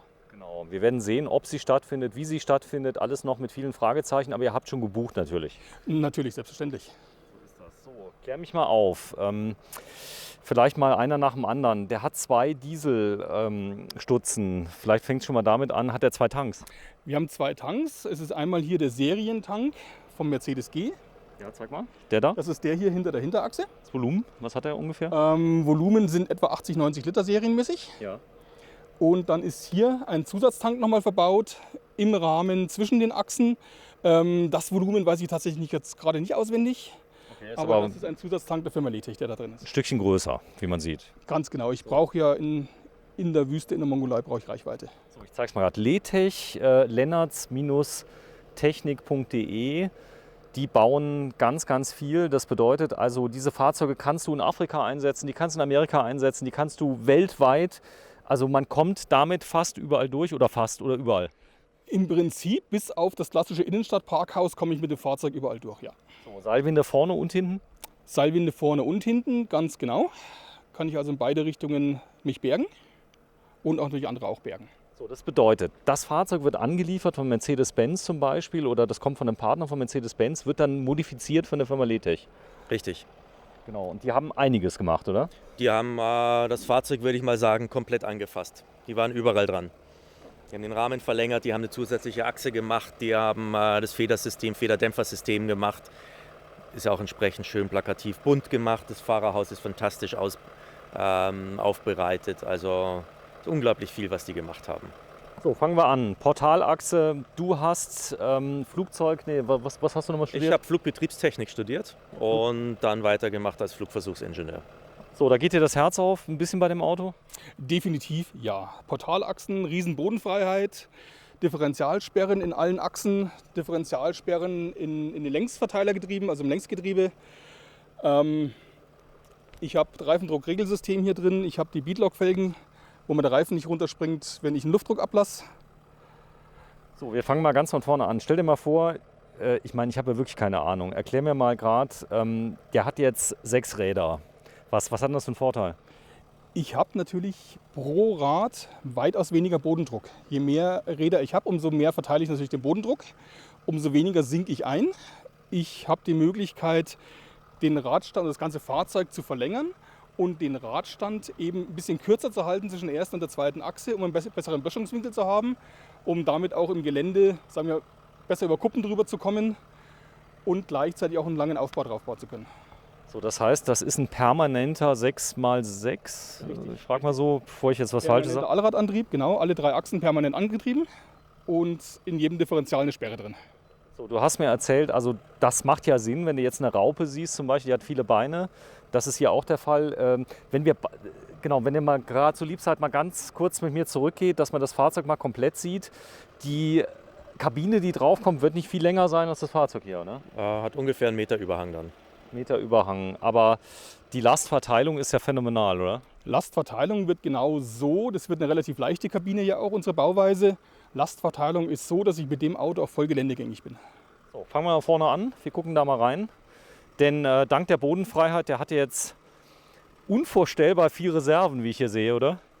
Ja, also ganz klar, Bodenfreiheit durch die Portalachsen natürlich extrem gegeben. Das heißt, ich kann auch mal große Steine einfach zwischen das Auto nehmen, ohne gleich dran hängen zu bleiben. Und ich tue mich natürlich im Gelände viel leichter, weil ich nicht auf jeden kleinen Stein achten muss. Was ist eine Portalachse? Eine Portalachse, gehen wir vielleicht gerade mal vorne ans Auto ran, da sieht man es ein bisschen besser. Wenn wir mit der Kamera mal runtergehen. Wir sehen also hier, dass die Radmitte nach unten versetzt ist gegenüber der Achse. Ich habe hier ein Portalvorgelege, wie auch beim Unimog zum Beispiel. Wir haben hier quasi einfach die Radachse nach unten verlegt, das heißt das Differential, der ganze Achskörper sitzt jetzt höher. Warte mal, ich mache mal gerade Licht an, dann haben wir ein bisschen mehr. Machen wir gerade auf Vollgas. Hier vorne. So, also ich habe hier die Radachse nach unten verlegt durch das Portalvorgelege. Das heißt, die Radmitte steht weiter unten als der Achskörper. Das Differential sitzt dadurch weiter oben und ich habe einfach zwischen den Rädern viel mehr Bodenfreiheit, die ich nutzen kann. Und ich habe nochmal eine zusätzliche Untersetzung im Vorgelege. Ich habe also weniger Belastung auf den Achswellen selber noch dazu. So, die hätten ja dann im Prinzip direkt einen Unimog nehmen können, oder? Hätte man machen können, wäre aber dann gewichtstechnisch natürlich eine ganze Ecke größer wieder, auch vom Fahrzeug her größer. Und ich habe nicht den Komfort eines G. Okay, innen drin habe ich Komfort.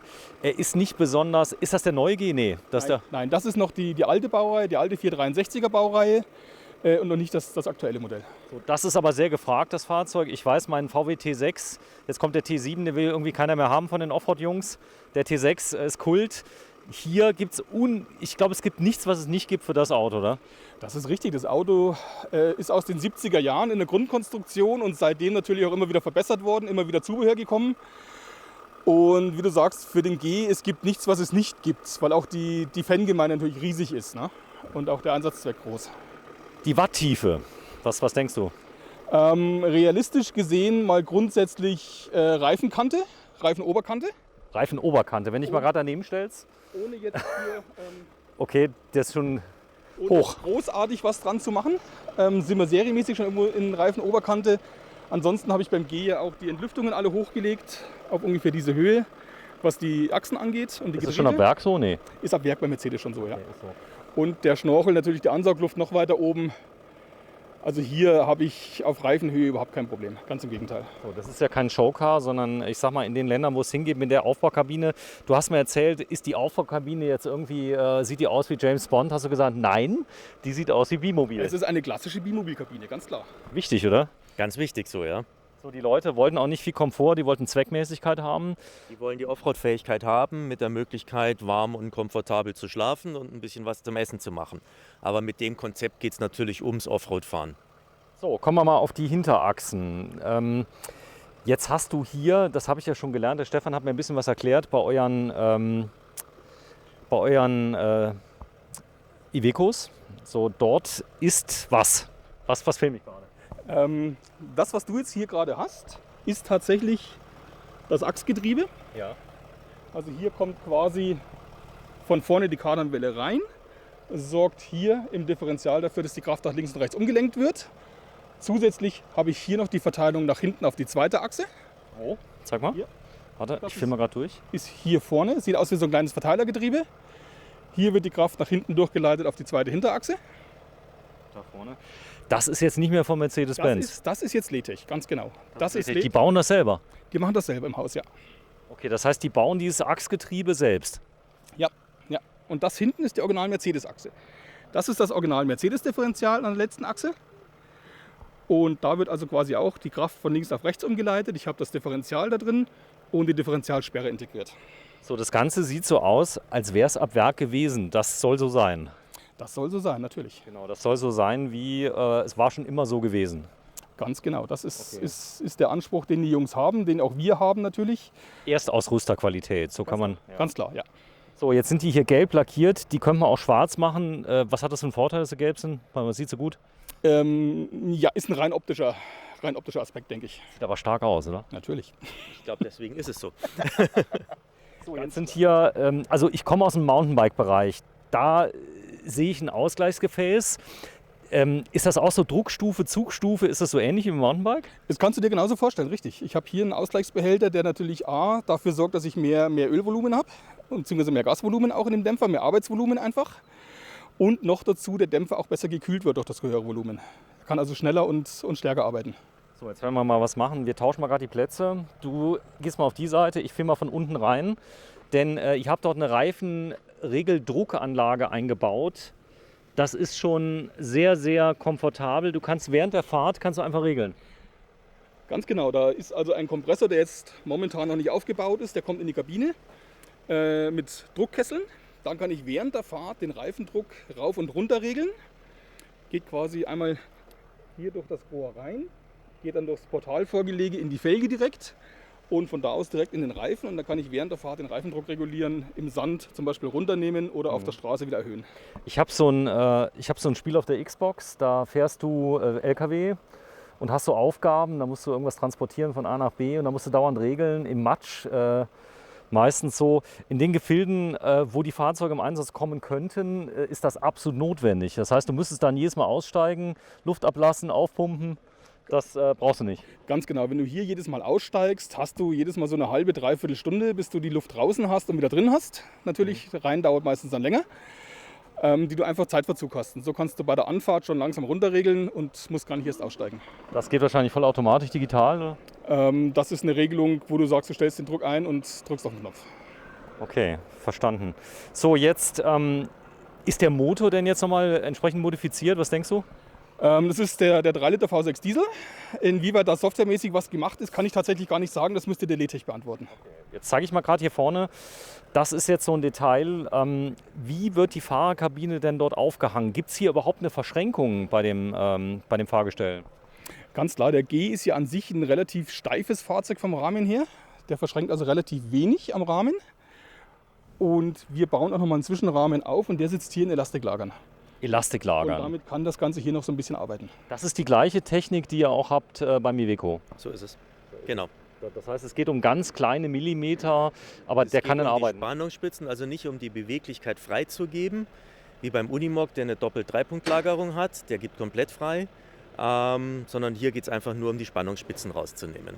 So, alles ist hier aus Stahl. Also wenn hier jemand mal dagegen kommt, das ist, ich sag mal so, wenn ich mir das allein schon mal angucke, hier das Gehäuse von der Seilwinde, das ist für die Ewigkeit gebaut, oder? Das ist für die Ewigkeit gebaut und das ist auch eine sehr starke Winde. Das heißt, da müssen auch hohe Zuglasten, wenn ich dann auch mal im Flaschenzug arbeite, also wirklich hohe Zuglasten aufgenommen werden.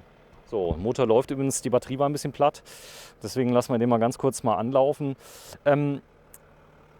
Jetzt die Ausstattung, ist das so, du gehst zu Letech und sagst deinen, ich sag mal, Anwendungszweck und die machen das so, wie du es brauchst? Ja, der Kunde kommt natürlich jetzt zu etwas sehr Speziellem und sagt, ich habe das und das vor und die machen das ähnlich wie wir, dass wir dann quasi hier ein Gespräch führen oder auch dann bei Letech ein Gespräch geführt wird, wo will ich hin, was brauche ich und die Beratung natürlich genauso passiert wie bei uns. Ist doch schön, den mal hier zu sehen. Der kommt wann ungefähr in die Produktion bei euch? Ungefähr? in den nächsten 3-4 Wochen. Nächsten 3-4 Wochen. Um den Dreh, ja. Sehr schön.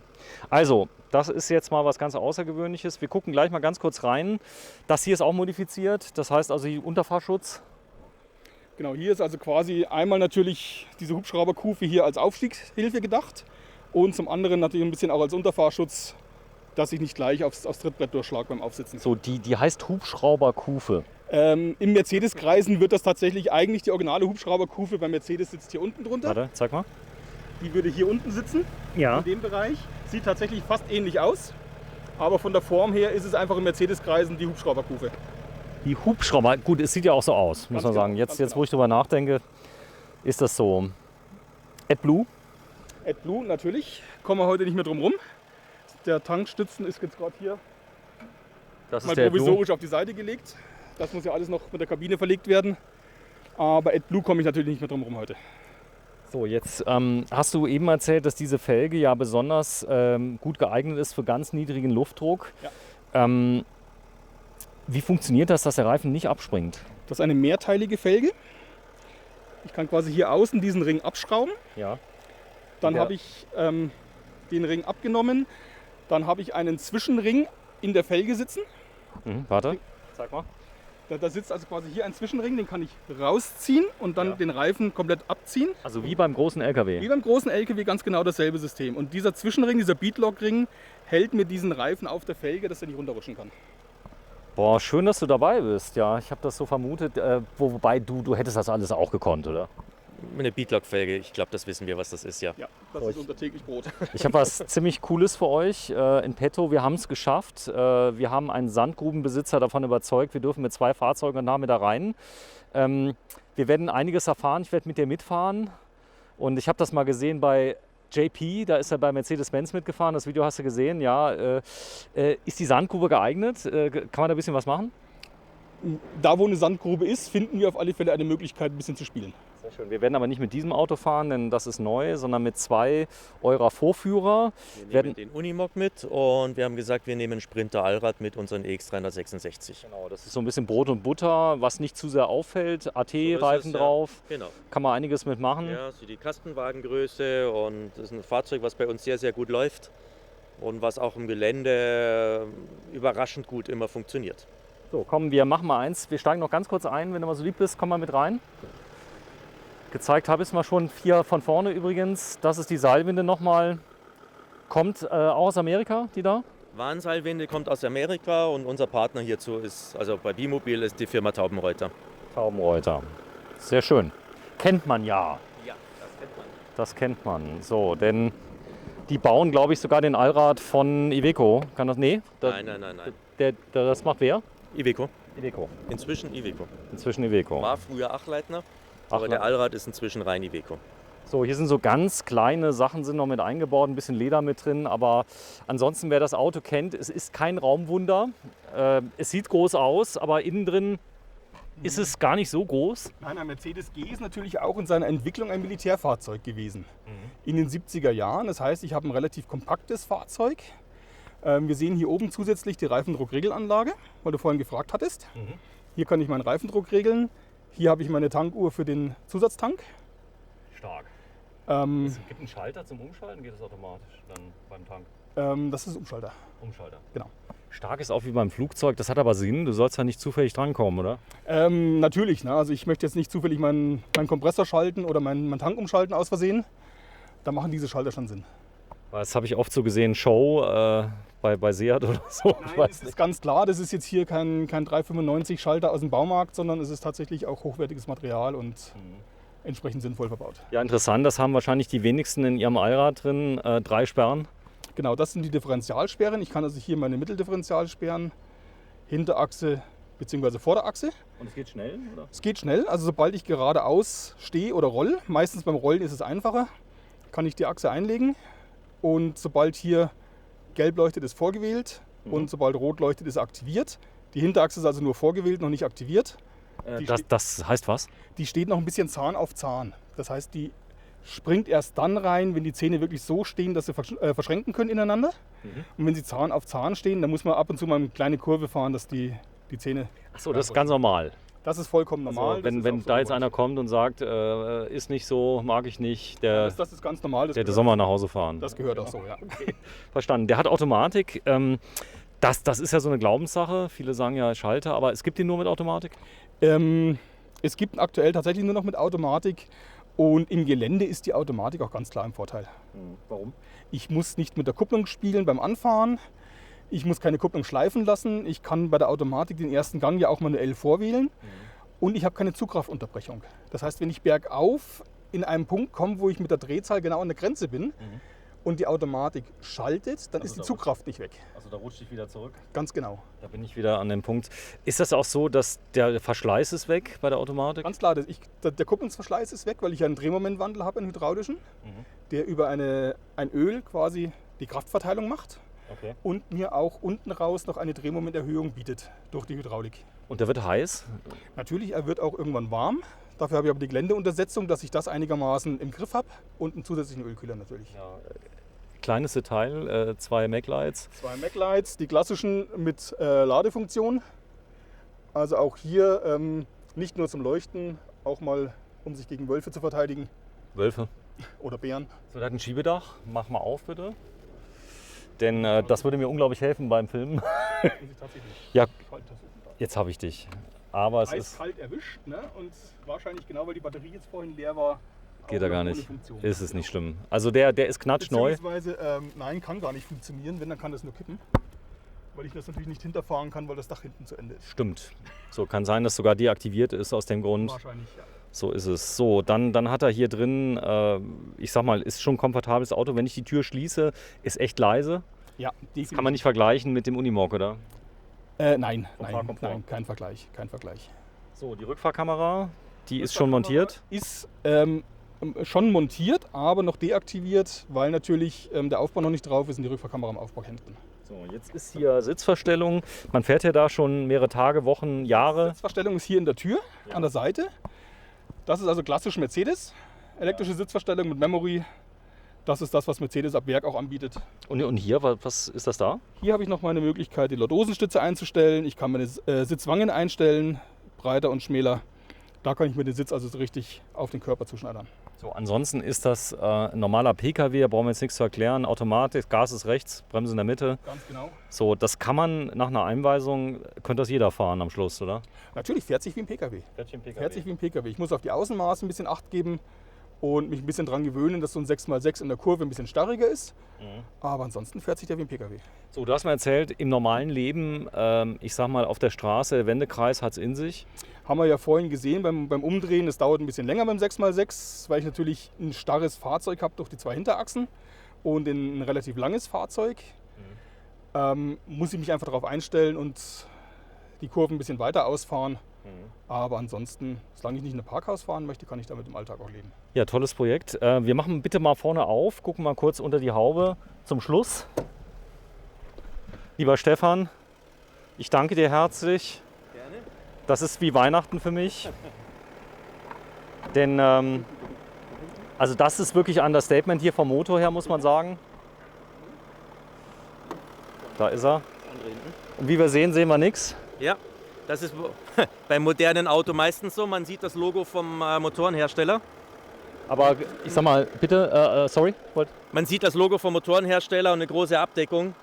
Die viele Technik und der große Motor ist natürlich hier rein optimiert.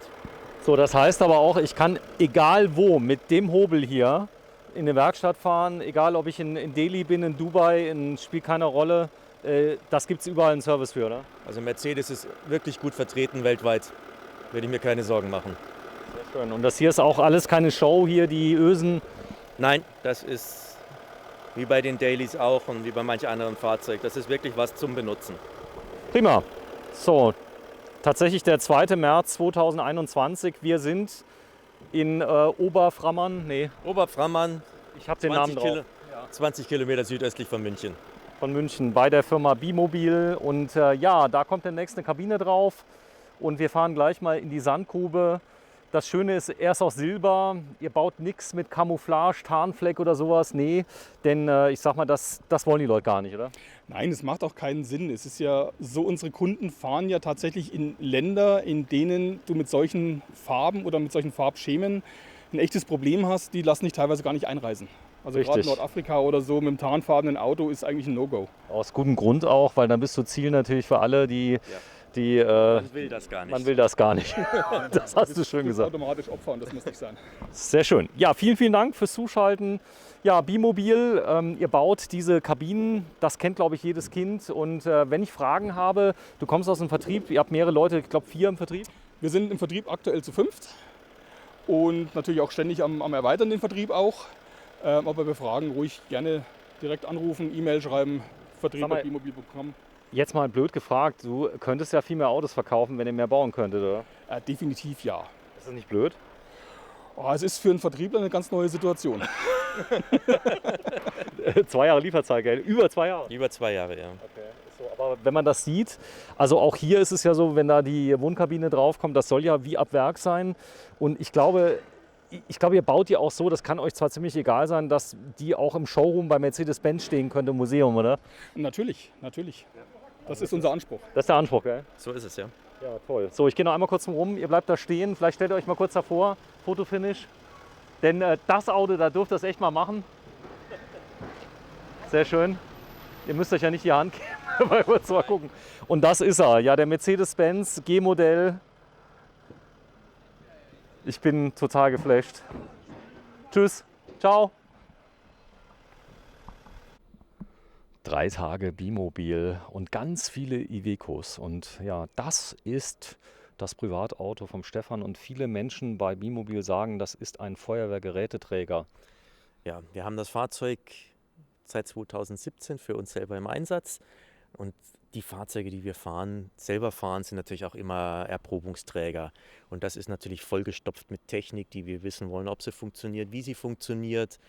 Und wir haben auch ganz viele Gerätschaften dabei, wo man sagt, das können wir unseren Kunden empfehlen, wie Sandbleche, wie Hebekissen zum Bergen, Seilwinde vorne dran und wie gesagt, mehrere Sparten, wo ich gesagt habe, die will ich mal ausprobieren. Da habe ich natürlich auch so ein bisschen den Spleen, dass ich auch gerne Technik dabei habe. Schönes Detail sind hier die Riffelbleche oben.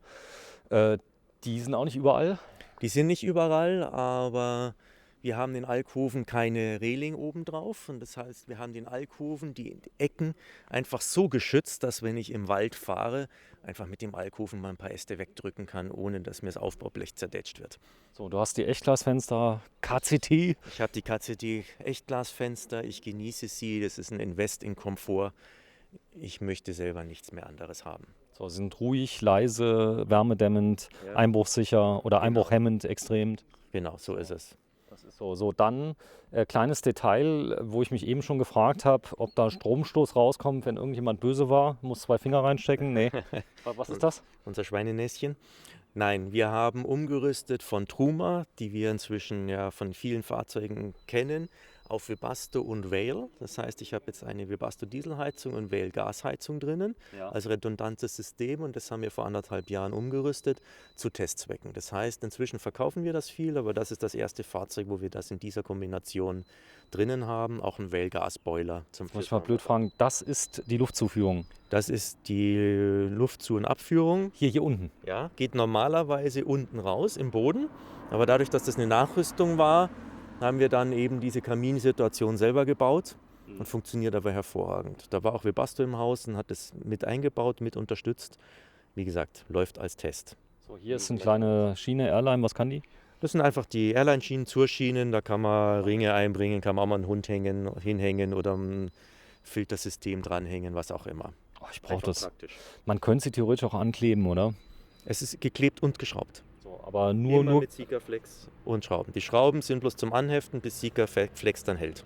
Okay, das heißt, man könnte sie, sag mal, wenn man das angeklebt hat mit Sikaflex, wird es nochmal runterkriegen anschließend? Mit viel Arbeit und einem ganz scharfen, dünnen Messer, einer biegsamen Klinge, das ist viel Arbeit. Aber wenn ich es runterreiße, zerstöre ich die Kabine. Das hält so gut. Okay, also das hält. Ja. So, dann komm, lass uns mal ein Stück zurückgehen, dass wir erstmal allgemein mal gucken. Ja, ich habe bloß gerade eben, ich habe echt gedacht, das wäre so ein Haltesystem irgendwie für jetzt eine Wäschespinne oder so, die du da einfach reinsteckst. Nein. Das sind wirklich also ein selbstgebauter Kamin für die Heizung, die wir jetzt zum Test drin haben. Ja, das ist ein ziemlich coolen statt ein Rohr. Hast du oben jetzt hier dieses Aluprofil? Reling, ja. Gefällt mir gut. Ja, klar. Haben wir inzwischen auch oft schon verkauft. Ach so, das sind so Ideen, die du hast. Das sind so die Ideen, das testet man, die Leute sehen das und sagen, ja, genau so will ich das. So, dann hast du hier ein tolles Dekor drauf, gefällt mir echt gut. Ja, haben wir uns auch mit unserem Folierer zusammen überlegt, war die Vorgabe in ihm, was wir haben wollen.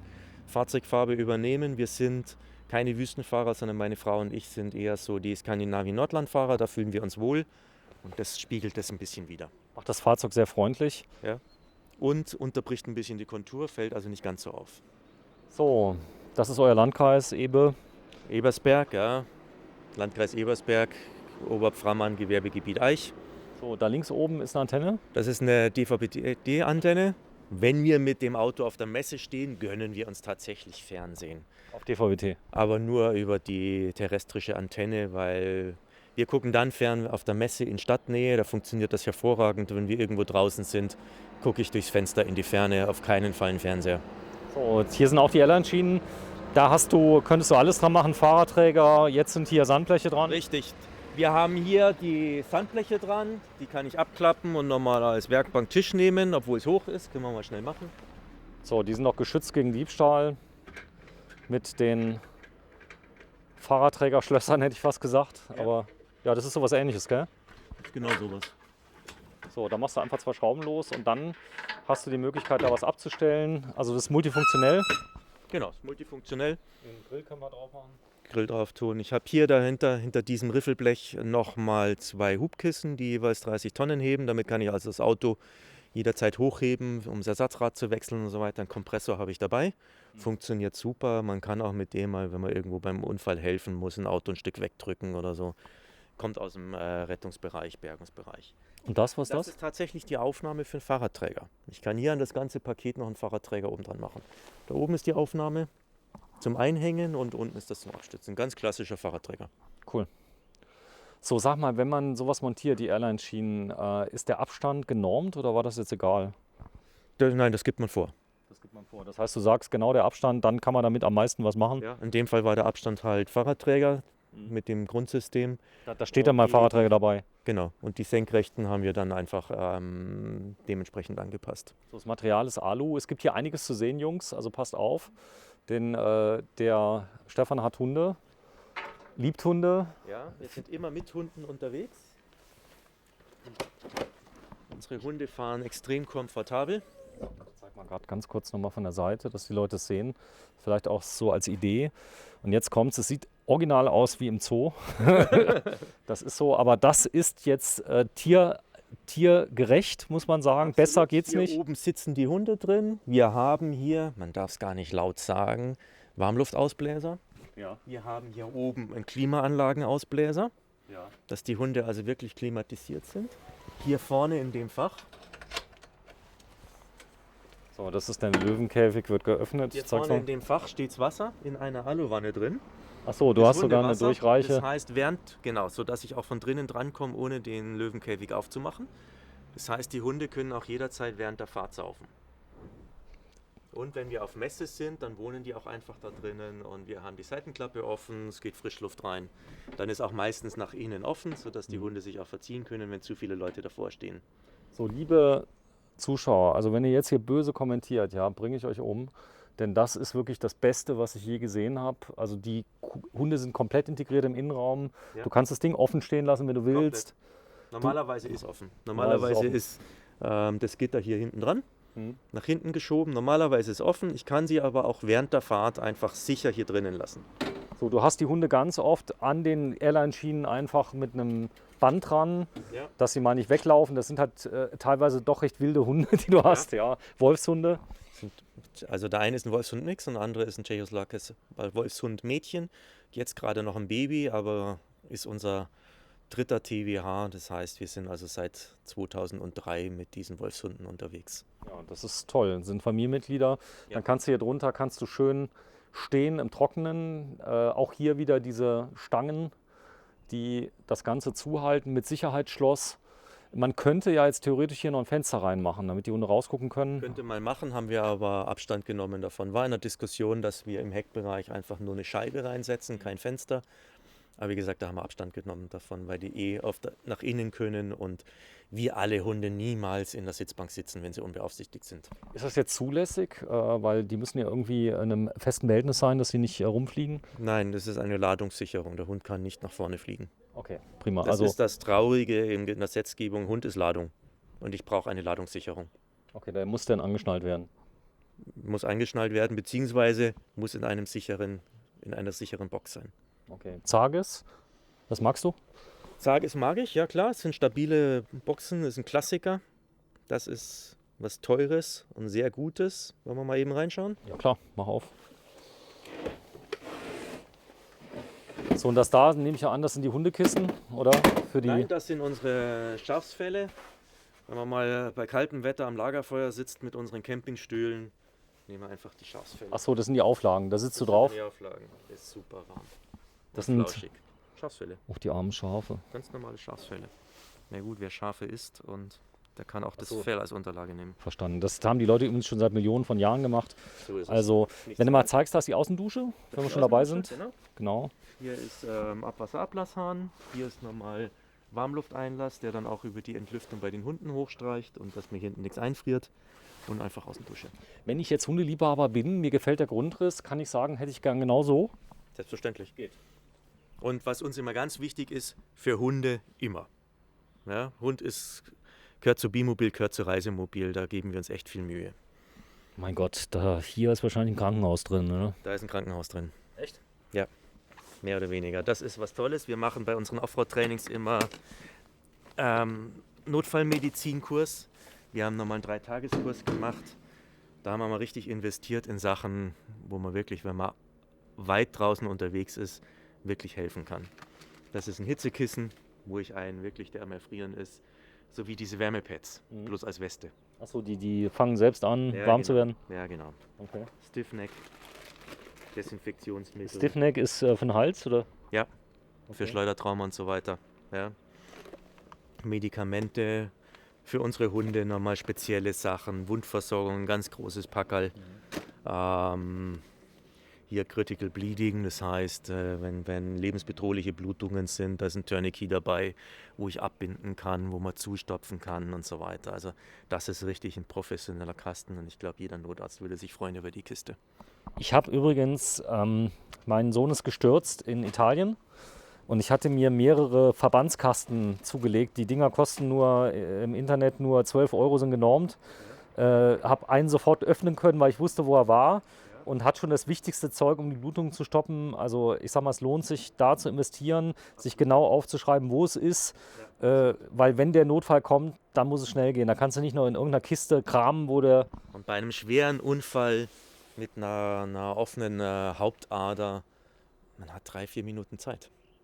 Und dann hat man alle Zeit der Welt, weil Patient tot.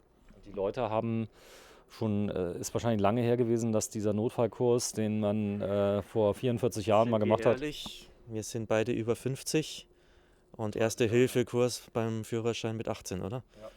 Nee, mit 16 sogar. Mit 16 also. Hat nämlich noch gegolten. Moped. Ja.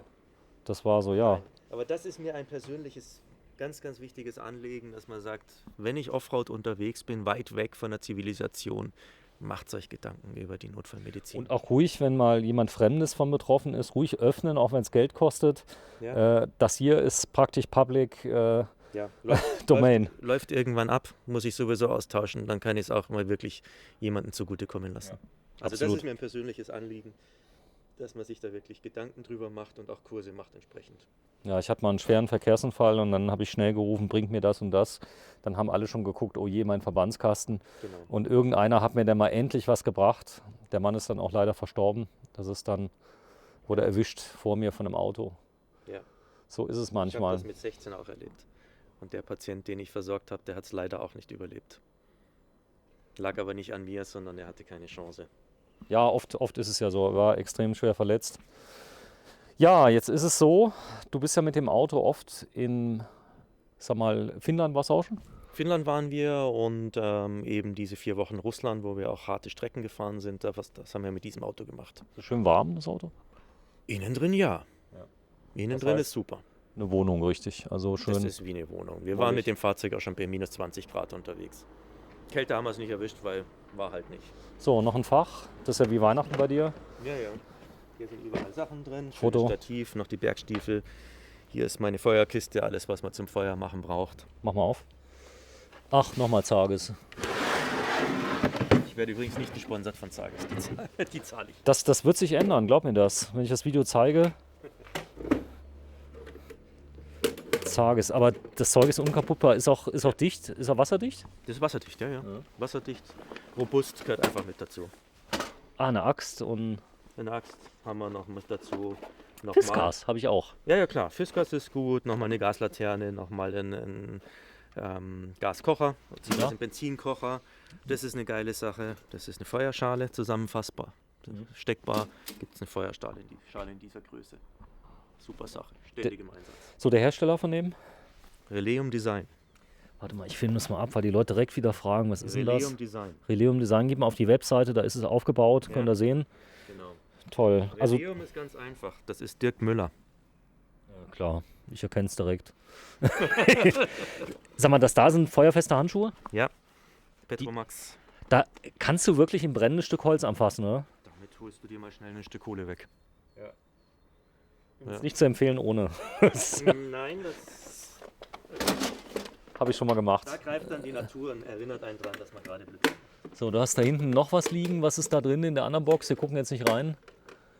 Das ist meine Was? Krustbox mit Werkzeug, Zubehör, Kabelbinder. Okay, also das habe ich uns auch. Und das sind deine Meindl Nein, Komfortfit die von meiner Frau. von deiner Frau. Genau, noch ein paar Rucksäcke, die immer standardmäßig da drinnen sind. Hier in der Mitte in der Kiste, da tun wir dann Zwiebeln und unser Gemüse rein, wenn wir unterwegs sind. Hier vorne ist üblicherweise noch eine Elektrokettensäge mit dabei. Und hier, was hier drin? In dem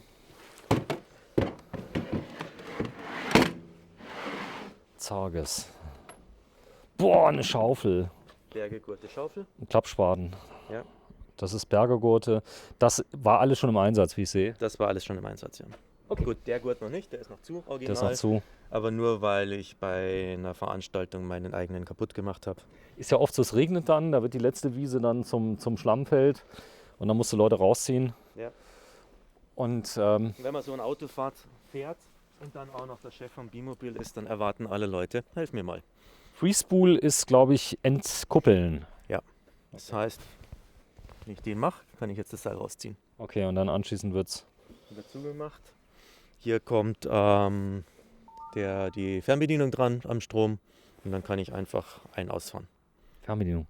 Also Also am wie Kabel. am Kabel. Am Kabel. Toll. So, komm, wir gehen mal schnell rein. Wir haben noch 9%. Ja. Kriegen wir aber hin. Hier nochmal ganz kurz, wie Ja. immer üblich. Hier ist nochmal Unterlegholz Und zum deine. Hochheben und diese berühmten Kokosdinger für die Trockentoilette. Ja. Diese Blöcke, das ist das so.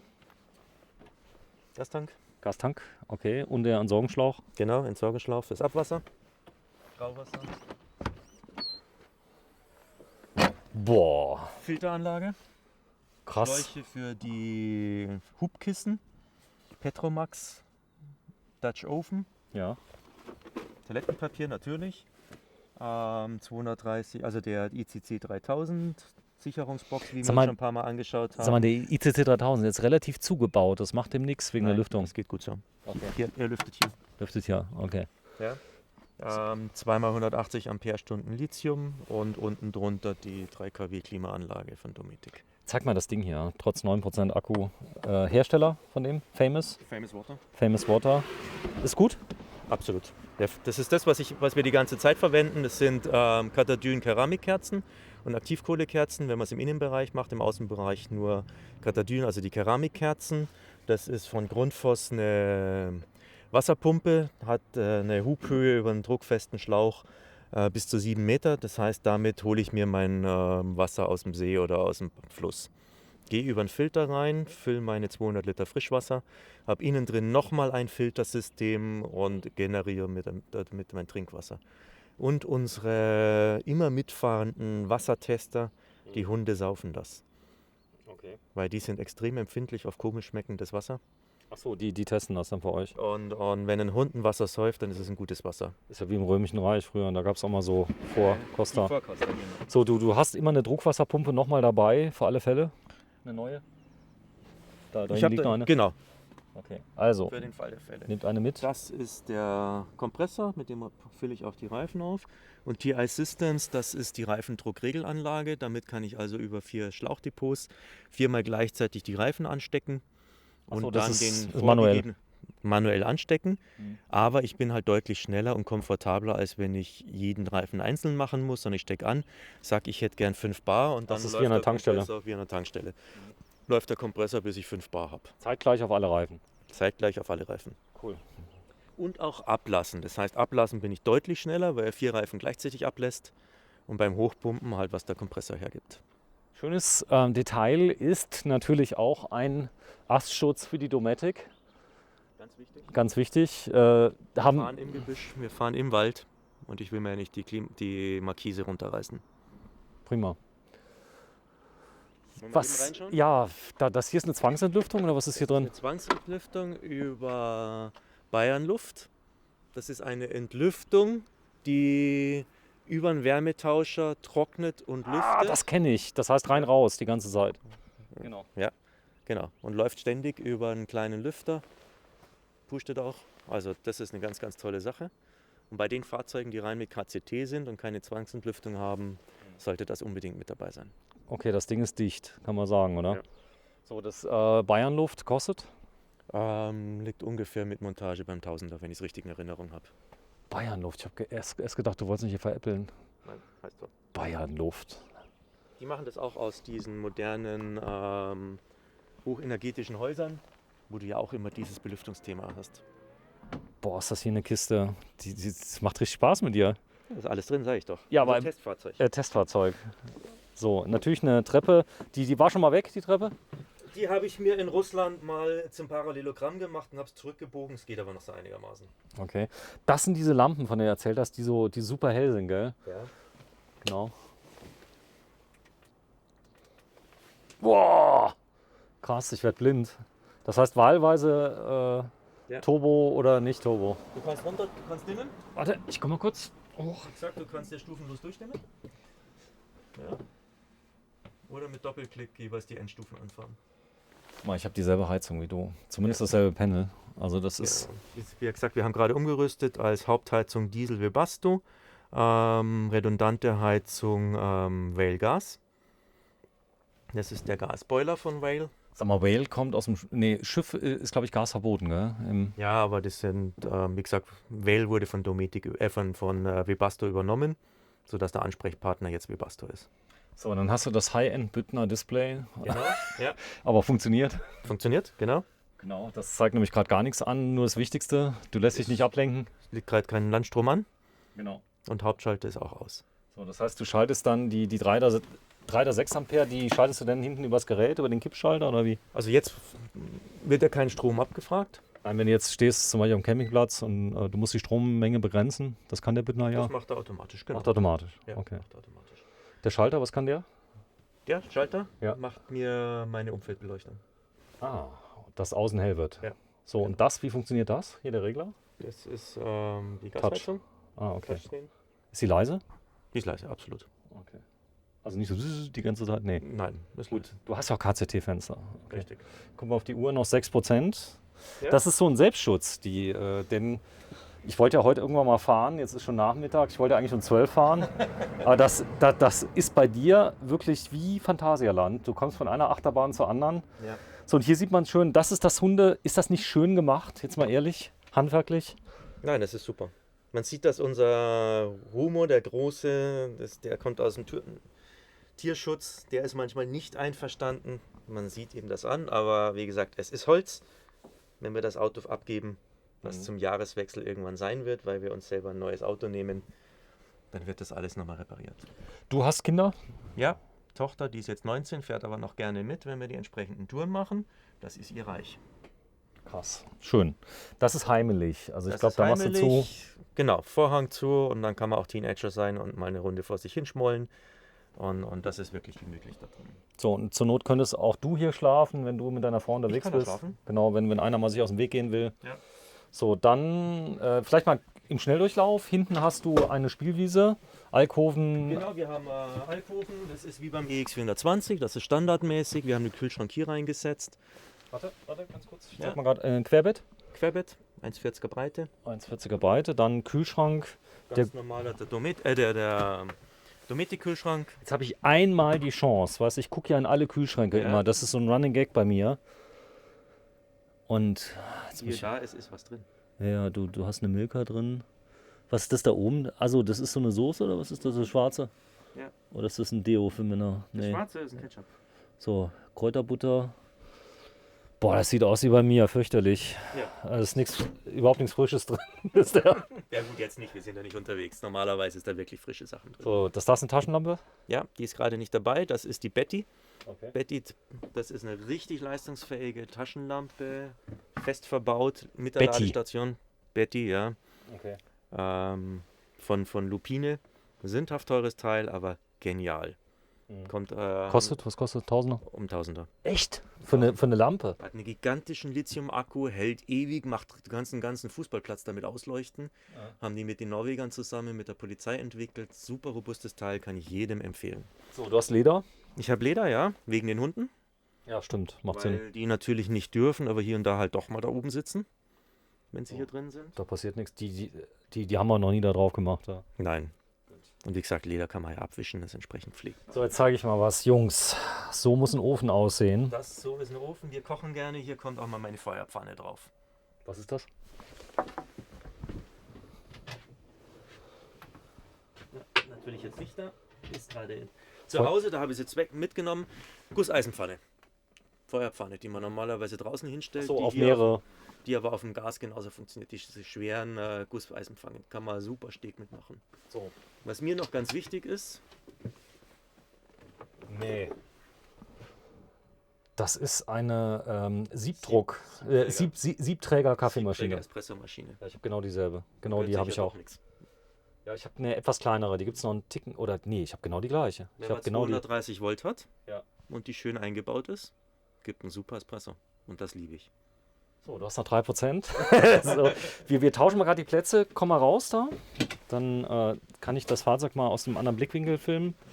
Denn also im Prinzip ist es ein EX420, adaptiert auf unsere speziellen Bedürfnisse und zusätzlich natürlich auch Testfahrzeug für diverse Szenarien.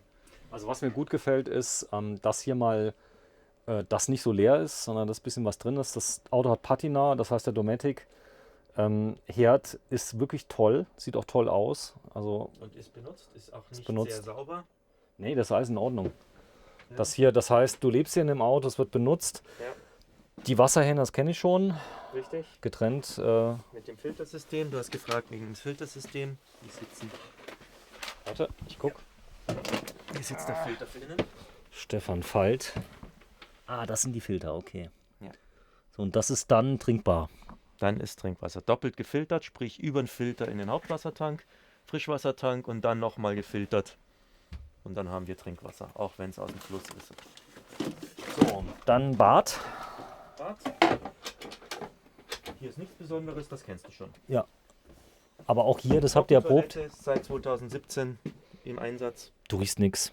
Also, nee, gar nichts. Ich nehme an, da ist auch was drin, oder? Da ist was drin. Wollen wir jetzt nicht zeigen, aber da vorne ist dann das Handtuch, was da hängt. Also alles zweckmäßig.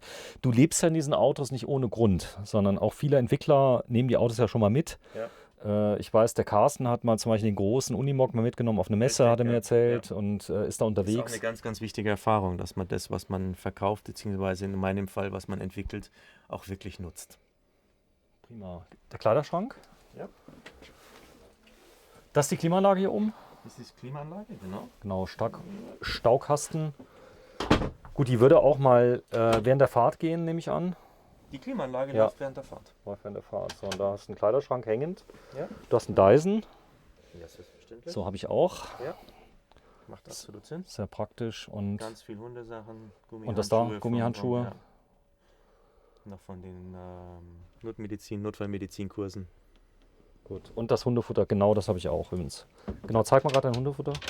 Machen wir mal ein bisschen Werbung. Nimm's mal raus. Von Platinum. Von Platinum. Genau, das habe ich übrigens auch. Ja. Bloß blöd, ist halt ziemlich teuer und wenn die Hunde das mal hatten, dann wollen sie nichts mehr anderes. Das ist, Ja, die mäkeln ganz gerne rum, gell? ist es.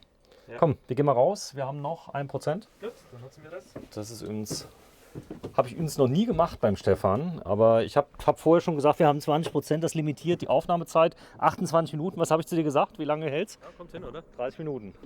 Aber das geht so schnell. Das heißt, wenn du was zeigst, wichtig ist, wir multiplizieren ja die Gespräche nach außen. Was ich gelernt habe, ist Bayernluft. Da will ich mich direkt mal erkundigen. Das ist übrigens, gibt es auch für Häuser mit Ziehen und Drücken, sogar mit Funksteuerung untereinander, links und Es sind auch rechts. Sensoren drin. Ich kann also auslesen, wie viel Feuchtigkeit rausgenommen wurde und die Temperaturen. So, das heißt, du hast permanent Frischluft in dem Auto, aber ohne Wärmeverlust. Genau. Also mit geringem Wärmeverlust über einen Wärmetauscher. Ein Wärmetauscher. Man nimmt auch Feuchtigkeit raus. Sag mal, was ich immer fragen wollte, last but not least, dieses kleine silberne Teil da unter der Markise, was ist das? Umfeldbeleuchtung, Notbeleuchtung. Das ist eine Lampe. Ah.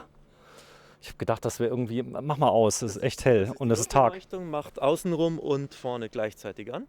Das ist diese Panikbeleuchtung. Und die ist ultra hell, du kannst selbst tagsüber nicht, ich habe jetzt gerade ein Dankeschön. Entschuldigung.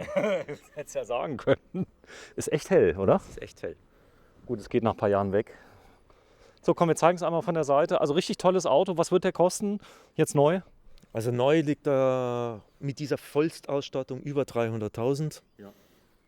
Gut, ist aber eine Wertanlage, muss man sagen. Wertanlage. Verlieren Das kaum an Fahrzeug, wie Wert. gesagt, wir machen jetzt einen LKW für uns im frühen Herbst. Das heißt, zum Jahreswechsel werden wir den dann abgeben. Hat der Steuer? Ist ein Firmenfahrzeug. Gut, das heißt, der hat Mehrwertsteuer ausweisbar. Mehrwertsteuer ausweisbar und wenn wir brutto irgendwas um die 300 noch erzielen, dann ist das gut so. Ich habe eine gute Nachricht. Guck mal hier auf den Akku. Siehst du? Ja? Ja, er ist leer. Er ist leer. Tschüss Stefan, war nett. Tschüss Sven. Heute 3. März 2021. Wir sind in Oberframmann, 20 Kilometer südöstlich von München. Gewerbegebiet Eich. Oberframmann. Ihr habt uns toll empfangen, ihr habt mir sogar eine Pizza spendiert heute. Und ich danke dir herzlich. Tschüss. Tschüss.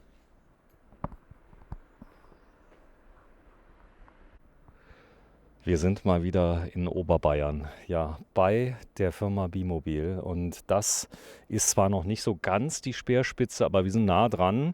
Es wird in Kürze ausgeliefert. Es ist ein Vorführer, ca. 2 Jahre alt, der hier stand. Der hat noch nie einen Kunden besessen, war Erstbesitzer, war die Firma Bimobil, nehme ich an. Der war zugelassen?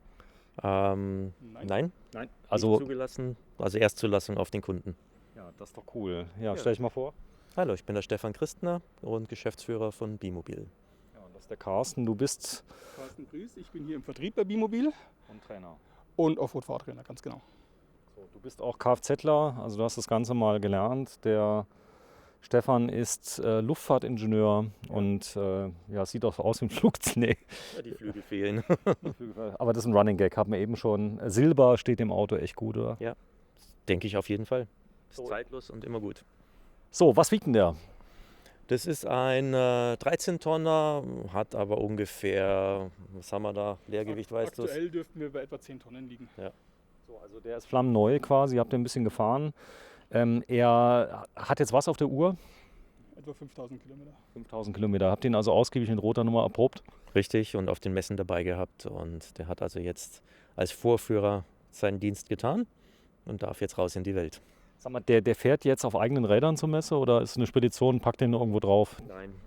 Mit der Höhe gibt es kaum noch Speditionen, die diese hohen Fahrzeuge mitnehmen, weil man sonst diese 4 Meter knackt und oder Schwerlastverkehr ist mit Begleitschutz. Nein, Sonntags morgens. Genau.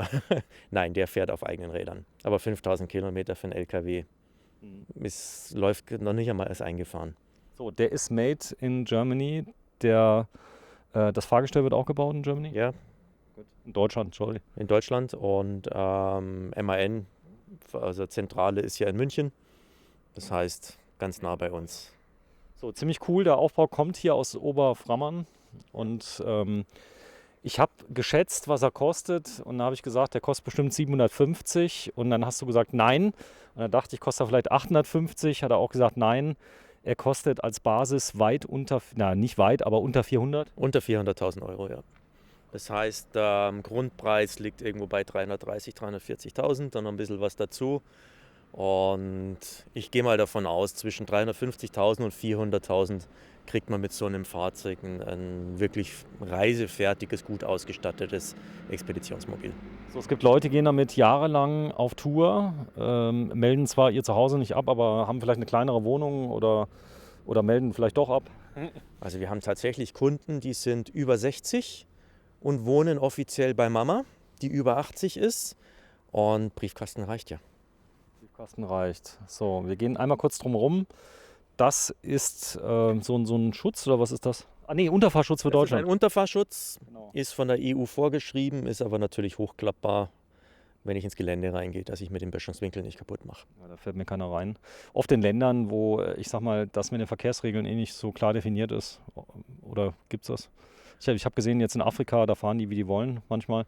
Ja, das ist halt immer die Sache. Wenn mir einer hinten reinfährt, kann man sagen, selber schuld. Das gibt es gewisse Länder, die das so sehen. Bei uns muss man halt einfach sagen, er ist zwar selber schuld, aber er sollte möglichst glimpflich mit dem Auffahrunfall zurechtkommen. Deswegen ist sinnvollerweise ein Unterfahrschutz vorgeschrieben. Also ich halte es für extrem sinnvoll. Auch von der Seite ist jetzt mittlerweile vorgeschrieben. Drüber reden, ist absolut sinnvoll. Absolut sinnvoll, denn ganz viele sind schon untergetaucht. Das hier ist jetzt auch der Bereich Windschutzscheibe, wo du bist. Das heißt also, wenn ich nicht gerade in einem extrem kurzen Auto bin, habe ich eine Chance. Ja, so ist es. So, das Fahrzeug selber ist in der klassischen Aufbauweise Kabine gebaut wie alle. Also selbst vom Pickup, das ist kein Unterschied, bloß größer. So ist es. Die Qualität und die Bauweise ist immer gleich. Einziger Unterschied ist halt Ausstattung und Größe der Kabine. So, der ist jetzt mit allem Sinnvollen schon ausgestattet für die Tour. Das heißt, unter anderem passt hier ein Rad drauf. Die ganz harten Jungs, hast du mir erzählt, die nehmen auch mal zwei mit. Je nach Tour, wo ich hinfahre, wenn ich wirklich in Gelände unterwegs bin, scharfkantige Steine oder sowas, wo die Gefahr besteht, dass ich mir die Flanke zerschneide, nimmt man dann lieber zwei Räder mit.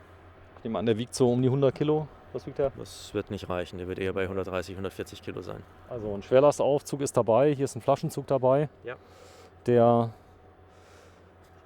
Fahrradträger, das ist ja... Das ist einfach nur auf den Ersatzradträger draufgeflanscht, sodass ich da nochmal zwei Fahrräder hinten drauf stellen kann. Wenn ich will, ich kann es auch abschrauben. Das Richtig. ist genau, also optional drauf. Hinten habe ich jetzt keine Fenster drauf. Ich habe hier vorne die Rückfahrkamera natürlich an einem Punkt, wo ich auch was sehe, wenn ich so einen Reifen drauf Richtig, habe. ich muss natürlich hinterm Reifen nach unten gucken können, um zu sehen, wann es zu Ende ist und nicht erst dann, wenn es komisch klingt. Aber der Vorteil ist, ich kann mit dem Aufbau auch jetzt nicht so viel treffen. Also wenn ich jetzt auch mal gegen Steine rückwärts fahre, das Fahrzeug wird erstmal nicht beschädigt, das schützt auch das Fahrzeug ein bisschen, oder? Du meinst hier den Unterfahrschutz? Oder? Ja, nee, Unterfahrschutz und der Reifen auch. Auch der Reifen, ja klar. Ja. Der hängt dann nochmal hier dran, das Ganze ist nochmal vorgebaut. Also da muss es schon hart kommen, dass also an der Fahrerkabine was drankommt. Der ist hier ganz, ganz massiv am Zwischenrahmen angeflanscht. Und der Zwischenrahmen ist mit dem Basisfahrzeugrahmen elastisch gelagert. Also wenn ich da wirklich mal hinten anstoße, der nimmt ziemlich viel Energie auf. So, jetzt ist es ja so, ihr habt ein interessantes Konzept.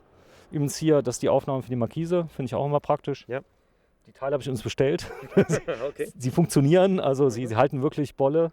Und Vielleicht sogar noch welche übrig, hättest du sagen können. ja, hatte bei Amazon irgendwie 8 € oder so gekostet. Was ziemlich cool ist, ihr lasst keine gebrauchten Fahrzeuge zu. Es gibt viele, die kaufen Gebrauchtfahrzeuge, um die Preise zu drücken. Das sind bei euch alles in der Klasse, alles Neufahrzeuge, einzelne Pickups, glaube ich. Da kann man die mitbringen. So ist es. Nur Pickup ist eine Fahrzeuganlieferung möglich. Alles, was größer ist, machen wir nur Komplettfahrzeug und Neufahrzeuge. So, Carsten, stell dich mal davor, dass man mal ungefähr einen Größenvergleich hat. Sag mal, ist euer Auto jemals als Matchbox-Auto gebaut worden? Ein Mercedes G, ja, tatsächlich. Es gibt tatsächlich ein Modellauto von Mercedes G. So, und du bist 1,78 und ich zeige das mal gerade. Gefühlt passt der Carsten so, ja, so 3-mal rein oder 2-mal plus Mehrwertsteuer. Das ist so, also die Höhe von dem? Ist bei 3,60 Meter. Okay, also immer noch unter den berühmten 3,60 Meter. 3,70 Meter ist, glaube ich, so eine Grenze. 3,80 wird es dann schwierig. Also 4 Meter ist das, was auf den europäischen Autobahnen gilt. Mit Manchmal. den ganzen Unterführungen. Nein, das ist einfach eine Norm. Bis 3,60 Meter kann man unserer Erfahrung nach noch gut fahren. Ab 3,70, 3,80 gibt es dann schon immer mehr Schilder, wo man nicht mehr durchpasst. Ja, ich bin 3,68 und ich kenne nämlich die nächste höhere Klasse ist dann 3,80 Meter. Und ich fand es immer schade, weil es sieht nicht ganz so gewaltig aus, aber es hat einen Vorteil, du kommst echt viel öfter durch, sagen wir es mal so. Ist es einfach, ja. Die Länge? Was haben wir da, Carsten? Länge sind wir bei 6,80 glaube ich, gell? Unter 7. Oder sind wir über 7? Wir sind über 7. 7 Meter, dann waren es 7,20 Meter. 7,20 Meter waren es dann. So, das ist auch ein Alkoven, quasi? Quasi nein. Quasi nicht. Nein, im Lkw-Bereich, dadurch, dass die Fahrzeuge anders aufgebaut sind und auch elastisch gelagert sind, kippt das Fahrerhaus im Verhältnis zur Wohnkabine seitlich weg.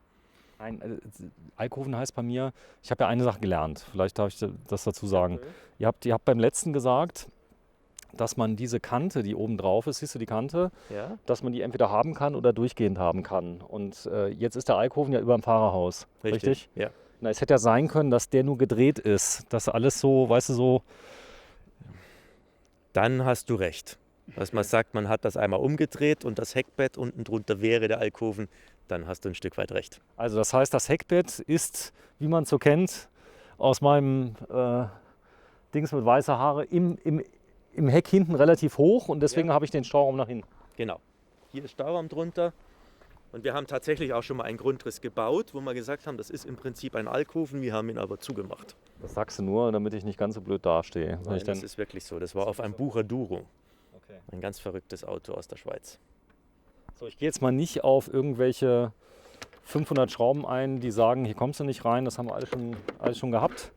Aber hier habe ich diese ganz massiven Riegel, die man auch ruhig mal zeigen kann, die also dann im harten Offroad-Einsatz einfach das Ding zuhalten. Ja. Das kann nicht aufspringen, unmöglich. Nein. Nee. So, das ist ja mal eine Heckgarage. Ne? Da passt ein bisschen was rein, ja. Aber wenn ich lange unterwegs bin, macht das auch Sinn, dass ich den Platz habe. Und da passen halt super einfach Stapelboxen, Aluboxen rein. So. Büttner. Euer Freund und Helfer, was haben wir denn hier alles? Ein Ladebooster, was hat der hier? 45 Ampere, zweimal. Zweimal, ja. Ja, zweimal drin. Und das ist ein Wechselrichter? Großer Wechselrichter, ja, von Votronic. Licht habe ich drin, eine große, ja, was krasses ist hier die Höhe. Aber das ist nicht so schlimm, denn drunter ist ja noch eine Box. Drunter noch ein Stauraum, ja. Das habe ich schon gelernt, da darf es nass werden. Das sind die Riffelblech-Stauboxen, ja. Die sind spritzwassergeschützt, aber durch das Riffelblech nicht druckwasserdicht. Das heißt, wenn ich durch die Furt fahre, Marktiefe ist so, dass das also definitiv ins Wasser reingehängt werden darf im unteren Bereich. Kommt halt Wasser rein. In dem Fall haben wir hier einen Gastank versteckt. Unten drunter passt aber immer noch ein bisschen Bergigurt oder sowas kann man damit reinlegen. Nach hinten abgelüftet, das heißt, wenn der Gastank irgendwo ein bisschen Gas verlieren sollte, kann er abfließen nach unten. Auf der anderen Seite habe ich das als Stauraum natürlich nochmal auf der Fahrerseite. Sag mal, diese Fahrzeuge, wenn die mal so 10 Jahre alt sind, ja, dann siehst du die ja teilweise noch für 300.000 im Netz. Das heißt, ich bin dann gefahren für irgendwie 60.000 Euro, also für rund 6.000 Euro im Jahr. Dafür gibt es ja keine Wohnung für 6.000 Euro hier in München. Nein, definitiv. Wenn ich das Fahrzeug entsprechend pflege, dann habe ich einen Werterhalt, der geht tatsächlich in Richtung Immobilie. Kann ich das Auto bei euch abgeben zur Aufbereitung? Das heißt also, wenn ich mal herkomme und sage, ich hätte den gern wie neu, drücke euch 20.000 Euro in die Hand, ihr macht den mal ein neuer Standard, bereitet den auf. Gibt es sowas schon mal? Gibt's, aber sehr selten. Aber genau das ist ja das, was wir mit der neuen Halle dann auch wirklich anbieten wollen, wenn wir den Platz haben, wenn so ein Auto auch einmal 14 Tage stehen kann, dass man sagt, komm, wir machen ja eine Grundüberholung, machen einen Mehrwert und so weiter. Neue Technik rein, neue Polster vielleicht, die Genau. in die Jahre gekommen sind. Ja. Weil der Möbelbau, da haben wir schon mal drüber gesprochen. Hält ewig. hält Aber ewig. wenn man sich an den Polstern abgesehen hat oder auf Leder umpolstern will oder einfach eine andere Farbe reinhaben will, ein klassischer Vorhangwechsel. Frage bei den Tanks, haben die jetzt noch eine Lebensendzeit oder ist es vorbei? Die müssen nach 10 Jahren geprüft werden. Aber die müssen nicht mehr raus. Aber geprüft sein. Ich weiß nur, also der Tank, den ich mal hatte in dem alten, der hatte 10 Jahre Lebenszeit, dann war er dann beendet, aber die werden jetzt geprüft. Inzwischen ist es auf Prüfung umgestiegen, ja. Auch hier habe ich eine Fernablesung. Auch hier Fernanzeige. Klar, ich habe hier meine Tankuhr und habe hier aber nochmal eine Fernanzeige im Fahrzeug, um einfach im Fahrzeug auch den Füllstand ablesen zu können. Ihr heizt mit Diesel?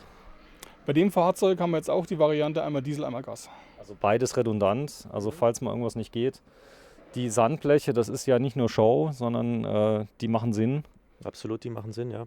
Wenn man sich mal irgendwo festgefahren hat. Die sind jetzt nicht stabil genug, dass ich in dieser Gewichtsklasse einen Graben überbrücken kann, aber gerade nasse Wiese, wenn es so ein richtig seifiger, schmieriger Untergrund ist und Sand, da braucht man einfach solche stabilen Bleche. Also man kann sie auch runterklappen und ich kann sie auch dann als Tisch quasi verwenden. Ja, genau, das haben wir schon gezeigt bei dem anderen. Genau. Falschen Schlüssel dabei, genau. Ja, ist halt ein bisschen hoch als Tisch, aber es geht. Ist die Frage. Ich meine, einen Kaffee drauf abstellen kann man, sein Abendbier kann man auch drauf abstellen. Ja, ist ja gut. Es geht mehr darum, dass man halt wirklich auch mal eine Fläche hat, wenn man was arbeitet, bastelt, schnell was abzustellen. Das Schnitzel Hunde gesichert abstellen. Das Schnitzel Hunde gesichert. Ja, bei deinem Hund mache ich mir Sorgen, bei dem neuen Wolfshund, der kommt auch da dran. Ja, da hätte das Schnitzel eine recht schlechte Überlebenschance. So, der hat nur einen Reifen, keine Zwillingsbereifung. So viel habe ich schon gelernt, Offroad. Ja. Geht gar nicht, Zwillingsbereifung. Haben wir auch, weil ich habe vorher gedacht, mein Gott, aber es geht nicht. Also viele rüsten die dann noch um, von Zwillingen auf so. Zwillingsreifen im weichen Untergrund ist das Problem, ich ziehe eine zusätzliche Spur, habe also einen deutlich erhöhten Rollwiderstand und es besteht die Gefahr, dass ich mir irgendwelche Steine zwischen die Karkassen klemme und dann im Laufe der Zeit kaputt mache, beziehungsweise wenn ich wieder auf die Straße rausfahre, halt auch einen Hintermann massiv gefährde. So, der hat Luftbremsen, nehme ich an, aber keine Luftfederung. Blattfeder, wie immer im Offroad-Bereich und vor allen Dingen im LKW-Bereich, aber als LKW natürlich Luftbremsen. Luftbremsen, hat eine Motorbremse, können wir uns gleich mal innen angucken. Das ist Serienbereifung hier bei dem Auto oder ist das schon ein bisschen gröber? Das ist ein bisschen gröber, da stimmen wir uns mit MAN ab, das ist aber für einen Fernreisebereich ein super Reifen. Für einen reinen Offroad-Bereich würde man auf den XZL oder ein Äquivalent von einem anderen Hersteller gehen. Das ist halt einfach ein Prinzip grober Baustellenreifen mit hoher Lebenserwartung und Laufleistung. Ist das ein Auto, was auch läuft auf Baustellen, so oder so ähnlich? Diese Reifen auf jeden Fall und diese Autos natürlich auch, ja. Gut. Der hat Allradantrieb mit mehreren Sperren? Ja, 3 Sperren. 3 Sperren. Also das haben wir schon gelernt. In der Mitte das Verteilergetriebe kann man sperren. Richtig. Hinten sperren, vorne sperren. Richtig. Ey, was ich alles schon gelernt habe bei dir in den 3 Tagen. Du bist ein Profi hinterher. So, hier vorne sieht man sehr schön die Höhe. Auch das ist natürlich flexibel. Da habe ich auch gelernt. Ja, das heißt, wenn man da vorne mal aneckt, dann weicht die Trittstufe aus. Kippt weg oder wie? Kippt weg, ja. Die klappt nach hinten einfach. Klappt nach hinten weg. Ah, siehe da. Das heißt nicht rückwärts fahren. Ja, aber wenn ich beim Rückwärtsfahren hinter den Vorderreifen so einfädel, habe ich mir Mühe gegeben. Das heißt einfädeln. So, hier vorne habe ich so einen Schutz. Der kommt auch ab Werk für die Baustelle? Kommt ab Werk, ja. Das ist eine Option im Offroad-Bereich, was die LKW-Hersteller, die Allradler dieser Kategorie machen, dann auch immer anbieten. Genau, Stefan, wenn du mal so ganz vorsichtig deinen Zeigefinger mal neben den Schäkel da legst, dass man mal sieht, ja, der hängt direkt am Rahmen. Der hängt direkt am Rahmen. Ist wahrscheinlich eines der meistbenutzten Systeme. Mache ich hier noch was mit der Seilwinde bei der Tonnage?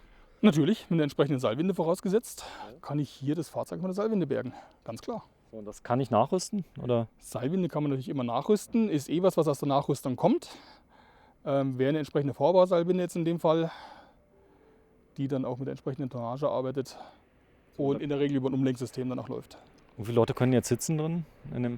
Das ist jetzt aktuell ein Zweisitzer, vorne im Fahrerhaus und ich habe hinten natürlich noch in der Sitzgruppe die Möglichkeit mit Gurten zugelassen. Hier nochmal bis zu 6 Personen insgesamt fahren. Sag mal, hier die Einzelabnahme, das ist schon Aufwand. Das heißt, bis man... Wir fahren mit jedem Auto zum TÜV, der schaut sich alles an, ob wir alle Normen eingehalten haben.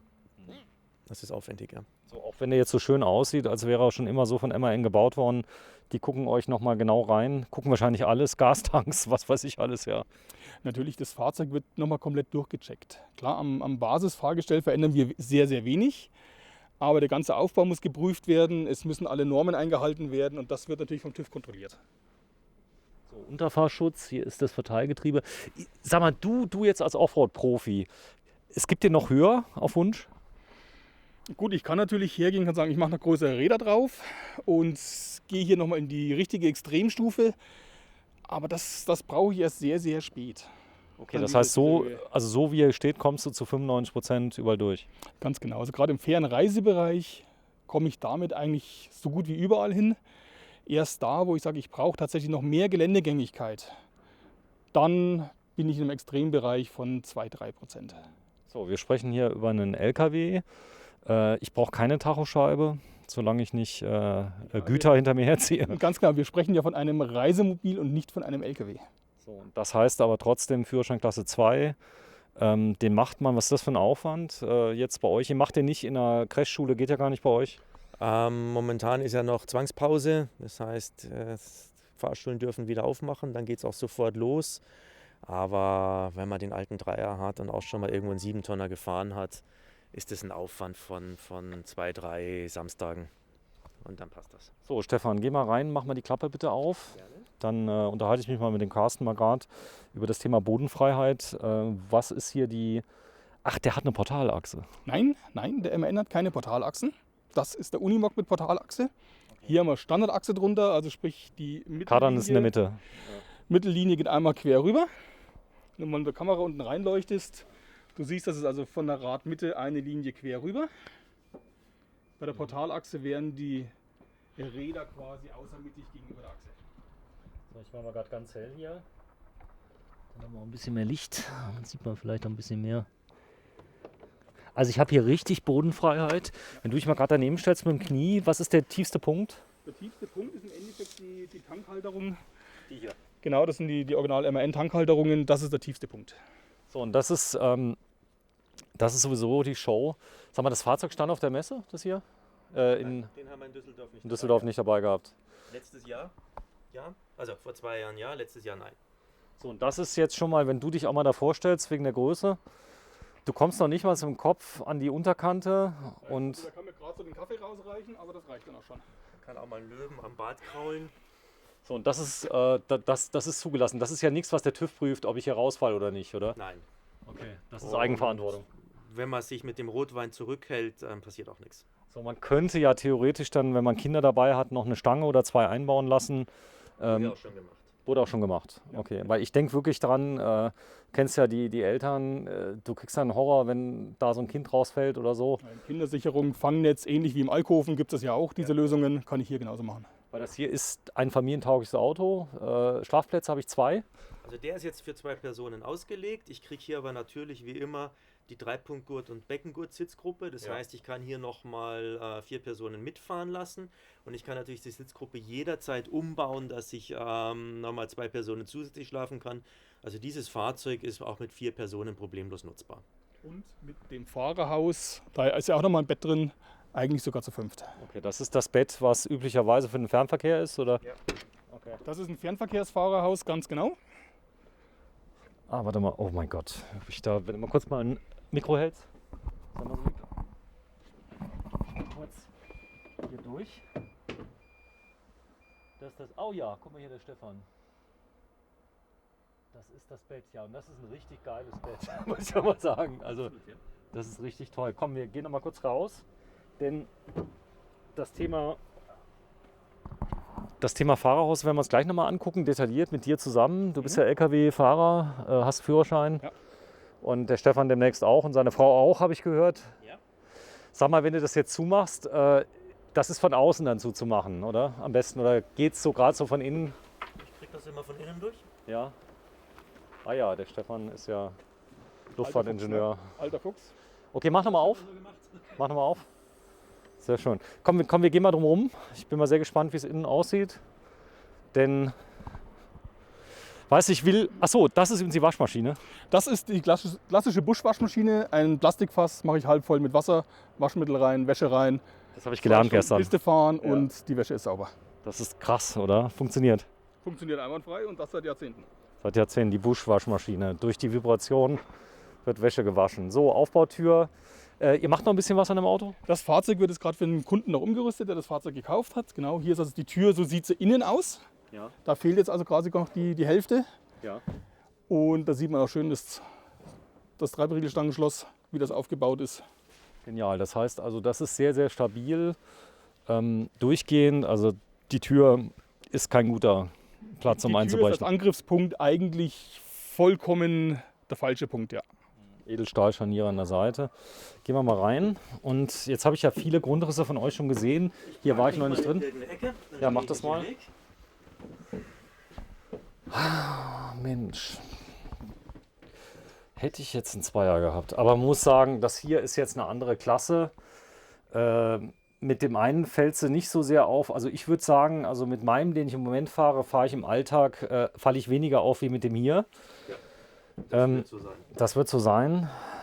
Aber es ist trotzdem ein Auto, was du überall nutzen kannst. Also das ist jetzt so der Campingplatzbesitzer bei der Reifengröße nicht ganz so glücklich, oder? Wenn es ein bisschen feucht ist. Die werden gerne mal nervös wegen den großen Rädern, aber wenn man sich jetzt das Thema mit Flächenpressung und Einziehtiefe anschaut, würde ich ein Expeditionsfahrzeug immer viel lieber auf den Platz lassen als ein 10-Tonner mit Straßenbereifung.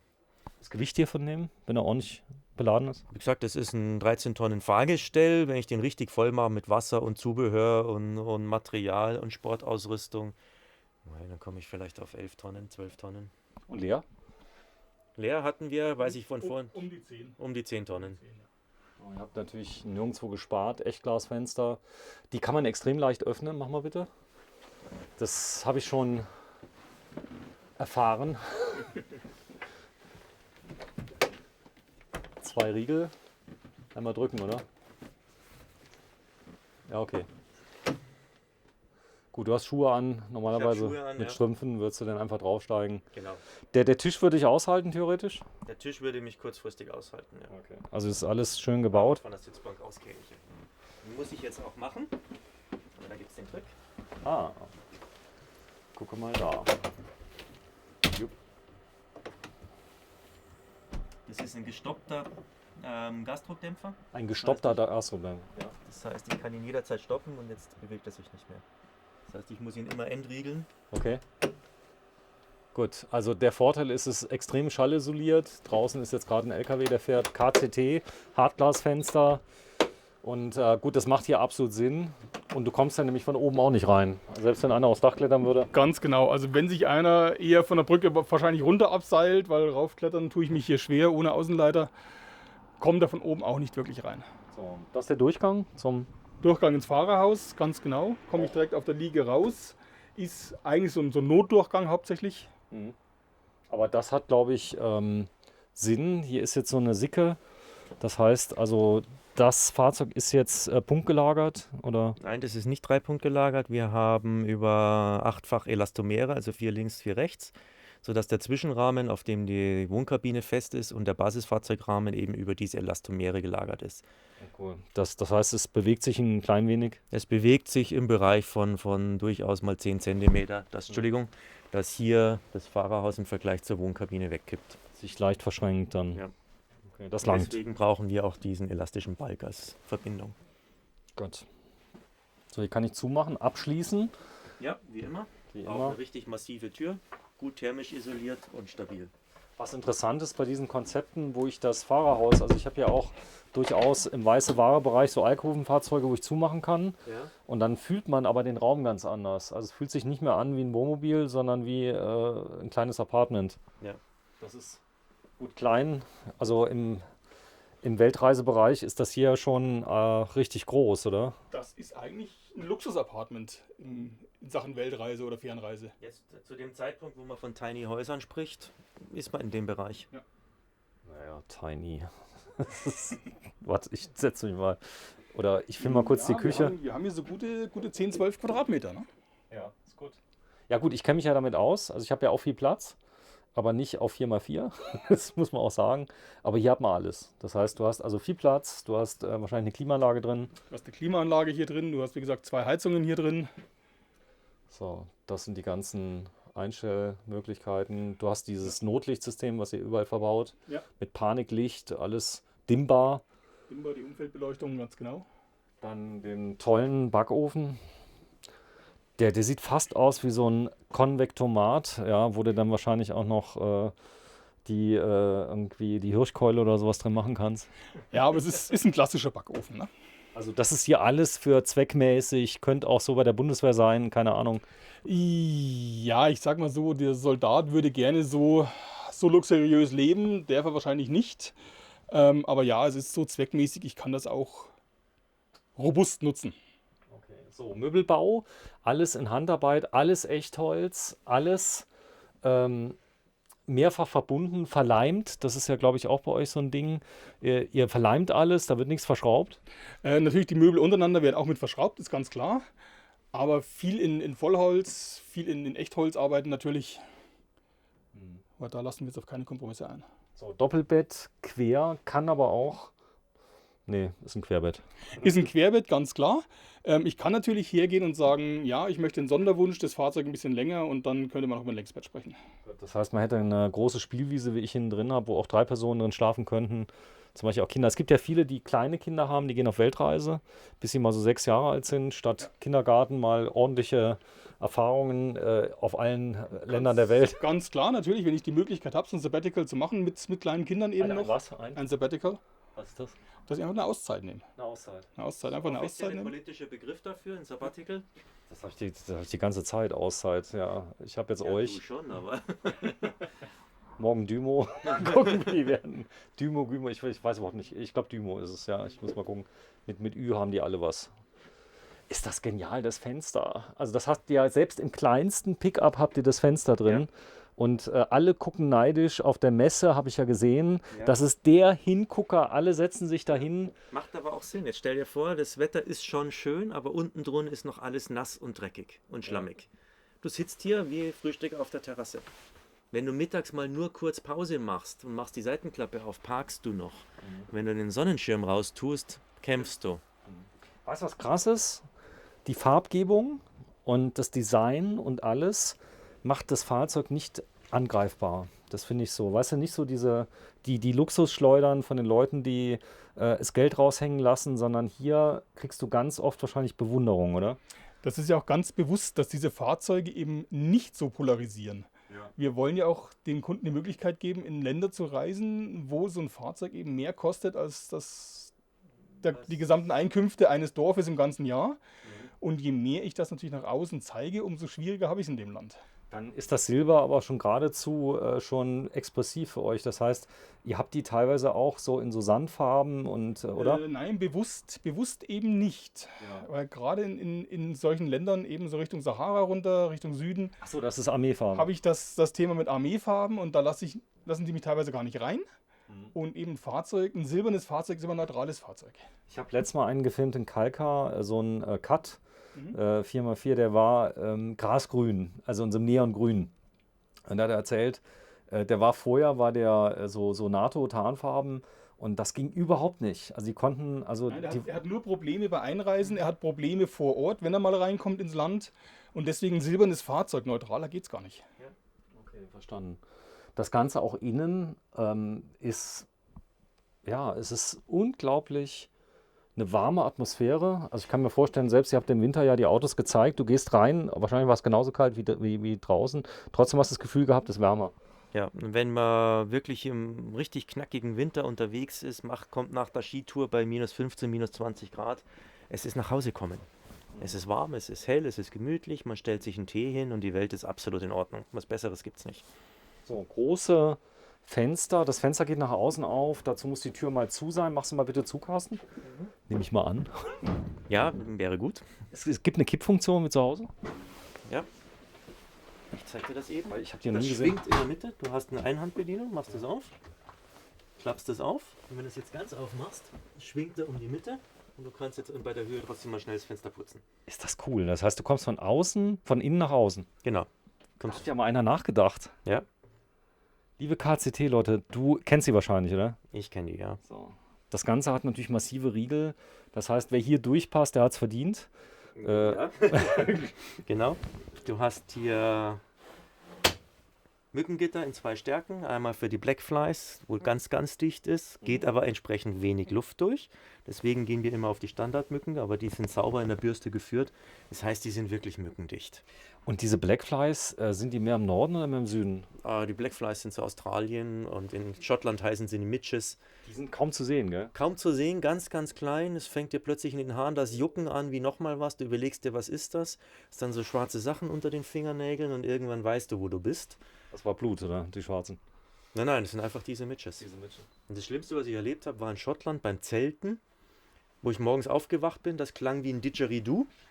Und das waren einfach nur Milliarden von diesen Midges zwischen Innen- und Außenzelt. Du überlegst dir, ob du jetzt die nächsten 3 Tage einfach im Zelt bleibst und nicht rausgehst.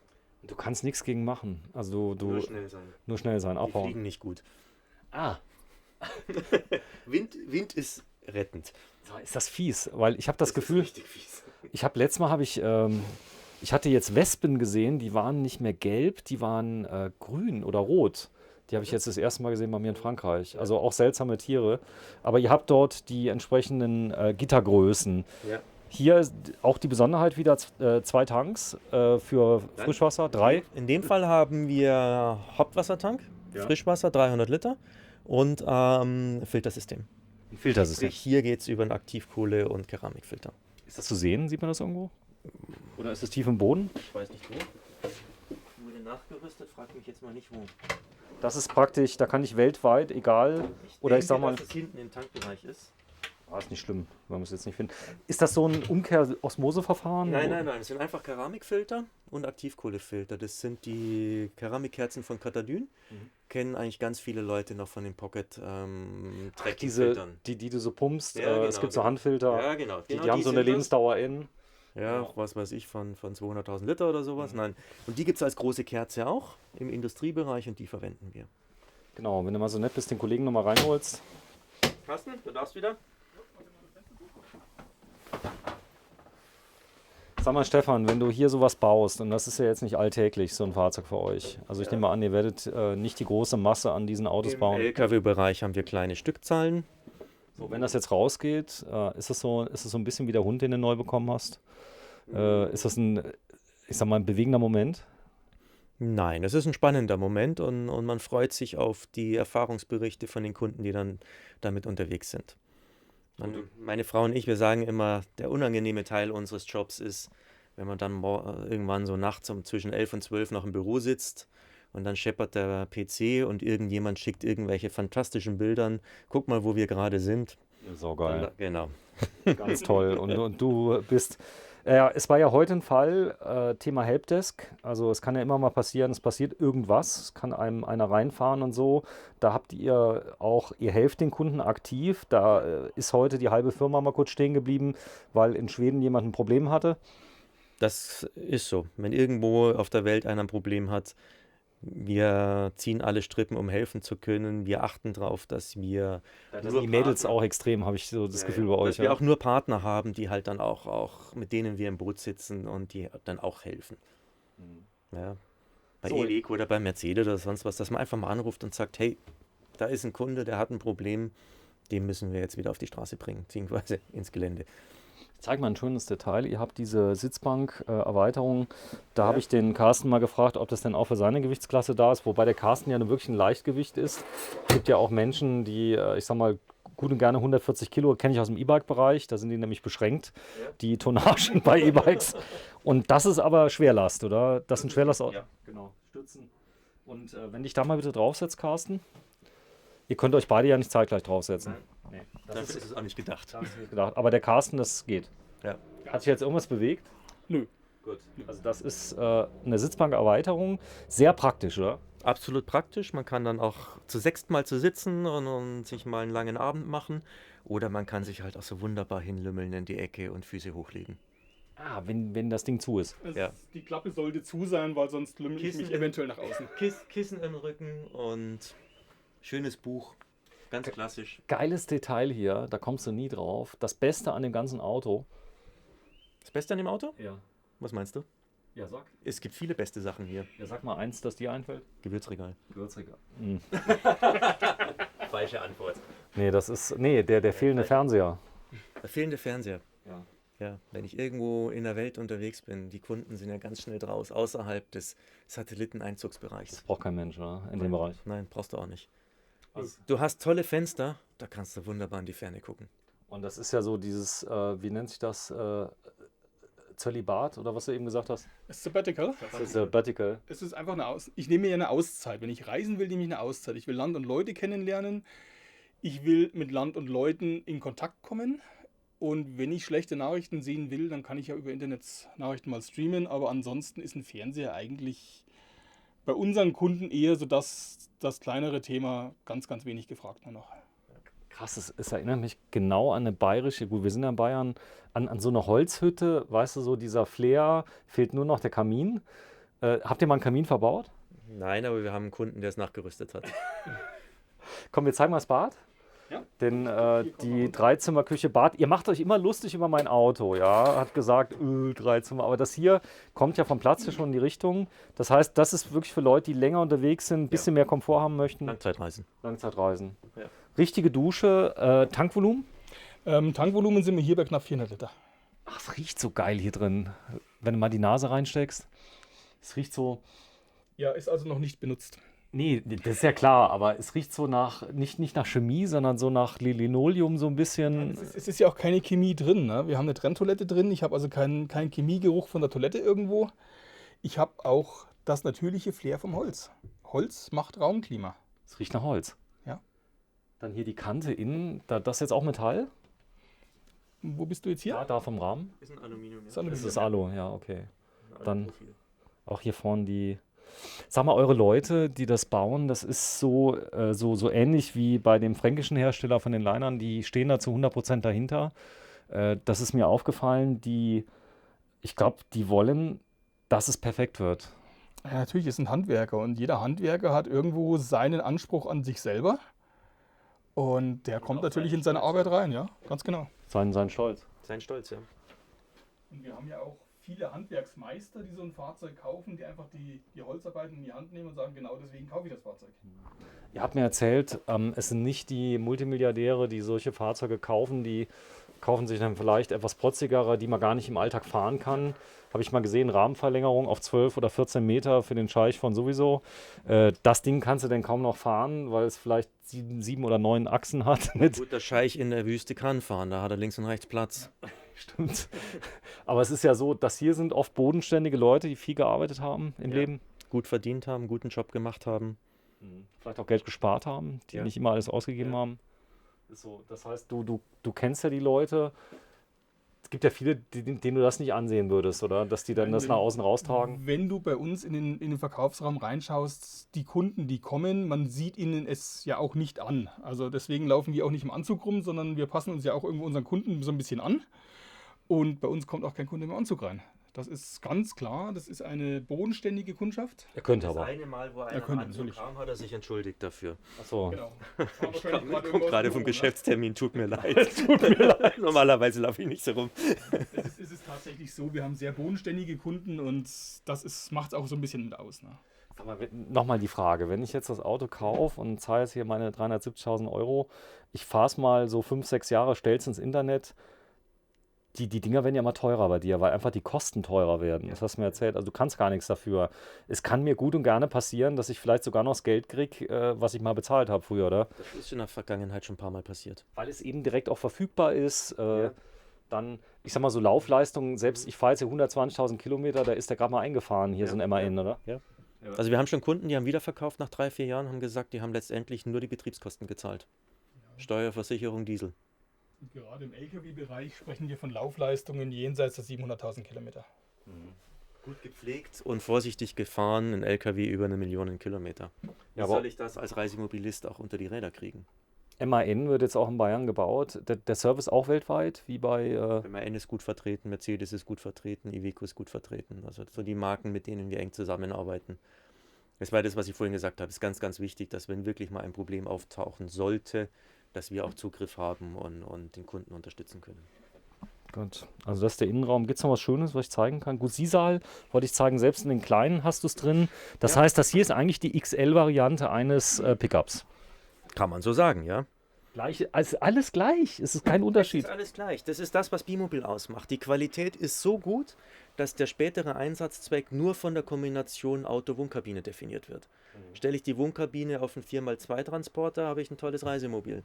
Stelle ich die gleiche Wohnkabine auf einen 4x4 mit großen Rädern, habe ich ein entsprechendes Expeditionsmobil. Die Kabine ist immer die gleiche. Gut, verstanden. Das funktioniert. So, jetzt gehen wir mal ins Fahrerhaus, denn ich sag mal, wir wären ja nicht Männer, wenn wir jetzt hier ins Fahrerhaus und ich schaue euch über die Schulter vom Innenraum. Ist das Ja, okay? ja, klar, natürlich. Ich hätte auch gerne ein paar, ich sag mal, Anmerkungen von dir zum Thema MAN. Das würde mich sehr interessieren, weil ich kenne jetzt MAN nur als TGL, ich glaube, dieser kleine Volkswagen-Derivat. MAN hat LKWs auch bis zu den ganz, ganz schweren, ist einer der führenden LKW-Hersteller weltweit. Und Wie gesagt, ist ein Prädikat und von den ganz, ganz großen LKW-Marken, das sind nicht mehr so viele übrig und MAN ist definitiv einer davon. Ich kann dem Carsten hier mal gerade so ein bisschen auf die Platte spucken. Es ist ja riesig. Hier, guck mal die Höhe hier, wenn du rausguckst. Ja. Aber das schätzen die Leute, gell? Du bist über allem. Du bist hoch und deswegen sicher. Der Carsten, der kommt gestreckt nicht ans Fenster ran. Das heißt, er braucht Leiter und Werkzeug, um hier einzubrechen. Um überhaupt zu gucken, ob es sich lohnt, ob eine teure Kamera auf dem Tisch steht. Beim niedrigen Auto geht jemand vorbei und sagt, oh toll, da liegt ein Geldbeutel und eine Kamera. Und mach die Fahrradtür auf. Und selbst wenn du die aufmachst, bist du noch lange nicht drin. Genau, und hier sieht er erstmal nichts. Und es wirkt viel, viel abschreckender. Und also. Ja, wenn du dann noch diesen Hund dabei hast, der gerade größer wird. Ah ne, der andere ist ja auch nicht schlecht. Der bellt ein bisschen. Der Romo hat eine 72er Schulterhöhe, wenn der rauslächelt. Gerade in diesen Ländern, die haben dann echt Respekt davor. Ja. Die klauen Hunde, habe ich gehört. Stimmt das? Also in den Ländern, wo wir unsere Hunde her haben, die haben Respekt vor den Hunden. Ja. Da darf der Hund noch Hund sein. Okay. Nee, ich habe mal gehört, dass jemand einen Hund gesucht hat, der war auf einmal weg. Ja, das passiert leider. Das passiert leider auch in manchen Gegenden, ja. So ein Labrador oder so. Also der klassische normale Haushund, der überall eigentlich mitgeht, der wird auch schon mal leider geklaut. Das ist besonders tragisch, weil die Leute ja wie ein Kind den auch mitbekommen haben. So, ich gehe mal rein, du gehst mal wieder auf die andere Seite. Isri-Sitze, das sind die Komfortfahrer-Schwingsitze. Genau, das ist Original MAN. Isri ist einer der größten Sitzhersteller in der Richtung, gerade im Nutzfahrzeugbereich. Extrem bequem, Luxussitze. Ist es per Luftdruck gefedert? Ist Luftdruck gefedert, ganz klar. Ist in allen möglichen Varianten verstellbar. Ich habe einen Isri. Ja, Luftdruck. Natürlich, ganz klar. Es ist, wie gesagt, einer der größten Hersteller. Ja, hat der eine Männerhupe drin, ein Horn? Der müsste sogar ein Drucklufthorn haben, ja. Ah. Cool. Ich kann deine Gedanken lesen. Hier ist übrigens Scheibenwischwasser, der Einfüllstutzen. Wie komme ich denn jetzt hier hoch? Warte mal. Oh mein Gott. Ich habe beide Hände voll, es geht. Cool, das ist ein Fahrschulauto. Guck mal hier, der hat auch Pedale auf meiner Seite.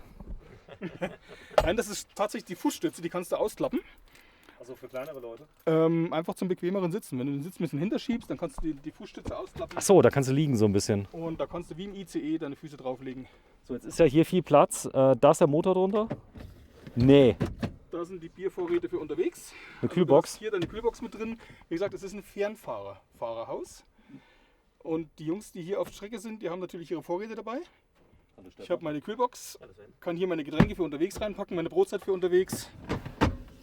Habe das aufgeräumt. Sag mal, ist das wahr, dass die Feststellbremse auch eine Notbremse ist? Oder ist das ein Gerücht bei LKWs? Sagen wir so, die wirkt auf die Hinterachse. Wenn ich jetzt hergehe und ich sage, ich ziehe die einmal hinter, ja, dann ist die Hinterachse blockiert. Und die ist auch während der Fahrt? Während der Fahrt sollte ich das nicht auf einmal machen, aber ich kann langsam hintergehen und kann die Bremse langsam entlüften und dann bremst er auch entsprechend runter. Gut, jetzt Wenn ich Luftverlust habe, dann bremst er automatisch. Ah, okay, das heißt, das ist wie beim Zug, geht die Luft weg. Das war ganz am Anfang im Zugverkehr nicht so. Da hatten die genau umgekehrt und da haben sie gemerkt, da gab es mal so ein Problem mit dem irgendwann mal so einen Zug eingeschlagen. Genau. Und seitdem haben sie umgekehrt. Das heißt, wenn der keinen Luftdruck mehr hat, fährst du den gar nicht mehr weg. Fährst du keinen Meter mehr. Die Feder drückt zu und die Luft hält die Feder auf. Genau, der sogenannte Federspeicher an der Hinterachse. Ja. So, jetzt bist du ja LKW-Fahrer, da lernst du Abfahrtkontrolle. Das ist sehr ernst zu nehmen. Das heißt. Definitiv, ja. So, warte mal, ich komme mal ein bisschen zu dir rüber. Sag mal, ist das krass breit hier drin? Das siehst du mal, dass ich so selten im LKW bin. Ich setze mich mal gerade aufs Bett drauf, wenn das okay ist. Wenn du mal gerade mein Mikro nimmst. Danke. Yeah. Gut, dass ihr mich nicht sehen könnt. Ja, Kamera umdrehen wäre es lustig gewesen. Ja, danke. Was ich ja alles mache. Ich riskiere mein Leben für euch. So, das ist das Fahrhaus. Das ist das Fahrerhaus, genau. Ich rutsche dich mal ein Stück hinter. Sag mal, wenn ich die Videos sehe, so im Internet, YouTube, immer so die neuesten Fahrerhäuser, das wird immer mehr PKW, oder? Das wird immer mehr PKW. Das ist jetzt noch die Vorgängergeneration. Es kam jetzt von MAN tatsächlich ein neues Fahrerhaus, das nochmal luxuriöser ist. Aber hier sprechen wir schon vom PKW-Standard eigentlich. Ich habe ein Automatikgetriebe, Ich habe hier meine verschiedenen Einstellungen, Allrad, Differentialsperren. Ich habe meine Klimaanlage, meine Klimaautomatik, meine Sitzheizung. Genau, ist der laut innen oder werden die auch immer leiser innen? Nein, also du bist ja gestern mitgefahren im Unimog. Ja, der war lauter. Es ist vom Geräusch her, ja gut, die Hälfte hätte ich jetzt gesagt. Die Hälfte. Unimog ist ja noch so ein Unimog ist noch Arbeitstier. das größere Arbeitstier, ganz genau. Und hier bin ich von der Geräuschentwicklung ganz andere Hausnummer. Jetzt hast du hier vorne auch ein Radio mit Navi. Das Navi kann wahrscheinlich Höhe, oder? Was hier drin ist. Hier kannst du alles einstellen, ganz genau. Wie gesagt, es gibt auch bei der neuen Variante dann das neue Navi dazu mit weiteren Funktionen. Wir haben separat unsere Rückfahrkamera mit dran. Was ich toll finde, die geht immer. Das heißt, ihr habt dann entweder Rückspiegel oder Rückfahrkamera. Ganz genau, deswegen hängt die auch auf einem separaten Bildschirm. Die ist mein Innenspiegel. Toll, hier oben hast du ein Der hat tatsächlich einen Fahrtenschreiber drin. EG-Kontrollgerät, falls du mal einen Anhänger fährst. Ganz genau, aber im Prinzip, siehst hier ist auf Out. Im Wohnmobilbetrieb brauche ich das nicht. Okay, das gibt es wahrscheinlich nur mit dem EG-Kontrollgerät. Wahrscheinlich ist das Serie bei so einer Klasse, oder? Man kann es tatsächlich auch abbestellen. Okay. Macht aber keinen Sinn. Also ich sag mal, es kann ja mal sein, ich fahre jetzt Je nach Einsatz, Anhänger. wenn ich weiß, ich möchte eine Anhängerkupplung dran machen, dann sollte ich es mitbestellen. Ja. So was Interessantes, du hast den grünen und roten Bereich mit Leuchtdioden. Ist das so, dass der sich auch verändert dann während der Fahrt, wenn er kalt ist? Oder? Nein, das ist im Prinzip eigentlich der Bereich, der grüne Bereich, wo das Fahrzeug im optimalen Leistungsspektrum und im optimalen Verbrauchsspektrum läuft. Es gibt auch so Fahrprogramme, habe ich gesehen, bei LKWs, da wirst du belohnt, wenn du effizient fährst. Ist das bei den neuen so? Das ist bei den neuen Fahrzeugen so, ja. Ja. Da kommt irgendwie ein Smiley und sagt, hast du toll gemacht. Ganz klar, und irgendwann Fein kommt gemacht. auch der Chef, das kann ich dann über Telematik auch auslesen bei den neuen Fahrzeugen, dann kommt irgendwann der Chef und sagt, du kriegst jetzt 50 € Prämie, du hast für 1000 € Sprit gespart. Stefan, hier hat man einen blickdichten Vorhang, das finde ich toll. Das heißt, auch das ist drin. Wenn ich hier, ich sag mal so, wenn ich jetzt hier die Luke auflasse, kriege ich ja die Klimaanlage von innen ein bisschen mit, wenn sie läuft. Ja. So. Habe ich die Möglichkeit hier zu lüften, so, aber ohne Fliegengitter, gell? Ohne Fliegengitter, ganz klar. So, aber da würde jemand, der länger fährt, der kann sich ja außenrum ein Klett machen oder so. Entweder das natürlich, oder ich habe ja auch eine leistungsstarke Klimaanlage hier im Fahrzeug. Dazu muss das Fahrzeug aber laufen. Ne? Dazu muss das Fahrzeug dann laufen, ja. Das ist aber, glaube ich, sinnvoll während der Fahrt. Das heißt, du hast die Fahrhausklima, dann kann die im Fahrzeug auch aus sein. Habt ihr hier auch die große Lichtmaschine drin mit den 120 Ampere? Bei dem Fahrzeug jetzt nicht. Ja, okay. Bei dem Fahrzeug nicht, ist hier aber durchaus eine Option. Ihr habt 2 Ladebooster drin. Das heißt, 90 Ampere gehen da rein. Das ist, glaube ich, für alle Zwecke ausreichend. Ja, vollkommen. So, das Fahren, das ist eine Automatik. Das heißt, so wie früher Zwischengang und 47 Gänge, das gibt es alles nicht mehr, oder? Nein, also hier lege ich wirklich meinen Gang ein. Sag über mal, einen wie? Drehregler. Da. Einfach auf D für Drive. Hier habe ich war's? die ganze Geschichte mit Offroad-Fahrprogrammen, also sprich im Allradbereich. Mein Rückwärtsgang kann ich noch untersetzen. Und hier kann ich meine Differentialsperren, meine Getriebeuntersetzung mitschalten. Gut, ansonsten wie ein Auto. Ja, wenn du mal kurz drauf drückst aufs Horn. Schauen wir, hier es gerade eingeschaltet ist.